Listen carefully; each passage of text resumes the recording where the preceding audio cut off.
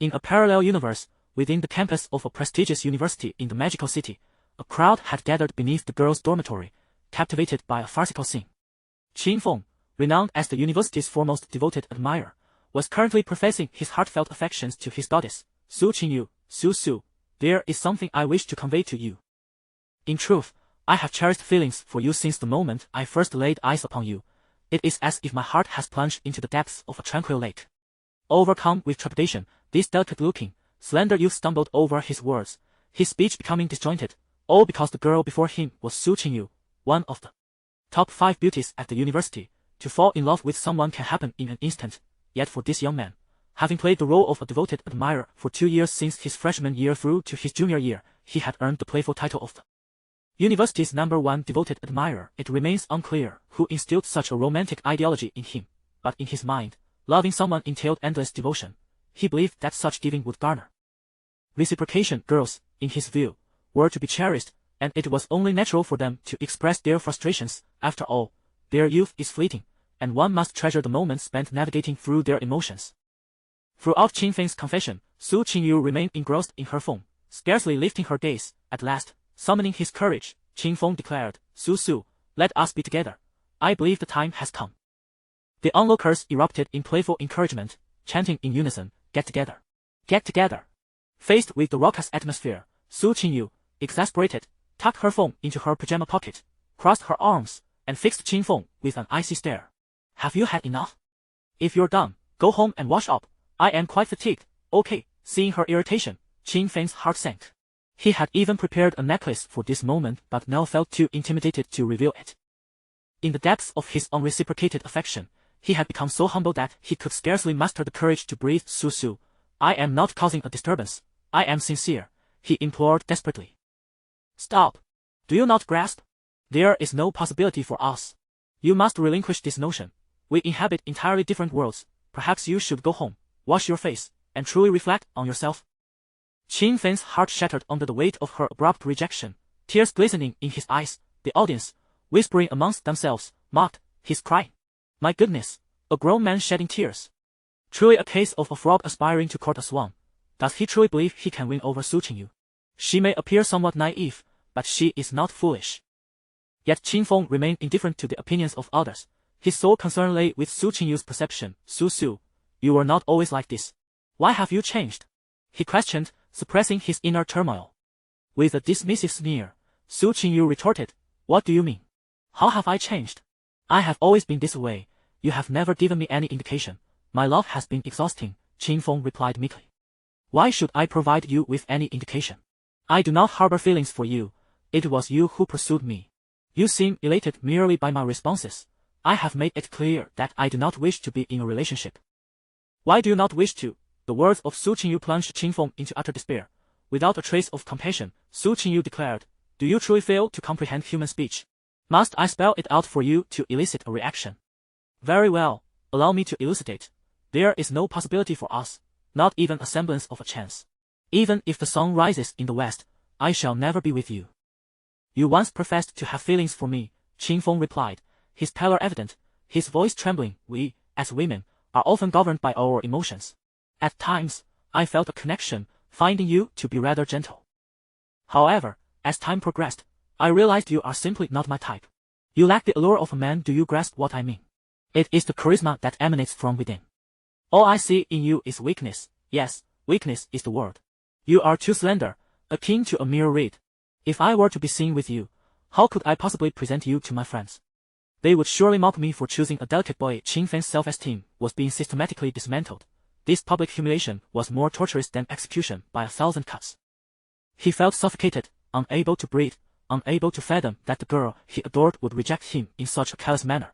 The cacophony of laughter and derision from the crowd echoed around him, rendering him an isolated jester in a world that seemed to conspire against him. Fine, I understand. Please take care of yourself, Qin Feng murmured, his voice barely above a whisper. Su Qinyu took a step back, saying, Thank you. You are a good person. Are you now seeking to sever ties with me?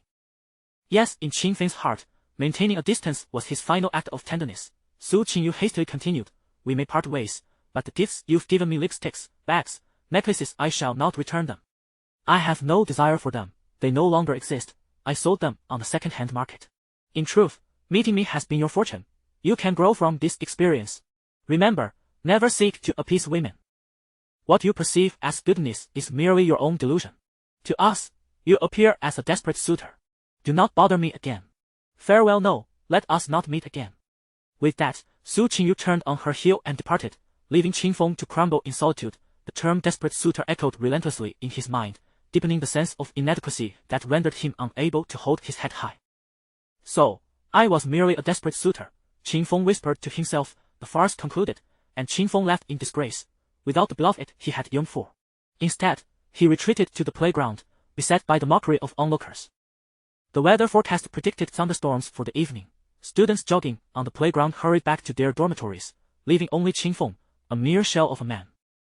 Wandering in circles, he replayed the myriad moments shared with Su Qingyu in his mind, tears of frustration streaming down his cheeks.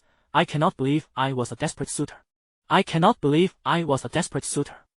As torrential rain began to pour, he found himself utterly alone on the playground, his anguished cries piercing the night as if to rend the darkness itself. In his state of utter despair, he contemplated bidding farewell to this world, and it seemed that the heavens, unable to bear witness to his suffering, were poised to grant him release. Suddenly, a bolt of lightning struck down, directly hitting Qin Feng's head. Qin Feng felt a wave of tingling sensations enveloping his entire being before he succumbed to complete unconsciousness. Upon awakening, he would emerge as a transformed individual bearing the same name and surname, yet possessing a character that starkly contrasts with his former self, a man who eschews romantic entanglements in favor of the pursuit of wealth. A new literary journey begins. Your support is greatly appreciated. The all-encompassing system is currently matching, with the progress at 90%, 95%.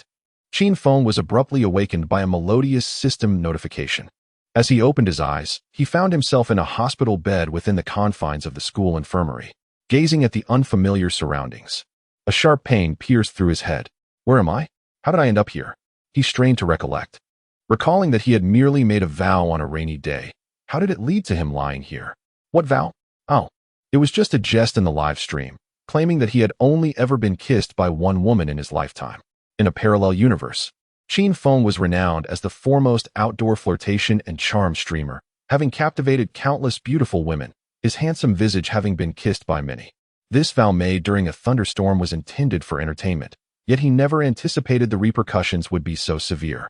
Frustrated, he clutched his head and quietly mused, truly, there are deities watching from above. A scoundrel must refrain from making frivolous vows, lest he learn a lesson the hard way. As Qin Feng muttered to himself, a doctor in a white coat approached, expressing concern. You're awake. How do you feel? Is there any discomfort? Young man, you really ought to take better care of yourself. It was merely a failed confession. They say heartbreak can foster rapid growth in a young man. You should uplift your spirits and focus on your studies. Qin Feng, bewildered by the woman in the white coat, chuckled softly. Doctor, I graduated years ago. What more is there to study? You're quite amusing. Upon hearing this, the doctor furrowed her brow, retrieving a stethoscope to examine Qin Feng while also lifting his eyelids.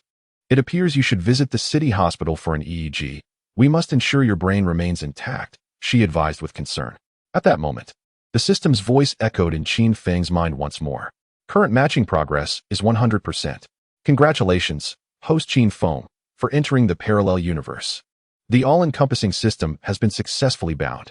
This system is designated as the all-encompassing talent system, also known as the Learn Instantly system. The host may, through diligent effort, exchange for top-tier talents. The greater the effort, the higher the talents that may be redeemed. It is hoped that the host will swiftly adapt to the parallel world. Memory integration will commence in 5 minutes. This may induce dizziness. The host is advised to persevere. The voice was remarkably clear, leaving Qin Feng in a daze. His expression reminiscent of a bewildered chick. Observing his demeanor, the doctor hastily urged him to lie back down, stating, rest for a while longer. Do not rush to get up. I will return shortly to check on you. As soon as the doctor departed, Qin Feng sprang up once more. A system? Transmigration? A parallel universe? This was utterly absurd. He attempted to compose himself, rising from the bed and heading to the restroom, splashing cold water on his face and taking a deep breath. However, this proved futile, for 5 minutes later, a torrent of memories began to merge, unveiling the unfortunate saga of his unrequited affection scene after scene, as if playing out in a film. Qin Feng clutched his head in torment, and the doctor re-entered, seeking to soothe his distress. Child, do not despair, it will get better. Heartbreak is commonplace in university. Your youth has only just begun, she comforted him. The fusion of memories was complete, and beads of sweat adorned Qin Feng's forehead as he finally accepted the reality of his transmigration. Yet, he was eager to ascertain whether he had merely soul-transcended or undergone a more profound shift. Hastily, he made his way to the washroom, gazing into the mirror before exhaling a sigh of relief. Thankfully, he still possessed that handsome visage, but what was the cause of this frail physique? The system provided clarification. The process of transmigration could lead to a loss of bodily fluids, necessitating that the host replenish their nutrition. It became clear to Qin Feng. He had not merely soul-transcended. Rather, his entire being had arrived in a parallel world. He recalled from his school days that Marx had mentioned the impossibility of consciousness existing apart from matter. This seemed to be the very principle at play. As it was not a soul transcendence, he felt relieved. Otherwise, what a predicament it would have been for him to court women using another's body. Of course, the original Qin Feng from this parallel world bore an uncanny resemblance to the protagonist, yet their personalities and approaches to love were worlds apart. To further assure himself that he was not merely a soul in transit, Qin Feng removed his trousers to scrutinize himself in the mirror. Upon inspection, he felt entirely reassured. Indeed, it was his own, and certainly not another's, as no one else could boast such vigor. This scene did not escape the notice of the female doctor at the campus clinic, who quickly turned away, her cheeks flushed, and admonished, "You young man. You ought to pay more attention to your image. Hurry and put your trousers back on. What kind of decorum is this in broad daylight?" Qin Feng hastily donned his trousers and smiled as he explained, "My apologies, doctor. I was merely inspecting to ensure my parts were intact. I've examined you, and you're in fine shape. Now, do hurry back to your bed," she replied. Qin Feng spent the entire morning lying in the clinic, with no visitors to keep him company, a testament to his lack of social standing. Yet, this was perhaps to be expected whenever he had a little money. It was promptly spent on gifts for the goddess Su Qingyu, perfumes, lipsticks, leaving little for social engagements. It was a small miracle that his roommates had not entirely ostracized him. Reclining on the hospital bed, he received a glucose saline infusion to expedite his recovery. Shortly thereafter, the female doctor returned, handing him his phone with a warning. "Here is your phone," nearly became a waterlogged device. "Fortunately, I retrieved it in time. Let us see if it still powers on." "Thank you," Qin Feng replied, taking the phone and pressing the power button. One must admit, even a few hundred yuan's worth of counterfeit device proved resilient. Given the nature of this parallel universe, Qin Feng's current body was capable of unlocking the phone. As soon as he did, a flurry of notifications appeared at the top of the screen. Upon inspection, he was greeted by a cascade of delivery updates. With a mere inkling, he could surmise the contents of these packages. Givenchy lipstick, return it. Casio watch, return it. Skincare set, return it. All of it, return it. How foolish it was for him to be a lovesick fool, sacrificing his own comforts to lavish gifts upon others, all while he believed himself to be deeply affectionate, when in reality, he was merely disregarded. Following a swift refund process, Qin Feng promptly ordered some nutritional supplements to be sent home. In a parallel universe, Qin Feng's parents are humble farmers. His mother works as a laborer in a local electronics factory, while his father toils as a tiler with a renovation team. To ensure that Qin Feng does not suffer in the bustling metropolis, the couple sends him nearly 2,000 yuan each month for living expenses. Qin Feng, ever frugal, allocates 1,800 yuan to purchase gifts for his goddess, leaving merely 200 for his own meals. Which is no wonder he is dubbed the king of simps. Having traversed into this identity, Qin Feng is determined to completely transform his image. Meanwhile, following his unsuccessful confession the previous night, he has once again become the subject of gossip and ridicule in various class groups. Did you hear? Qin Feng from the second class of e-commerce, after his failed confession, ran through the rain, crying pitifully. I heard he even fainted and was taken to the campus hospital by security. Do you believe it? It won't be long before he tries to woo Goddess Su again. I believe it. After all, there's no end to his simping, haha.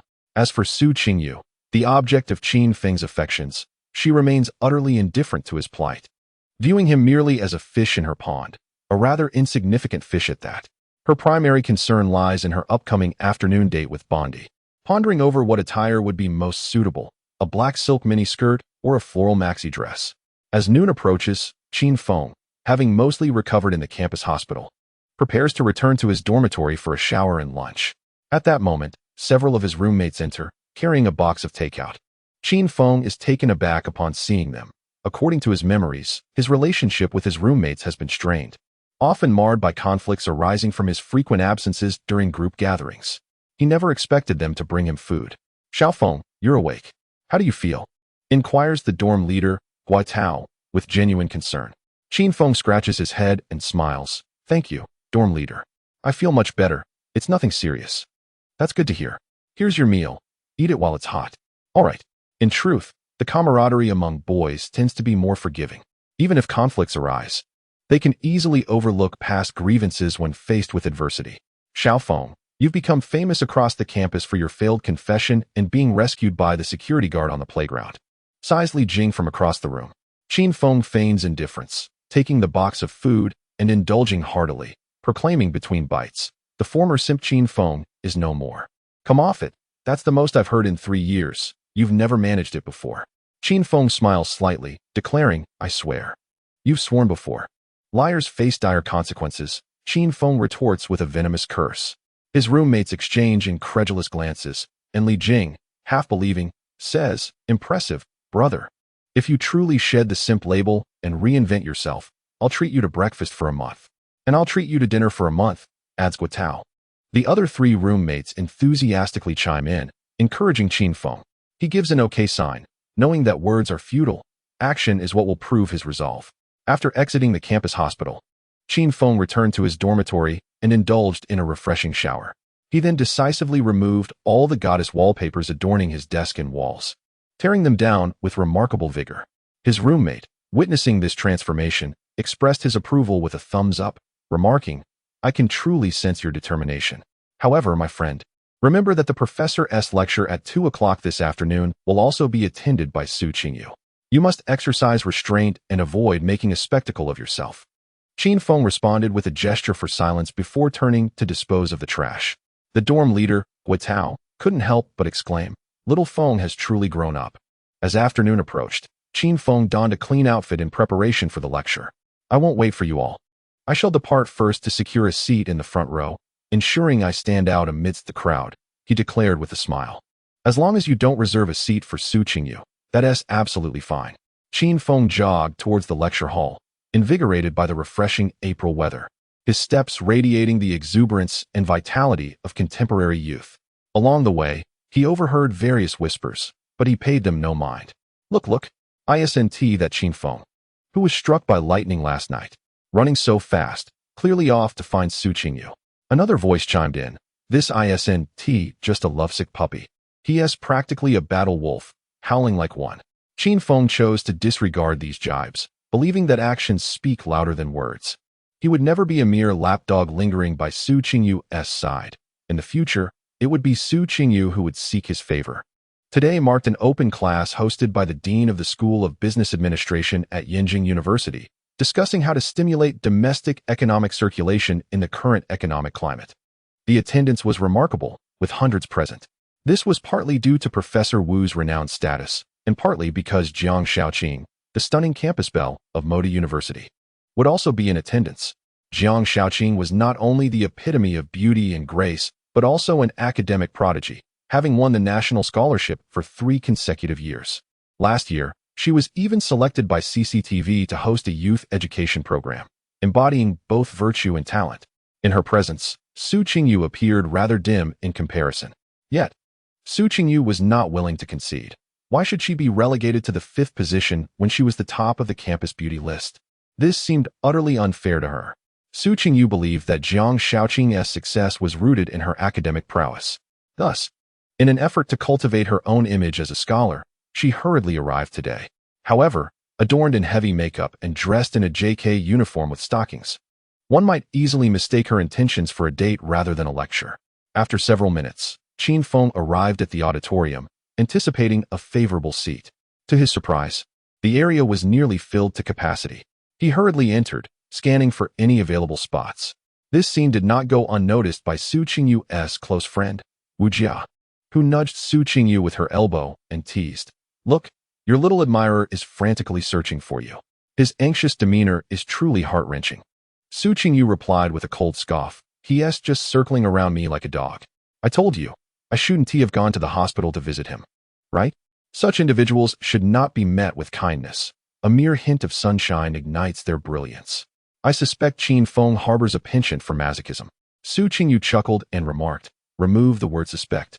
He is coming, and soon you shall witness it. Without fail, it will be that familiar plea. Su, I realize my mistakes. Please forgive me. Will you forgive him? Forgive, ah? You don't comprehend, do you? This is a demonstration of both grace and authority. Besides, my foundation is nearly depleted, and he has conveniently purchased the latest shade for me. Ha, I understand now. Just as Su Qingyu awaited Qin Feng's apology with an air of superiority, an unexpected turn of events transpired. Qin Feng passed directly by her, entirely dismissive, his gaze fixated solely on an empty seat in the front row. For reasons unknown, the first row remained unoccupied, yet Qin Feng paid it no mind and took a seat. Aware of his omni-talent system, which allows him to exchange effort for skills, how could Qin Feng not be diligent? How could he falter because of a fickle woman? Su Qingyu was taken aback, and her friend was equally stunned. The narrative seemed amiss. Many onlookers, concealed among the crowd, were equally bewildered, whispering amongst themselves in disbelief at Qin Feng's actions. Had the devoted admirer finally ceased his adoration? Had the wayward son returned? What was this behavior? Moments later, Su Qingyu scoffed. He is still pretending, though his heart is clearly burdened. He awaits my cue, such childishness. Her friend, Wu Jia, inquired, what shall we do now? Leave him in silence? Indeed, trust me, once the public lecture concludes, he will come forward, tears in his eyes, to utter his apologies. Ha, I believe it wholeheartedly. Su Qingyu, brimming with inexplicable confidence, felt assured that with her exquisite legs clad in black stockings, few men could resist her allure. If they could, it was a reflection of their own inadequacies. With 10 minutes remaining until the public lecture officially commenced, the true star made her entrance, capturing the attention of all present. Professor from Yenjing University entered alongside Jiang Shaoqing, feeling invigorated by the students' sparkling gazes, pondering the vitality possessed by the distinguished students of Magic City University. Excellent, excellent, the professor exclaimed repeatedly, oblivious to the fact that every eye was riveted on Jiang Shaoqing, who donned a gracefully flowing gown, radiating beauty that embodied the essence of elegance and talent. Jiang Shaoqing herself did not anticipate such a turnout for the lecture, nor did she realize that the male attendees were not there for the international affairs discussion, but rather for the chance to see her in person. Jiang University's campus bell, please take a seat here. I have reserved a spot just for you. Campus bell of Jiang University, sit with me. My view is splendid, and you will be clearly visible. Girls like Jiang Shaoqing are universally adored, captivating not only the hearts of young men, but also winning the affection of many young women. With her fair, delicate complexion, graceful demeanor, and vibrant charm, how could one not fall in love? Jiang Shaoqing, feeling a touch bashful, graciously declined the advances of the eager suitors. At last, she discovered that many seats in the front row were unoccupied. Consequently, she chose to sit at the forefront. Although this might likely attract the professor's attention, it was of little consequence. The opportunity to engage with the professor for further learning would undoubtedly prove invaluable. Jiang Shaoqing approached the first row and took the seat adjacent to Qin Feng's. The sight before the several hundred attendees left them utterly astonished. What was happening? How did these two individuals come to be seated together? Was it merely a coincidence? As Qin Feng's nose caught a faint fragrance, he instinctively turned to gaze at the source. To speak candidly, the beauty before him was undoubtedly of an exceptional caliber. Her features were flawless, embodying not just superficial beauty, but a striking elegance reminiscent of the iconic actresses from the 1980s Hong Kong cinema. Yet, the more stunning the beauty, the less one should stare. This was a principle Qin Feng adhered to. In the pursuit of romance, it is not flattery that draws a girl, but rather an aura of attraction, a notion of utmost significance. Thus, unlike the fervent admirers who desperately sought her attention, Qin Feng simply smiled politely before returning to his book, his calm demeanor piquing Jiang Shaoqing's curiosity. He was rather intriguing, she mused. Seated beside Qin Feng, Jiang Shaoqing incited the ire of the heavily made-up Su Qingyu. Her friend urged her, don't be upset. It's merely a coincidence. What status does Jiang Shaoqing hold? There's no way she would engage with Qin Feng, especially with so many suitors vying for her attention. Qin Feng stands no chance. Su Qingyu inhaled deeply and declared, I am not angry. Why should I be? If he likes her, let him pursue her. After all, my pond is not lacking for fish. And he is merely a salted fish at that. Yes, indeed. You are absolutely right. Let him keep his distance. However, as a minute passed, Su Qingyu grew increasingly restless. She turned to her friend and exclaimed, What gives him the right to sit with Jiang Shaoqing? I simply cannot fathom it. Can you explain why? Ah, well, I don't really know. After class, I shall confront him. No, I shall interrogate him. Very well, let the severe questioning commence. Women can be so theatrical. When a man fawns over them, they find it bothersome, yet when he ignores them, they cannot bear it. It is akin to a grandmother chuckling at bedtime antics. Soon, the lecture commenced, featuring renowned Professor Waaahhh from Yenjing University, who would discuss the current state of the domestic economy. The session promised interactive Q&A segments with the students. Professor Chun, nearing 70, was affable and approachable, devoid of any pretentiousness, engaging warmly with the students. Today, we shall delve into how to stimulate economic growth amidst the current international climate, he announced. As the lecture unfolded, the audience remained wrapped in attention. And Qin Feng was no exception. He listened intently, taking notes and accumulating effort points. The universal talent system constantly assessed Qin Feng's diligence, allowing him to exchange effort points for corresponding talents. In simpler terms, the more he exerted himself, the greater his talents would become. Previously, Qin Feng had been oblivious to economic matters. As in another realm, he was a streamer, generating income through emotional engagement with his audience. Although he was a charm-filled host, each broadcast featured actresses hired to amuse and delight viewers. In essence, he believed there was no shame in earning money. He neither broke rules nor engaged in illegal activities. And being a streamer was quite commendable. However, to be candid, the contribution of a streamer to society was minimal, certainly not comparable to that of a scientist. Even in professions such as teaching and medicine, Qin Feng finds himself at a disadvantage. Now that he possesses a system, he naturally aspires to utilize his efforts to benefit society, repay his country, and realize a higher value in life. It is often said that a serious man exudes the greatest charm. At this moment, as Qin Feng attentively listens to the lecture, he has entered a state of flow, impervious to his surroundings. Although Jiang Shaoqing is an academic prodigy, she too experiences moments of distraction.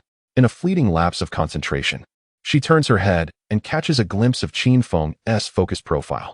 He appears quite handsome, albeit somewhat slender. This is Jiang Shaoqing's initial impression of him. In truth, even the most beautiful goddess is still human, subject to the mundane realities of life, with emotions and desires, and the need for basic human functions. Thus, when they encounter an intriguing male for the first time, they instinctively assess him. Those who claim to disregard appearances in favor of fate are often being disingenuous. In this day and age, what is there to appreciate if not physical allure? Unbeknownst to Qin Feng, his intense focus for an hour has elevated his effort value to 100, triggering a system notification that allows him to exchange for a crimson-level talent.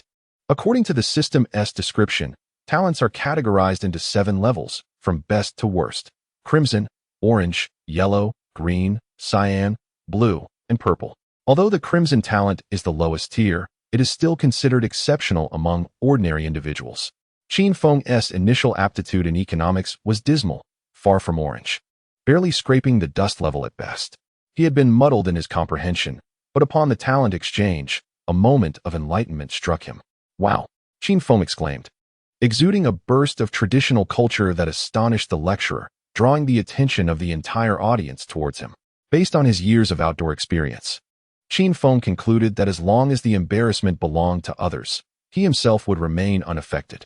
Professor Chun, open-minded and humorous, did not reprimand Qin Feng. Rather, he smiled and addressed him, saying, "Young man in the front row, have you conceived any good strategies? What insights do you possess concerning our economic situation?" Qin Feng politely stood up, feeling slightly nervous, considering there were hundreds in the auditorium. "Do not be anxious, my fellow student. This is both a lecture and a discussion forum. Feel free to share your thoughts. It's perfectly all right to make mistakes," the professor reassured him. "All right, teacher," Qin Feng replied. Just as he was about to voice some of his opinions, a sharply dressed man suddenly rose, interrupting him with, "Professor Chun, I see he is struggling to articulate his thoughts. Allow me to speak on his behalf." "Very well," the professor replied. "You may sit down for now. And after he has finished, you can add your comments." Qin Feng smiled and said, "That is fine. I will wait for him to finish." He recognized that the man intended to show off and thought to himself, "Fine, let him enjoy his moment for 3 minutes." The man in the black suit was named Zheng Yu, the president of the Economics and Management Graduate Student Association, specializing in international trade and well-known within the school. Zheng Yu was also one of Jiang Shaoqing's many admirers, having previously expressed his affections, but Jiang Shaoqing had politely declined, as she was not interested in men older than herself. Today, seizing the opportunity, Zheng Yu aspired to make a remarkable impression. It is beyond dispute that Jiang Shaoqing is fond of boys who possess greater intellect than herself. It is widely acknowledged that the 3 driving forces of the domestic economy are consumption, investment, and export. In my view, investment can effectively ameliorate the domestic economic landscape. Zheng Yu elaborated extensively. Ultimately, his message distilled to a singular point: the populace should invest more in real estate. After 5 minutes of presentation, Zheng Yu cleared his throat and stated, "Thus, I ardently hope that the government will further elevate housing prices, redirecting funds into real estate to ignite the public's desire for investment, rather than funneling all finances into essential daily commodities. It is imperative to recognize that property appreciates in value, while potatoes and cabbages do not. I have concluded my remarks. Thank you." The audience erupted in applause, predominantly from Zheng Yu's followers, and Professor Chen acknowledged his response with a measure of approval. "This student, do you have anything to add?" Professor Chen inquired of Qin Feng. "I disagree," Qin Feng replied promptly, standing up. A wave of murmurs rippled through the crowd, with many perceiving Qin Feng's stance as an attempt to attract attention, casting him disdainful glances and whispering derisive comments about his pretentiousness. Professor Chen gestured for silence and then asked, "Could you elaborate? What do you disagree with?" Qin Feng responded bluntly, "His family runs a real estate company, so it is only natural for him to believe that higher housing prices are advantageous.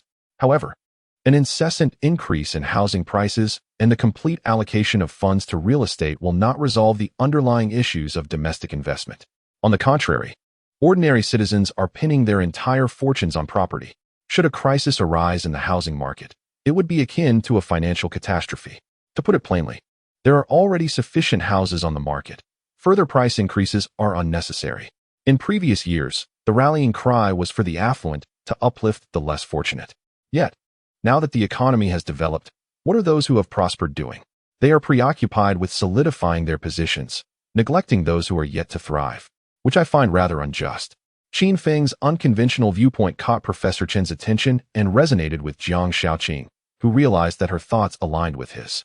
"Please continue," Professor Chen encouraged, nodding in assent. "The following are merely my personal insights. If any are erroneous, I ask for your understanding. I believe that our enterprises should now shift their focus toward high-quality development and shared prosperity, rather than continuing to expand or even monopolize the market, as a new era is swiftly approaching. Firstly, there is a transformation in products. We have transitioned from a production-oriented model to a demand-driven one. Previously, merely having a product ensured buyers. Now, the emphasis is on quality and service. Secondly, the evolution of the internet is imminent. In the future, it will undoubtedly shift from being a pioneer to a service-oriented platform, prioritizing the enhancement of public welfare and the optimization of residents' quality of life. The third transformation pertains to the shift in sales strategies, transitioning from an organizational focus to an individual-centric approach. Previously reliant on companies and channels for sales, the current trend leverages platforms and individuals, exemplified by the rise of live streaming commerce. The reason individuals opt to purchase during live broadcasts stems from their trust in the platform and the host. Fourthly, Qin Feng's remarks are remarkably professional, yet they are not obscure or difficult to comprehend. Those who once looked down upon him are now captivated by his eloquence. Following a 3-minute presentation, Qin Feng concluded, asserting that only enterprises that render tangible contributions to society will possess the potential for growth. Any business that obstructs common prosperity and social equity will face repercussions. Promoting shared prosperity and returning to the fundamentals of industry and public welfare will be the guiding principle for future economic development. Thank you. Upon hearing these words, Jiang Shaoqing beamed with joy, being the first to applaud, which was soon followed by a thunderous ovation from the audience. Even Professor Chen recognized the young man's grand vision and unique insights into trade and economics, deeming him a multifaceted talent. Consequently, Professor Chen humorously inquired, "Young man, what is your name and field of study?" "I am Qin Feng, a student of international trade from the class of 2019. Let us exchange contact information for mutual learning." "Your thoughts seem remarkably advanced," Professor Chen responded. Qin Feng smiled and replied, "Professor, I am flattered. My insights were inspired by your lecture." "Ah, how delightful to hear that. Flattery is indeed an art. Knowing how to express the right words at the right moment is a skill in itself." In the back row of the auditorium, Qin Feng's roommates were astonished by his brilliant performance, questioning if this was truly the same person who had once been solely focused on his crush. His triumph was undeniable, leaving them in awe. Meanwhile, Su Qingyu was equally dumbfounded, wondering why he had become such a show-off. As the lecture concluded, she was still in a state of disbelief when her best friend pulled her aside, exclaiming, Su, look, he has really established a connection with Professor Chen."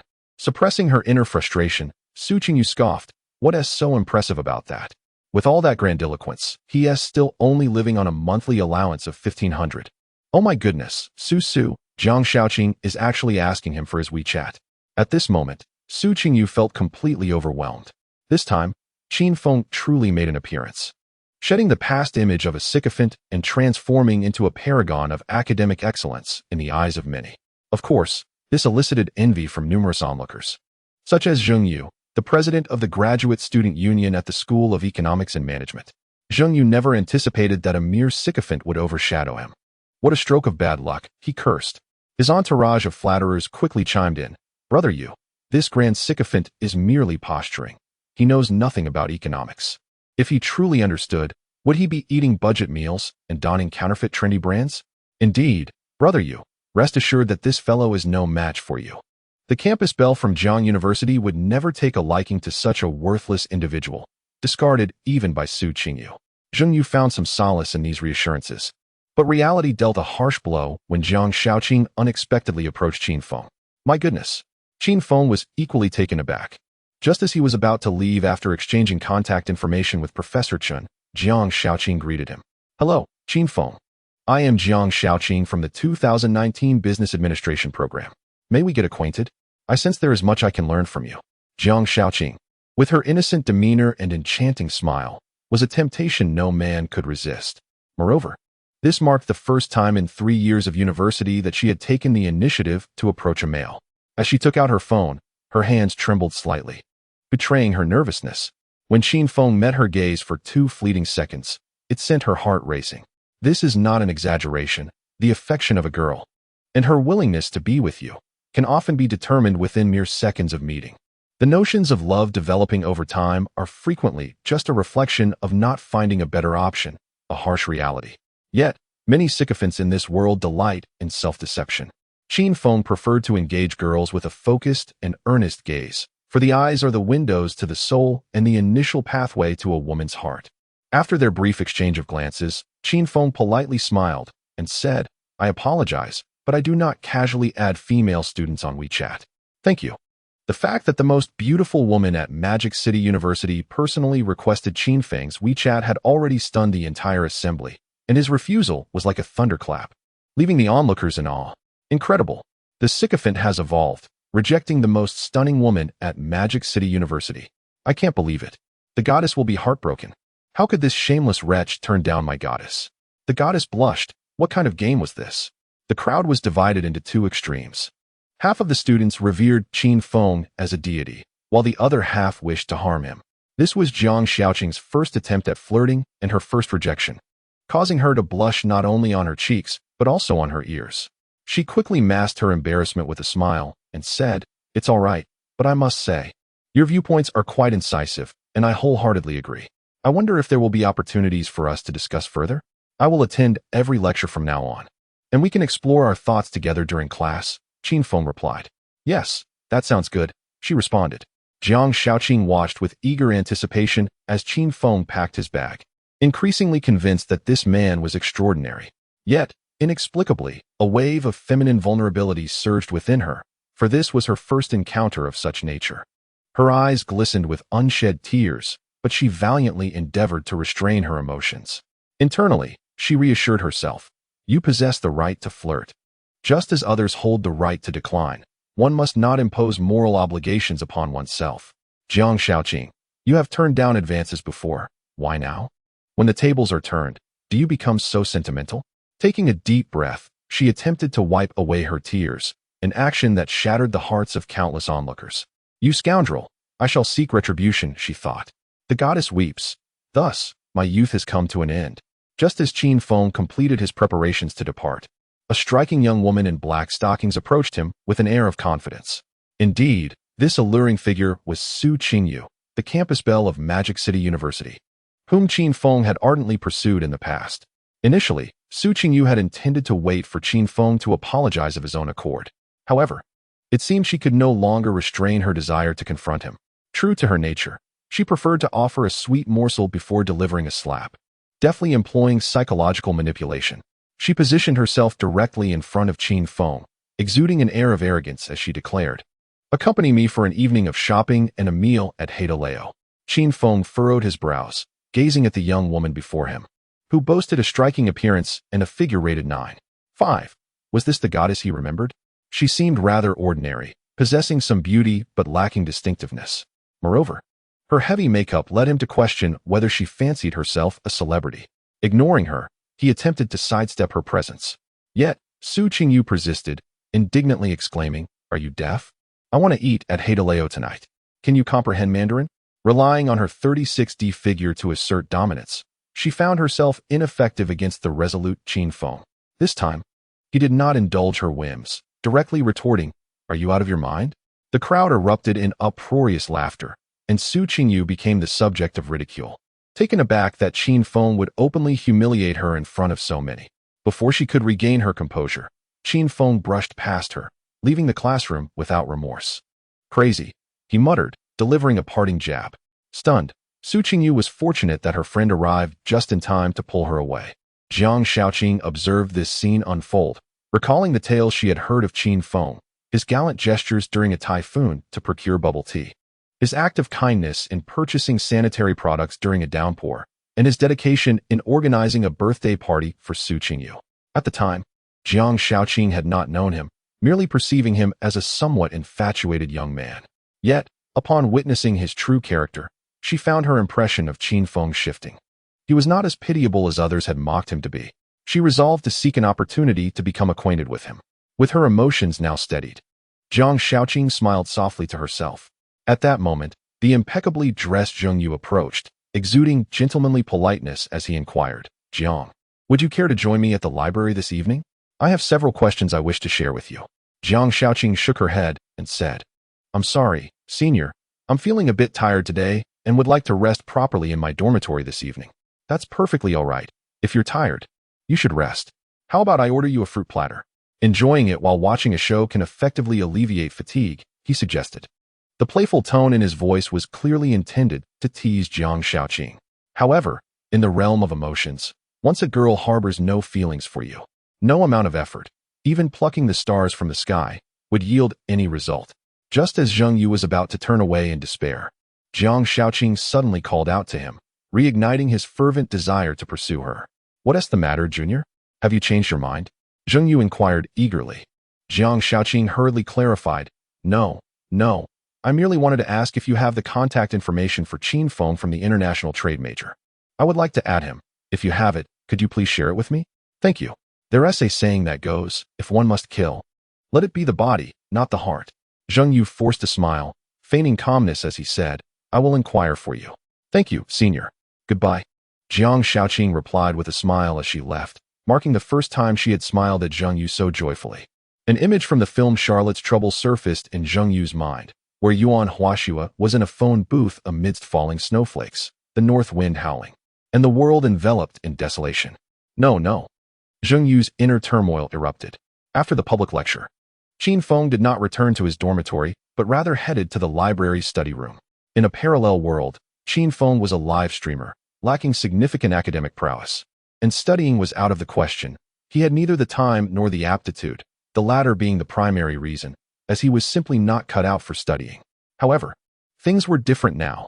Through diligence, he could exchange effort for talent. Qin Feng aspired to be an academic achiever. He sought to discover beauty within books and explore hidden treasures of knowledge. Without hesitation, he made his way to the library. Determined to delve into both classic and contemporary literature, research journals, and news magazines.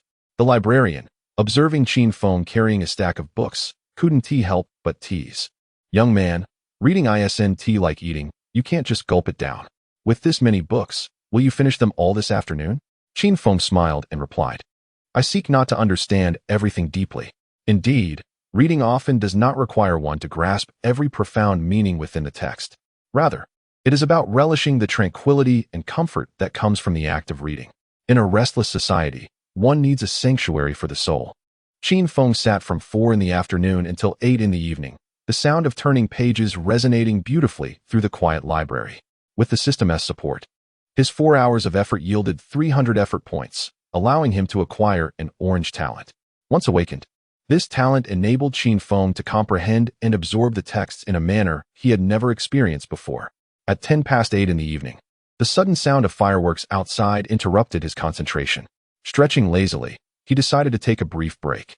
Approaching the window, he gazed at the splendid fireworks bursting in the night sky, their beauty magnified in the fleeting moments of their display. Many young girls in the library pulled out their phones to capture the enchanting scene. "How beautiful it is," everyone exclaimed. "Is there a festival today? Why are there fireworks? I see the fireworks are coming from the playground. Surely someone is confessing their feelings. Let us hurry to take a look." Indeed, at Magic City University, confessions happen daily in various forms, so fireworks are not surprising. However, in a place where the use of fireworks is entirely prohibited, I hope that brave young man does not face any repercussions. As the fireworks concluded, Qin Feng felt a pang of hunger and prepared to head out for dinner. At this moment, Qin Feng's slender frame felt quite frail. Standing at 6 feet tall and weighing only 130 pounds, he resembled a mere stock. Qin Feng had always placed great importance on his appearance, for he understood that girls tend to judge based on outward appearances rather than what lies beneath. Thus, this evening, he resolved to enjoy a hearty meal. At that moment, Qin Feng received a call from the dormitory leader, who anxiously inquired, "Where have you been, brother? You haven't responded to my messages. Are you really out on a date with the campus beauty Jiang?" Qin Feng chuckled. "A date? Who told you I was going on a date? I have been studying in the library." This statement instantly ignited the ire of his other roommates. "Qin Feng, are you kidding? Sneaking off to study without your brothers? You are truly asking for it. Just wait until you return." The dormitory leader remained more composed and urged, "You should check your phone. Su Qingyu has been trying to reach you and called me in a panic." "Su Qingyu? Don't bother with her. She's a lunatic, a Yandra. I will block her right now."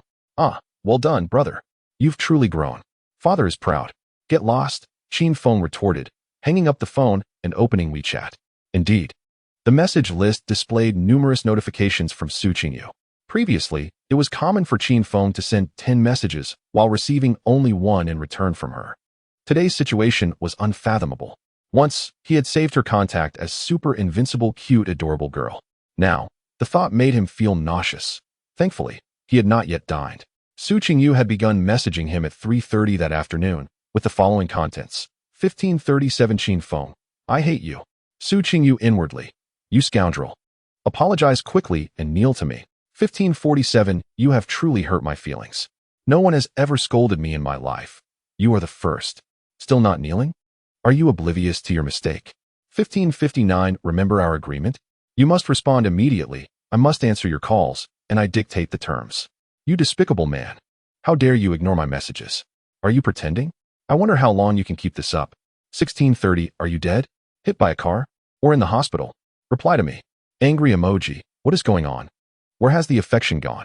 16:35 Emoji bombardment. 1700 hours If you do not respond within 3 minutes, I will block you, and you will never see me again. Now you should be scared. Hurry and come back to me. At 17:03, I must concede your prowess. Reflecting on last night's events, I acknowledge my missteps. My tone towards you is indeed too harsh. Yet, it was never my intention. Your grand declaration beneath the dormitory left me feeling quite insecure. You are aware of my nature. I prefer a gradual development of feelings, a steady flow rather than a torrent. Relationships should unfold slowly, should they not? Although my words may have been somewhat abrasive, you understand me. My temperament is straightforward. I speak my mind without reservation, valuing sincerity. Did you not once express your fondness for my little outbursts? Why, then, have you changed your stance? Humph, you ungrateful man. If you wish to leave, then do so. But do not concern yourself with me any longer. From 1710 to 1800 hours, the messages were filled with reminiscences, an elaborate attempt to evoke Qin Feng's compassion.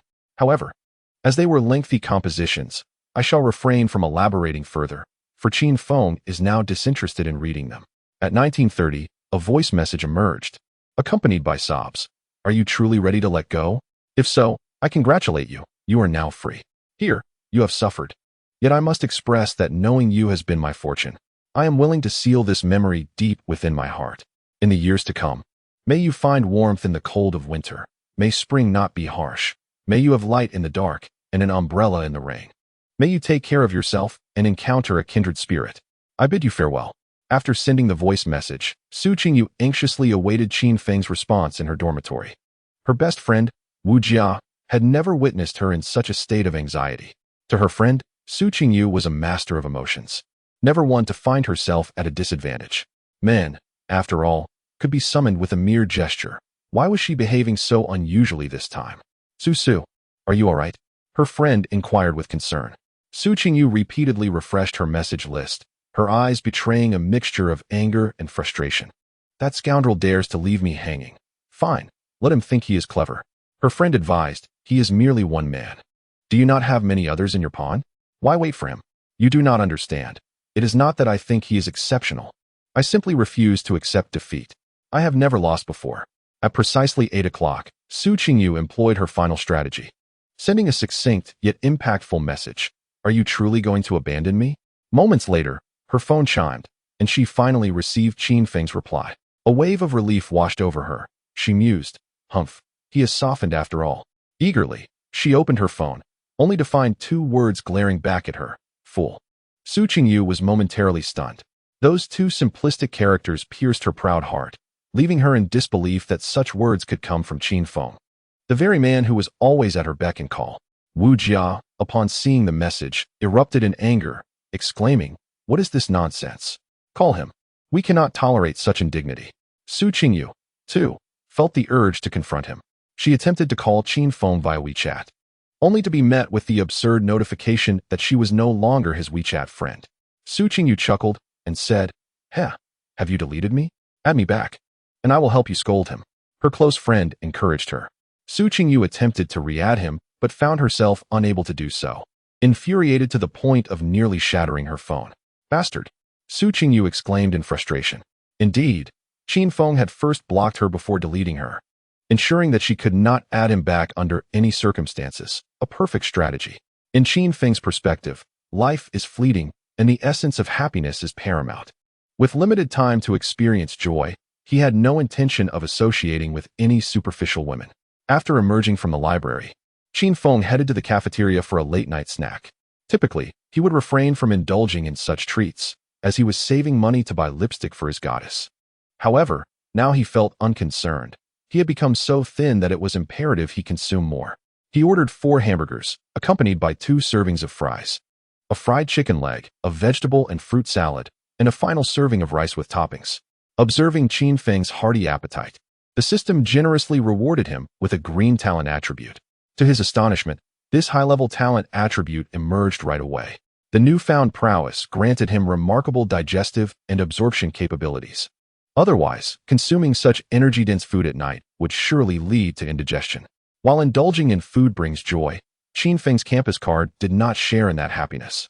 He spent nearly 100 yuan on this meal, which stung a bit.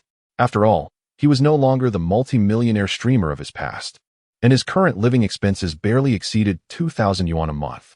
Suddenly, he recalled his roommate's promise and quickly pulled out his phone, asking in the dormitory group chat, Brothers, since I performed so impressively today, can we arrange breakfast and dinner for tomorrow? The dorm leader, Watao, replied, Absolutely no problem. Dinner for a month starts tomorrow. His roommate Li Jing added, "Brother, your performance today was the most spectacular comeback I've ever witnessed." No doubt, breakfast for a month is a promise kept. The other three roommates also expressed their agreement, which reassured Qin Feng. Good brothers. Fist bump emoji. After feasting, Qin Feng sat quietly for a while. During this time, many patrons in the cafeteria were whispering and pointing at him, their hushed discussions buzzing like mosquitoes. Qin Feng paid them no mind, believing a true man acts with integrity and is unperturbed by rumors. Around 9 o'clock in the evening, Qin Feng began exercising on the track, aiming to build muscle. Eating more was one aspect, but he also knew that rigorous training was essential. Running would strengthen his leg muscles. As the saying goes, a man who neglects leg training will eventually regret it. To enhance his leg strength, Qin Feng decided to run 10 laps. To prove his dedication to the system, he didn't even take a sip of water and completed 10 laps at a steady pace, exactly 4 kilometers. After finishing his run, he felt utterly exhausted, with his feet throbbing painfully. Yet, the system rewarded his diligence, granting him a yellow level talent. The yellow level is a tier higher than the green level, and Qin Feng felt elated. He had vowed never to associate with gambling or drugs, and indeed, the yellow attribute proved to be true to his pledge. Upon acquiring a yellow level talent, Qin Feng experienced a remarkable enhancement in his metabolic rate, several times greater than before. He could even perceive the vibrant pulsation of his cells, and the excruciating pain in his soles had significantly subsided. Onward, striving to break through to the yellow level, he thought as he purchased a bottle of sports drink from a small supermarket, subsequently resuming his laps around the track. With each completed lap, his effort value increased by 10, yet he still needed to conquer 1,000 laps to achieve his goal. However, as the saying goes, a journey of 1,000 miles begins with a single step. Today marked merely the first day, so there was no need for haste. Once a person sets a goal, motivation naturally follows. Qin Feng donned his headphones, listening to the Internationale as he ran, the release of dopamine fueling his excitement. At that moment, a throng had gathered at the entrance of the playground, seemingly engaged in an event or welcoming someone. Qin Feng, disinterested in the commotion and preoccupied with his own pursuits, continued his laps. Unbeknownst to him, the illustrious Lin Jielu, the athletic beauty of Magic City University, was entering the grounds. She routinely came to the track for night runs every Friday at 10 o'clock. The crowd that had formed consisted entirely of young men, eagerly awaiting the opportunity to run alongside Lin Jielu. She had a rule: anyone who could keep pace with her for the entire distance would receive her WeChat contact. And she honored her word. Such a tempting offer ignited a fervor among many males, even those who typically preferred a more sedentary lifestyle. Although adding her on WeChat did not signify much, the chance to admire the goddess's social media posts was a delightful prospect, particularly for those midnight warriors ensconced in their blankets. Yet, the disparity between aspiration and reality was stark. Lin Jielu was a national-level athlete, having once claimed the championship in the city's youth marathon. She was not someone easily outpaced, typically starting her sessions with a base of 20 laps, progressing to 30 as a warm-up, and routinely completing 50. Tonight, Lin Jielu donned a pair of breezy black shorts and a sports bra, her sun-kissed skin radiating health and allure. "Are we ready? Let us get started," she cheerfully announced to the crowd. The young men, stirred by her sweet voice, felt their spirits surge with enthusiasm. Let us go, let us go." However, for the average college student, endurance was often lacking. Few could manage even 10 laps. And by the time 5 laps were completed, only a mere fraction remained in pursuit of Lin Jielu. The June weather, even at night, was oppressively warm. Lin Jielu, having undergone professional training, maintained an abundant reserve of energy. After 10 laps, the crowd was thoroughly exhausted, each individual resembling a panting puppy, slumped on the sidelines, sipping cool tea. In summary, they were utterly depleted. One chubby fellow, crumpling his soda can in despair, lamented, "I have been drained by indulgence. I am filled with regret." His companion echoed, "Starting tomorrow, I shall quit drinking." By 11:30 in the evening, the number of runners on the track dwindled to a mere few, as most had retreated to their dormitories to engage in video games. The once eager young men vying for Lin Jialu's WeChat had now retreated, their faces flushed with embarrassment at the thought of facing the goddess. As the clock approached midnight, the playground was graced by the presence of only 2 individuals engaged in a spirited jog. One of them was Lin Jielu, completing her 40th lap, while the other was Qin Feng, who was making a remarkable effort to reach 60 laps. At that moment, his sole focus was on accumulating points, with a grand ambition to achieve a total of 100 laps today. To put it into perspective, a full marathon spans a mere 42 kilometers, hence, Qin Feng's 100 laps equated to an extraordinary marathon distance. Lin Jielu had noticed Qin Feng during her 30th lap. It was the first time she had encountered a male runner with such impressive endurance and pace on this playground. Could he be a national-level athlete from the sports department? With 30 laps still remaining to meet his goal, Qin Feng felt his legs nearing exhaustion. The intensity would undoubtedly cripple an ordinary person's knees. Yet, Qin Feng was no ordinary individual. He was a robust man endowed with the yellow-level talent. Upon achieving her milestone of 50 laps, Lin Jielu paused, only to observe that Qin Feng continued to run as if spurred by some unseen force. She felt a surge of admiration, thinking to herself, is he risking everything just to connect with me on WeChat? A man with such formidable willpower might just be my type. With a sense of encouragement, she sprinted forward, intent on catching up to Qin Feng to share her WeChat details and persuade him to stop. However, when Qin Feng sensed someone pursuing him from behind, his instincts kicked in, and he instinctively quickened his pace, driven by a fierce competitive spirit. Lin Jielu realized he was indeed accelerating and felt a newfound respect for his tenacity. After all, he had already completed numerous laps, but still had the capacity to increase his speed. Determined, Lin Jielu initiated a swift chase, confident that as a champion of the youth marathon, she could surely outpace him. Yet, the reality proved to be a stark contrast to her expectations. Qin Feng's rhythm was impeccable. Even in his accelerated state, he maintained steady breaths, while Lin Jielu, caught in the throes of pursuit, found herself struggling to keep her own pace. Fortunately, she managed to momentarily slow down and regulate her breathing, regaining some composure. This man was evidently trained, further igniting her resolve not to be outdone.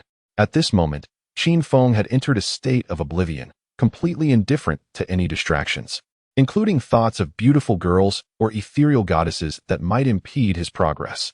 The gentle breeze caressed his ears, and the starry sky loomed overhead, creating a scene that bore a hint of romance between the man and woman racing around the track. Eventually, Lin Jielu, leveraging her remarkable athletic talent, caught up to him, running side by side. Hey, what is your name? What is your major? Let us stop and chat for a moment, she initiated, hoping to persuade him to take a break, as she too was nearing her limit. Qin Feng, however, remained oblivious to her attempts at conversation, fully absorbed in his goal. Speaking while running could easily lead to breathlessness, and the allure of a 36D athletic goddess held little sway over him in that moment. Hey, stop. I'll give you my WeChat ID, she called out. Wait, I'll even share my best friend's WeChat with you. Please, just stop for a moment, she pleaded. Come on, I'll send you my photos in black stockings. Can we negotiate?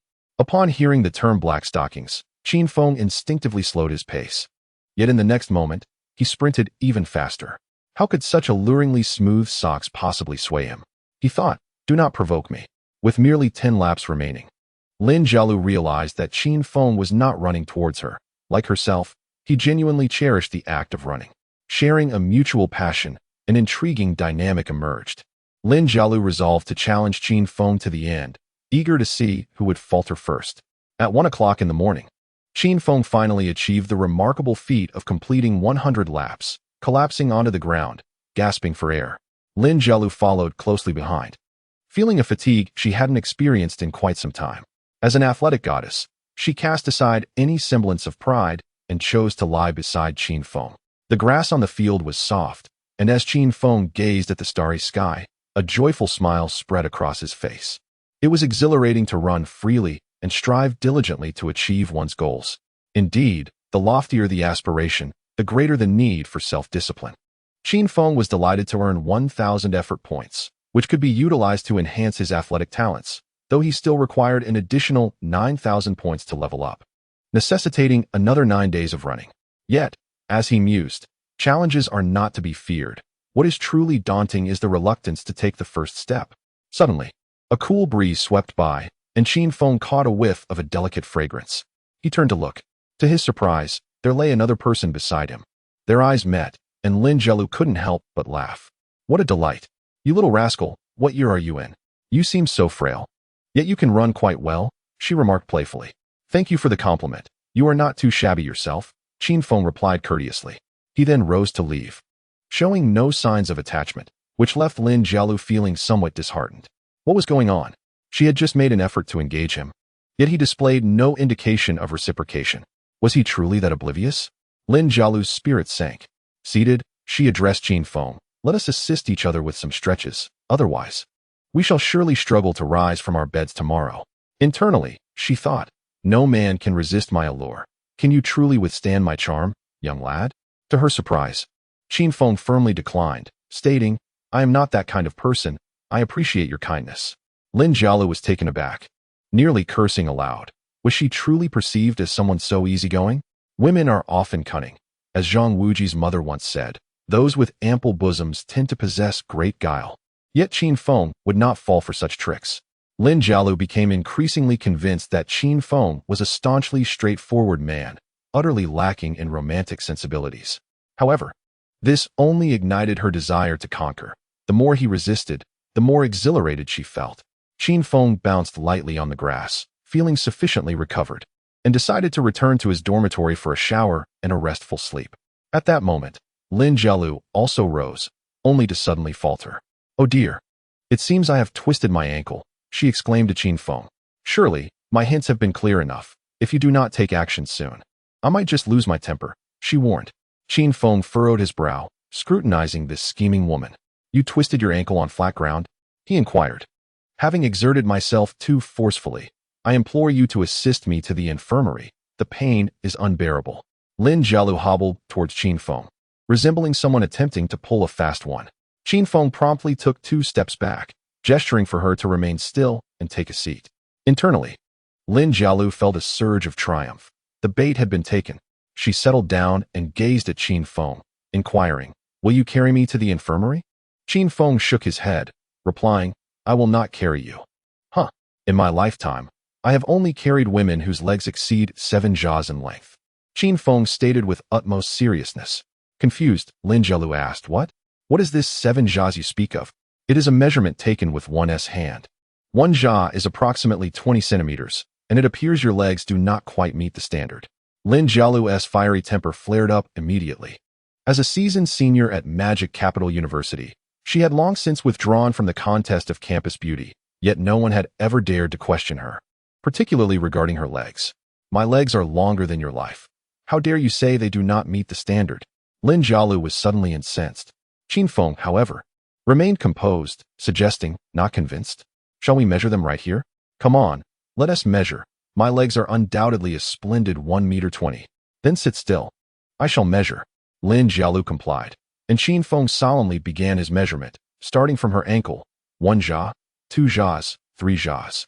See, it amounts to only 6.5 jaws up to your thigh, he stated without a hint of embarrassment. Lin Jialu was taken aback. Who measures the thigh's base? Are you even measuring correctly? It should be up to the hip bone, which would be precisely 7.5 jaws, she corrected him. According to my rule, it's measured up to the thigh base. What rule is that? My rule is the rule. Lin Jialu, suppressing her anger, insisted, measure again. Your previous point was not accurate. It needs to go higher. Going higher would be impolite. Qin Feng replied with unwavering integrity. I said higher, so higher it shall be. Stop dawdling and hurry. The athletic goddess indeed had a fiery temperament. Ultimately, after several measurements, discarding the highest and lowest values and taking the average, it was confirmed that her legs indeed measured 7 jaws. Now, what do you have to say? Lin Jialu stood up, directing her words at Qin Feng. Nothing further. Your legs are commendable, yet it seems your foot is uninjured. Only then did Lin Jialu realize, in her eagerness to correct Qin Feng, she had momentarily forgotten her pretense of a sprained ankle. A wave of shame washed over her, and just as she prepared to explain, Qin Feng had already walked away. Fearing that if he lingered, she might realize his ruse and he would be unable to escape. Sure enough, after Qin Feng had taken only a few steps, Lin Jialu regained her composure, realizing that this rascal had deliberately taken advantage of her and had even coaxed her into assisting him, leveraging her competitive spirit. That little scoundrel. He touched my thigh 5 times. The dormitory of Magic Capital University closes at 2 in the morning, which can be deemed quite humane, considering that college students generally thrive in the nocturnal hours. As Qin Feng returned to his dormitory, The other 5 brothers eagerly poked their heads out of their beds, anxious to gossip about his rumored escapades. Qin Feng, however, remained unperturbed as he took a refreshing shower. After washing his dirty clothes and changing his bed linens and pillowcases, his series of actions genuinely exasperated them. Old Qin, could you possibly share with us what you did last night? Were you on a date with Jiang Shaoqing? One of them implored. Brother, we thought you weren't coming back. Tell us, what is it like to date the campus belle? Sweet, sweet love, I'm not envious at all. Humph. Lying on his bed, Qin Feng replied nonchalantly, love? Even dogs don't bother with that nonsense. I went out for a run last night. I've been focusing on fitness and muscle gain. Have you tried protein powder? It's essential for a manly physique. Forget it, I'm not fond of that stuff. I prefer to nourish myself through food. Just as the brothers engaged in their late-night chatter, Guotao's phone rang yet again. With a sense of resignation, Guotao said to Qin Feng, this is the 10th call from Su Qingyu. She's asking whether you're around. Just block her number. Is that too ruthless? I could hear her crying on the phone, genuinely worried about your well-being. Don't disgust me. I might have nightmares. I'm going to sleep now. You can handle it. Reluctantly, Guotao answered the call once more, responding, Student Su, Qin Feng is fine and has been in touch. Please don't worry. Where is he? Put him on the line, Su Qingyu said, her voice trembling. He's not at school. He might be out having fun. Out so late. With whom? A boy or a girl? I can't say. It could be either. We're going to rest now, so please refrain from calling again. As Guotao hung up the phone, Qin Feng was already snoring, a testament to his remarkable speed in succumbing to slumber. Li Jing, from the opposite bed, remarked, it seems old Qin has truly let go. Sleep, sleep. This is old Qin's triumph and also the glory of our room 502, Guotao declared passionately. Meanwhile, in the girls' dormitory, another soul lay restless in her bed, tossing and turning, unable to find sleep. This was Su Qingyu, experiencing her first sleepless night due to a man. She could never have imagined that one day she would find herself in a role reversal with Qin Feng, the notorious love-struck fool. Once, Qin Feng had endured a sleepless night because Su Qingyu did not respond to his messages, only to discover the next day that she had never intended to reply. Back then, he foolishly chose to forgive her. Now, it was her turn to experience insomnia. A remarkable twist of fate. Every time Su Qingyu closed her eyes, her mind was filled with images of Qin Feng frolicking and playing with other girls, even rolling about on the sheets. How excessive, how utterly intolerable. Su Qingyu's heart shattered, and she felt an urgent need to vent her frustrations. Thus, she took out her phone and posted on her social media, from now on, I am indifferent to the beautiful night, letting the bright moon descend upon the western tower. Su Qingyu had a penchant for sharing such poetic musings accompanied by meticulously edited photos, often posting these baiting messages late at night. She then promptly selected 2 fortunate admirers from the comments section to alleviate her emotions. Su, why the long face? How about catching a movie this weekend? Gorgeous. Let us indulge in barbecued lobster and some beer, or stroll through the night market. Goddess, please don't be upset. The likes surged rapidly. Yet Su Qingyu felt no joy at all. Her mind was consumed by thoughts of Qin Feng. Had she truly done anything wrong? Why was she the one to suffer? The more she pondered, the more aggrieved she felt. For the first time, she found herself weeping beneath the covers that night. After a sleepless night, the next day, her best friend Wu Jia stared at Su Qingyu in astonishment and exclaimed, Su, those dark circles under your eyes are quite pronounced. Did you not sleep well last night? Su Qingyu tied her tousled hair into a bun and replied while brushing her teeth, let us visit the boys' dormitory. I suspect that scoundrel is hiding there.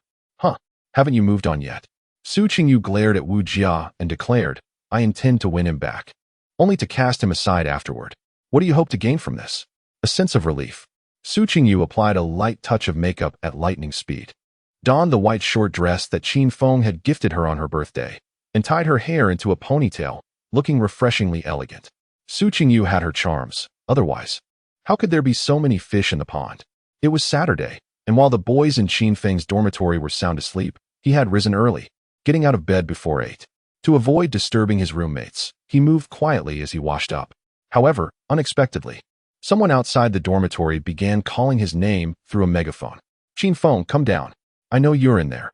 Why are you too afraid to come out? What are you hiding from? This commotion not only woke his dorm mates, but also roused everyone in the entire building. Who would dare create such a ruckus so early on a Saturday morning? as several shirtless boys opened their windows, ready to toss down their slippers. They were taken aback to discover that the one with the megaphone was none other than the campus belle, Su Qingyu, looking exceptionally lovely. Everyone quickly stashed away their slippers and returned their basins, then eagerly crowded by the windows to witness the unfolding drama. What a spectacle to behold so early in the morning. Clearly, a tale of a girl pursuing a boy. Just 2 days prior, Qin Feng had humbly confessed his feelings only to be rejected, and now, here was an abrupt twist of fate. Remarkable, simply riveting.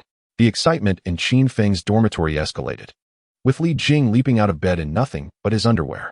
"Old Qin, what is going on? Is this a confession directed at you?" Li Jing exclaimed, acting as though he were the one involved. The dorm head, Guotao, lay on his bed, chuckling as he said, "Brother, it seems the tides have turned. Are you finally going to become single? If so, we must celebrate tonight." Qin Feng, having finished drying his face with a towel, replied nonchalantly, "Become single? Date her? Don't be ridiculous. Though Su Qingyu is notoriously known as the campus queen, she possesses beauty and a great figure. Pursuing her would not be a loss for you, my friend," Li Jing encouraged. Qin Feng chuckled, "Can we expand our horizons a bit? What does it matter how one appears or their physique? In the darkness, they all bear a striking resemblance to one another. Furthermore, engaging in a romantic relationship with her means to toil endlessly without even the slightest reward. Who could endure such a fate? Ha ha, how insightful, my friend. However, are you not intending to descend? It is hardly a feasible solution to remain here while you are incessantly called from below." Qin Feng sighed, shaking his head as he remarked, "This woman is truly exasperating." Li Jing, clutching his pillow, struck it with 2 fists, lamenting, "Why must such troubles elude me? How unjust is the decree of fate." Qin Feng wished to avoid excessive entanglement with the woman, lest it hinder his pursuit of knowledge and self-improvement. Thus, he changed his attire and descended the stairs, poised to deliver a decisive resolution. Upon reaching the ground floor, Su Qingyu, upon seeing Qin Feng, felt an overwhelming wave of grievance that reddened her eyes. Most of her previous displays of distress before Qin Feng had been feigned, intended to evoke his protective instincts. But this time, her heart ached genuinely.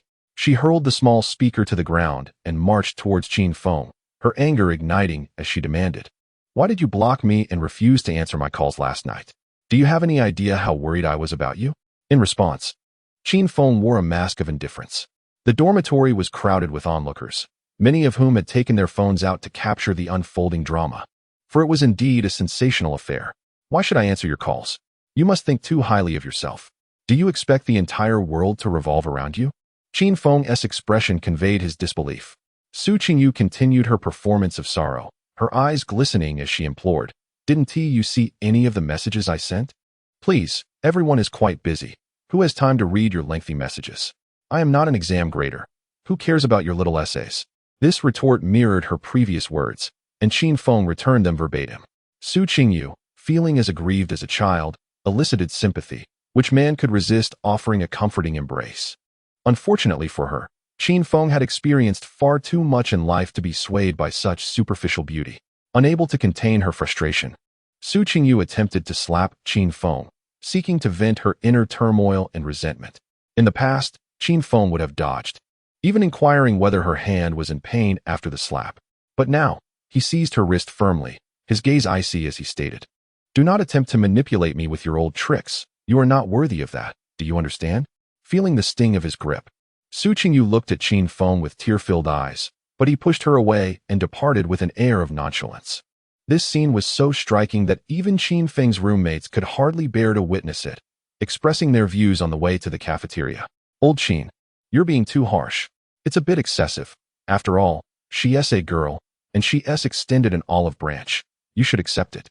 She seems genuinely sincere this time. Qin Feng chuckled softly, sighing as he replied, "You are all still too young. As if your romantic experiences were so extensive." He dismissed their chatter, urging them, "Enough talk. Let us go eat breakfast. I am starving." Indulging in a hearty breakfast, Qin Feng consumed 5 baskets of buns, 3 meat-stuffed pancakes, and 3 cups of soybean milk, costing around 50 yuan. Guotao, astonished, exclaimed, "Wait, brother, do you have such an appetite? This is just the beginning. My appetite will be even greater tonight, so prepare yourself," Qin Feng replied. Li Jing felt a pang of regret, realizing he should not have boasted earlier. At this rate, he would be financially drained by month's end. After finishing breakfast, Qin Feng did not return to the dormitory with them, but instead continued to the library to further his self-improvement. His roommate, Li Jing, disapproving of Qin Feng's secretive study habits, decided to accompany him. The dormitory leader, Hua Tao, chuckled and said, "Old Li, you ought to visit the library. After all, immersed in knowledge, your sleep will surely be more restful than in the dormitory." Li Jing. Thus, after breakfast, the two friends made their way to the library. In the university campus of June, the air was filled with the melodious chirping of birds and the fragrance of blooming flowers, complemented by the sight of alluring women in stockings, innocent beauties in short skirts, and athletic ladies clad in yoga pants. One cannot help but marvel at the joys of university life. However, while beauty may captivate the eye, it cannot be possessed. Knowledge, on the other hand, can be yours to claim. In front of the library, Qin Feng noticed several staff members putting up posters and distributing flyers. Upon glancing at one, he discovered it was for a knowledge quiz event, one station to the end. The preliminary round would be held a week later, with a chance to win 1,000 yuan for those who advance, and the champion of the finals would receive a grand prize of 100,000 yuan. Qin Feng's eyes lit up at the thought. He was currently in need of money, and this seemed like a golden opportunity. Without hesitation, he chose to register and, under the guidance of the staff, approached the registration desk to fill out the application form. Li Jing, uninterested in the quiz, was aware of his limitations. He knew that while he was capable in many areas, his intellect was not one of them. "Hey, old Qin, don't waste your time. The prize isn't easily won. The organizers will surely devise some obscure trivia to challenge you, filled with their cunning tricks. Why not give it a try? What if I win the grand prize?" "Huh, if you win the grand prize, I'll eat my hat." "Really? I'll make you eat it piece by piece, savoring every bite." "Ha ha ha, it's a deal." Had this been before, Qin Feng would have doubted his chances. However, things were different now. He possessed a talent system that, with sufficient effort, could lead to miraculous achievements. Though his talent was merely orange, he had already developed the ability to read 10 lines at a glance and retain everything he absorbed, boasting an astonishing memory. A week's time felt ample to him. Upon arriving at the library, Qin Feng settled into his usual spot and selected several thick encyclopedias covering history, culture, technology, and the humanities. Observing this, Li Jing remarked with a smile, "You really intend to feast upon knowledge in one sitting, don't you? Is that a problem?" "Absolutely not. Unlike you, I prefer to delve deeply into a single book." "What are you reading?" "Journey to the West." Qin Feng. Without further ado, Qin Feng immersed himself in his studies, while Li Jing, predictably, dozed off shortly after finishing the first chapter of Journey to the West, which spoke of the nurturing of spiritual roots and the cultivation of one's nature. Indeed, knowledge aids slumber, without a doubt. Yet, this did not hinder Qin Feng's focus. He continued to absorb the knowledge from the books with remarkable retention for a solid 2 hours. After 2 hours, Li Jing awoke, his neck sore from the awkward position. "I can't take it anymore. I'm heading back to the dormitory. Knowledge has left me utterly exhausted." Qin Feng waved his hand, signaling him to depart promptly. By 11 in the morning, Qin Feng had completed reading all 10 borrowed encyclopedias. He stretched and yawned, ready to continue his endeavors. Returning the original 10 books, he proceeded to select new ones. In this instance, in order to facilitate his task, Qin Feng embraced a stack of 20 books, their towering height obstructing his view of the path ahead. Coincidentally, at that moment, a young lady was also borrowing books from the same shelf, and inadvertently, the two collided. The sound that resonated in Qin Feng's ears was somewhat familiar. Upon lowering his gaze, he realized it was none other than Jiang Shaoqing, the ethereal beauty regarded as the dream girl of every young man in the bustling metropolis. Jiang Shaoqing was equally surprised to encounter Qin Feng in this setting. Her expression illuminated with delight. She hastily bent down to assist him in retrieving the fallen books, apologizing earnestly. "I'm so sorry. I didn't mean to. I wasn't paying attention to your direction." Dressed in a delicate pink JK uniform, she exuded the essence of youthful exuberance. "No need to apologize. I share some responsibility as well. Just hand me the books. Are you all right?" Qin Feng replied nonchalantly. Jiang Shaoqing responded with a sweet smile. "I'm fine. It's nothing." However, Jiang Shaoqing had hoped for a more extended conversation with Qin Feng, only to be met with his terse acknowledgement. Qin Feng transported a towering stack of books to the table. attracting peculiar glances from some classmates who mused whether he might be a fool for attempting to carry such a multitude at once. Could he possibly read them all? Unperturbed by the opinions of those around him, Qin Feng embodied the spirit of a lofty eagle, oblivious to the triviality of sparrows. Although Jiang Shaoqing found his actions somewhat curious, she did not harbor any disdain or contempt. Instead, she perceived that Qin Feng possessed remarkable qualities. Yesterday's public lecture served as a striking testament to his expansive vision and grand perspective. Resolving to obtain his contact information today, Jiang Shaoqing encouraged herself, reminding herself to be bold and take that crucial first step without succumbing to anxiety. The library, a sanctuary of silence, allowed her to refrain from interrupting Qin Feng, choosing instead to wait until lunch to muster her courage. Meanwhile, Qin Feng remained steadfastly focused on his studies, efficiently committing information to memory, wholly indifferent to his surroundings. Jiang Shaoqing, however, found herself stealing glances at him, captivated by his clean-cut, handsome profile, which made her heart race unexpectedly. It was an incredulous sensation, prompting her to touch her chest, as if to confirm the irregular rhythm within. Indeed, even the most beautiful of girls experience the stirrings of attraction during their formative years. Such impulses are inscribed in our very DNA, rendering it impossible for anyone to be entirely devoid of desire. A man, when engrossed in serious contemplation, often appears most handsome, a truth that Qin Feng epitomized. As 2 hours swiftly elapsed, Qin Feng remained firmly seated, neglecting even the call of nature. Conversely, Jiang Shaoqing struggled to concentrate, her thoughts wandering, ultimately seeking solace in conversation with her best friend, Li Lingjia. Renowned at Magic City University, Li Lingjia was a formidable presence, 3-time champion of women's taekwondo.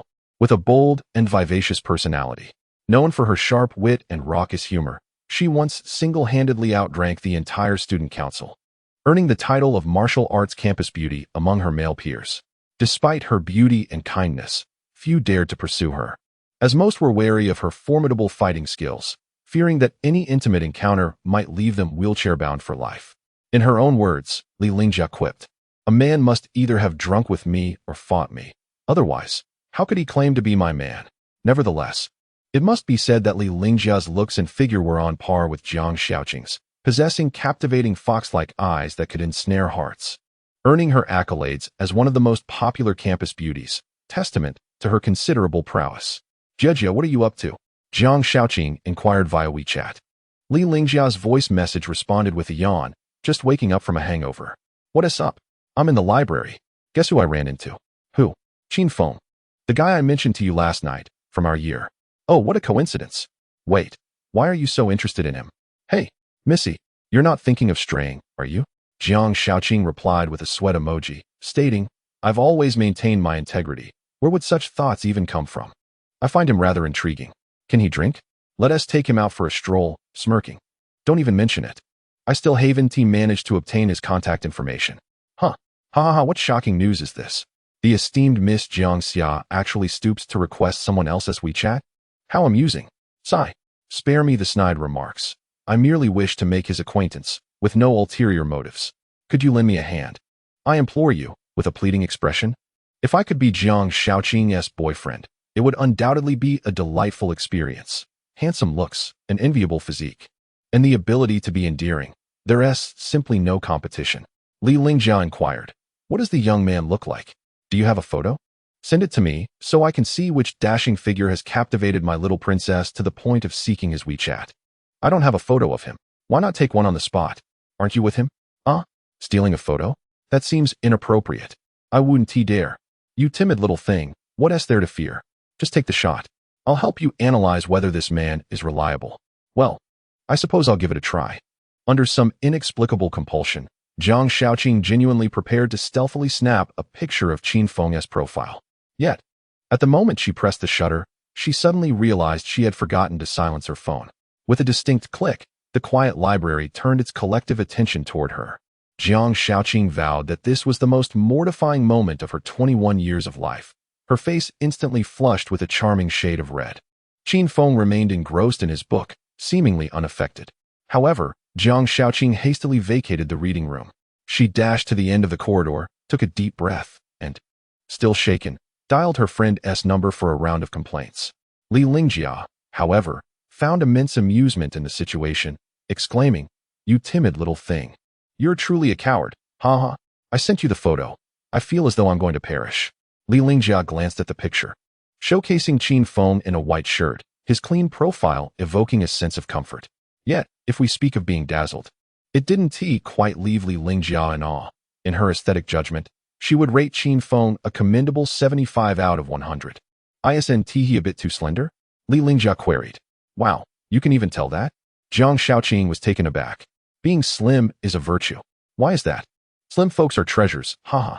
Li Lingjia suddenly made a risque remark, prompting Jiang Shaoqing to retort. Alright, try this. Approach him with your gentle, affectionate gaze and directly request his contact information. He has already turned you down once. He can't possibly refuse again. Trust me, sincerity is the highest form of charm. Go for it, my dear. Alright, I'll give it a try. However, 3 minutes later, Jiang Shaoqing called Li Lingjia again, lamenting. I'm truly on the verge of a breakdown. He still won't agree. Ah, how intriguing. Given the current circumstances, this man is either a master of romance, skillfully casting his line for a grand catch, or he may be a homosexual, believing that true love lies in same-sex relationships. Haha. Alas, let it be. I have learned nothing this morning. Do not fret. I shall assist you in meeting him tonight. What manner of man have I not encountered? Upon returning to her seat, Jiang Shaoqing discovered a small note on her desk, which filled her with delight. She initially assumed it was hastily slipped there by Qin Feng, but to her surprise, it read, Classmate, I am the boy in the plaid shirt sitting behind you. Upon our first meeting, I felt an undeniable charm about you. Would you be so kind as to add me on WeChat? Perhaps we could study together. Turning to look, Jiang Shaoqing indeed saw a dapper young man clad in a plaid shirt, quite handsome, even more so than Qin Feng. Yet, she merely smiled at him and shook her head in gentle refusal. At that moment, her feelings could be aptly described by a lyric. What one cannot attain is forever stirring. At 12:30, Qin Feng finally absorbed the knowledge contained within the books before him, achieving a remarkable 1,000 points in his efforts toward mastery.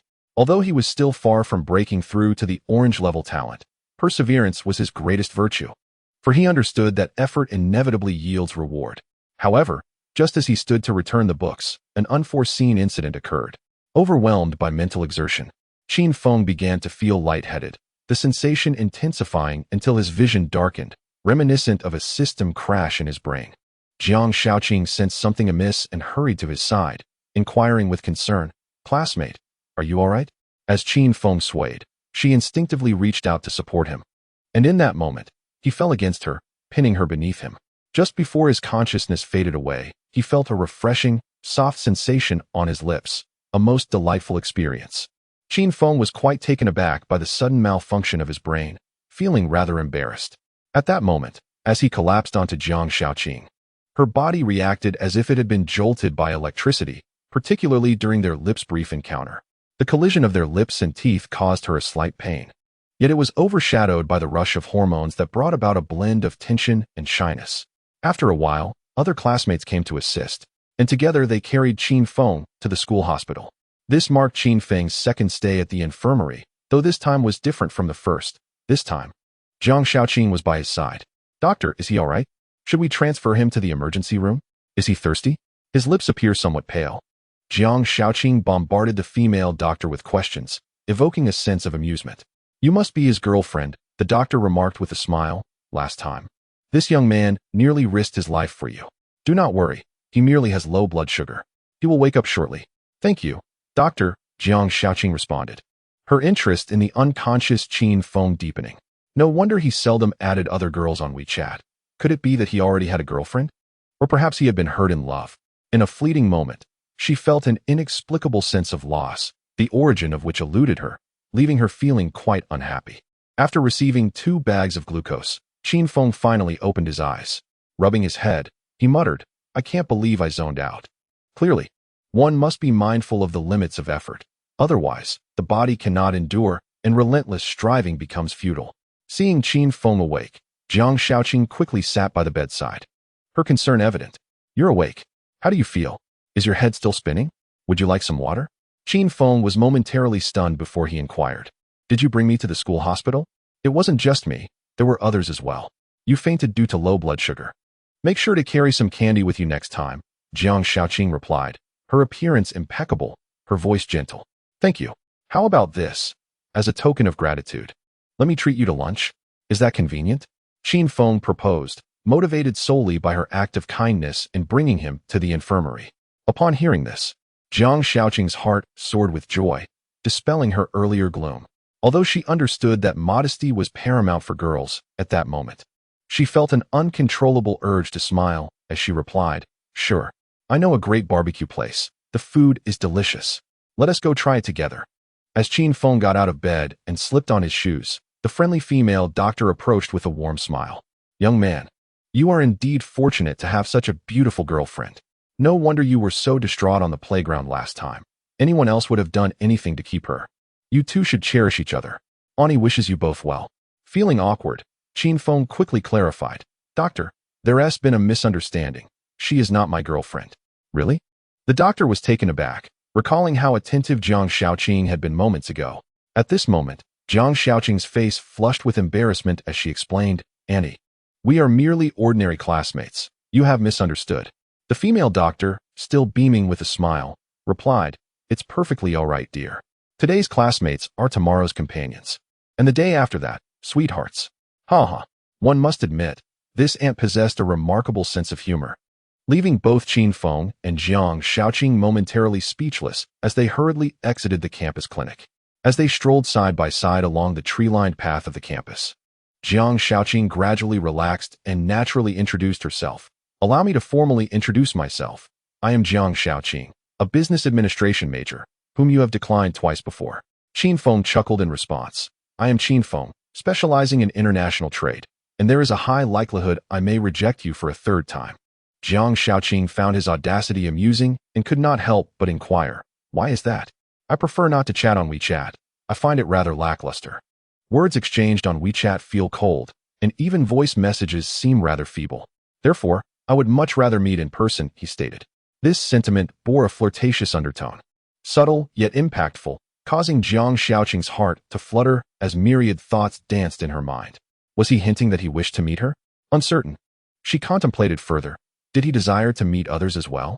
Finally, summoning her courage, Jiang Shaoqing said, Then, in the future, if I wish to meet you to discuss academic matters, how shall I contact you? Rely on fate, Qin Feng replied casually. What? In this day and age, we must speak of fate just to arrange a meeting? Jiang Shaoqing found it perplexing. Everything is connected by fate. Even if I lived across from you, without fate, you would not see me. Do you understand? That's rather profound. To put it simply, any low-cost meeting will not be cherished. Conversely, the higher the cost of meeting, the more precious the time spent together becomes. Do you comprehend? Jiang Shaoqing grasped the essence of his words. Essentially, he simply did not wish to share his phone number. Despite the lengthy discourse, her initially cheerful disposition was somewhat dampened by Qin Feng's behavior, leaving her feeling fatigued. He truly was an exceedingly straightforward man. During her 3 years at university, this was the first time Jiang Shaoqing had taken the initiative to dine alone with a boy. However, on their walk to the barbecue restaurant, Qin Feng scarcely spoke to her. He even became momentarily captivated by a construction crew's excavator outside the campus, prompting Jiang Shaoqing to question her own allure. Was she truly less captivating than an excavator? Qin Feng was utterly engrossed, and in truth, the allure of excavators for men is rivaled only by that of black stockings. It appeals across all ages, from 3-year-olds to 70-year-olds. Anywhere an excavator is present, men are sure to gather. Jiang Shaoqing called out to Qin Feng several times, but he remained oblivious, inciting her irritation, and she tightened her small fist in frustration. You can watch that yourself. I'll eat alone, and if I faint later, no one will come to your aid. Humph. With a huff, Jiang Shaoqing turned on her heel and quickened her pace. Just as she crossed the street, a speeding car approached from the distance. Jiang Shaoqing's first instinct was to run, yet her primal nature compelled her to retreat. In this moment of hesitation, the car drew near. Just as panic gripped Jiang Shaoqing, Qin Feng rushed forth, lifting her in a princess carry and swiftly crossing the road. The sports car roared past, a whirlwind trailing in its wake, showing no sign of slowing down. Had it not been for Qin Feng's timely intervention, the consequences would have been dire. In truth, many vehicles today show scant regard for pedestrians. As cars come equipped with insurance, And the more expensive the vehicle, the greater the coverage. Qin Feng muttered several curses directed at the speeding car, spittle nearly landing on Jiang Shaoqing. Still shaken, Jiang Shaoqing resembled a plush cat recovering from a fright while cradled in Qin Feng's arms. Who am I? Where am I? What just transpired? Jiang Shaoqing remained in a daze for a while. Are you all right? Qin Feng inquired, observing her bewildered expression with concern. Regaining her composure, Jiang Shaoqing shook her head, replying, I'm fine. I distinctly remember it being a green light. That sports car ran a red light. It's not your fault. Those reckless fools rushing towards their demise will eventually face their reckoning. Qin Feng continued his tirade. Jiang Shaoqing had previously abhorred boys who used foul language. Yet in this moment, she found Qin Feng's exclamations oddly agreeable. What was happening? Once he set Jiang Shaoqing down, the pair strolled to a Korean barbecue restaurant. The establishment was bustling, yet each dining table was enclosed in private booths, offering an intimate atmosphere perfect for couples. Qin Feng felt satisfied until he glimpsed the prices, which caused him considerable distress. The two-person dining package at this Korean barbecue joint cost a staggering 500 yuan. If this had been during his time as a streamer, 500 yuan would have seemed trivial. He could have easily distributed that amount in lucky bags to his friends. However, circumstances had changed, and he now found himself unable to muster even 500 yuan, rendering the situation quite awkward. Fortunately, Jiang Shaoqing was not like typical girls. She promptly scanned the menu and declared, Today I saved you, and then you saved me, so we're even. Therefore, let us split the bill, shall we? How about 250 each? Don't phrase it so harshly. You're the one who asked 250, Qin Feng retorted. All right. How about this? I'll pay 249, and you pay 251. Does that sound reasonable? Though it meant he would pay a single yuan less. Qin Feng found it quite fair, considering his larger appetite. After placing the order, Jiang Shaoqing proceeded to settle the bill, paying the entire 500 yuan at once. While waiting for their meal, she cleverly produced her personal WeChat QR code, stating, Scan me. How else will you transfer the 251 yuan to me? Qin Feng chuckled, realizing she had been waiting for this moment. However, he was left with no choice, as she had indeed covered the full amount. After much effort, Jiang Shaoqing finally obtained Qin Feng's WeChat, a triumph akin to Tang Sang's arduous journey to the west. Yet, human nature is pragmatic. The more one cherishes something, the more effort one often expends to attain it. After adding each other on WeChat, Qin Feng promptly transferred money to Jiang Shaoqing. In an effort to alleviate the awkward atmosphere, Qin Feng began to scroll through short videos. Initially, Jiang Shaoqing had set her moments to be viewable for 3 days. But after successfully adding him on WeChat, she discreetly changed her settings to public visibility. This subtle maneuver revealed a hint of cunning, albeit not overly so. Engrossed in the videos, Qin Feng chuckled to himself, while Jiang Shaoqing sipped her tea, contemplating a conversation about international affairs, though it seemed rather inopportune. What videos are you watching? Jiang Shaoqing mustered the courage to inquire. Oh, I'm watching a video on cleaning cow hooves. It's quite stress-relieving. Would you like to see it? At that moment, Jiang Shaoqing's expression mirrored the third emoji on your phone. She was utterly taken aback by Qin Feng's peculiar taste. Soon, the waiter approached with enthusiasm, bringing an array of meats and fresh lettuce desserts. In this establishment, one must grill the meat themselves, and the server thoughtfully provided Qin Feng with tongs. Gratefully setting down his phone, Qin Feng began his culinary endeavor, for he was undeniably famished. However, for Jiang Shaoqing, the ritual was to capture the moment for her moments before indulging in the delicacies. Qin Feng, I heard that if we post photos of this restaurant on our moments, we can enjoy a 20% discount. Should we? Jiang Shaoqing proposed. Really? Such a wonderful opportunity. Why didn't you mention it sooner? Qin Feng replied candidly, leaving Jiang Shaoqing momentarily at a loss for words. I forgot, she stammered. Shall we post now? All right. Jiang Shaoqing's moments were predominantly filled with snapshots alongside her best friend, Li Lingjia, showcasing their culinary adventures, road trips, hikes, and swims. Yet, she had never shared photos with a male companion. As she hesitated, Qin Feng had already taken a picture and swiftly posted it. Wow, that was fast. Upon seeing the post, Jiang Shaoqing's heart raced. Qin Feng had not only captured the delectable food, but also included himself in the frame. In that moment, her concern was not whether Qin Feng had used a beauty filter, but rather, oh no, what should I do now? If all the other students find out, I would surely be misunderstood. Since the deed was done, Jiang Shaoqing decided to embrace the situation, almost instinctively snapping a photo from the exact angle as Qin Feng's. She then shared it on her moments with the caption, "Eating meat is an incredibly joyous experience." However, upon glancing at Qin Feng's caption, which read, "Yiming Korean barbecue. Saturday discounts starting at 20% off. Everyone come visit. Address, 256, Justice Road," she realized his promotional wording was exceptionally effective. Qin Feng's grilling skills were commendable, and Jiang Shaoqing watched enviously. The beef was perfectly cooked, nestled in the lettuce leaves and slathered with sauce, as Qin Feng executed the task with finesse. Just as Jiang Shaoqing reached out to take a piece and was about to express her gratitude, Qin Feng unexpectedly stuffed the meat into his own mouth. Relishing it with gusto, Jiang Shaoqing was momentarily stunned, wondering how this differed from the scenes in youthful dramas. Wasn't he the first piece of meat supposed to be offered to the girl? As Qin Feng observed her in a daze, he inquired, "What troubles you? Are you lacking an appetite?" Jiang Shaoqing, unsure how to respond, awkwardly replied, "I'm fine, not particularly hungry." She could no longer contain her desire to confide in her best friend. At this moment, her phone incessantly chimed, the sound of notifications from her social media. Within mere minutes, her timeline had been inundated, the comment section filled with heartbreak emojis, as everyone assumed Jiang Shaoqing had made a public announcement. The situation was even more exaggerated on Qin Feng's side, with the comments spanning 2 pages. After all, Jiang Shaoqing was renowned as the most beautiful girl at Moda University. The mere chance to dine with her was a dream many boys dared not even entertain. Choosing to ignore her phone, Jiang Shaoqing switched it to silent mode. Judging by Qin Feng's recent behavior, she concluded that he possessed a rather straightforward disposition, not that there was anything inherently wrong with that. But he might not fully grasp the nuances of a girl's emotions. To be candid, Jiang Shaoqing felt a tinge of disappointment. She began to take a skewer of grilled meat, but instead of indulging herself, she offered it to Qin Feng. "You should eat more, lest your blood sugar drops," she said gently.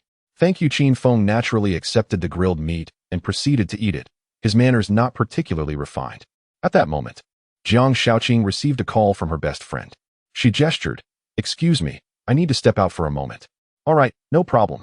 Stepping out of the private room, Jiang Shaoqing answered her friend's call. "What is going on? You've announced it so quickly? Seriously?" Li Jialing exclaimed, her voice rife with indignation. "It's nothing really. Just a simple meal," Jiang Shaoqing replied. "A simple meal? And you post about it? You're practically swooning. Can we not maintain a modicum of restraint? Am I really that infatuated? Where's the evidence? Your photo, your caption, they incessantly convey a singular message. You've been caught." Engrossed in her own experience, Jiang Shaoqing was oblivious to how others perceived her as a girl smitten with love. "Where are you now? Send me your location. I want to see who this person is," Li Jialing commanded with authority. "Fine, I'll share my location, but if you come, please don't intimidate him. He is a straightforward guy and might take things too seriously." "Oh my, I haven't even met him yet, and you're already defending him?" Not at all. After ending the call, Jiang Shaoqing glanced at her phone and realized her friends had misconstrued the situation. If she didn't clarify soon, it might escalate rapidly, potentially trending on campus by tomorrow. However, after a moment of hesitation, she opened Qin Feng's social media post and couldn't help but laugh upon reading his caption. "This man is truly naive," Jiang Shaoqing chuckled. After contemplating, she decided against deleting the post. Upon returning to the private room, she was pleasantly surprised to find 2 neatly wrapped lettuce rolls in her plate, filled with succulent grilled beef prepared by Qin Feng. "What is this?" Jiang Shaoqing could hardly believe her eyes. Qin Feng smiled as he explained, "I appreciate the give and take. You just treated me to 1, so I shall return the favor with 2. The term give and take caused a faint blush to rise on Jiang Shaoqing's cheeks. As it is typically reserved for couples, her face flushed instantly, and she gingerly picked up a lettuce wrap to take a bite. Indeed, the celestial being savored her food with exquisite delicacy, chewing the wrap a remarkable 88 times, a fact Qin Feng noted with clarity. Subsequently, the two began their delightful meal. However, the temperature in the private room was inevitably a bit high due to the freshly grilled fare. Although Jiang Shaoqing's light makeup had smudged slightly, her beauty remained stunningly resilient. One could hardly tell that her makeup had faltered. Even without any cosmetics, she would still outshine 99.9% of other women. As Qin Feng felt the heat, he inquired, "Would you like something cold to drink?" Can you handle it? Jiang Shaoqing hesitated momentarily, clearly aware that her menstrual cycle was approaching. Yet, for reasons unbeknownst to her, she inexplicably nodded, as if subconsciously wishing to please this man and not wanting to decline. Drinking ice water while enjoying barbecued meat was undeniably refreshing, but the price for such indulgence was the sudden onset of menstrual cramps. Jiang Shaoqing felt utterly unwell, with intense pain in her lower abdomen compounded by that which she could hardly voice. What to do? What to do? She quickly messaged her best friend to inform her of her embarrassing predicament, urging her to come over at once. Li Lingjia was both amused and exasperated as she replied, "Sister, you didn't know your period was coming? And you still drank ice water? I didn't think much about it." Jiang Shaoqing retorted, "You've truly been blinded by love. I am utterly astounded by you. Hurry over. I can barely move. My stomach is killing me. Just hold on for a bit. I'm stuck in traffic. And if it gets too desperate, have that rascal buy you some sanitary pads. After all, it's his fault, and he should take responsibility." Such matters were not easily spoken of, so she urged her friend to hurry. Jiang Shaoqing regretted her choice of attire today, wearing a skirt when she should have opted for shorts. But more than that, she lamented her decision to drink ice water. Oh, how she wished she hadn't. Jiang Shaoqing's face had turned pale, suggesting her discomfort. Qin Feng turned off the grill and asked, "What's wrong?" She quickly replied, "It's nothing, just a bit stuffy in here." "It is indeed a bit stifling without windows. Shall I take you outside for some fresh air?" "No, no, no." As Qin Feng stood and moved to help her up, another spasm gripped Jiang Shaoqing's abdomen. At that moment, she longed for someone to lean against, and Qin Feng unwittingly became her human pillow. The sudden intimacy left Qin Feng feeling somewhat bashful, particularly on such a hot day when he was merely clad in shorts. Yet, Jiang Shaoqing was beyond caring. The pain was overwhelming, akin to electric jolts reverberating through her stomach. "I'm sorry, may I lean on you for a moment?" she requested. Having faced many challenges, Qin Feng was not oblivious to her discomfort. "Is your stomach bothering you?" he asked. Jiang Shaoqing, eyes closed and resting against him, nodded slightly in affirmation. At this moment, the two individuals were closely entwined, creating an atmosphere of palpable intimacy within the confined space.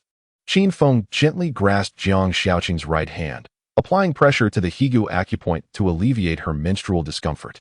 The Higu point, commonly referred to as the tiger's mouth, is located at the center between the first and second metacarpal bones on the back of the hand.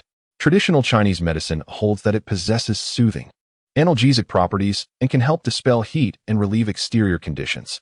Qin Feng exerted considerable effort in his technique, prompting a soft, penetrating sound from Jiang Shaoqing. "Just bear with it," Qin Feng remarked indifferently. After a few minutes, Jiang Shaoqing felt a noticeable reduction in the pain in her lower abdomen, and her back straightened with ease. "How remarkable. Were you just applying acupressure?" she inquired, gazing at Qin Feng. He nodded in affirmation. "Indeed. The Higa point can alleviate menstrual pain." "Thank you. Are there any other acupoints that could help?" she asked, her eyes pleading with him. This time, however, Qin Feng shook his head in refusal, stating, "It's not convenient."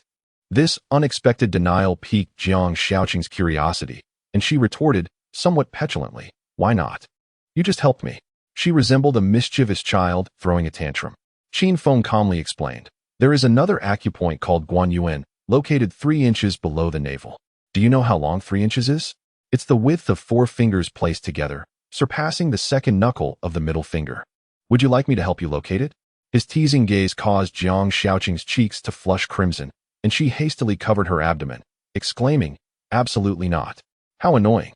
It is noteworthy that in such a context, this annoyance was not to be taken literally, but rather as playful banter.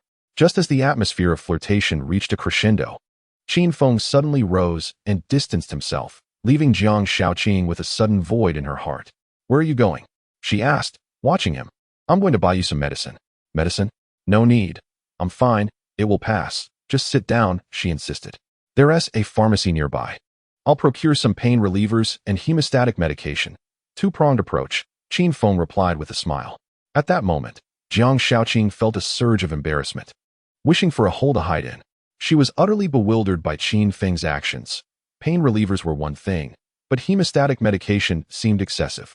Before she could voice any objections, Qin Feng had already departed with a casual elegance, leaving the solitary school beauty to reflect on her discomfort in silence. She could only reach for her phone to call her best friend, urging, Jia, where are you? I'm suffering immensely. Don't fret, my little princess. There has been a traffic accident ahead, but I'm doing my best to reach you, came the reassuring reply. All right, just hurry, she responded. Jiang Shaoqing soon realized that. At critical moments, even her best friend was unreliable. She braced herself for the worst, believing she might endure unbearable pain. However, mere minutes later, Qin Feng returned. Panting and drenched in sweat, Jiang Shaoqing was deeply touched. In reality, the pharmacy was just next door. His breathlessness was merely the result of him pacing in place outside for 5 minutes. Alas, genuine emotions have always proven ephemeral. Only the artifice of strategy can capture the heart. It is entirely commonplace for young women to experience menstrual discomfort, particularly as their cycle approaches. Consuming ice or spicy foods can indeed exacerbate such pain. Unfortunately, there are no effective remedies for dysmenorrhea. If any solution exists, it rests solely upon the ingenuity of men to navigate the tribulations of a woman's monthly visitor. Breathless, Qin Feng returned from the pharmacy, bearing alcohol wipes, painkillers, and a bottle of iodine. What did you purchase? Jiang Shaoqing inquired with curiosity. Qin Feng retrieved the items from the bag and replied, I asked the doctor for hemostatic medicine, but he said none was available. Observing Qin Feng's bewildered expression, Jiang Shaoqing could not bring herself to reprimand him. Silly. It is entirely normal to bleed during menstruation. How could they possibly prescribe hemostatic medicine? She chided gently. With unabashed audacity, Qin Feng remarked, So I acquired a bottle of iodine. Haha, you find this amusing? Are you trying to drive me mad? Jiang Shaoqing shot him a disapproving glance.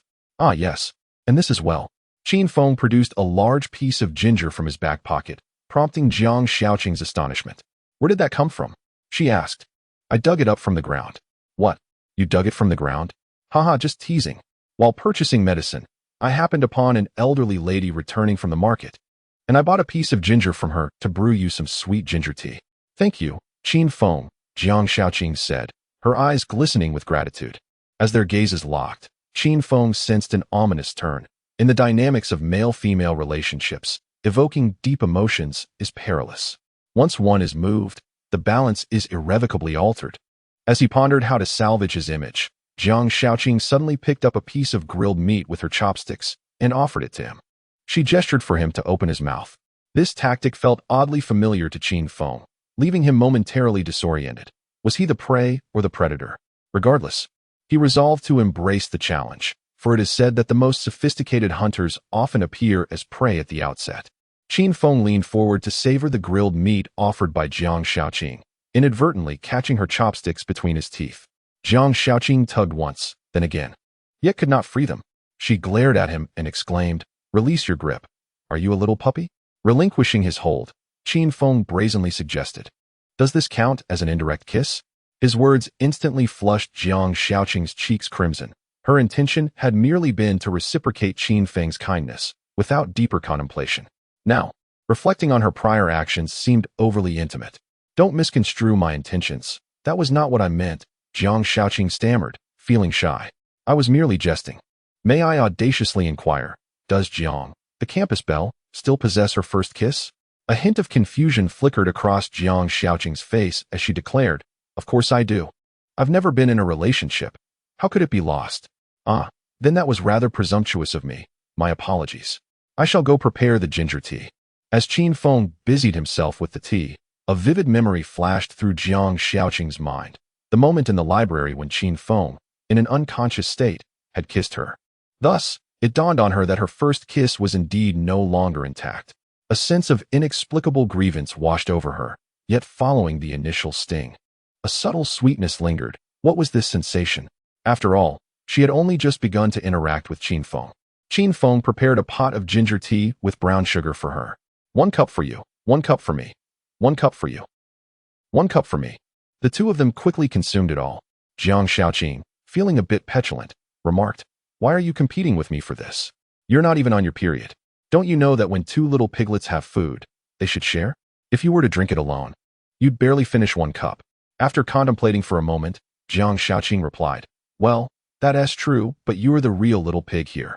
Qin Feng immediately made a playful grunt, causing Jiang Shaoqing to break into a broad smile. Indeed, who doesn't appreciate a humorous gentleman? Once they finished the ginger tea, Jiang Shaoqing felt a noticeable relief in her abdomen. However, another pressing dilemma soon arose. Having consumed too much liquid, she felt the urgent need to use the restroom. Yet she found herself unable to move. Thus, Jiang Shaoqing had no choice but to once again seek Qin Feng's assistance. "Qin Feng, I have another favor to ask," she whispered softly. "What is it? Could you please buy me a sanitary pad and a panty liner?" Jiang Shaoqing bit her lip, speaking in a delicate tone. She expected Qin Feng to feel embarrassed, but to her surprise, he responded candidly, "No problem. Thank you. But could you first take off your stockings for me?" Jiang Shaoqing's expression at that moment mirrored the second emoji in the first row of your collection perfectly. "What do you need my stockings for?" Jiang Shaoqing asked, puzzled. "I'll put them on my head. That way, when I go to buy the sanitary pad, no one will recognize me," Qin Feng said with a chuckle. Each time Jiang Shaoqing began to develop even a slight fondness for Qin Feng, he would pull a stunt like this, leaving her utterly perplexed.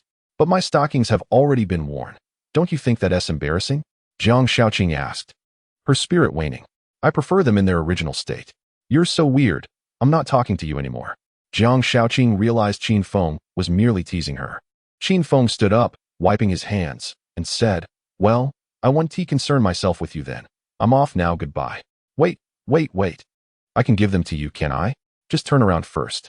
When it comes to eccentricity, Qin Feng surely takes the crown. As the saying goes, a man who is not bad is not loved by a woman. What is so wrong about wanting a pair of stockings? The impertinent request from Qin Feng was utterly outrageous. Had it been any other male, Jiang Shaoqing swore she would have unhesitatingly delivered a resounding slap and walked away. Yet, inexplicably, she found herself choosing to acquiesce this time. It was madness, pure madness.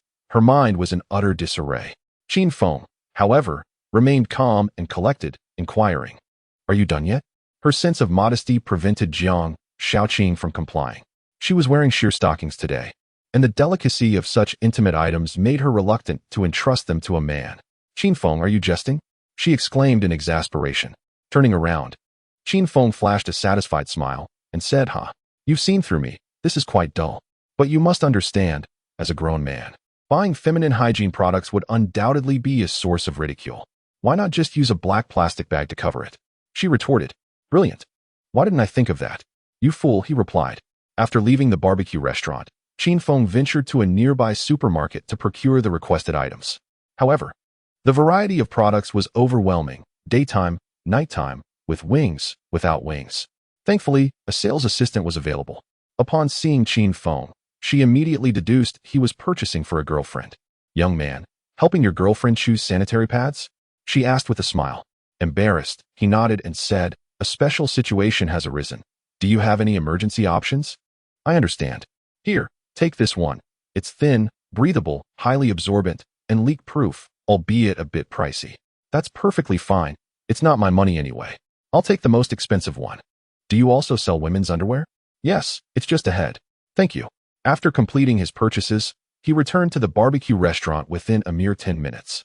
As he entered the private room, he wore a black plastic bag on his head, punctured with 2 holes, creating a rather comical sight. Jiang Shaoqing couldn't help but burst into laughter, asking, "Qin Feng, what on earth are you doing? Why is there a black plastic bag on your head?" "This way, no one will recognize me," he replied. "You're truly a little genius," she praised, stifling her laughter. He handed her the items, stating, "That'll be 300 yuan. And here's the receipt, along with 100 yuan for my trouble. You can pay me 500. 500? Why an extra 100? The extra 100 is a retainer. In case you require my services again in the future, right?" Jiang Shaoqing sighed. "Thank you, but I assure you, there won't be a next time." Though she said this, deep down, she eagerly anticipated their next encounter. As her stomach pains had subsided, she went to the restroom to change into the items Qin Feng had purchased. Upon seeing the adorable, pastel pink underwear, she couldn't contain her laughter. This was something she hadn't worn since the 3rd grade. How could this man be so infuriating yet endearing at the same time? After changing, she felt significantly more comfortable. Upon returning from her ablutions, Jiang Shaoqing found Qin Feng engrossed in scrolling through videos, albeit most of which were far from conventional. Generously, she sent him a red envelope, a lavish sum of 1,000 yuan. Qin Feng, bemused, looked up and inquired, "Why so much?" "It's a token of appreciation. My boss is quite generous," she replied. This exchange quickly bridged the gap between them, and Jiang Shaoqing even suggested they go to the cinema, having completely cast aside her friend Li Lingjia. Let us not. I prefer to study, Qin Feng replied earnestly, extinguishing the flickering spark of affection that had ignited within Jiang Shaoqing. It's Saturday. A balance of work and play is essential. A new science fiction film has just been released. Will you accompany me? She implored, her tone laced with a playful charm. When it came to charm, it was innate and effortless for her. Her casual request, will you accompany me, was not a deliberate act of coquetry but rather a natural expression, effortlessly captivating the hearts of men. Most would find it irresistible. Yet Qin Feng was not so easily swayed. I'm not interested. Science fiction films are rather unappealing to me. I prefer horror films, he stated bluntly. I adore horror films too. How about we watch one together? Jiang Shaoqing suggested eagerly. Horror films thrive on atmosphere, and typical cinemas are often too noisy. I prefer private screening rooms, Qin Feng explained persuasively. Jiang Shaoqing's expression faltered. I've never been to a private screening room. I've heard they aren't very safe. Perhaps we should skip it. I share your concerns about safety. I've heard there are more cameras than in a driving test, Qin Feng replied. It's getting late. We should return to campus. We still have to run this evening. He rose to leave. From Jiang Shaoqing's subtle expressions, it was evident she longed to watch a film with Qin Feng, yet he consistently opposed her desires. After leaving the barbecue restaurant, the weather took a turn for the worse as rain began to fall.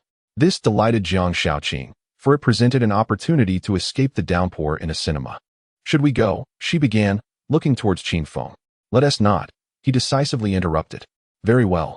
Throughout her life, the grievances Jiang Shaoqing had endured paled in comparison to those of the past few days. She felt an unusual lack of restraint. Observing her despondent countenance, Qin Feng unexpectedly removed his jacket and draped it over her head, saying, Don't catch a cold. Qin Feng truly had a way about him. As he prepared to hail a taxi, a striking red Maserati suddenly sped by and came to a halt at the curb.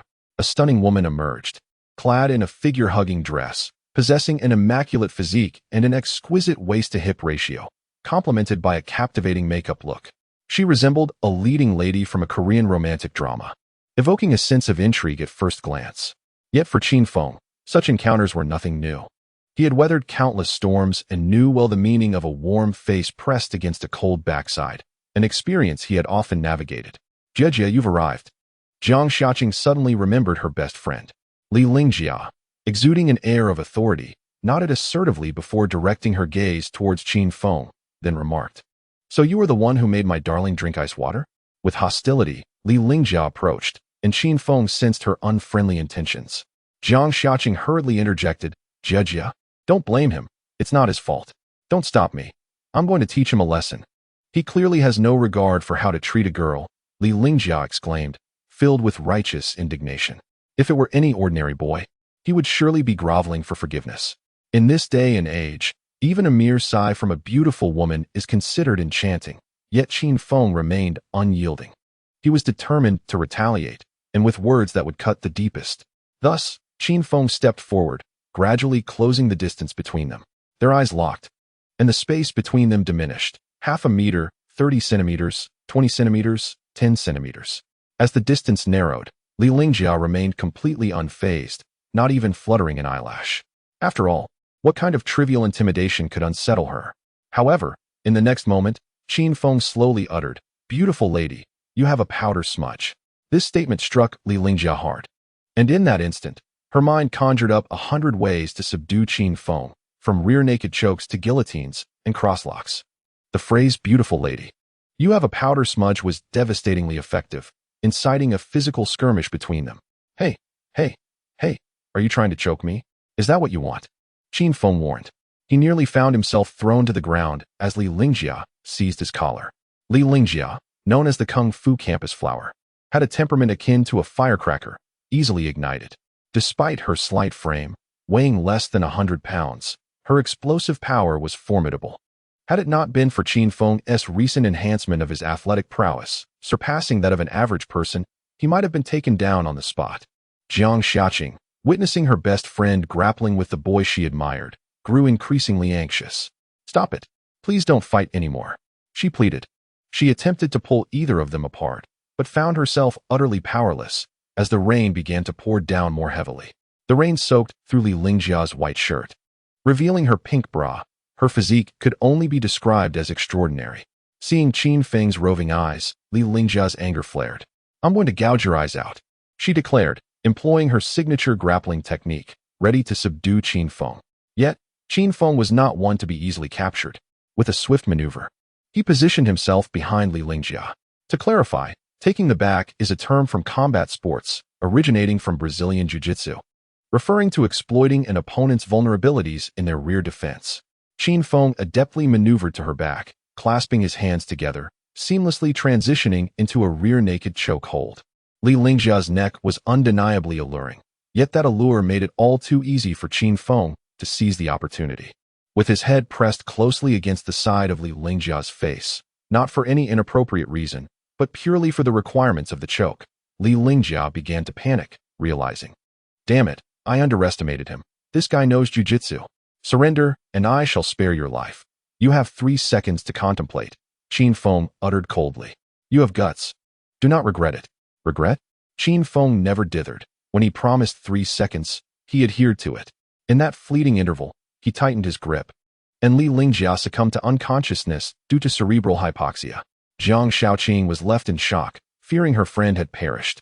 However, despite the terrifying nature of the naked chokehold, if released in time, it inflicts no harm upon the body. Qin Feng laid Li Lingjia back in the car, and at Zhang Shaoqing's persistent calls, Li Lingjia soon regained consciousness, gasping for air, her fair neck marked by Qin Feng's grip. Such a lack of tenderness. "Jia, are you all right?" "Jia?" Zhang Shaoqing inquired. Filled with concern, Li Lingjia paused for a moment, silent, gazing at Qin Feng with a profoundly complex expression. Qin Feng was bewildered. What was this look? Was she preparing to strike him? Then, unexpectedly, Li Lingjia burst into laughter, nodding her head as if she were a silly girl next door. This left Qin Feng even more perplexed. In all his years navigating the world, he had never encountered such a scenario.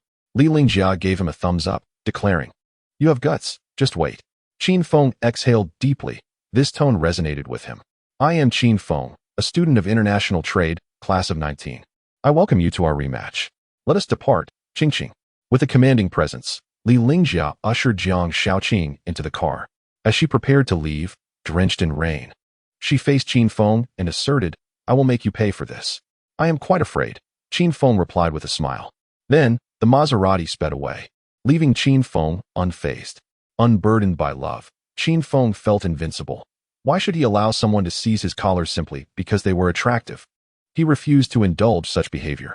Little did he know, Li Lingjia's character was unlike that of ordinary girls.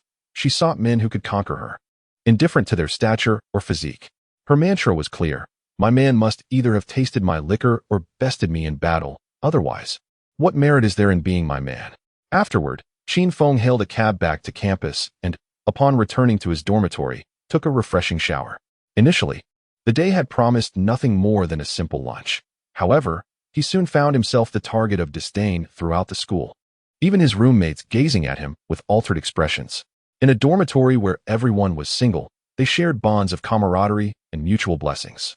Yet when one individual sought a romantic partner, the atmosphere shifted dramatically. A single voice message from Li Jing encapsulated the sentiment. "You bloody bastard, you should be damned. This is more painful than being killed." Sighing, he reflected on his friend's misfortunes. "I fear for my brother's poverty. I fear their struggles, but most of all, I dread when one of them drives a Range Rover." Witnessing their despondent faces, Qin Feng chuckled. "I assure you, I did not engage in a romance with Zhang Shaoqing. It was merely a lunch. If you choose not to believe me, that is beyond my control. You must swear." Stating that a Huaxiao person does not deceive another Huaxiao person, Li Jing implored eagerly. "Once I swear, will you fetch me dinner?" "Instantly, at once, without delay. I swear.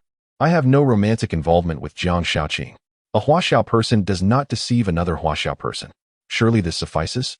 A blissful smile adorned Li Jing's face as he resolved to procure an extravagant dinner for Qin Feng. However, at that very moment, Qin Feng received a phone call that nearly sent Li Jing into despair. "Hello? Qin Feng, it's Zhang Shaoqing. I apologize for this afternoon. I speak on behalf of Jia to express our regrets. She instigated the conflict, and it is our fault. Please do not harbor any anger." "Oh, is there anything else?" "And no, nothing further." "Then I shall hang up." Wait, please. Jiang Shaoqing urged anxiously. What now? Your jacket is still with me. I will clean it. And you can come to retrieve it tomorrow. Shouldn't you deliver it instead? I can deliver it too. Let us set a time then. We shall discuss tomorrow's matters tomorrow. For now, this is sufficient. Qin Feng decisively terminated the call, while Li Jing, still shedding tears, lamented, "Oh, how cruel is fate." On the other end of the line, Jiang Shaoqing sat dejectedly on her sofa, cradling her knees, her delicate, fair feet radiating an elegance tinged with melancholy. Does he not harbor feelings for me? She confided to her friend. Li Lingjia, immersed in her own training within her lavish villa, was fervently practicing her jabs, vowing to knock Qin Feng down in their next encounter. Do not be disheartened, Qingqing. I shall avenge you, Li Lingjia promised earnestly. Jiang Shaoqing implored, my dear aunt. Please do not confront him. Qin Feng is a good person who has done you no wrong. Why must you pursue him? Li Lingjia removed her boxing gloves, perspiration glistening on her brow as she settled beside Jiang Shaoqing. Because he possesses such a proud spirit, I must temper him and instill a lesson. Sighing, Jiang Shaoqing replied, It seems you are courting trouble. Come here, let me apply some ointment to your wounds. I see bruises on your neck. Merely minor inconveniences, I am not so delicate. By the way, send me his WeChat. I wish to invite him. Are you certain? Of course. We might as well consider it an acquaintance formed through conflict. Though he may not be remarkable, his skills are commendable. Very well, I shall send it to you, but I suspect he is unlikely to accept your request. Unlikely? I shall use one of your private photos as my profile picture to see if he adds me. Oh dear, I would never. Humph. The bond between the two sisters was profound, though one could only wonder how their relationship might change if they both fell for the same man. That evening, as rain fell outside, Qin Feng continued his routine of running on the track. To outsiders, this behavior appeared utterly incomprehensible. Yet, Qin Feng was well aware that a rainy night offered double points. Nonetheless, given the fainting incident from earlier that day, he curtailed his run after 50 laps to prevent overexertion. Upon returning to his dormitory that evening, Qin Feng received a call from home. It turned out the nutritional supplements he had ordered had arrived. Xiaofeng, why are you sending these items home? Your father and I have no use for them. His mother chided over the phone. In a parallel world, Qin Feng's parents are humble farmers who toil tirelessly to provide their son with a university education, hoping he can rise above their hardships and secure a brighter future. However, Qin Feng believes that achieving success does not conflict with filial piety. Thus, he candidly responds, Mom, the cosmetic set is for you, and the belt and leather shoes are for Dad. Don't worry, I didn't spend much. You've been spending quite a bit at school. Refrain from unnecessary expenses. Once you receive your salary at the end of the month, I'll send you 500. Upon hearing this, Qin Feng feels a pang of sorrow. The world is indeed unequal. For some, 500 yuan is scarcely enough for a meal, while for others, it represents the labor of more than half a month. With a smile, Qin Feng reassures, Mom, there's no need to send me money. The school has awarded scholarships, which will cover all my expenses this semester. Really? My son, you truly received a scholarship? Indeed, so take good care of yourselves. At your age, you should rest when you can. Don't go cleaning with the labor team, okay? Silence falls on the other end of the line, and Qin Feng initially assumes it's a signal issue, but that is not the case. You've grown up, Xiaofeng. I am so happy, but rest assured, your father and I are in good health and won't be a burden to you. We can manage for another 10 or 20 years, striving to save enough for your down payment by the time you graduate. Your parents may not have much ability, but since we brought you into this world, we are committed to raising you until you establish your own family and career. Tears of emotion accompany her words, deeply touching Qin Feng's heart. Although this exists in a parallel world, he can still feel the profound love they hold for him. Love is priceless and cannot be measured by wealth. The older generation often feels morally obligated, believing that once a child is born, they must be wholly responsible until the child matures and has children of their own. Qin Feng refrains from passing judgment on this mindset, but personally, he believes that once a boy reaches 18, he should learn to stand on his own. On the call, Qin Feng does not contradict his mother but instead smiles and says, I will graduate soon and earn money to support you. You can rest easy. Oh, I believe in you, son. By the way, forming friendships can require spending money, so don't be stingy. It will make us seem ungracious and may lead to girls laughing at us. Haha, all right. When I come home for the new year, I'll take you to meet someone to broaden your horizons. Oh, that would be wonderful. Previously, Qin Feng rarely called home, only reaching out when he needed money. Back then, he was entirely engrossed in romantic pursuits, unlike now, when he feels unburdened by love. After nearly half an hour on the phone, he excuses himself, claiming he doesn't want to disturb his roommate's sleep. In the dormitory, his friends are filled with curiosity, knowing he seldom contacts his family. Before bedtime, Qin Feng steps on the scale, which reads 65 kilograms. He has gained 5 pounds in 2 days, which he considers quite satisfactory. He lifts his t-shirt, feeling the muscles of his abdomen, and boasts, "It seems I could pop a beer bottle cap now." At that moment, Li Jing, lying on the opposite bed, sees Qin Feng and lamented, "My dear brother, refrain from flaunting and assist me in discerning whether I am on the verge of success." Success? Success in what? Quickly peruse my chat history. I just initiated a conversation with a goddess from the art department. She is stunningly beautiful. Li Jing spoke with great enthusiasm. Qin Feng sighed, pondering what it could be about. He reproached, "How stunning could she be? Is she more beautiful than the celestial maidens above? Certainly not as captivating as the belle of Jiang University, but she is my type. Please assist me. 2 packs of chicken breast. Come on, that's robbery. I just purchased a whole box and haven't even opened it yet. 4 packs. Not a chance. 6 packs. All right, take it. You truly are a brute, to take advantage of me like this, leaving me with nothing." Li Jing retrieved 6 packs of chicken breast from his cupboard and tossed them to Qin Feng, who wore a satisfied grin. He then began to examine Li Jing's chat history. "Li Jing, gorgeous lady, is that truly you in your social media photos? You are exquisite." The response, "Li Jing, are you a rabbit by any chance?" The response, "No." "Li Jing, then why do you keep hopping around in my heart?" The response, "Li Jing, have we met before? Otherwise, why do I feel an inexplicable familiarity? Do you feel it too?" The subsequent messages devolved into a monologue from Li Jing, with the other party responding only with vague affirmations. Qin Feng, observing this, was rendered speechless and admonished. "Can you not be more assertive? Must you grovel? A simpering dog achieves nothing in the end. Weren't you also once a sycophant? Get lost. You can't compare to me." "Ah, yes, you're right. Whatever you say is correct. Please help me. I don't know how to continue the conversation. She is ignoring me. Am I not flattering her correctly?" Li Jing was perplexed. Qin Feng sighed and advised, "You have positioned yourself too low. There exists a human weakness. That which is easily obtained is seldom cherished. I suggest you delete her. Focus on self-improvement and elevate yourself, all right?" Qin Feng's words elicited laughter from the entire dormitory, while Li Jing, with a dark expression, retorted, "One must not abandon traditional skills. Look at you, reduced to this state. You could be taken down by an ant." Fine, I will cease, but I cannot delete her. I labored extensively to acquire her WeChat. Out of options, Qin Feng resorted to an unconventional method. He seized Li Jing's phone and sent a voice message. "I heard from a friend that you are rather flirtatious. Those social media photos must be edited. Even the door frame looks crooked." Upon sending this voice message, Li Jing was taken aback and hurriedly attempted to retract it, exclaiming, "Oh no, you are truly a dog, ruining my happiness." "Wait, why the rush?" Qin Feng replied calmly. As anticipated, the other party quickly responded with a question mark emoji. Thereafter, Qin Feng sent 3 letters, serving as a coded signal. This secret code is only comprehensible to seasoned veterans.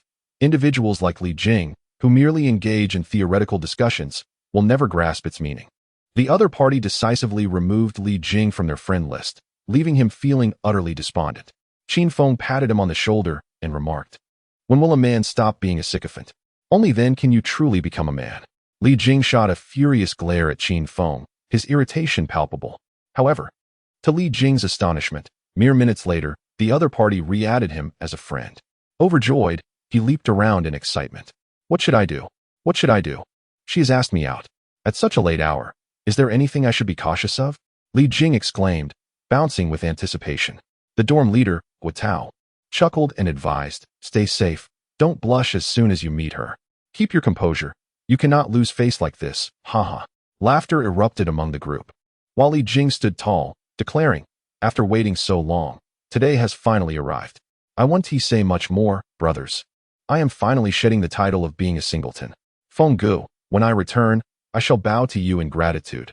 You are truly remarkable." Qin Feng, reclining on his bed with a book, simply said, "Good luck." As Li Jing stormed out, Qin Feng let out a deep sigh, reluctant to share certain truths with him. knowing that some experiences must be faced alone. As expected, later that night, chaos ensued. Heavy footsteps echoed through the corridor as Li Jing burst through the door, his face a mask of despair. The group was startled, quickly turning on the lights. Guo was the first to rise from his bed, concerned. Didn't you go to accomplish something significant? Why are you back so soon? Was it not going well? Old Li, I told you to limit your distractions. You lack discipline. Were you perhaps deceived? Li Jing's expression was one of anguish, tears nearly spilling over. It was the first time in his life he had felt such humiliation. I will never believe in this nonsense called love again. He sobbed. Guo comforted him, saying, It's all right, it's just a failed meeting. You can try again next time. Li Jing finally erupted.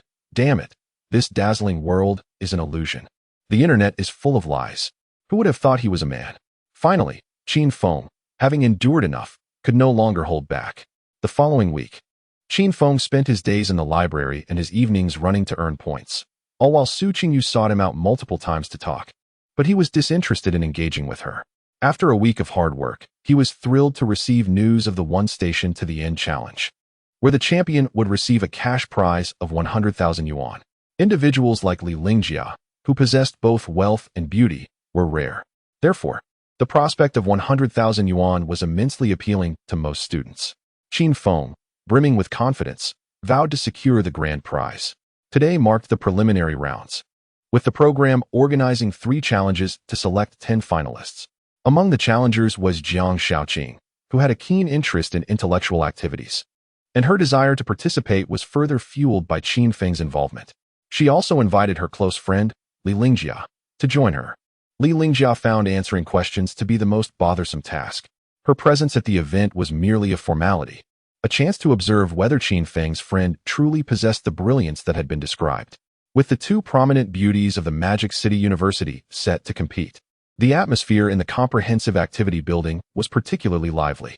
Many individuals, either intentionally or inadvertently, gravitated towards Jiang Shaoqing and Li Lingjia, eager for a glimpse of their beauty. Meanwhile, Qin Feng secluded himself in a small corner, donning noise-canceling headphones in an attempt to find tranquility. He had initially intended to listen to music, but the songs from the parallel world felt somewhat lacking. Their melodies were too similar, evoking a fleeting sense of enjoyment that faded after the second listen. He preferred songs with substance, like the Mandarin classics from his earlier memories. Suddenly, an idea struck him. Why not compose and perform his own songs? Though he lacked knowledge of music composition for now, with determination and the aid of the system, mastering the fundamentals would be a matter of moments. With a clear goal in sight, his eyes sparkled with enthusiasm. Qin Feng couldn't help but smile foolishly, but at that moment, the arrival of 2 individuals soured his mood instantly. He noticed Su Qingyu, linked arm in arm with a towering figure of 188 centimeters, casting a disdainful gaze upon him, as if he owed her 8 million. The male, likely a member of the sports department, had a well-maintained physique but a rather greasy countenance that shone unnaturally. So, you're hiding here, too afraid to show your face? Su Qingyu coldly remarked. Qin Feng was all too familiar with such foolish women. She was merely seeking to assert her dominance and inflate her self-importance, a truly nauseating display. He glanced at her, regarding her like a silicon-based life form. He then prepared to gather his belongings and depart. However, Su Qingyu was clearly unwilling to let this opportunity to belittle Qin Feng slip away. Don't rush off. Allow me to introduce my boyfriend, Bondi, the head of the sports department. He is wealthy, handsome, and particularly fond of me. From now on, you and I will have nothing to do with each other, Su Qingyu said, leaning against Bondi. Qin Feng retorted with a smirk. If only you could vanish from my sight, I would be most grateful. Please ensure you never appear again. Su Qingyu was incensed, her anger stemming from the fact that Qin Feng showed not a hint of distress. Bondi, eager to uphold his masculine pride, stepped forward assertively. Are you merely a pathetic sycophant, wagging your tail at Su? Look at your miserable state. Do you think you deserve to pursue someone like her? Take a good look at yourself. You're as scrawny as a monkey. Can you provide her with any sense of security? After making his point, Bondi flexed his biceps, while Su Qingyu feigned poor acting, declaring, Darling, can you guess what the most expensive gift he has ever given me is? What? A Swarovski necklace worth a mere $1,000, which I later sold for 900 on a second-hand site. It was so embarrassing to wear. Su Qingyu beamed at Qin Feng, each glance imbued with profound contempt. Calmly, Qin Feng took a seat, eager to discover what further remarks they would utter. Observing Qin Feng's unperturbed demeanor, Bondi resolved to employ a more ruthless approach against him. Pointing a finger at Qin Feng, he declared, "You little rascal, from this day forth, whenever you encounter Su, you shall bow respectfully and address her as Sister Su, understood? And what if I refuse?" Qin Feng retorted. With a cold smirk, Bondi replied, "Then you are unaware of my methods. I possess countless ways to ensure your stay in this campus becomes unbearable."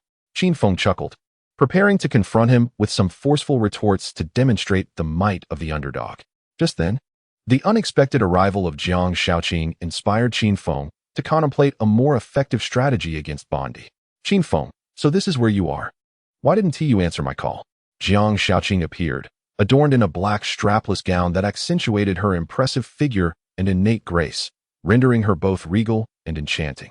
Typically, she opted for subtle makeup, yet today she had taken considerable time to prepare, aiming to capture someone's attention. Evidently, her efforts bore fruit, as Qin Feng was indeed taken aback by her beauty. Following closely behind was Li Lingjia, clad in an ethereal white dress, her high ponytail exuding both elegance and allure. Her profile was striking, capable of captivating anyone who laid eyes upon her. The mischievous smile gracing her lips added an intriguing layer to her charm. Well, look who we have here," Li Lingjia exclaimed upon spotting Qin Feng, a surge of inexplicable excitement coursing through her. This spectacle was unprecedented for Bondi, who had never witnessed two prominent campus beauties greeting an unassuming individual like Qin Feng. Su Qingyu was equally astonished to encounter both of them here, her own alluring stockings paling in comparison to the striking presence of the two women. Qin Feng, momentarily taken aback, replied, "Oh, I was just chatting with them." "Are you friends of Qin Feng?" Li Lingjia boldly inquired, casting a commanding gaze at Bondi and his companion. A chill ran down Bondi's spine. He knew all too well who Li Lingjia was, someone he dared not provoke. Nodding fervently, he stammered, "Sister Jia, we were just having a casual conversation. We are old friends of Qin Feng. What brings you here?" He chuckled foolishly, resembling a fool. Turning to Jiang Shaoqing, Qin Feng asked, "Do you have a mirror?" "A mirror? No, I don't. My makeup mirror is in my bag. Why?" She responded, "Oh, it's nothing. This chap here just suggested I take a good look at myself, and it made me question my self-confidence," Qin Feng lamented. Instantly, Jiang Shaoqing's mood soured. It was well known that when Jiang Shaoqing was displeased, Li Lingjia would inevitably share in her discontent, leading to dire consequences. Li Lingjia fixed Bondi with a frosty glare, bluntly questioning, "What do you mean by that? Who are you looking down upon?" Feeling a wave of dread, Bondi hastily stammered, "No, Sister Jia. That is not what I meant. He misunderstood me. I wasn't speaking about him." "Then who were you referring to?" "I was talking about her," he stuttered, pointing toward Jiang Shaoqing. Bondi immediately directed his ire towards Su Qingyu, who stared in disbelief. "You?" Su Qingyu blushed as she spoke. "What do you mean you? Remove your filthy hands from me. From now on, we have no relation whatsoever. I will always stand by Jia." Li Lingjia promptly rebuked. "Who are you to claim that? Do you even deserve it? Get lost." "All right, I'm leaving right away." Bondi's sudden retreat left Su Qingyu in despair. This man was utterly unreliable. To punish someone is not merely to strike or scold them, but to disregard them entirely, to treat them as though they are invisible. Thus, Qin Feng simply cast his gaze past Su Qingyu and turned to Jiang Shaoqing, saying, "You look beautiful today." Jiang Shaoqing was taken aback by the unexpected compliment, finding it hard to believe her ears. Was he truly praising her? She instinctively looked towards her best friend, Li Lingjia, who shrugged her elegant shoulders and replied, "Why are you looking at me? He is not complimenting me." Realizing the situation, Jiang Shaoqing quickly responded with a smile, "Thank you." Her efforts to appear composed were thwarted as her lips curled into an uncontainable smile, a reward for her early morning makeup routine. "Thanks for helping me out just now," Qin Feng remarked to Li Lingjia. "Forget it. I did it for Qingqing's sake. Your outfit is quite nice too, though the hair could use some work." "My hair?" Qin Feng retrieved a neutral pen from his backpack and, without seeking Li Lingjia's permission, skillfully styled her hair. In an instant, she resembled a heroine from a historical drama. Her aura elevated to another level. Qin Feng, having encountered countless beauties, possessed not only a keen eye for beauty, but also hands that could create it. "Jia, this hairstyle is incredible. My goodness, let me take a picture," Jiang Shaoqing exclaimed from the bottom of her heart. Li Lingjiao was taken aback. She hadn't anticipated that Qin Feng's seemingly casual gesture would strike such a chord within her.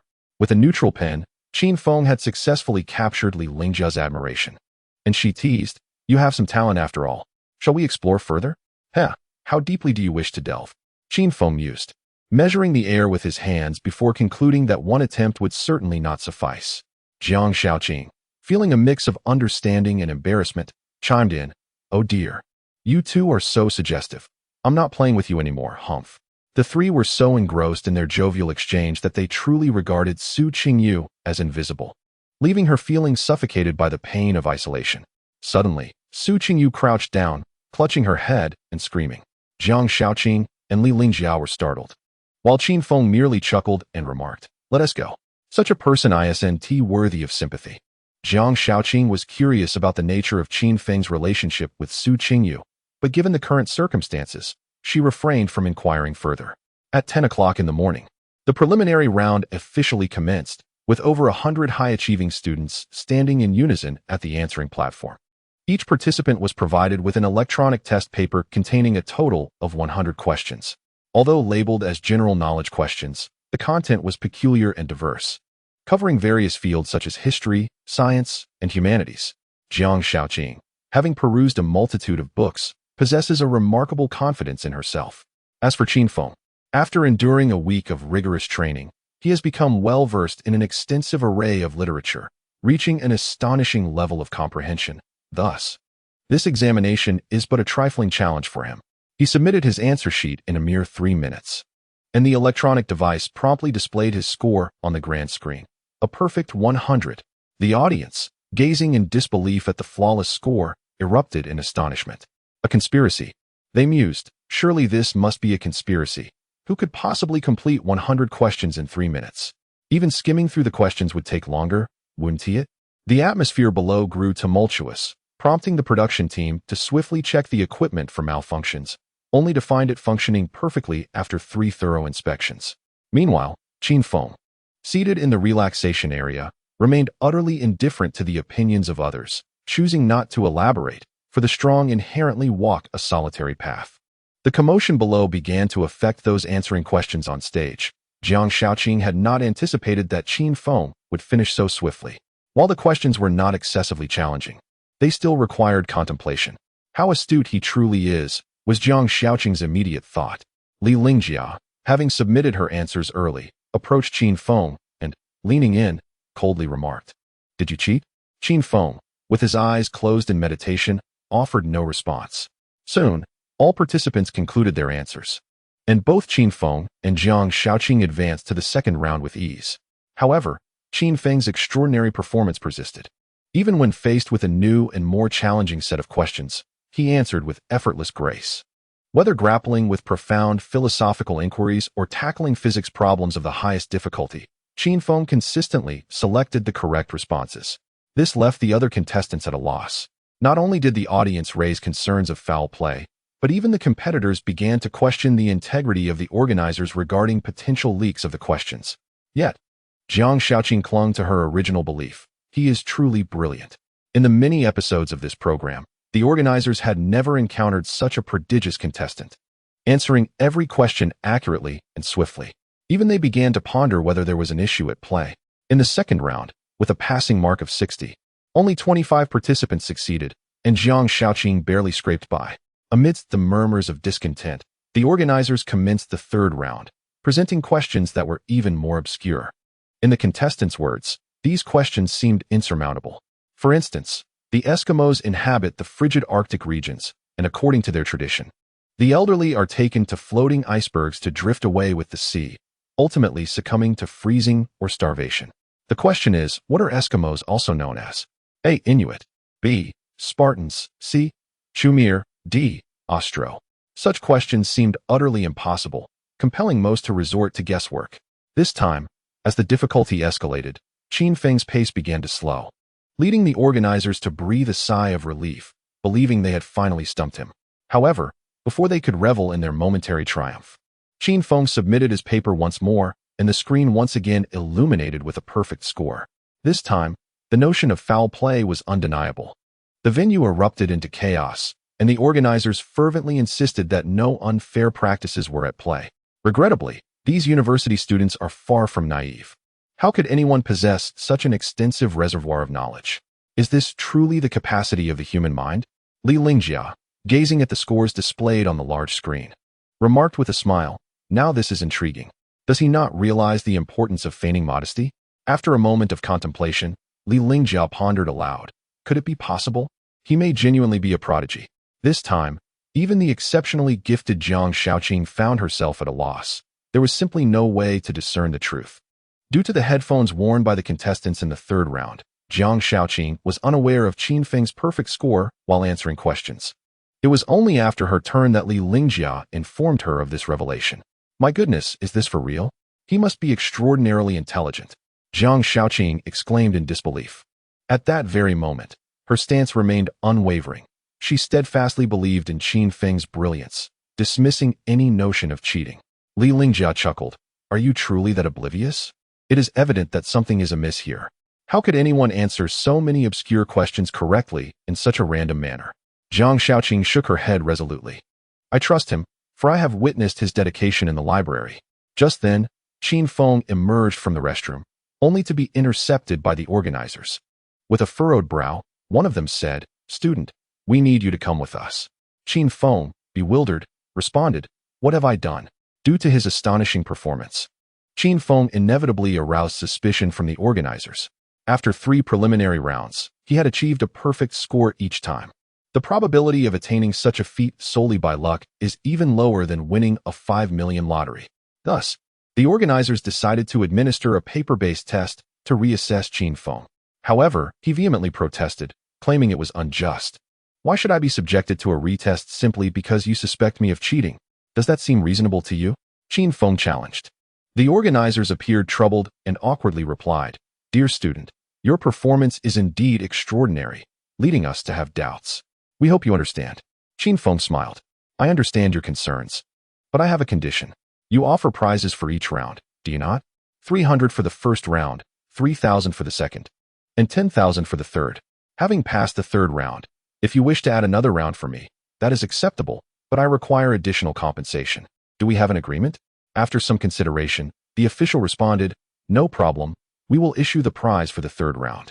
If you can pass the assessment again with a score above 80, we will grant you an additional 10,000. 10,000 is insufficient.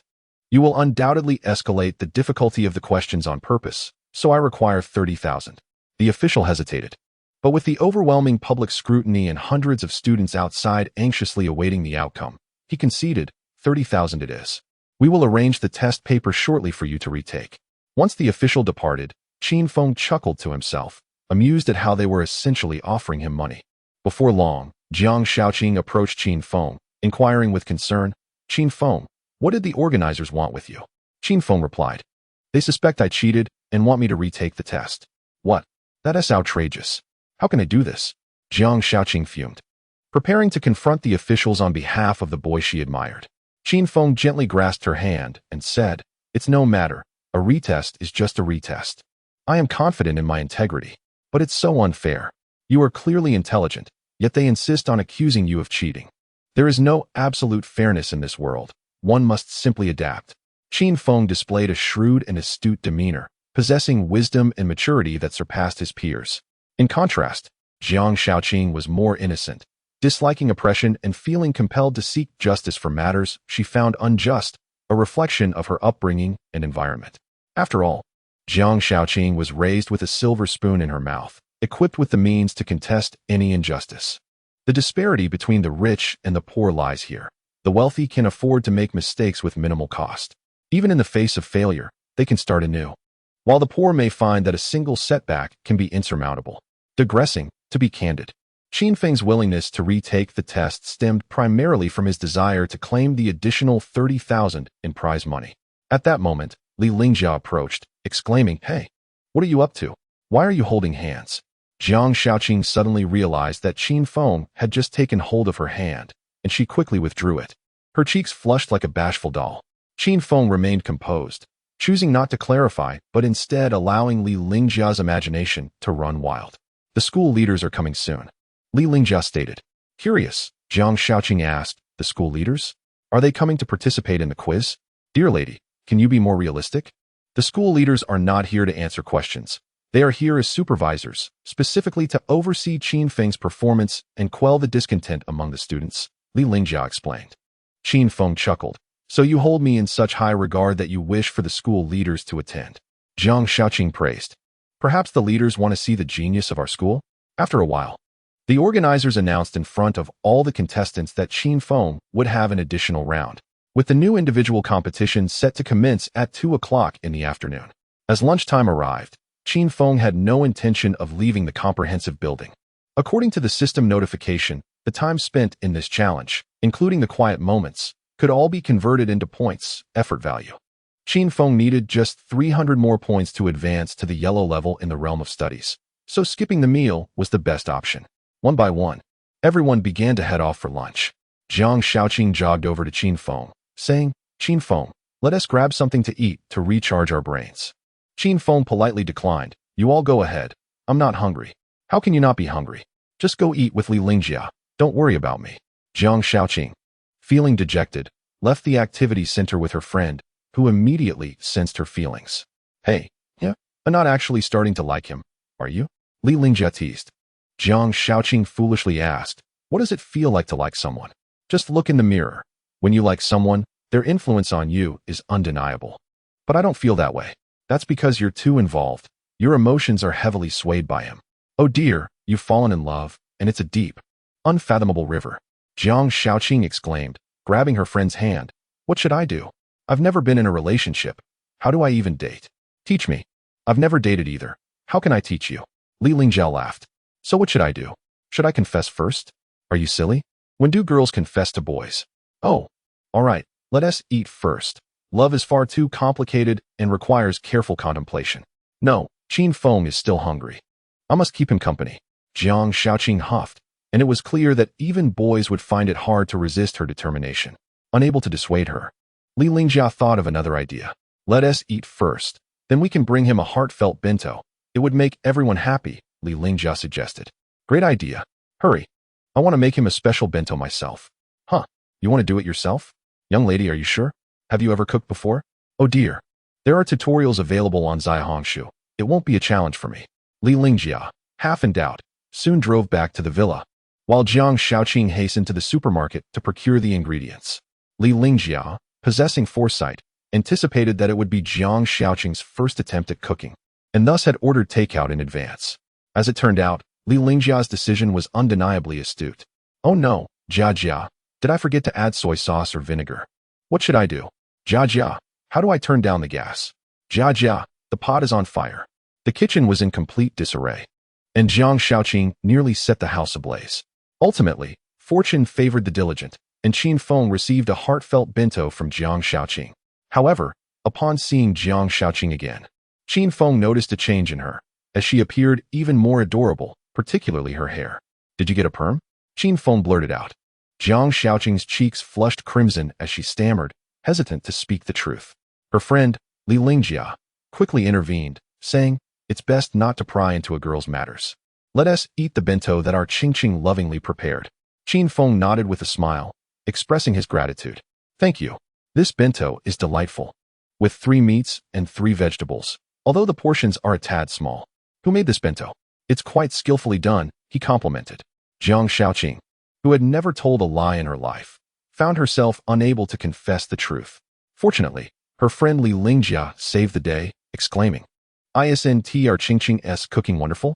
She's a little kitchen whiz. There's no dish she can't master. Jiang Shaoqing shot Li Lingjia a series of pleading glances, signaling her to cease, yet Li Lingjia continued to sing her praises. Qin Feng, perceiving the unspoken tension yet opting not to address it, smiled and said, it's quite good. I can cook as well. Perhaps we can compare skills sometime. Huh, sure. No problem. Jiang Shaoqing turned her hand over, her guilty expression betraying her. Soon, the activity center was once again filled with students, all eager to unmask Qin Feng, resembling armored knights determined to confront him. With nearly 1,000 spectators, the fervor was palpable. School officials were present to oversee Qin Feng's examination, thereby granting him a degree of prestige. With the school leadership in attendance, The crowd ceased their ruckus and refrained from hurling accusations of foul play. They were solely curious about how many points Qin Feng would score. Following a flurry of introductory remarks from the organizers, Qin Feng ascended the answering platform. To ensure fairness and transparency, the event coordinators decided that Qin Feng would answer questions in written form, with all items meticulously selected by both the school officials and the organizers to prevent any possibility of cheating. Upon taking the stage, Qin Feng was met with a chorus of boos. The audience regarded him with derision, mocking his perceived incompetence and hypocrisy. Nevertheless, this had no bearing on Qin Feng's demeanor. As he often said, "What storms have I not weathered? I fear nothing." Conversely, Jiang Shaoqing stood with her hands on her hips, indignant, exclaiming, "How can they behave this way? It's truly disrespectful." Li Lingjia remarked with a smile, "It's quite normal. Once the results are announced, they'll adopt an entirely different demeanor." As the school leaders signaled the commencement, Qin Feng picked up his pen and began to answer the questions. He anticipated that the difficulty of this additional competition would be of a hellish caliber. However, upon receiving the test paper, he was somewhat taken aback. Each question was nearly 500 words long, akin to a short essay. The organizers had deliberately included a plethora of misleading information, essentially digging a deep pit for the test takers to stumble into. Yet, this tactic was utterly ineffective against Qin Feng, who had already ascended to a yellow-level aptitude. He possessed the ability to swiftly read the questions and accurately capture the essential information, ultimately selecting the correct answers through the accumulation of past knowledge and memory. In this exceptionally challenging round, Qin Feng completed all 100 questions in under 5 minutes. The spectators were left astounded. Could there truly be a genius among them? The school leaders and responsible personnel personally graded the papers on site, displaying Qin Feng's questions on a large screen. The first question posed was, if two physical events occurring at different spatial points appear simultaneous in a certain inertial frame, then they may not be simultaneous in other inertial frames moving relative to this one. Time is a coordinate datum. It is entirely normal for two different points with the same time dimension coordinate in one frame to have different time dimension coordinates in another. Thus, in the theory of special relativity, the concept of simultaneity loses its absolute significance. Coordinate data is not absolute. The same point can possess four entirely different coordinate data in various frames. It is contingent upon the inertial frame, possessing only relative significance. However, for two events occurring at the same spatial point, simultaneity retains absolute significance. Two different temporal points in three-dimensional space with the same coordinates remain distinct. Yet, special relativity dictates that the temporal distance between these 2 points is equivalent, thus having absolute significance. What principle does this illustrate? A. Quantum mechanics. B. Unification of relativity. C. Theory of constant time. D. Inertial equivalence theory. Such questions were beyond the reach of even Baidu's search engine. Nonetheless, Qin Feng was able to select the correct answers with a flawless accuracy rate of 100%. Ultimately, following the meticulous grading by the school leaders, Qin Feng achieved a perfect score once again. The audience fell silent, no longer shouting about hidden agendas, replaced instead by resounding applause and cheers, all captivated by Qin Feng's extraordinarily formidable intellect. The organizers were equally exhilarated in all their iterations of the one stand to the end program. They had never encountered a contestant as astute as him. In the face of thunderous applause, Qin Feng maintained a stoic expression, unlike the other youthful contestants who were prone to exuberance. For Qin Feng, the accolades and derision held little meaning. He was primarily concerned with financial gain, as it was the most tangible reward. The host publicly praised Qin Feng, hailing him as the greatest brainiac and the most brilliant student from Magic City University. Meanwhile, Jiang Shaoqing in the audience clapped until her hands were red, excitedly tugging at Li Lingjia's skirt. "My great aunt, please take it slow. Everything is about to be revealed." Li Lingjia hastily intervened to curtail her impudent behavior. I apologize. I am simply overwhelmed with joy. He is truly brilliant. You've uttered that phrase 800 times already. As for matters concerning the fairy, refrain from meddling." Jiang Shaoqing, in a fit of childish temper, displayed her willfulness. She possessed a temperament that was both aloof and warm. To those unfamiliar, she appeared quite distant. However, once you became her friend, the dynamic shifted entirely. The host, microphone in hand, addressed Qin Feng. "Dear Qin, might you share with us any secrets regarding your studies and knowledge? How have you managed to complete such challenging questions in such a brief span of time, with an astonishing accuracy of 100%?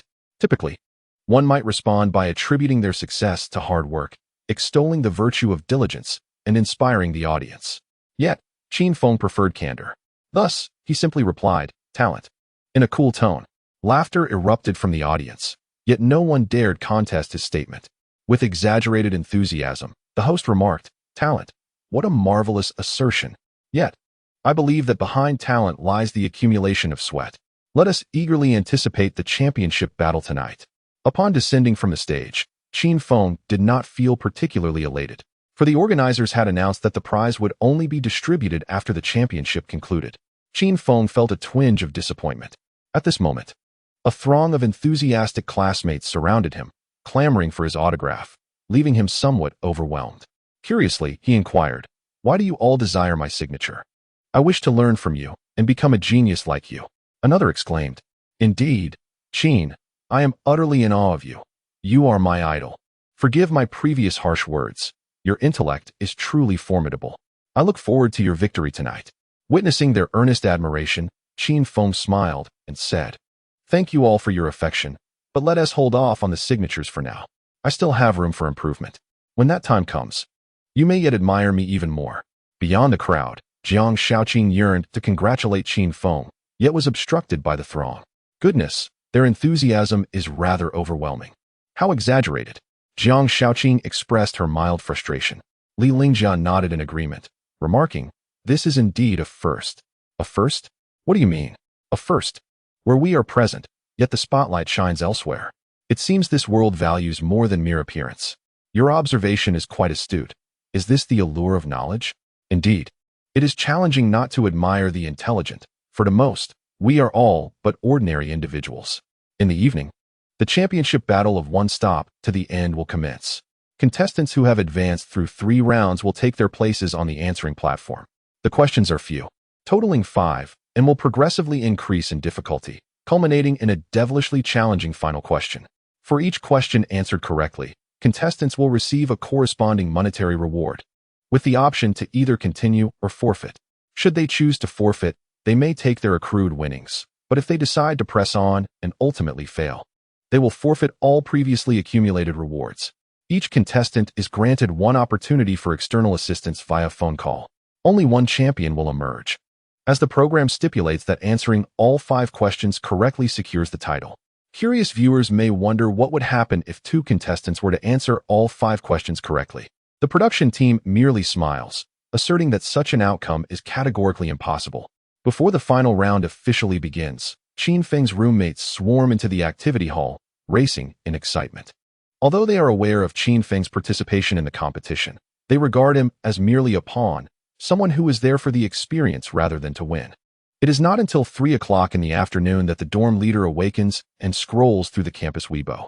To his astonishment, he discovers that the genius youth has claimed the top spot, and upon closer inspection, it is none other than Qin Feng.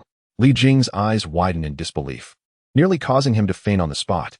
Upon hearing the news, the 5 friends rush over, even neglecting their morning routines. "You sly dog, sneaking off to answer questions without us," Li Jing exclaims at Qin Feng. Qin Feng chuckles and replies, "I didn't sneak off. I told you this morning. Have you forgotten? Did you tell me? You mentioned coming to answer questions, but you didn't say anything about winning prizes." Li Jing retorts with a bewildered expression. "Study hard, my friend. Knowledge can lead to wealth," Qin Feng advises, patting Li Jing on the shoulder. "Can it lead to romantic prospects?" Li Jing inquires. "Indeed, just moments ago, countless girls added me on WeChat, but I ignored them all," Qin Feng answers. This revelation strikes a chord with Li Jing, who quickly turns to dorm leader Guotao, saying, "Brother Gua, don't stop me. I'll take him down." "Haha, if you take him down, who will introduce you to potential partners?" Guotao counters wisely.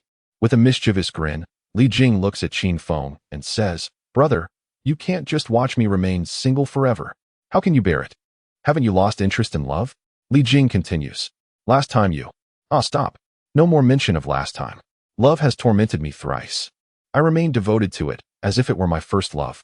Feng Ge, I've never asked anyone for a favor in my life. But this time I beseech you, if any girls add you, could you introduce me?" As soon as he finishes speaking, a young girl approaches. her eyes gleaming with excitement as she holds out a notebook. "Hello, classmate. May I take a picture with you? I've seen you in the library. You truly work hard, and I aspire to emulate you." The girl is of average looks and petite stature, but her smile radiates strength. "Perhaps we could exchange contact information." Qin Feng responds with poise. This brings immense joy to the girl, for she knows that Qin Feng has previously declined numerous requests from other girls. She is elated that he would willingly add her, leaving her overjoyed. "Really? That is truly delightful. May I seek your guidance on a matter I find perplexing?" "Certainly. Though I have a friend who is equally eager for knowledge, albeit a tad lethargic. Might I introduce you to one another for the sake of shared learning?" "No objections here." With a fleeting glance, Qin Feng observed Li Jing, whose face flushed with embarrassment.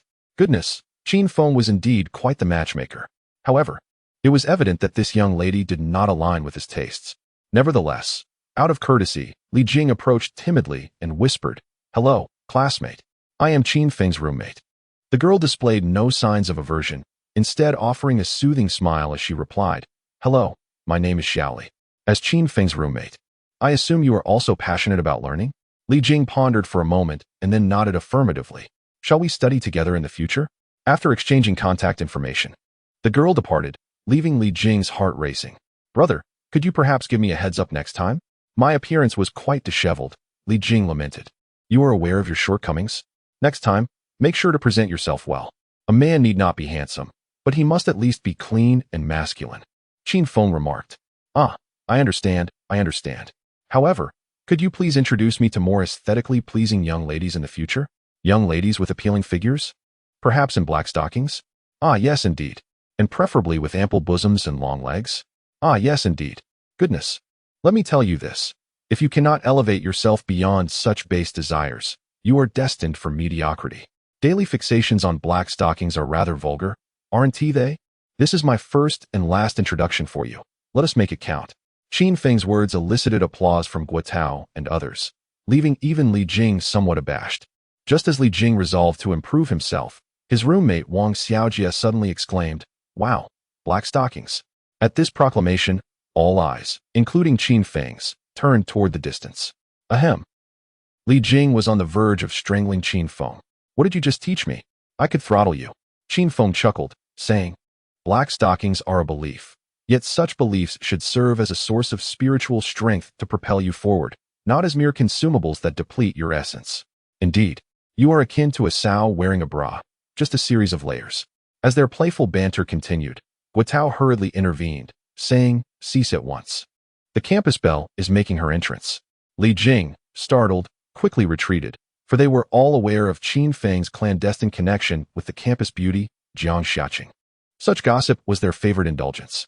Jiang Xiaqing treated Qin Feng to dinner, which included not only pizza and egg tarts, but also crispy fried chicken and braised pork with preserved vegetables. Others could only envy. Such treatment was indeed unparalleled in the entire school. Li Jing and his companions observed with longing. "Qin Feng, you must be hungry. Let us dine." As the finals are about to commence, Jiang Xiaqing cheerfully suggested, "Thank you. Have you eaten? We are on a diet." Two exquisitely proportioned young ladies found themselves on a joint endeavor to shed excess weight. Indeed, the pursuit of weight loss is a lifelong mission for women, one that must be steadfastly adhered to at all times. Qin Feng invited his roommates to join him for a meal. However, Guotao, Li Jing, and the others hesitated, hastily claiming they had already dined, while in truth, they had endured hunger throughout the day. Given their polite reluctance, Qin Feng naturally refrained from further modesty and swiftly devoured his dinner with such speed that it left Li Lingjia astonished. Unable to contain herself, Li Lingjia leaned close to Jiang Xiaoqing and whispered, "If he were to become your future husband, you might find it challenging to keep up with his appetite." Jiang Xiaoqing, her face aglow with happiness, replied, "That's all right. I can cook for him." The battle to the Finnish Championship Challenge was officially underway, with the final round set to be broadcasted on television, and the 10 finalists were eager to compete. It is worth noting that each correct answer would contribute 1,000 yuan to the prize pool, an enticing prospect indeed. However, given Qin Feng's previous extraordinary performances, the desire among others to claim the championship was somewhat diminished. As the last contestant to take the stage, Qin Feng exuded tranquility, while Jiang Xiaoqing clutched her friend Li Lingjia's arm tightly in anxiety. I was far less nervous during the youth university interview, Jiang Shaoqing confessed. I can't believe this. Stop pinching me, it hurts. Qin Feng's close friends were relishing takeout beside him. Old Qin, what are you planning to do with that 100,000 yuan? Asked the dorm leader, Tao. Li Jing chimed in eagerly. How about treating us? Let us go for a foot massage, you know, a not-so-ordinary one? Qin Feng retorted. With your stinky feet. What do you mean by not being ordinary? Li Jing shot back. Don't talk about my foot odor. Yours isn't exactly fragrant either. Qin Feng declared. Once I receive the prize money, I'll treat everyone to a meal and drinks. No foot massages, though. We shall not engage in illicit activities. Come on. You're being too timid, Li Jing teased. It's not about timidity. I simply find that place to be a den of vice, which could affect my luck. Luck? You still believe in that? I truly do. They say a lowly act can disrupt great fortunes. Luck is quite the esoteric concept. You'll understand once you face a setback. As they chatted, 5 contestants had already completed their questions on stage, with 3 faltering in the 3rd round, and 2 others having answered only 1 question correctly. Choosing to withdraw, a clear indication of their cautious nature. The questions posed in the competition were not easily searchable on Baidu or solvable in a short time frame. Finally, at 9 o'clock during prime time, Qin Feng took the stage, greeted by thunderous applause from the audience. Fans had devoted an entire afternoon to crafting fan signs. An overwhelming display of enthusiasm that caught Qin Feng by surprise. Seated comfortably, he appeared natural and relaxed in front of the host and cameras. The host, smiling, asked, Qin Feng, may I interview you briefly before the competition begins? I cannot. I'm in a hurry to grab a late-night snack, Qin Feng responded, prompting laughter from the audience. The host, unfazed by the light-hearted banter, recognized Qin Feng's remarkable prowess. Well, without further ado, let us commence. I hope you can secure the grand prize this evening. The lights and music are set, and the audience falls into a hushed silence. The spotlight illuminates Qin Feng, who takes a deep breath, focusing intently on the questions. The first question is, where is the capital of the Democratic Republic of So Tom and Prn Sipe? 4 options appear on the screen. I choose A. So Tom. Correct. The second question, which of the following is a traditional festival of the Shi ethnic minority in China? I select B. Wufan Festival. Correct. The third question, who invented the zipper? B. An American, Gideon Sunback. Correct. The fourth question, who holds the Guinness World Record for breath holding, and what is his record? D. 24 minutes and 3 seconds. Correct. Only 1 question remains. If Qin Feng answers correctly, not only will he claim all the previous prizes, but he will also receive a champion's reward of 100,000 yuan. After the host stirs the emotions of the crowd, the students below become restless, as if they have already won the grand prize. Jiang Shaoqing gazes intently at the stage, and under the spotlight, Qin Feng's attractiveness seems to ascend to a new level. If he was merely handsome before, he now truly embodies the essence of a striking gentleman. Even Li Lingjia, known for her discerning taste, would likely award him an 85 for his charm, as the allure of his masculinity mingled with the brilliance of intellect radiates throughout the venue. With all eyes upon him, the final question begins. The host states, please listen carefully. In conducting a plasma physics experiment, if the polar coordinates of the third energy are adjusted 3 alpha units in the negative direction, what will be the resultant effect? Upon hearing this question, the audience erupts in disbelief. What is this? How could anyone possibly answer this? Qin Feng is not even a physics major, even if we assume he were. Such advanced plasma physics experiments are far beyond the scope of undergraduate studies. This time, Qin Feng does not immediately select an answer. Instead, he ponders deeply. This is exceedingly difficult. The production team is clearly placing undue pressure on him. This is not a multiple-choice question. It is a complex physics calculation with an outrageous amount of computation involved. Jiang Shaoqing expresses her discontent. However, Li Lingjia grows increasingly confident in Qin Feng, advising him, don't rush, stay calm. The students below frantically search for answers on their phones, yet they uncover nothing of value. You may opt for external assistance by calling a designated friend, the host suggests. Instinctively, everyone in the audience reaches for their phones. Even though many do not have Qin Feng's contact information, Jiang Shaoqing is particularly flustered, exclaiming, where is my phone? Phone. Stay composed, even if he calls you. Will you know the answer? I don't know well. Then, just wait. Perhaps a miracle will occur. As the countdown begins, the atmosphere in the venue reaches a peak of tension. I choose external assistance, Qin Feng finally declares. In a moment of urgency, Qin Feng applied for external assistance, granting him the opportunity for a brief voice call lasting half a minute. As he retrieved his phone, he perused his contact list, which was projected onto the large screen due to the live broadcast. The hearts of his roommates in the audience raced with anticipation. They oscillated between a desire for Qin Feng to select them and a fervent hope that he would not call their number. At last, the name Jiang Shaoqing appeared on the screen. "Is it really you, Qingqing?" exclaimed Li Lingjiao in surprise. "But I don't know the answer. What should I do?" In the midst of their conversation, the call came through, plunging the room into silence as everyone focused on the exchange between the two. "Hello." Qin Feng initiated the conversation. "Hello, Qin Feng. I'm here," Jiang Shaoqing replied, her voice tinged with nervousness. "What are you doing?" Qin Feng inquired with a smile. I'm watching you answer questions," she stammered. "Thank you for the fried chicken and pizza today. Shall we have a late-night snack together? My treat. If you have time?" "Absolutely, but..." The host, eavesdropping on their dialogue, was taken aback, exclaiming, "Is this a romantic interlude? How disrespectful to the program." Yet, the sweetness of their exchange was undeniable. The host wasn't the only one. Nearly 1,000 students in the event hall bore witness to this display of affection. He was using his time for external assistance to flirt. While the audience responded with playful boos, their intentions were not malicious. They merely empathized with the plight of the single individuals among them. Before long, the 30 seconds elapsed, and Qin Feng was required to respond within 10 seconds. With an air of composure, he stated, "As the countdown reached 3 seconds, I was baffled by the previous questions. But I truly know this one. The answer is C, 2 gamma step roots of 3. Correct," the host exclaimed, igniting a fervor in the crowd. "Congratulations, Qin Feng. You have won the entire prize pool of this round." The host was ecstatic, and the audience erupted with excitement. Jiang Shaoqing, overwhelmed with joy, embraced Li Lingjiao. "You scared me to death," she exclaimed, breaking into tears of elation. The championship won by Qin Feng was devoid of skill, relying solely on emotion. Especially during the final moment of seeking help from outside the arena, it was undoubtedly a masterclass in charming dialogue. Such frivolous flirtation was utterly irresistible to the girls. At that instant, Jiang Shaoqing acknowledged that her very DNA had stirred. In this competition, Qin Feng accumulated a total of 183,300 yuan, nearly 200,000.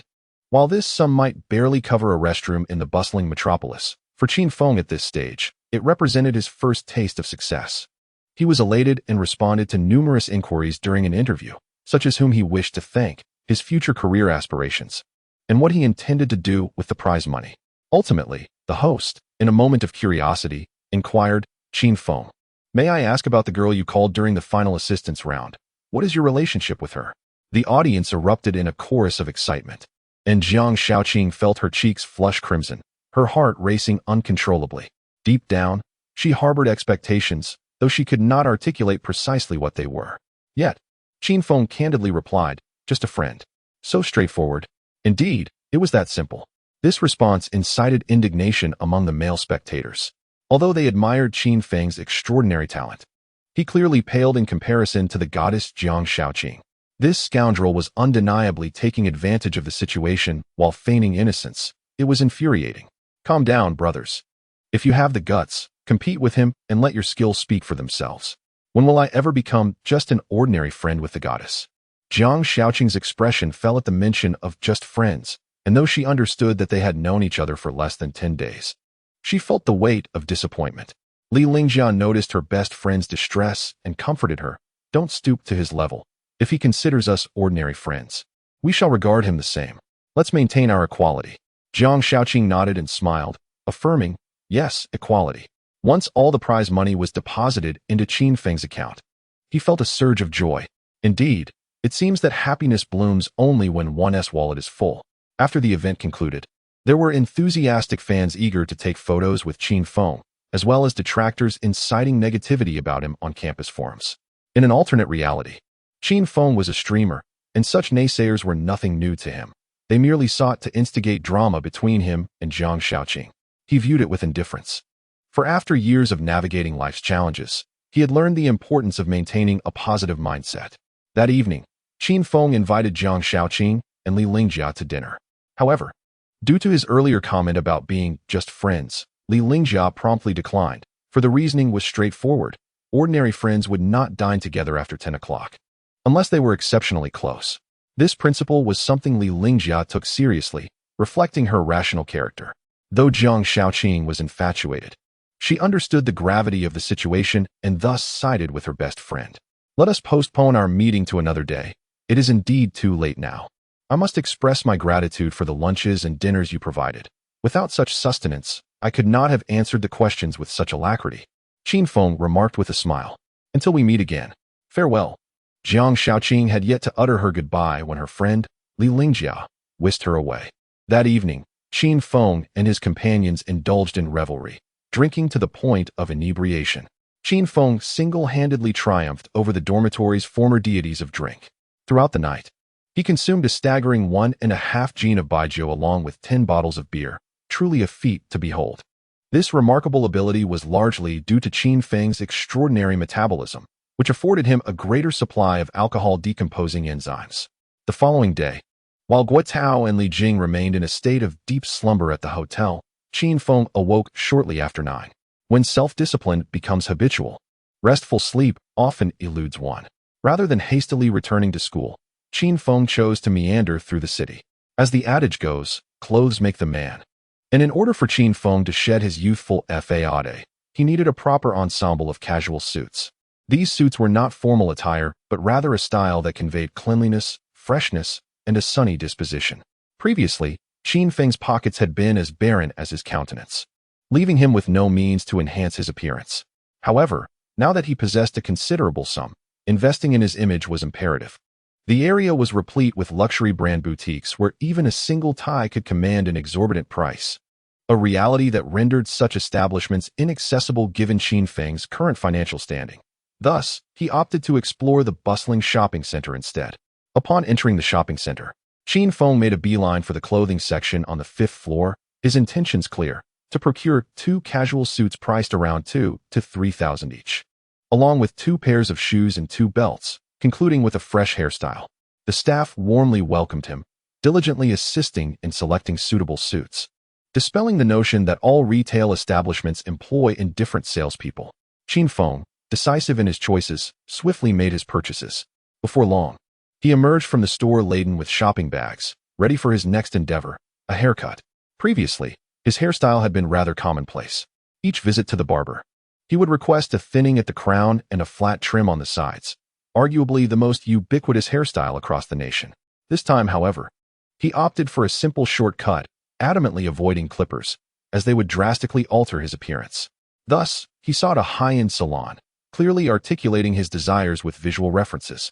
The hairstylist comprehended his request immediately, and within 20 minutes, Qin Feng underwent a transformation, evolving from an innocent student into a poised young gentleman. After his haircut, it was already midday, and Qin Feng's stomach began to rumble. He sought out a fast food establishment, ordering pizza, fried chicken, and mini hamburgers. Though not the epitome of health, he was in a phase of growth, and as long as he could gain weight, other concerns could be momentarily set aside.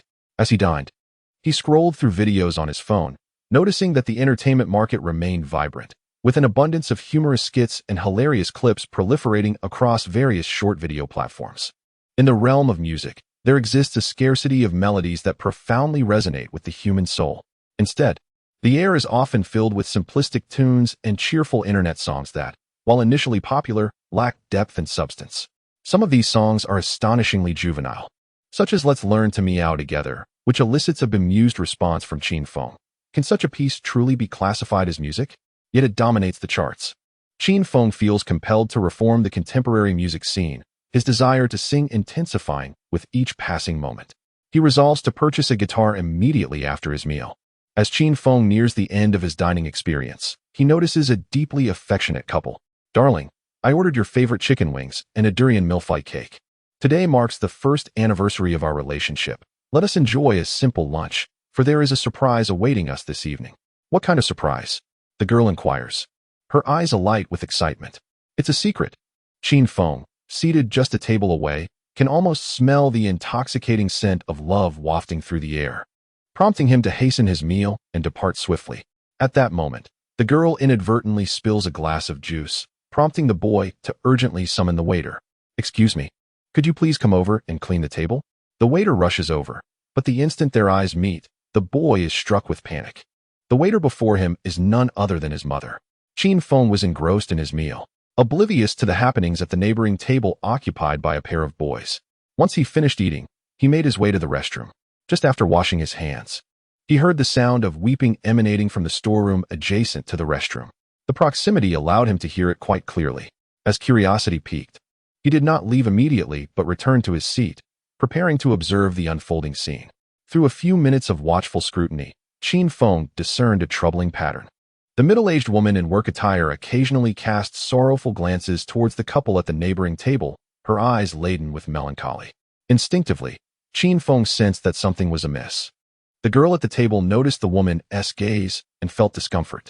In her irritation, she sharply addressed the middle-aged woman. "Could you please go to another side? Your constant staring makes it impossible for us to enjoy our meal." The woman hurriedly apologized, flustered, and in her haste, she accidentally bumped into the corner of the table. "I'm so sorry for disturbing your meal." At that moment, the boy remained silent, bowing his head low. It was then that Qin Feng grasped the situation. The boy was spending the money his mother had painstakingly earned through labor while indulging in sweet moments with another woman. From a dialectical perspective, there was nothing inherently wrong with the boy and girl enjoying their date. Even if the boy used his family's money to treat the girl, it was not objectionable. Yet, the moment the boy lowered his head, the middle-aged woman's face was etched with sorrow. Subsequently, the woman resumed her duties of mopping the floor, while the boy lifted his head, once again beaming as he chatted with his girlfriend. Qin Feng felt a surge of emotions, not solely out of pity for the mother, but also questioning why the boy felt compelled to bow his head. Perhaps it was an attempt to save face, or perhaps a sense of embarrassment. Ultimately, the boy had made his choice between his mother and his girlfriend. Before long, the boy excused himself to the restroom, deliberately pulling the middle-aged woman outside the establishment. Qin Feng quietly followed, initially believing the boy would offer comfort to his mother. To his surprise, what he overheard was a torrent of complaints. "What are you doing here working? What if my girlfriend finds out?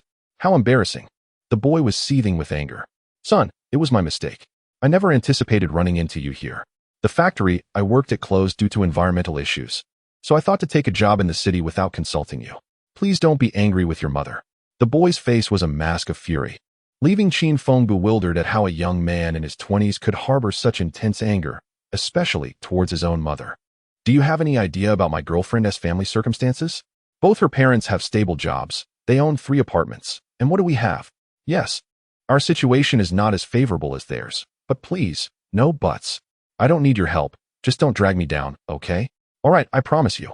After the boy complained for a while, he turned away, his face contorted with irritation, and said, "I still need to go out for dinner tonight. Transfer another 2,000 yuan to me. All right, I will send it to you after work. Do it now. Mom doesn't have her phone right now. It's against the rules to bring it to work." Fine, just don't forget." The boy turned back to the fast food restaurant, and the mother took a deep breath, attempting to calm her tumultuous emotions. Yet, her son's words pierced her heart like a steel blade. Though women are often perceived as delicate, a mother exhibits remarkable strength. This middle-aged woman had spent years working tirelessly, single-handedly raising her child, providing for his education and aspirations, enduring every hardship without shedding a tear. However, now, merely due to a few words from her son, the pent-up grievances within her surged forth like a tumultuous river. Observing this, Qin Feng stepped forward and remarked, "What use is such a son? You might as well be raising him for someone else." Initially taken aback by Qin Feng's presence, the woman wiped her tears and replied, "He is still young and doesn't understand. You are mistaken, he is not a child anymore. I just observed him, and he is attentive, caring, and considerate towards his girlfriend. Yet he reserves his worst temper for you. Ultimately, you have indulged him too much." The middle-aged woman forced a bitter smile and said, "He wasn't like this when he was younger. Perhaps after my separation from his father, he has come to resent me for not being able to provide a better life. A good life is not something parents can simply give. You cannot spend your entire existence solely for your child. You must live for yourself as well. Thank you, young man. I just cannot stand to see such behavior. Our meeting is a stroke of fate. Perhaps I can offer you some assistance. Help me?" The formation of a person's values is influenced by numerous factors, including genetics, personality, and familial background. Those who lacked affection in their childhood often grow up excessively eager to please others. Qin Feng returned to the fast food restaurant, but this time, he did not sit in his usual spot. Instead, he approached the couple directly. "Excuse me, miss, I am a street magician. May I take a few minutes of your time?" Qin Feng delivered his line with charm, having just polished his appearance to an impressive standard, easily scoring an 85 or above in looks. His gaze was profound, and even if his approach seemed abrupt, no girl would find it off-putting. However, the girl was indifferent, while the boy erupted with anger. "Are you out of your mind? Can't you see we're eating? Go somewhere else," the boy said with deep hostility. Qin Feng, unfazed, kept his eyes locked on the girl. She was above average in appearance, yet Qin Feng possessed a unique quality. His gaze was perpetually affectionate. The girl felt shy under his scrutiny, yet her heart fluttered with a sensation she hadn't experienced in a long while. Seeing that the girl was unresponsive, the boy took matters into his own hands, grabbing Qin Feng by his collar and demanding, "Are you leaving or not? Don't make me resort to violence." Qin Feng simply spread his arms wide, saying, "Be careful not to tear it. It's quite expensive." The girl frowned and said, "Wu-Lei, can you please calm down? Always resorting to violence is so rude." The boy hastily released Qin Feng, suppressing his anger as he said, "But he is teasing you. I am your boyfriend. Am I not allowed to be upset?" Upon hearing this, Qin Feng chuckled and replied, "Teasing? Don't hastily label me. I merely wish to perform a magic trick." "Indeed. He meant no malice. You are just being petty," the girl retorted with a cold snort. Subsequently, Qin Feng bypassed the boy and began to showcase an array of tricks with his slender fingers. Nowadays, many girls are captivated by dexterous hands, particularly those with aesthetically pleasing fingers, and fortuitously, Qin Feng possessed such hands. As he executed various tricks, the girl was thoroughly delighted, igniting the boy's fury to its peak. Anger surged as fiercely as a flame for the sake of beauty, disregarding whether one is a hero or a coward. The boy abruptly seized a glass of juice and hurled it at Qin Feng's face, but Qin Feng swiftly dodged. This was precisely the moment Qin Feng had anticipated. Since the boy had intentionally provoked him, it was only reasonable to offer a lesson in response. Qin Feng deliberately provoked the boy, inciting him to engage in a physical confrontation. It was evident, however, that the boy was no match for Qin Feng, his head firmly pressed against the table. While fighting is generally discouraged due to the considerable consequences it entails, the situation could be framed differently if it were classified as mutual combat. Qin Feng understood the boundaries and thus refrained from escalating the conflict further. At a critical moment, the girl, frightened, retreated to the sidelines, too intimidated to utter a word. Even quicker to withdraw than the onlookers. "Let go of me, you bastard. I'll fight you," the boy shouted in a fit of rage. Qin Feng, not indulging him, swiftly delivered 2 sharp slaps, reflecting the boy's lack of proper upbringing. As a representative of society, Qin Feng felt it necessary to teach him a lesson. The only one who truly felt the pain of her son being struck was the mother. A middle-aged woman pushed through the crowd, desperately tugging at Qin Feng's arm, pleading, "Young man, please stop. It was his fault. I apologize on his behalf." With the mother interceding, Qin Feng released the boy's head. In his fury, the boy seized a glass bottle, intent on smashing it over Qin Feng's head. Yet, Qin Feng remained unmoved, fixing the boy with a cold gaze. The boy's hand froze midair, his arm trembling slightly. Qin Feng knew such men well. Despite their blustering bravado, they were often mere cowards, all bark and no bite. "Are you afraid, you coward? Just moments ago, you were so bold with your mother. Your anger is reserved only for those closest to you. Is that it? At home, you're a little prince, but outside, you're nothing. Who would indulge you? Spending your mother's hard-earned money to chase after girls, how can you show your face? Don't even start with me about your upbringing. Many have issues with their families, yet I've never encountered someone as feeble as you. You're a leech, denying your background in public while draining your mother dry at home." Qin Feng's words struck home, rendering the boy speechless with rage, his teeth clenched. The middle-aged woman attempted to soothe her son's emotions, saying, "Son, it's all my fault. I shouldn't have come here."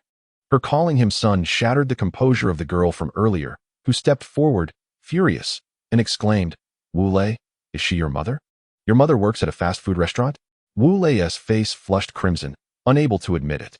The girl, utterly speechless, looked at him with disdain. "Didn't you say your mother was on vacation overseas? You liar." "Jejia, I'm sorry, I didn't mean to. I just what?" Let us break up. There's nothing to discuss with someone like you. We're not even in the same league. Jejia, pleaded the boy as the girl grabbed her bag and left the fast food restaurant, prompting murmurs among the onlookers. Half sympathized with the boy, while the other half found him despicable. Qin Feng was prepared to continue his confrontation with the boy. The worst-case scenario would merely entail a visit to the police station for mediation. However, he was taken aback when the boy, overwhelmed by his girlfriend's departure, broke down in tears, clinging to the middle-aged woman. Upon observing the scene, Qin Feng realized that the boy's tears signified a potential for transformation. Under the gentle reassurance of his mother, the boy gradually regained his composure and grasped her hand, uttering, "I'm sorry, Mom. I was wrong before. I didn't dare to acknowledge you. I thought if I kept hiding the truth, a favorable outcome would eventually arrive.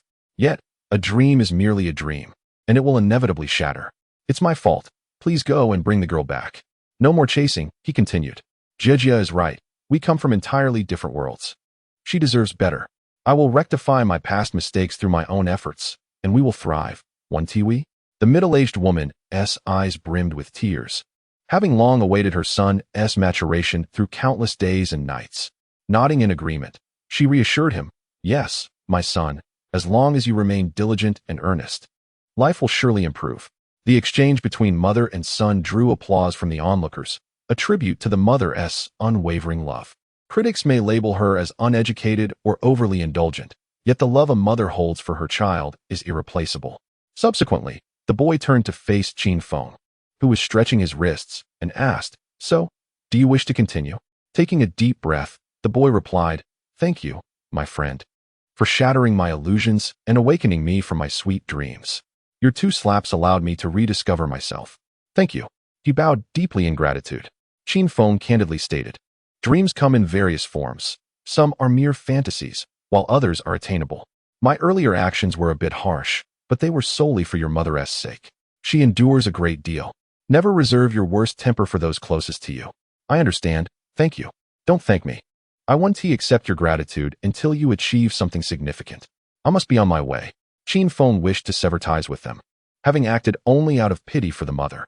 Upon exiting the fast food establishment, he intended to visit a music store to purchase a guitar.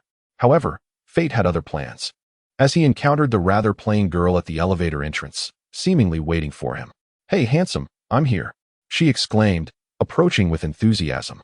Eager to obtain his contact information for future communication, Qin Feng, succinct and direct, responded with a single word, "Scram." If one word could convey his true sentiments, why not express it?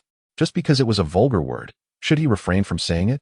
No, Qin Feng was not of such lofty moral standing to abstain from a curse. The girl was momentarily taken aback. How could this man change his demeanor faster than a magician? "You pathetic loser, what are you acting all high and mighty for? Playing hard to get, are we?" she retorted, her composure crumbling. Qin Feng chuckled and replied, "Yes, I am a pathetic loser, and even a loser doesn't want to engage with you. Is that infuriating?" She began, but Qin Feng chose not to waste further words, turning away and leaving her to vent her frustrations in vain. In truth, many women in society, who maintain an inflated sense of superiority, often look down on others. Such a behavior is merely a reflection of their own upbringing. After a minor upheaval during lunch, Qin Feng ventured to a central street renowned for its guitar shops. Here, both novices and seasoned players could find a guitar that suited their individual tastes. Although Qin Feng had a deep appreciation for music and enjoyed singing, he lacked any proficiency with instruments and could not accompany himself while performing. However, with the support of a systematic approach, he believed that mastering the guitar would merely be a matter of determination and time. Thus, he resolved to select a more expensive instrument. It is often said that a guitar is akin to a singer's other beloved. Once chosen, one must commit to it wholeheartedly. Consequently, Qin Feng approached his selection with great care, prioritizing not only quality, but also a certain affinity. Eventually, Qin Feng lingered in one particular store, prepared to make a purchase. The shop boasted a wide array of guitar styles at reasonable prices. Most importantly, the shopkeeper, a short-haired, sweet yet spicy young woman, captured his attention. This so-called sweet and spicy girl possessed the alluring curves of a vixen combined with the fair, pristine complexion of a delicate maiden, undeniably a striking beauty.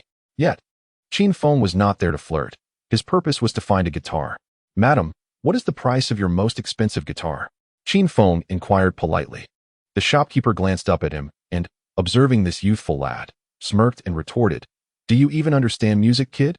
First of all, I am not a kid. Secondly, I do understand music," Qin Feng replied confidently. "Then play something," she challenged, handing him a guitar. As he grasped the instrument, it became painfully clear that he had no idea how to play, not even which string produced what note. There was no disguising his ignorance. Pretenses would not suffice.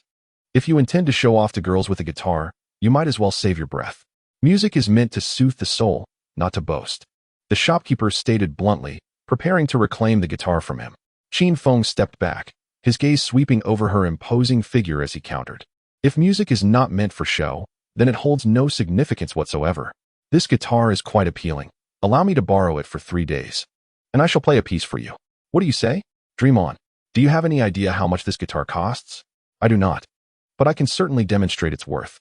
Smooth talker, return the guitar immediately. This particular guitar held profound significance for the shopkeeper, who had long grown weary of the mainstream music saturating the market. Melodies that failed to resonate deeply or evoke true emotion. Qin Feng did not wish to covet what was not his. Rather, he sought to validate his own capabilities. Without hesitation, he transferred a sum of 100,000 yuan to the shopkeeper, not batting an eye. 3 days later, it shall be returned to its rightful owner. This amount is merely a deposit. Farewell. With that, Qin Feng swiftly departed with the guitar, leaving the shopkeeper, her long, elegant legs unable to catch up, fuming in frustration. This insufferable brat. I knew I should never have let him take it. He has driven me to the brink. The shopkeeper exclaimed, exasperated.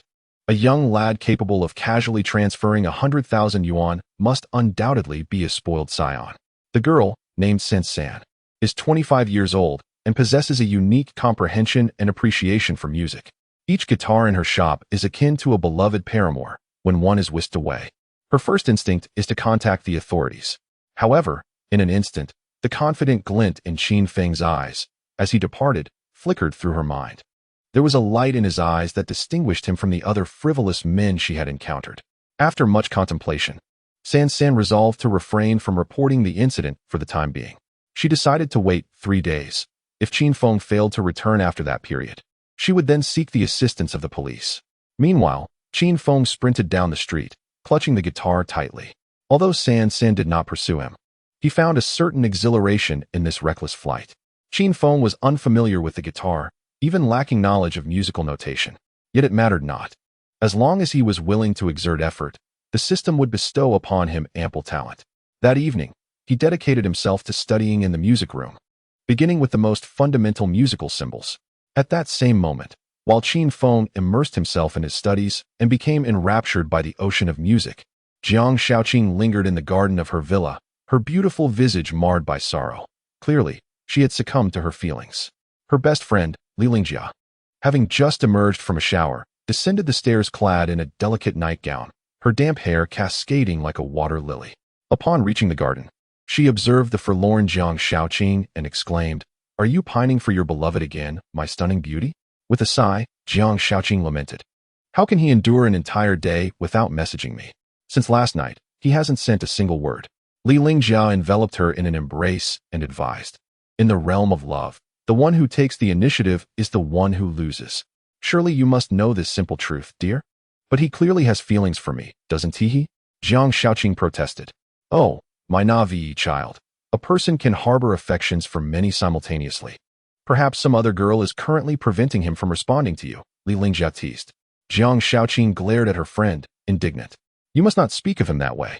Laughing heartily, Li Lingjia remarked, "I simply adore your melancholic demeanor. It's utterly charming." Jiang Shaoqing felt flustered, torn between the desire to message Qin Feng and the fear of his silence. This inner turmoil of hesitation plagued her. "I shall ignore you now. I'm going to sleep." "Humph. There's a lecture tomorrow, and I believe he will certainly attend.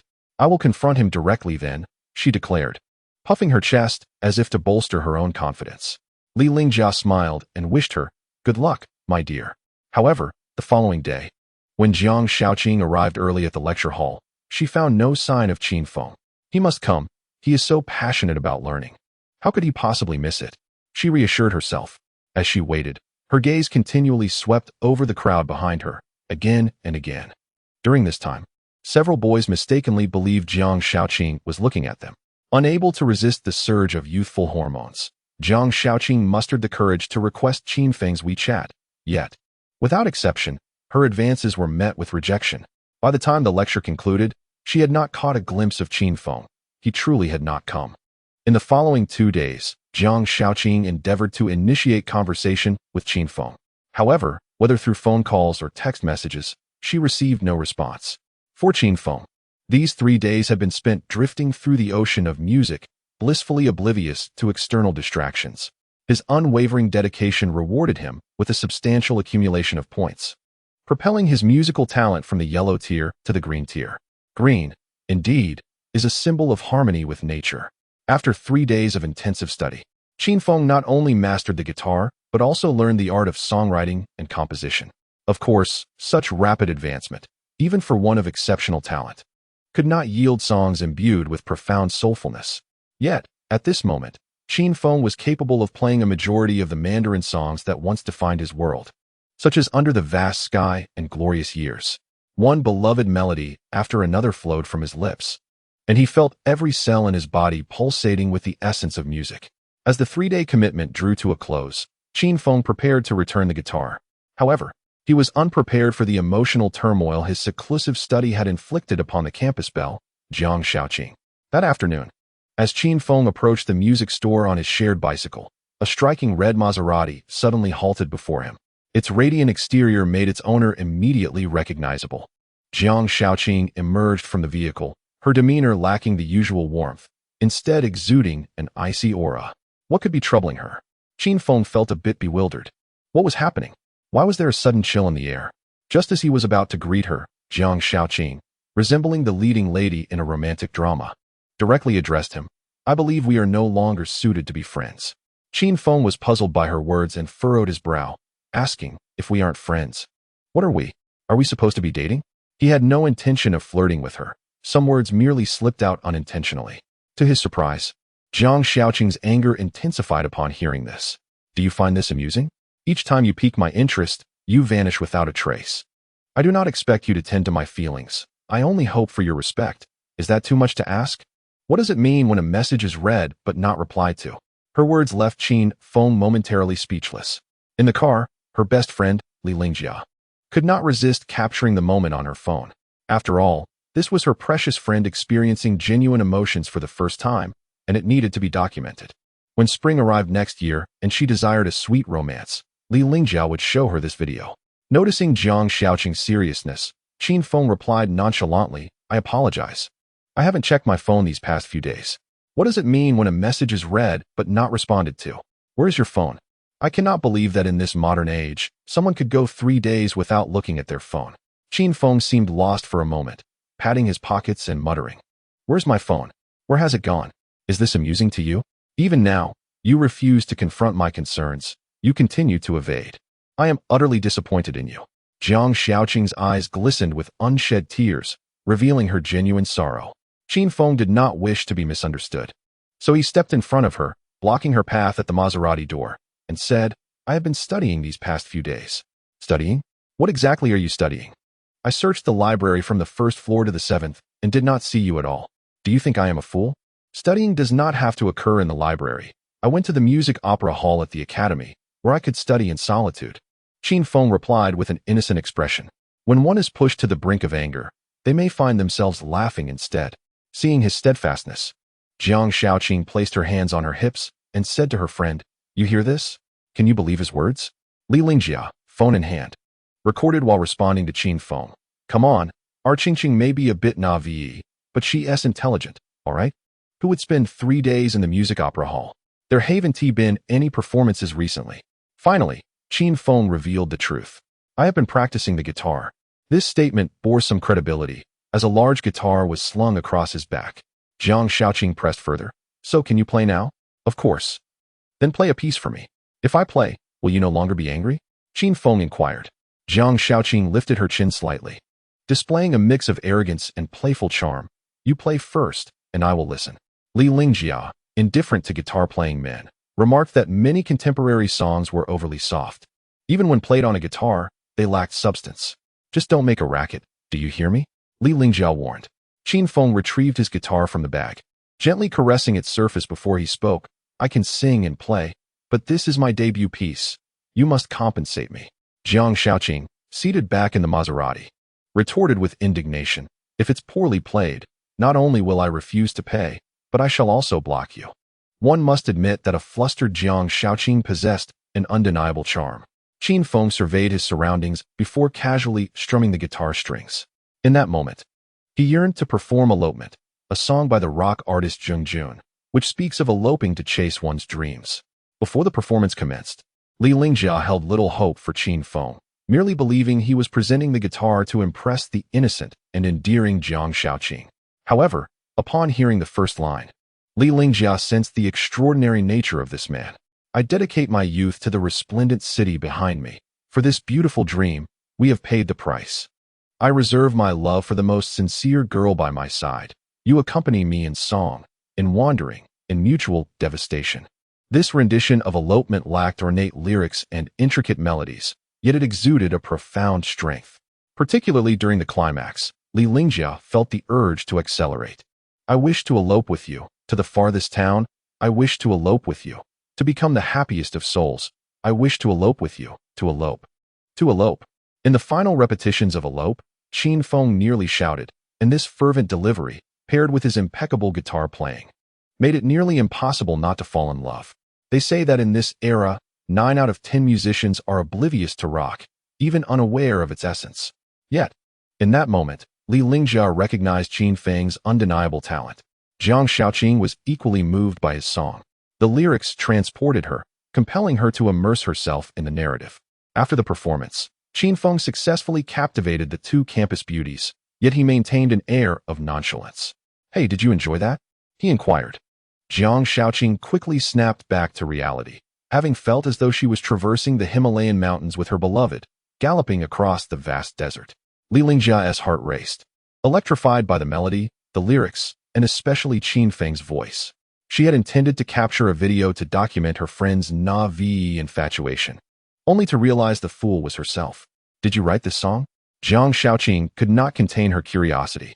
Qin Feng pondered for a moment, noting the absence of Zheng Jun in this world, and replied, just consider it my own composition. These past 3 days, you ignore me to focus on songwriting? Not just songwriting, but also composing and playing guitar. To put it simply, when I commit to something, I tend to overlook everything around me, Qin Feng stated earnestly. Li Lingjia interjected, did you overlook my black stockings? I'm wearing them today. Qin Feng, despite his serious demeanor, stole a glance. In the midst of the enchanting melody, Jiang Shaoqing failed to notice Qin Feng's subtle gestures and promptly inquired, could you play another piece? Qin Feng shook his head in refusal, retorting, I certainly will not. Do you all intend to enjoy a free ride? Upon hearing these words, both Jiang Shaoqing and Li Lingjia felt a wave of embarrassment. This man seemed to oscillate between being irresistibly charming and foolishly oblivious, evoking both irritation and affection. Once the misunderstanding was resolved, Jiang Shaoqing forgave Qin Feng, and Li Lingjia even offered him a ride in her beloved car. It is worth noting that Li Lingjia had never allowed a man to enter her vehicle. In her own words, want to get in my car? Only if you first get into me.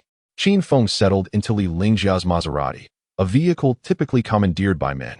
Yet Li Lingjia reveled in the exhilarating sensation of acceleration.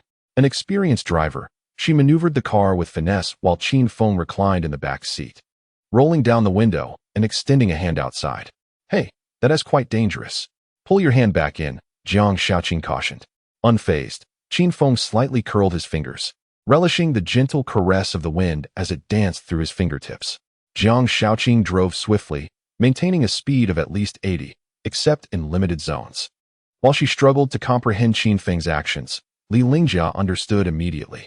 Known for her playful spirit, she could drive with abandon on any road. Hey, you in the back. How does it feel? Quite comfortable, isn't it? Li Lingjia inquired playfully. It could be faster, Qin Feng replied. Isn't this fast enough? Right now we're at C speed, but it leaves much to be desired. Haha, alright. Today, I'll give you a thrilling experience at F speed, Li Lingjia declared, decisively turning the car towards the outskirts. Jiang Shaoqing found their conversation perplexing. Unable to grasp the significance of C and F, yet too shy to ask for clarification. As the speedometer soared to 150, Qin Feng extended his hand once more, feeling an entirely different sensation.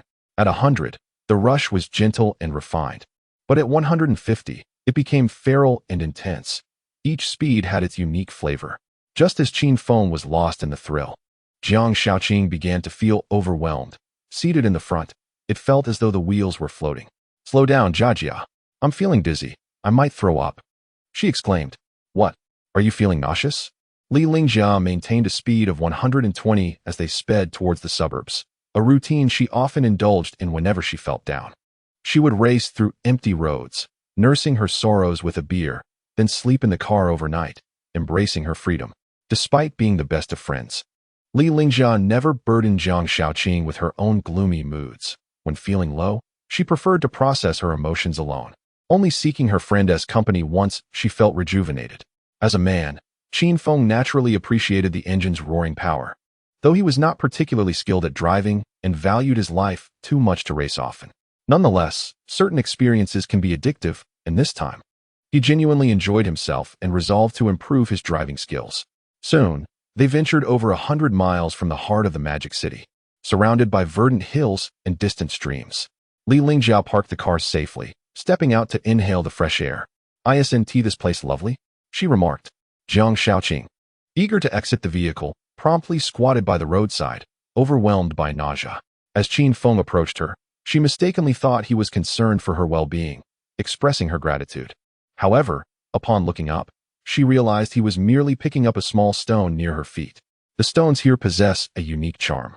If one were to skip them across the water, surely many would dance upon the surface. Qin Feng mused to himself.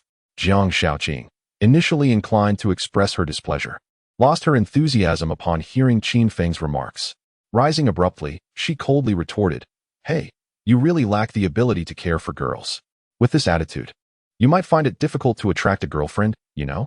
Qin Feng gazed at Jiang Shaoqing, bewildered, and deftly sidestepped her line of thought, proposing instead, "How about we compete in stone skipping?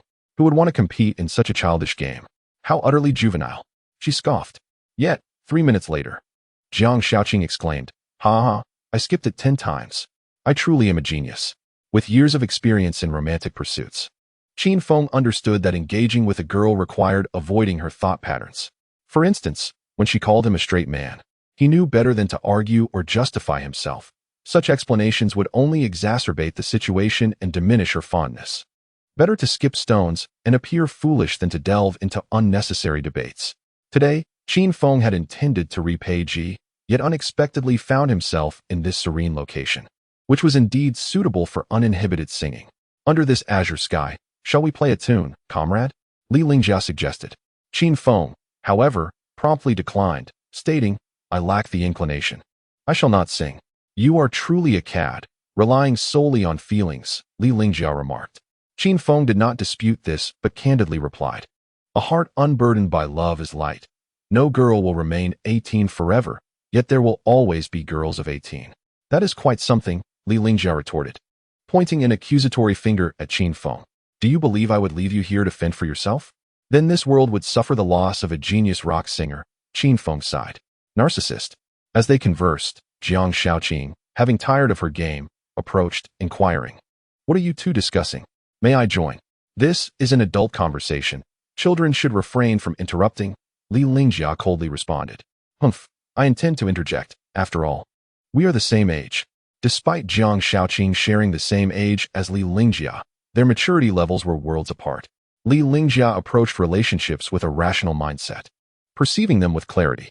She believed that if a relationship became a burden for both parties, it ought to be promptly relinquished before the last vestiges of affection were exhausted, leaving room for cherished memories.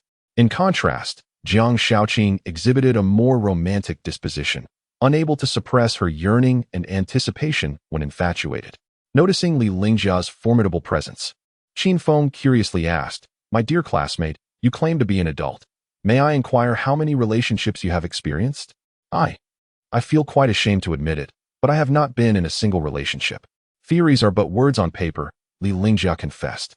This topic was one in which Jiang Shaoqing held significant sway. She eagerly raised her hand and declared, "Report." Jia is still a novice in love, pursued by multitudes. Yet even more have fled from her. Everyone is afraid of her. Both Jiang Shaoqing and Li Lingjia had grown accustomed to teasing each other, as it was a source of their shared joy. Li Lingjia paused for a moment before stating, in matters of love, it is not the quantity that matters, but the quality. Qin Feng nodded in agreement, asserting, I concur with that notion. Love is akin to leveling up in a game. What significance is there in perpetually battling at a lower tier? One must engage with those of higher caliber to truly grow and advance.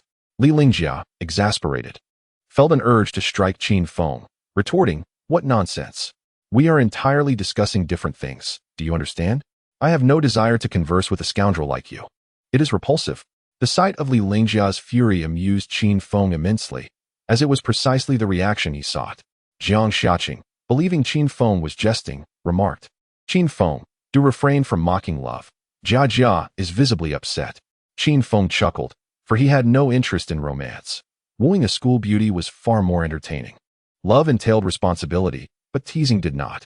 The more Li Lingjia pondered, the angrier she became, approaching Qin Feng and asking, so, according to your logic, love is only worthwhile with someone of a higher tier? Who then should novices like Qingqing and I engage with? Naturally, it is I, he replied.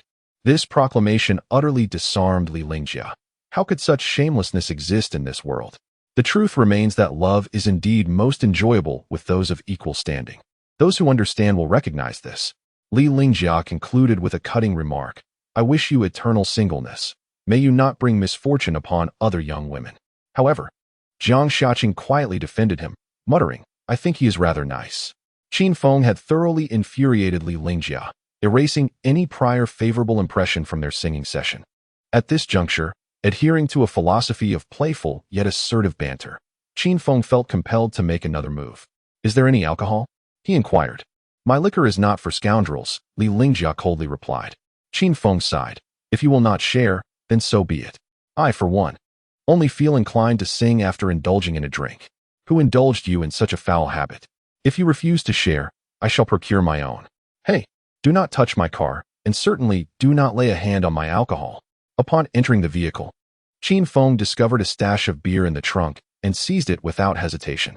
Li Lingjia, unable to stop him, watched as Qin Feng jumped out of the car, beer in hand, and sat by the creek, reflecting, to drink and sing.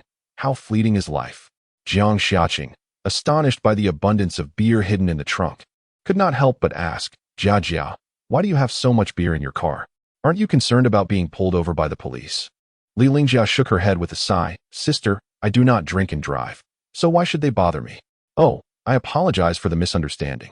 Qin Feng's reckless behavior irritated Li Lingjia, who resolved to teach him a lesson. Since she could not contend with him physically, perhaps a drinking contest would suffice.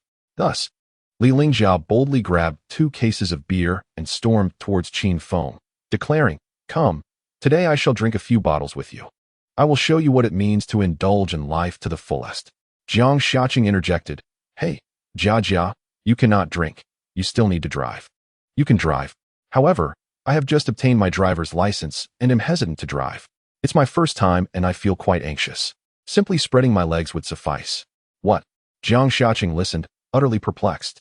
In the face of Li Lingjia's provocation, Qin Feng exhibited no fear whatsoever. After all, given his current physical condition, he could effortlessly consume beer. In reality, for many individuals, if the timeline was extended sufficiently, they could drink continuously, especially those who indulge in liquor. To truly become intoxicated on beer, one must engage in rapid consumption. Are we drinking straight? Qin Feng inquired, lifting his head. Certainly not. Li Lingjia replied, pulling her friend Jiang Xiaqing over to sit between them. Qin Feng, somewhat bewildered, asked, What does this mean? Li Lingjia responded, She is the exquisite delicacy. Jiang Xiaqing blushed at her friend's unexpected compliment. Suddenly, she recalled that she had a few small jelly cups in her bag. I have some jelly. Would you like to have some? Qin Feng waved his hand and said, Forget it, let us just begin. He immediately showcased his drinking capacity, downing 3 bottles in quick succession, while Li Lingjia regarded him with disdain, thinking, Is that all? Having encountered numerous individuals like Qin Feng, who boastfully guzzle drinks only to falter midway, she held little respect for men who cannot keep up. This young man is quite bold. Come, I shall drink with you. Li Lingjia matched Qin Feng's pace, refilling her glass. Jiang Xiaoqing sat beside her friend. Typically, she would accompany her during drinking sessions, which could last for several hours. Anyone who has partaken in drinking knows that time seems to fly for those consuming alcohol, while non-drinkers find it excruciatingly tedious to merely sit idly. Nevertheless, out of deep friendship, Jiang Xiaoqing was willing to remain by Li Lingjia's side, merely to keep her company. This occasion felt distinctly different, primarily because the boy she admired was seated across from her. Please, know your limits, Jiang Xiaoqing cautioned. Know our limits? That was evidently non-existent. After 6 hours of intense drinking, not a single bottle remained from the 4 cases of beer in the trunk. They had transitioned from day to night, from a clear blue sky to a star-studded expanse, all within a mere 6 hours. Both were in high spirits, yet Li Lingjia had noticeably become more loquacious, albeit somewhat awkwardly, as neither had taken a bathroom break throughout their 6-hour binge. This was quite remarkable. Typically, an average person would need to relieve themselves within 2 or 3 hours of beer consumption. In truth, Li Lingjia was bursting to go. Dressed in ultra-short denim shorts and a white tank top on this June evening, she began to shiver slightly as the temperature dropped. Observing her discomfort, Jiang Xiaoqing quickly retrieved a jacket from the car and draped it over her, saying, "Don't catch a cold." Qin Feng, chuckling, remarked, "She's not shivering from the cold. She's just desperate to pee." Ha! Qin Feng openly stated what was too embarrassing for others to mention, causing Li Lingjia immense shame. She glared at him, her eyes wide with indignation, and said, "You shameless cad." Calmly, Qin Feng remarked, "I am merely speaking the truth. If I wish to relieve myself, I shall do so without shame. Is it not permissible to indulge in a drink? Must one suffer for the sake of pride? Is it truly so difficult to concede?" With that, he dismissed the matter. The two continued to consume 3 more bottles, and at last, Li Lingjia could no longer contain herself. Similarly, Qin Feng was also feeling quite uncomfortable, as if his bladder might burst. Thus, he proposed a truce. "Let us take a brief intermission to attend to our needs, and then resume our revelry. What say you?" Not a chance. Clearly, in terms of endurance, Qin Feng had underestimated Li Lingjia. Feeling embarrassed to relieve himself in front of Jiang Xiaoqing, he chose to hold on. At that moment, a clever idea struck him, and he abruptly stood up, plunging into the refreshing mountain spring. The sensation was exhilarating, invigorating his spirit entirely. Li Lingjia saw through Qin Feng's ruse and attempted to rise, only to find herself unable to straighten her back. Reluctantly, she too leapt into the spring.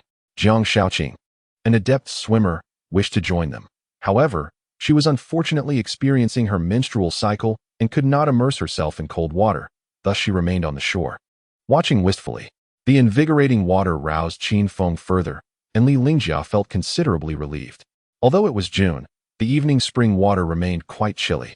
Consequently, both Qin Feng and Li Lingjia did not linger, emerging from the water after attending to their business. Upon surfacing, the damp fabric clung to their skin, and the breeze was biting, making them susceptible to catching a chill. In a bold move, Qin Feng discarded his t-shirt, baring his torso. Once frail and slender, now his physique was transformed, boasting robust abdominal muscles that captivated Jiang Xiaoqing's gaze. She caught a fleeting glimpse, and her heart raced. Li Lingjia was equally astonished. In just a few days, how had he developed so much muscle? His form was more aesthetically pleasing than that of seasoned athletes. What was his secret? Noticing the unwavering stares from both women, Qin Feng felt no embarrassment. Rather, he returned the gaze towards Li Lingjia. The water had soaked her tank top, clinging to her body and accentuating her perfect curves, a sight both alluring and profound. Suddenly aware of being watched, Li Lingjia hastily covered her chest, playfully admonishing, "Pervert." Qin Feng raised a hand in a gesture of pause, replying, "You were the one stealing glances at me first. I merely reciprocate." Li Lingjia retreated to the car to change out of her wet clothes, emerging in a much cooler, decidedly alluring shirt, an oversized boyfriend-style purchased from a specialty store. "Are you attempting to lead me astray after a few drinks?" Qin Feng inquired, casting his eyes towards her thighs. Li Lingjia responded with a playful smile, taking her friend's hand. "See? After a few drinks, true natures emerge. Men are creatures of their lower instincts." Jiang Xiaoqing quickly draped her jacket over her friend's enticing figure, warning Qin Feng, "No peeking." Qin Feng chuckled softly, then retrieved his guitar from the car. Li Lingjia inquired, "Are you finally willing to perform a song?" Jiang Shaoqing, equally filled with anticipation, pondered what song he might sing after such a long wait. Qin Feng sat upon a large boulder, gazing at the myriad stars above, suddenly inspired to sing Starry Lanterns. In this world, starry lanterns did not exist in parallel realms. Once popular melodies had vanished, leaving society's souls profoundly impoverished in the absence of such soulful music. Have you heard of the song Starry Lanterns? Qin Feng asked. Jiang Shaoqing shook her head in bewilderment, while Li Lingjiao pressed, "What song is that?" "No need to worry about the title, just listen," Qin Feng replied, tuning his guitar before a thought struck him. Originally, he had intended to return the guitar today, but the unexpected appearance of two beautiful ladies had delayed his plans. Taking out his phone, he checked the time, just past 10 in the evening, still not too late. He dialed a number, that of the music store owner, San San. San San had been waiting for 3 days without a glimpse of Qin Feng, which infuriated her, depleting her last reserves of patience. "Hello. Is this the owner of Fengyue Music Store?" Qin Feng began. Upon recognizing his voice, San San retorted angrily, "You little rascal, where's my guitar? Return it immediately, or I shall report you to the authorities."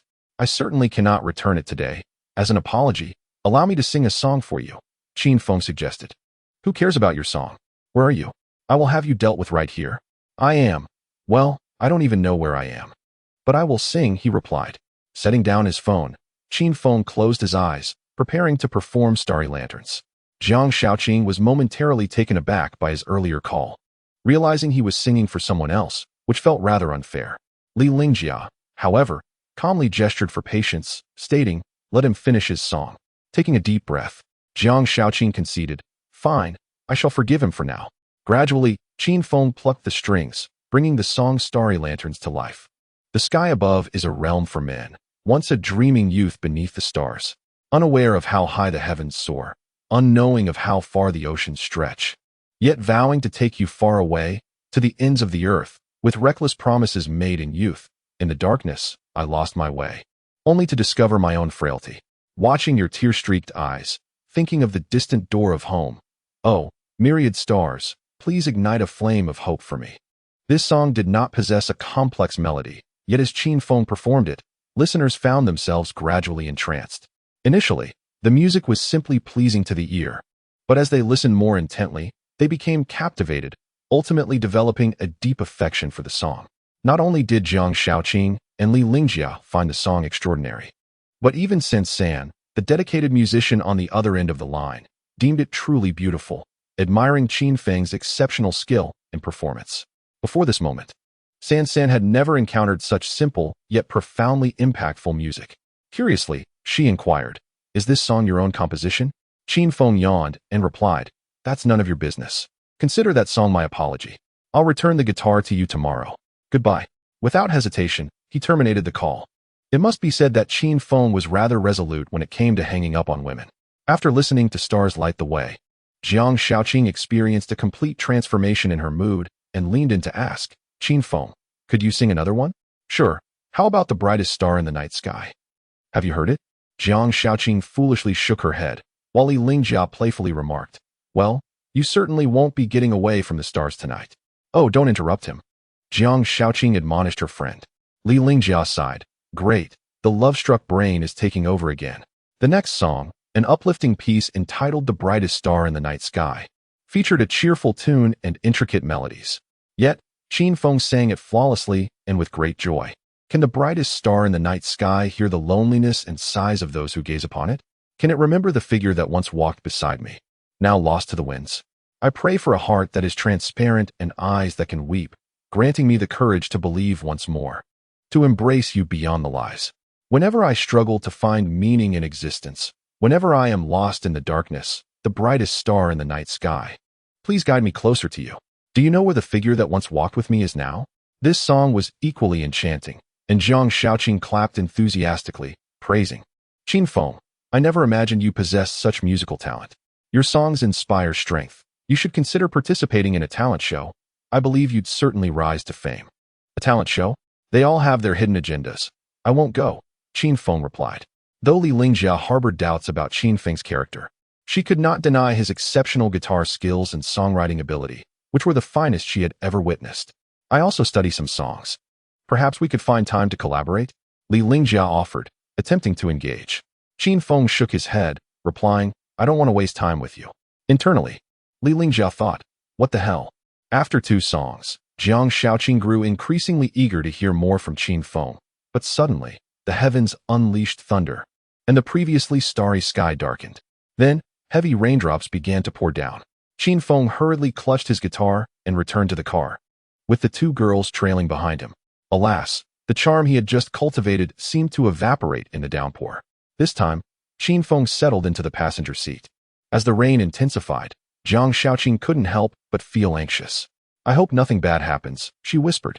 Li Lingjia reassured her, it's fine, even if something does. It would be Qin Feng who faces it first. Qin Feng yawned and said, isn't it perfect to sleep in the car while it rains?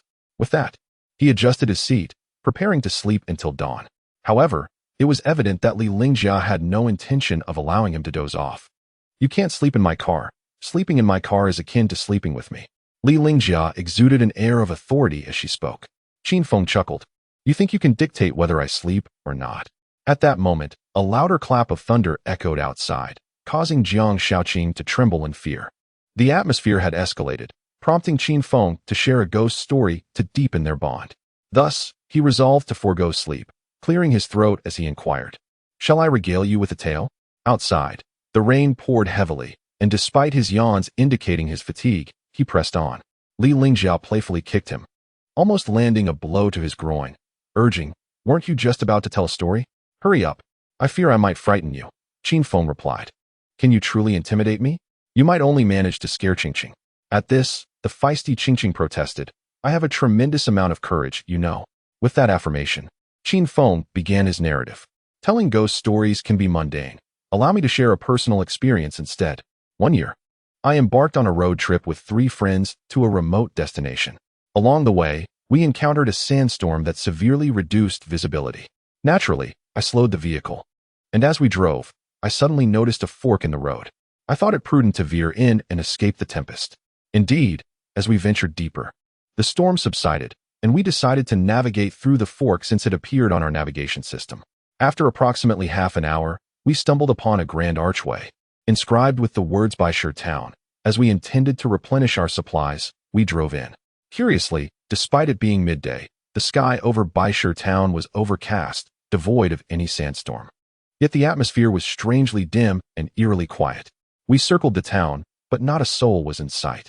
Eventually, we parked in the square, preparing to explore the town, intrigued by its unique customs, oblivious to the unsettling absence of life.